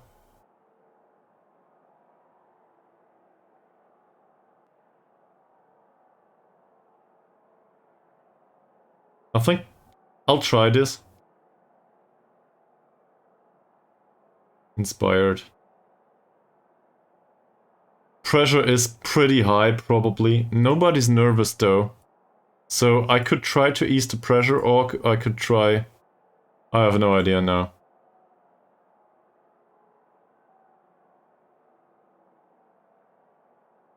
I'll go with the standard. This probably works. Okay. Minor break, then we go to the match.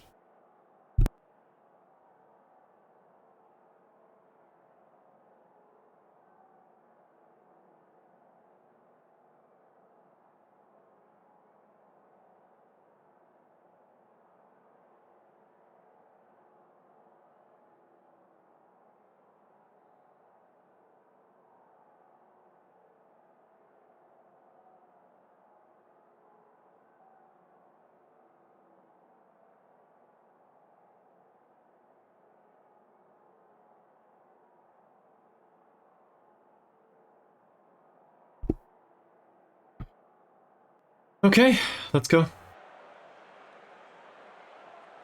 Take it off key highlights. Take it off key highlights. Let's not forget that.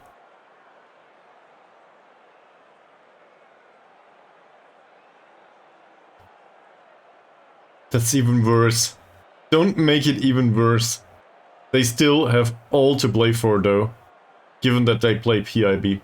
Yeah, given that they are forced defending their 1 point difference against PIB. It's on key highlights, we will put it on comprehensive. I managed to put it on that 19 seconds in. Also, encourage the team, you can do this. That's not bad. Choo-choo, Mazrin again. Some sort of an attempt at a cross. Sophie's a free... That's not a good idea. Thomas doesn't get the ball. Sophie again, that gets intercepted. We have Safri here with the ball. Does a short pass, as expected. Mazrin and Choo-choo play the ball in a reasonably patient manner. Here. That's for Ankun. No penetrating pass coming in. There's the penetrating pass for Baru. Nice space there. Baru for Ankun. 3 players there. He doesn't cross. Now he does. Choo-choo with the header at the back post. And the goalkeeper saves. Ankun's on a 7.1 rating already for whatever reason. Choo-choo. I also wanted to do something. I forgot about that. I wanted to set Baru on the heels of the wingback and Choo-choo on the heels of the other one. Yes, they are no good at this. But this is still better than not having forward support. And it's about a point. It's about not conceding first and foremost, not about scoring on the counter-attack necessarily. Oh, Diego, that would have been great. Second chance.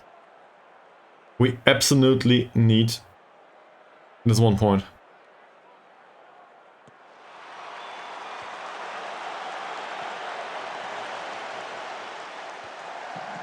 Well, that was a weird choice, Diego, but it works for now. Win the header? He does. That's about it. Or not. We might face a long ball here. We don't. Now, maybe? Not yet. Weird sort of shape now. Choo-choo does mark his man on the outside. That gives away some space in the middle of the pitch. I'm not sure if this is positive. That's intercepted by Baruto. Great. Mod Hussein now. Diego Ancun. And now it's patient build-up play again, I guess. Mod Hussein. Ancun again. Well controlled. Sophie, Diego. Penetrating pass for Thomas. Yes! Vital goal for the promotion challenge. Keep it going. Long shot by Thomas. Straight into the corner of the net.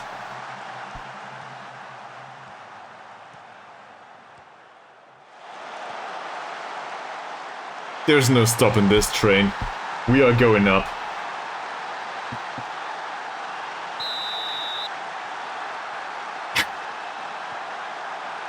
What? Thomas's long shots is free. Just putting that out there.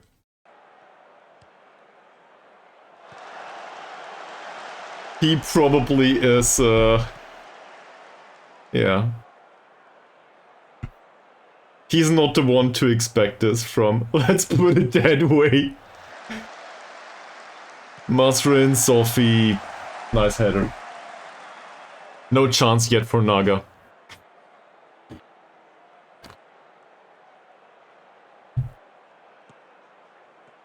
I gotta be really careful today.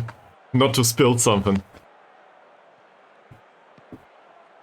There has been this event lately with too much water and my electricity over here. So I'm always reminded in these stressful situations not to fuck up that. That was pretty close. Mod Ariz with a mistake in defense.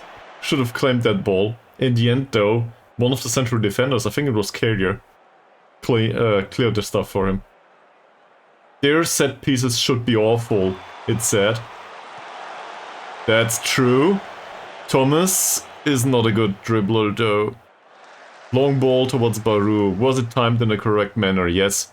Skip past your man. We take a foul too.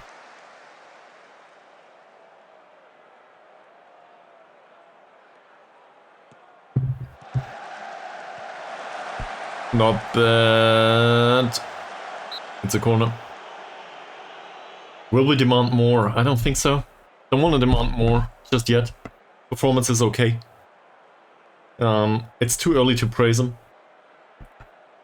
No change in the league table. Just, well, we now have 3 points virtually. Diego with a cross. Interesting. Would you please pick it up, Thomas? What the fuck? Close this guy down. Get him off the ball. Exactly, Mazrin. You just need to keep hold of it.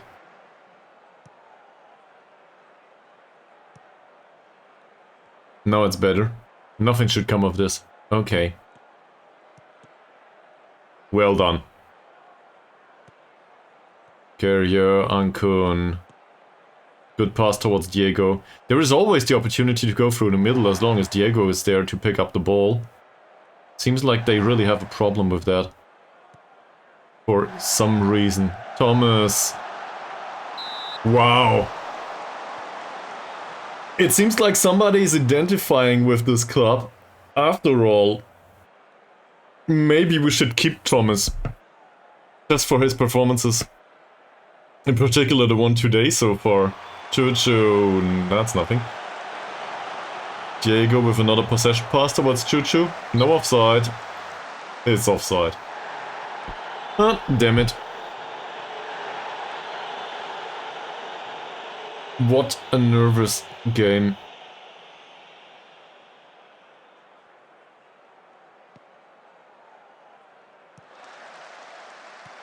Well intercepted by Carrier.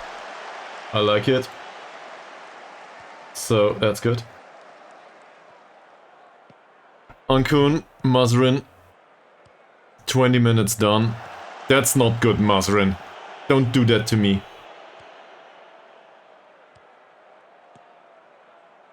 We do seem to close the road over the wings pretty well, though.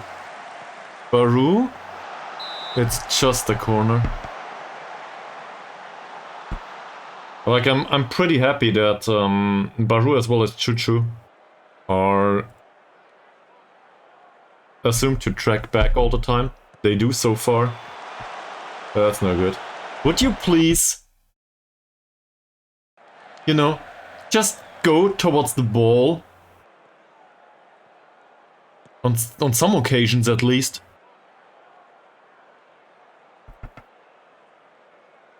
Mazarin and Chuchu exchange passes. That's fine. That's not. That's another corner. That's okay. We could specifically praise Thomas. Maybe Diego. But I don't want to go there just yet.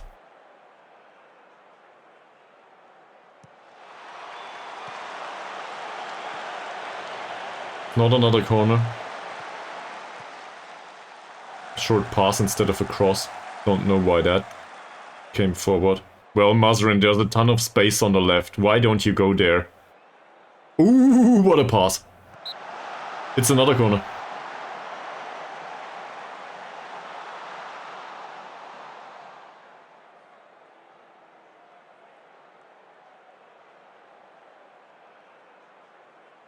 Chuchu takes the corner. That's not a good header. Picked up by Mazarin. The passing... Well, the pass for Chuchu was way clear. Could have passed much earlier. Chuchu dribbles all the way through all of the defenders just to find Mazarin out on the wing. It's another corner. That's corner number 7? Not sure. 6 or 7.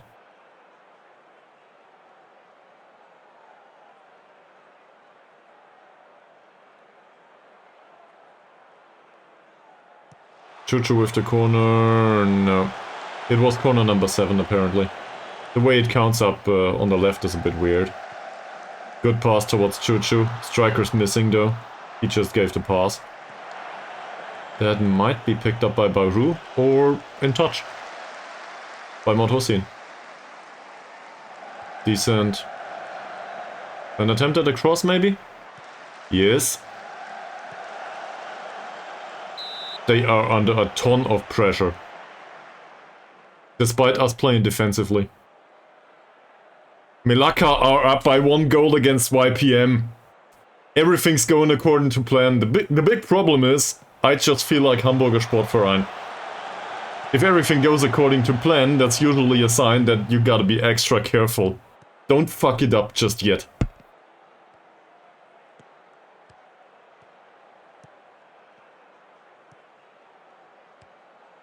Oh, Chuchu.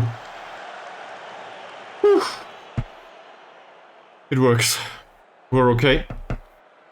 For now.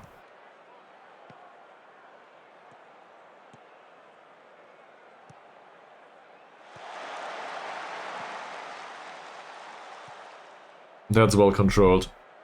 Could you please find Mazarin exactly? Reasonable pass maybe towards Thomas? That was one of the better chances. I saw that one in the back of the net. It would have crowned a performance by Thomas today. He would have deserved that. That header was rubbish. Ball's picked up by Barudo. And this is totally reasonable. This, on the other hand, is not. I don't know where the penetrating passes come from here. They are specifically told to retain possession most of the time. It's not... I guess counter-attacking is a thing. But not in these situations. It doesn't feel appropriate. Not a header by Thomas. On Kuhn. Yes, exactly. Provide some width. Don't worry that much. That's also good. Lobbed forward towards Baru, Diego.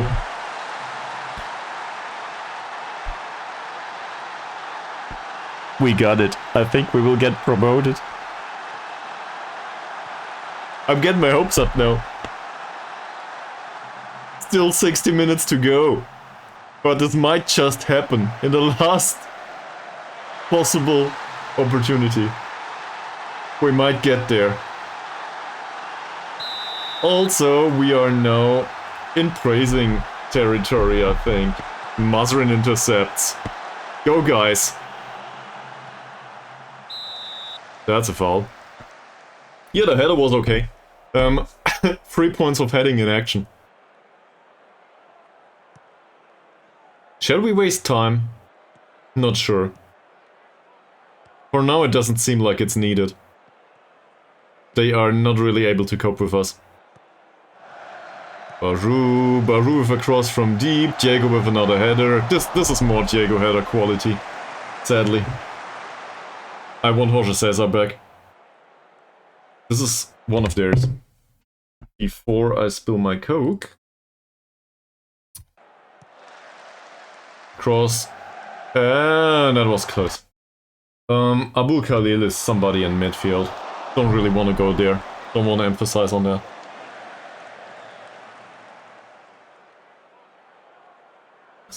For now, they did not have a single chance. Sophie, well tackled. Mazurin. Chuchu. Short possession pass, please. Yes. Sophie. Diego. Diego for Baru. That could have been much better. The pass was a bit...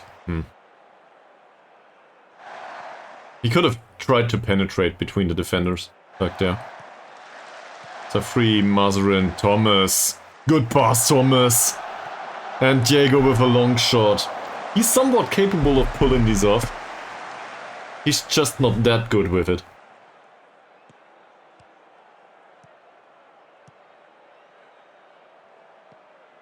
Quality passing overall. Don't do anything stupid, Carrier. That's fine. Mod Hussein with a possession pass towards Sophie. Back to Mod Hussein. Baru maybe? Well, that's trapped on the outside, I guess. Goes all the way back to Carrier. Back to Mod Hussein. This looks a bit concerning sometimes, on the other hand. We have these here. Oh, interesting. The tackle was good. We get yet another corner though.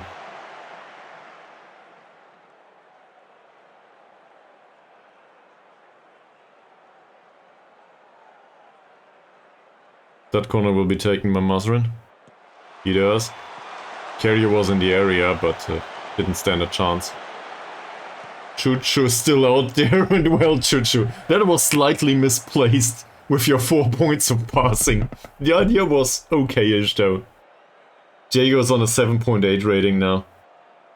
Due to his goal, due to providing the assist for Thomas.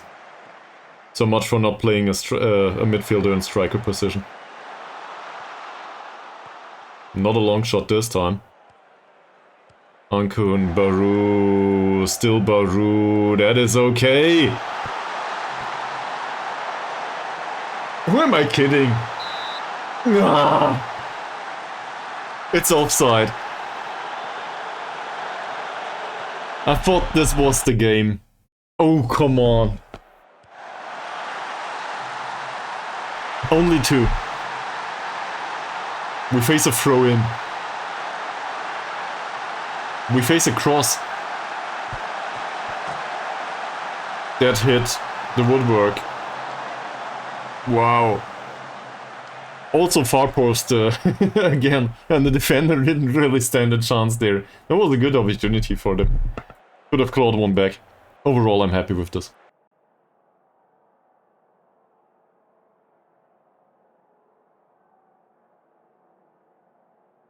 Everybody should be excited. I want the excitement to carry us through this. Yes, I will not. Let it run. Let it run its course. I thought about maybe going for wasting time or something. This is a defensive setup already though. Yeah. And with the subs, I will probably do them pretty late. As long as it works like this. There's no reason to sub anyone just yet. And as long as passing looks like this, let them run. Let Sophie play a light, nice penetrating pass, maybe? No, he doesn't. He provides some width. And Safri with the foul, that's fine too. No problem whatsoever. It was a good idea to take the foul there. Baru, Mod Hussein. Mod Hussein skips past the marker. That's a corner, I think. Yeah, so I also don't want to overdo it with the praising. That's really hard to do. Sometimes the hardest thing to do is nothing. If it goes well, don't touch it. Sure, I might get a little bit of a better performance out of them, or I might fuck it up. Complacency and all. Is this offside? Oh, choo-choo. Diego blocks the ball. He lost it this time. Is this outside? No, it isn't. This is dangerous. The player, though, decided that putting it into touch was the best opportunity here. So, that's the first time they saw our half, probably. For a while. 58% possession only, by the way. Not sure where this is coming from. Mazrin for Thomas and Choo-Choo. Nice combination. Cuts inside. There's the cross. Will this be a long shot? Nope. That one could have ended in the back of the net. Good goalkeeping. Maybe it was easy to fly there, but it looked like it could have gone into the back of the net. Mazrin's on the wrong side. And that was Baru's header. Yellow card on Mazrin now. Tell him to ease off tackles. Tell him to play a less risky passing game. I know he's okay, taking risks from time to time, but I think in these circumstances, doing a less risky setup is probably not bad. We can put Dicky on the pitch at some point, if we think it's needed. Don't give them a chance though. Yes. Yes, they did. It's a draw now. Don't forget they need a win. They might get it, but we have 2 goals that defend us against whatever they do. Also, there's the other match too. Hopefully that's done at the same time. KL Rovers are also laboring to... That's a defeat, isn't it? No, KL Rovers and Saints have a draw. So, as long as it goes that way, no problem whatsoever. Let this go outside, please. It doesn't. There's a cross. That's a header. Usually I would call that a low-grade chance. In this situation, every chance is dangerous. Every little thing. Baru skips past the marker. That cross is rubbish. That's intercepted by Mod Hussein. Great play. Choo-Choo's definitely not offside. Mazrin doesn't pick up the ball. He just runs forward. Ankun. Still Ankun. Carrier. Mod Hussein. Baru again? Yes, Baru. Ankun. Play a patient passing game, please. Just retain possession. That's also fine for Baru. Baru with a cross. Not Thomas with the header this time. It's yet another corner. Did we prepare for corners? Is this something we did? I think we did. So maybe, just maybe, Carrier can have another goal to put this game beyond doubt. I would take a Safri goal too.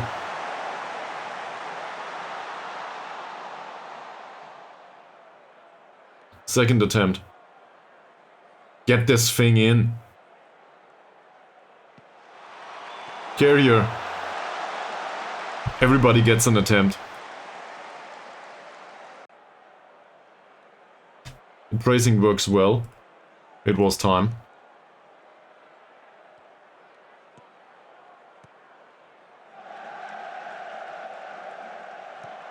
Well, Mazrin.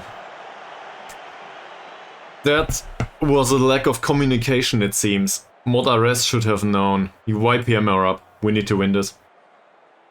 Well, to be fair, it is still about the Kuala Lumpur match. But I think we need to win this. I want this to be won. I think we need a draw, actually. But whatever. We need to win this. I want to be sure. And to be fair, we already expected YPM to win their last match. Given their form. Saved by Modaris. Is he instructed to distribute? No, he is not. Go for the patient one. Slow pace down. Waste some time. It's 23 minutes. We still have all of the subs available to us. And given that we are in minute 71 now, we need to get this done by the 2 goals that we have. So I will do all of the subs now. Chuchu is complacent. That cannot stand. So we will put Atan on the pitch. That's the wrong side. Sorry, wrong player. I thought about Harsi. We will put Harsi on the pitch. Mazarin? I do not think the contribution overlapping is needed anymore. So, due to the yellow card, I will bring on the complacent Dicky. Hopefully that doesn't bite me. Abdullah's pleased. Don't know really, but Atan can play here for Baru. So the yellow cards are off now. We still have 2 additional subs afterwards. Just to waste time, really. I will tell Dicky that he needs to focus somewhat. Don't know what to say there.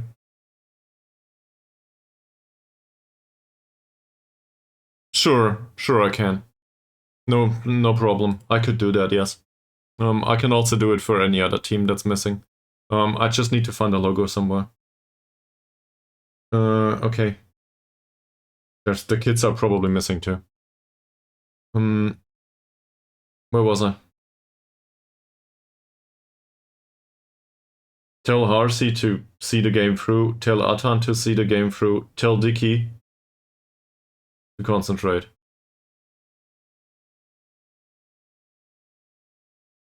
What do we tell a complacent player that is resolute and usually a good personality?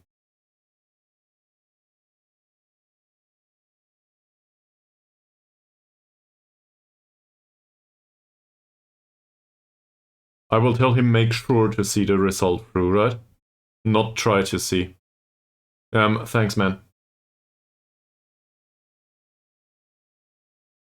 Doesn't work.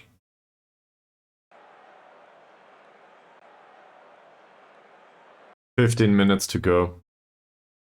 Waste all of the time. We do slow the pace down anyway.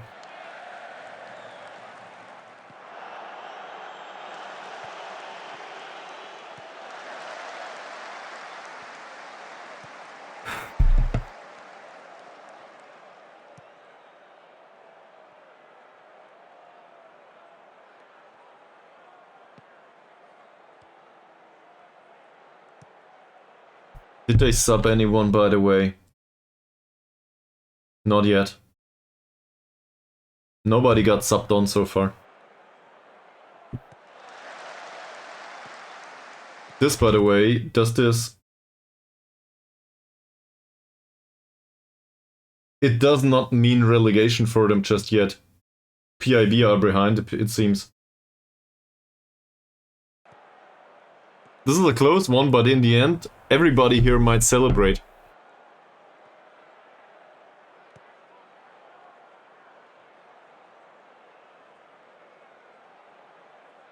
Also, this is really not that interesting so far, so hopefully it remains that way. It doesn't.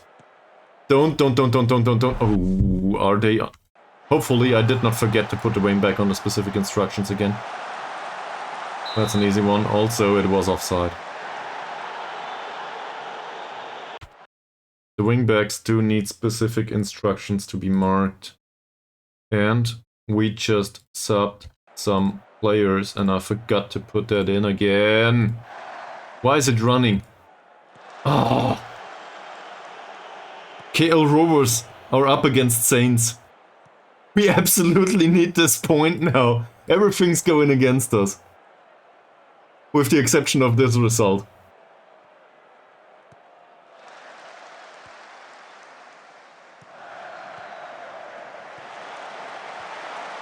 Wow. Yeah. A second time? A third time? Where's YPM? Yeah, I was aware of that.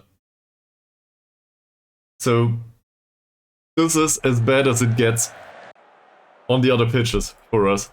We need to waste 10 minutes somehow. Yes, I know, they need 3 goals, but still, we need to waste 10 minutes.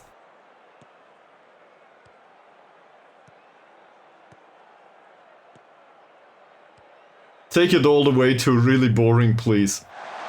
Atan has another opinion on that. I guess a third goal would have helped too.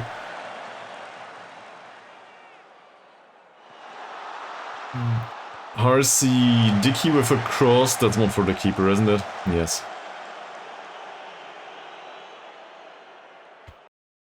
No complacency just yet. He's nervous. Praise them all. The result is fine. Please identify with it. This is horrible. This is really, really horrible. Good tackle carrier. Dickey with the defensive header at the rear post. Far post. Guess it's far post. RC finds Diego up front. Sophie.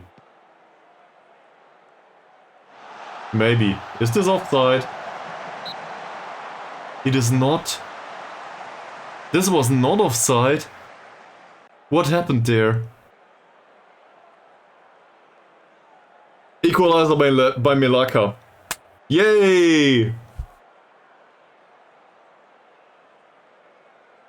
Come on, Harsey. Take another minute off the clock. You don't have a yellow yet. He doesn't. Atan skips past this man. What a dribble. The free carrier. Well, I guess better than losing the ball. Yep. Sophie's exhausted. You are correct. So we bring on Abdullah. That's a good idea. Also, yeah, he's destined for patient stuff anyway. Not much else to do. You can do this, Abdullah. I'm confident. This will not be the worst 5 minutes plus stoppage time ever for me. We will get promoted. Get this thing over with.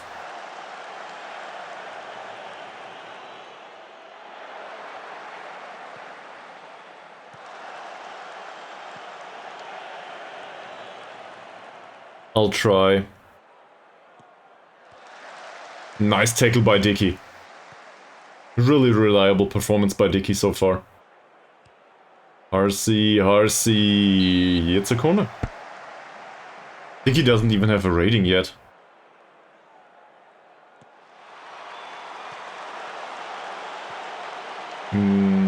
That's defended for now. Oh, it's another corner for us though.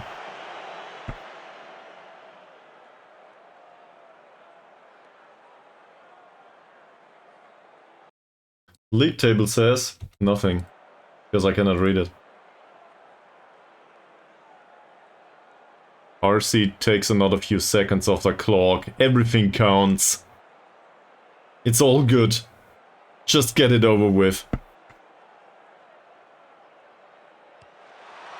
Takes the corner now. Nothing came of it. It's a free. Oh, it was just over.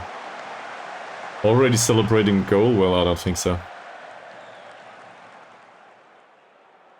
Mod Hussein for Atan. Atan with yet another cross towards Harsey. That That's a goalkeeper's mistake. So far, 2-2 and 1-0. Is this true? Yeah. So, according to the table, we are fine and KL Rovers would go up with us. The alternative would be YPM. Abdullah's cautioned with his yellow card, though I do not think we will do anything differently. Thomas deserves his runoff. The alternative would be to take off Ankun. The defenders are more important.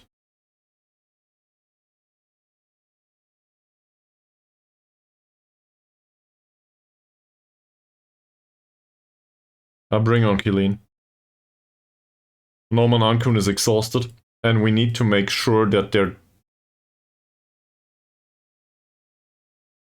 What's going on there? Why? I will not give him a send-off just because he will leave the club. We could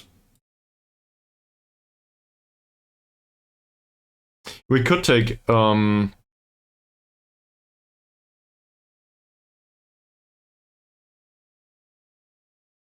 What? What are you talking about? It's 3 minutes and the topic is about 3 goals.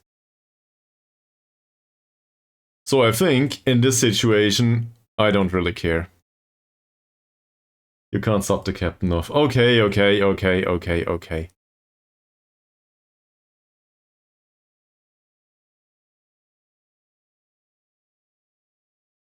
Let's put the 36-year-old on. In stoppage time.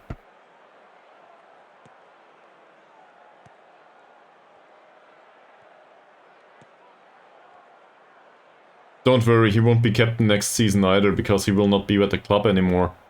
Well, if I can help it, maybe he's still at the club, but that's unlikely. Dicky, Abdullah, Diego. Abdullah again. That's a reasonable pass. Don't do anything stupid. We don't need a cross anymore. Yeah, that's better. I mean, Carrier is not exactly the guy I want on the ball, but he made sure not to retain that. That, though... That is fine. That takes another 30 seconds off the clock, doesn't it? In this case, time is big money. We will be the dwarf of the first league in Malaysia.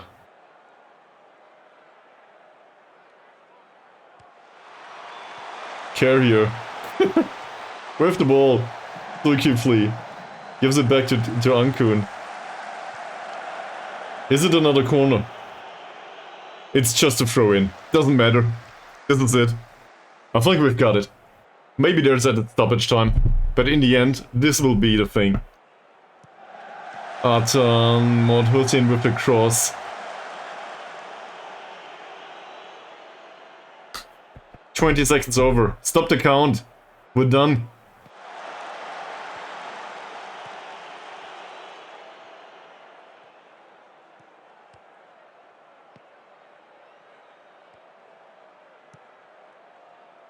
Abdullah's yellow card doesn't matter anymore. There's another nice cross, and Zulkifli stands another chance of scoring yet another goal.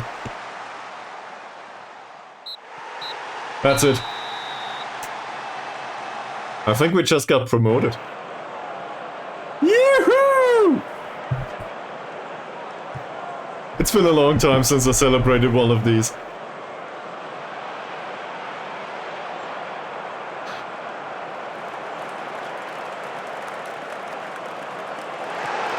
Yay!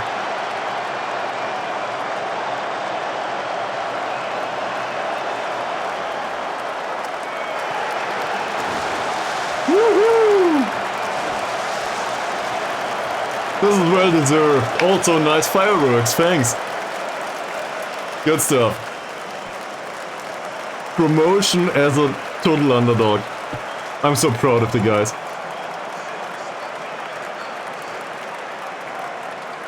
I even shaved my head for this.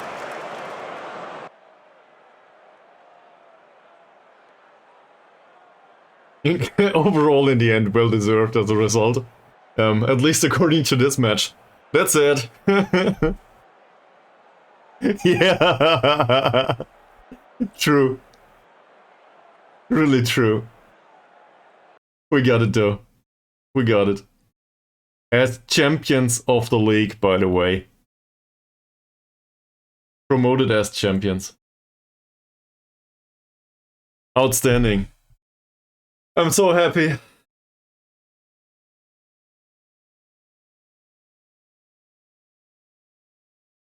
And KL Rovers go up with us. Will we turn professional after this? Look at the bottom of the table. Holy shit. So much for celebrations. It was an own goal by Kelatan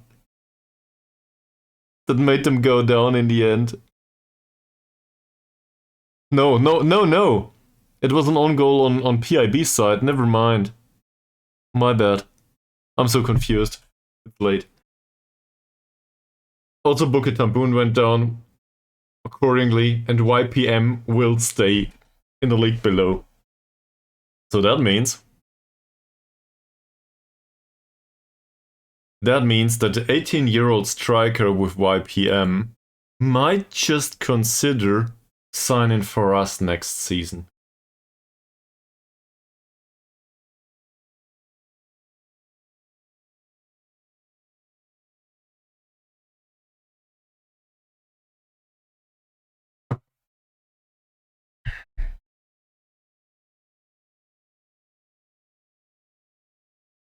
There it is. It's true. It's actually true. We will turn professional. Can you believe that? Oh. The wage budget, by the way. The wage budget got reduced by half. 50% less wage budget before turning professional. This is it.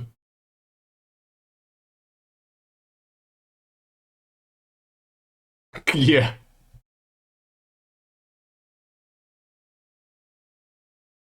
We believe it's important to stay on good terms with you. Yeah, I believe that's important too.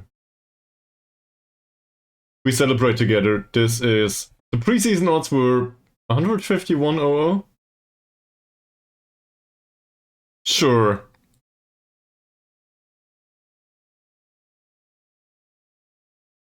We turned professional.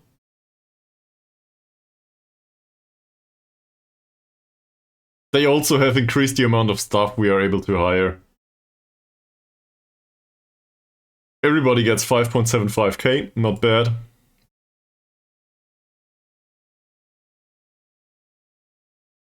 We hope to be able to officially announce this by December.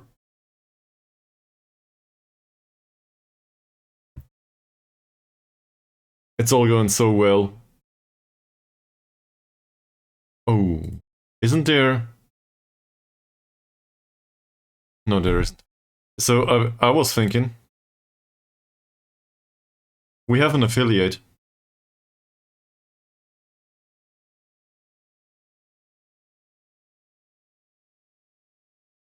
Will this be terminated at some point?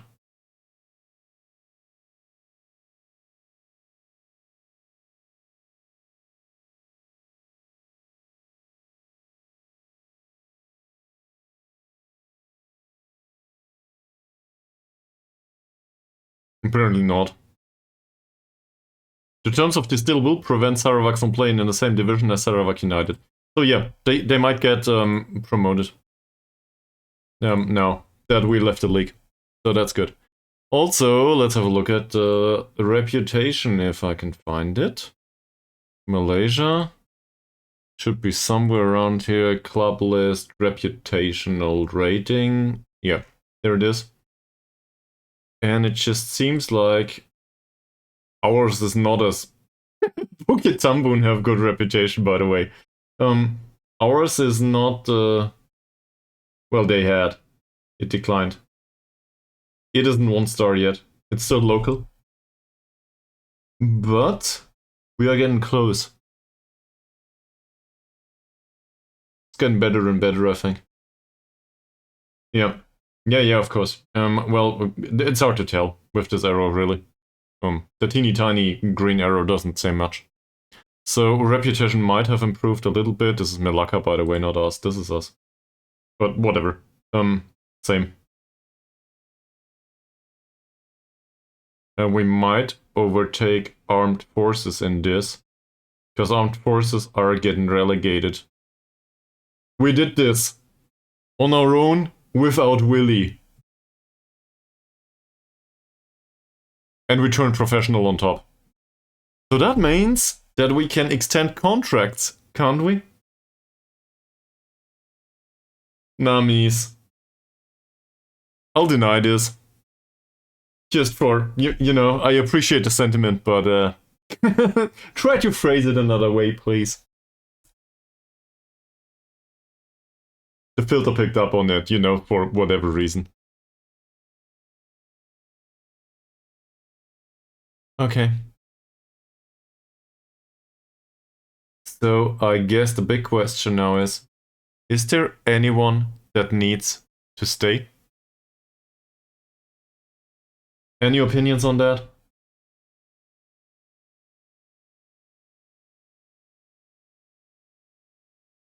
Any player that absolutely needs to stay under any circumstance?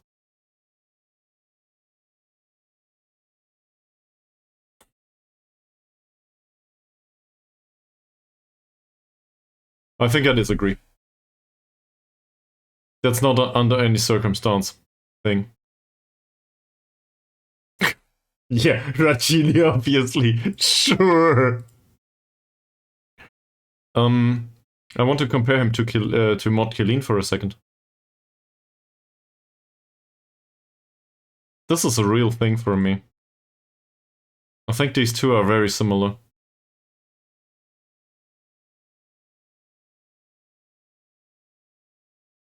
Consistency is a bit lower here. Baru is a good one, yes. So I'm not saying Ankun can't stay. It's more like I'm not sure if he needs to stay. Mazrin, on the other hand, the problem is professionalism is not yet, the professional status is not yet announced. It might take all the way to December, and we might lose all of them. I have no idea how this works. We gotta figure this out. Because if I offer him a contract now, does he get a part-time contract still? He is on a full-time contract with Kuching. We cannot really extend a loan because, well, his contract still runs. They will probably not loan him for another season to us. Try to sign one that is unimportant. Which one's unimportant?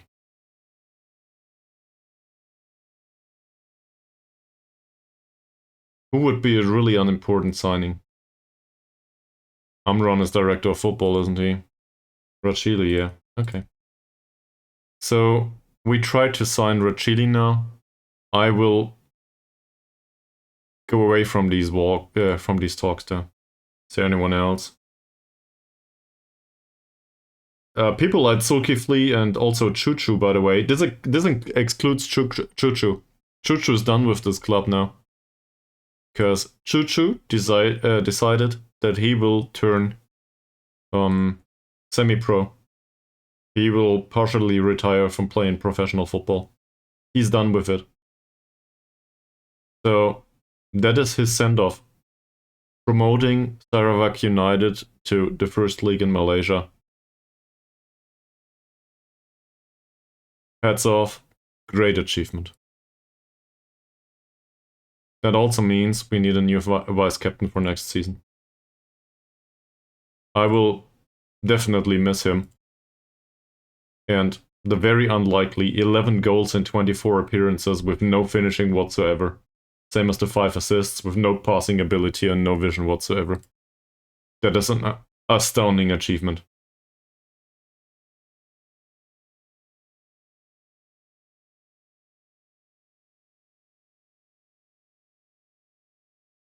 Glory. 1,041 players are interested all of a sudden. Woo!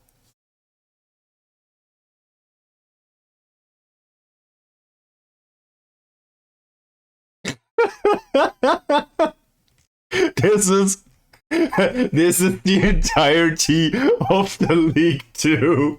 Everyone all of a sudden accepts that coming over to Sarawak United FC is fine.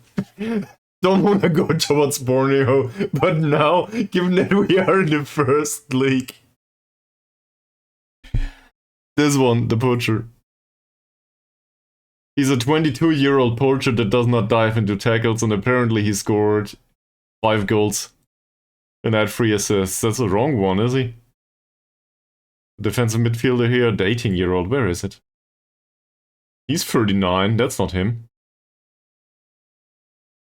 He's 26. He's 29.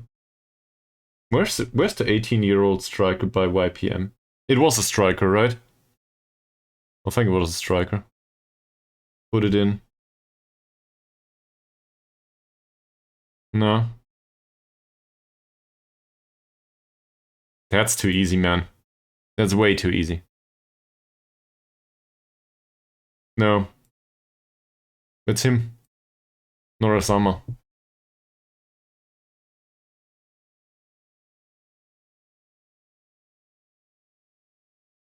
Well, to be honest, we don't know. Right now. His contract runs until the end of 25. I'll scout him for a week, but I don't know. Might not happen. Overall, though, what an exciting result.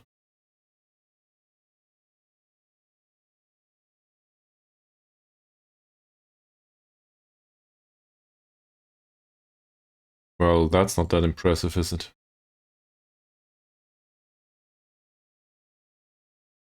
Basically everyone from the lower leagues and a ton of players from Kuching. But there's so many players now that we have no idea about that would all of a sudden be willing to sign for us. In particular, also maybe players from Samoa as well as Singapore.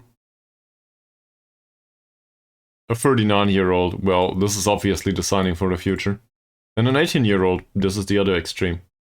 7 caps?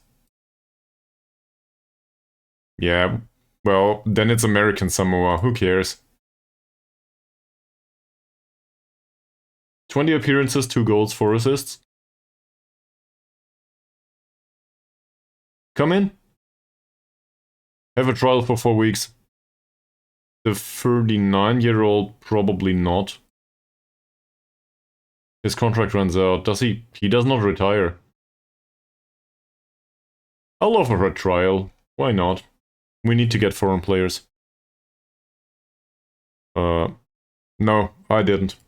But feel free to link it on the Discord, it sounds interesting. Okay, so I wanted to try the contract on Red Chili. Let's do that. This explicitly states we will not keep Red Chili, most likely.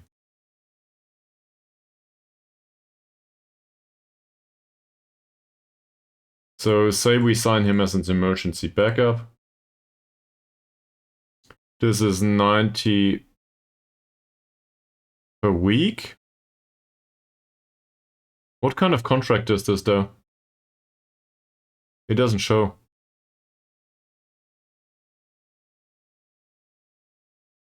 Does it say somewhere? I seem to be oblivious to it. What kind of contract offer is this? So we can give real contracts. Or whatever. Real. I'm not aware if this is part-time or full-time.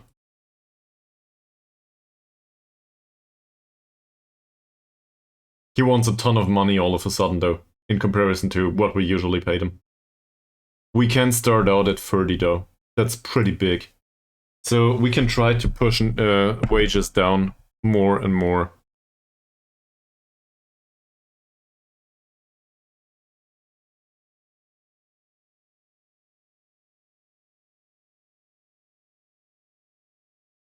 Yeah. I will go away from this now.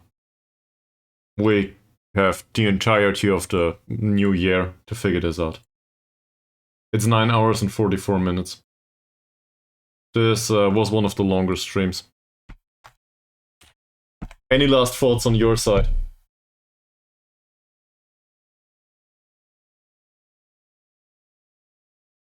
We got promoted.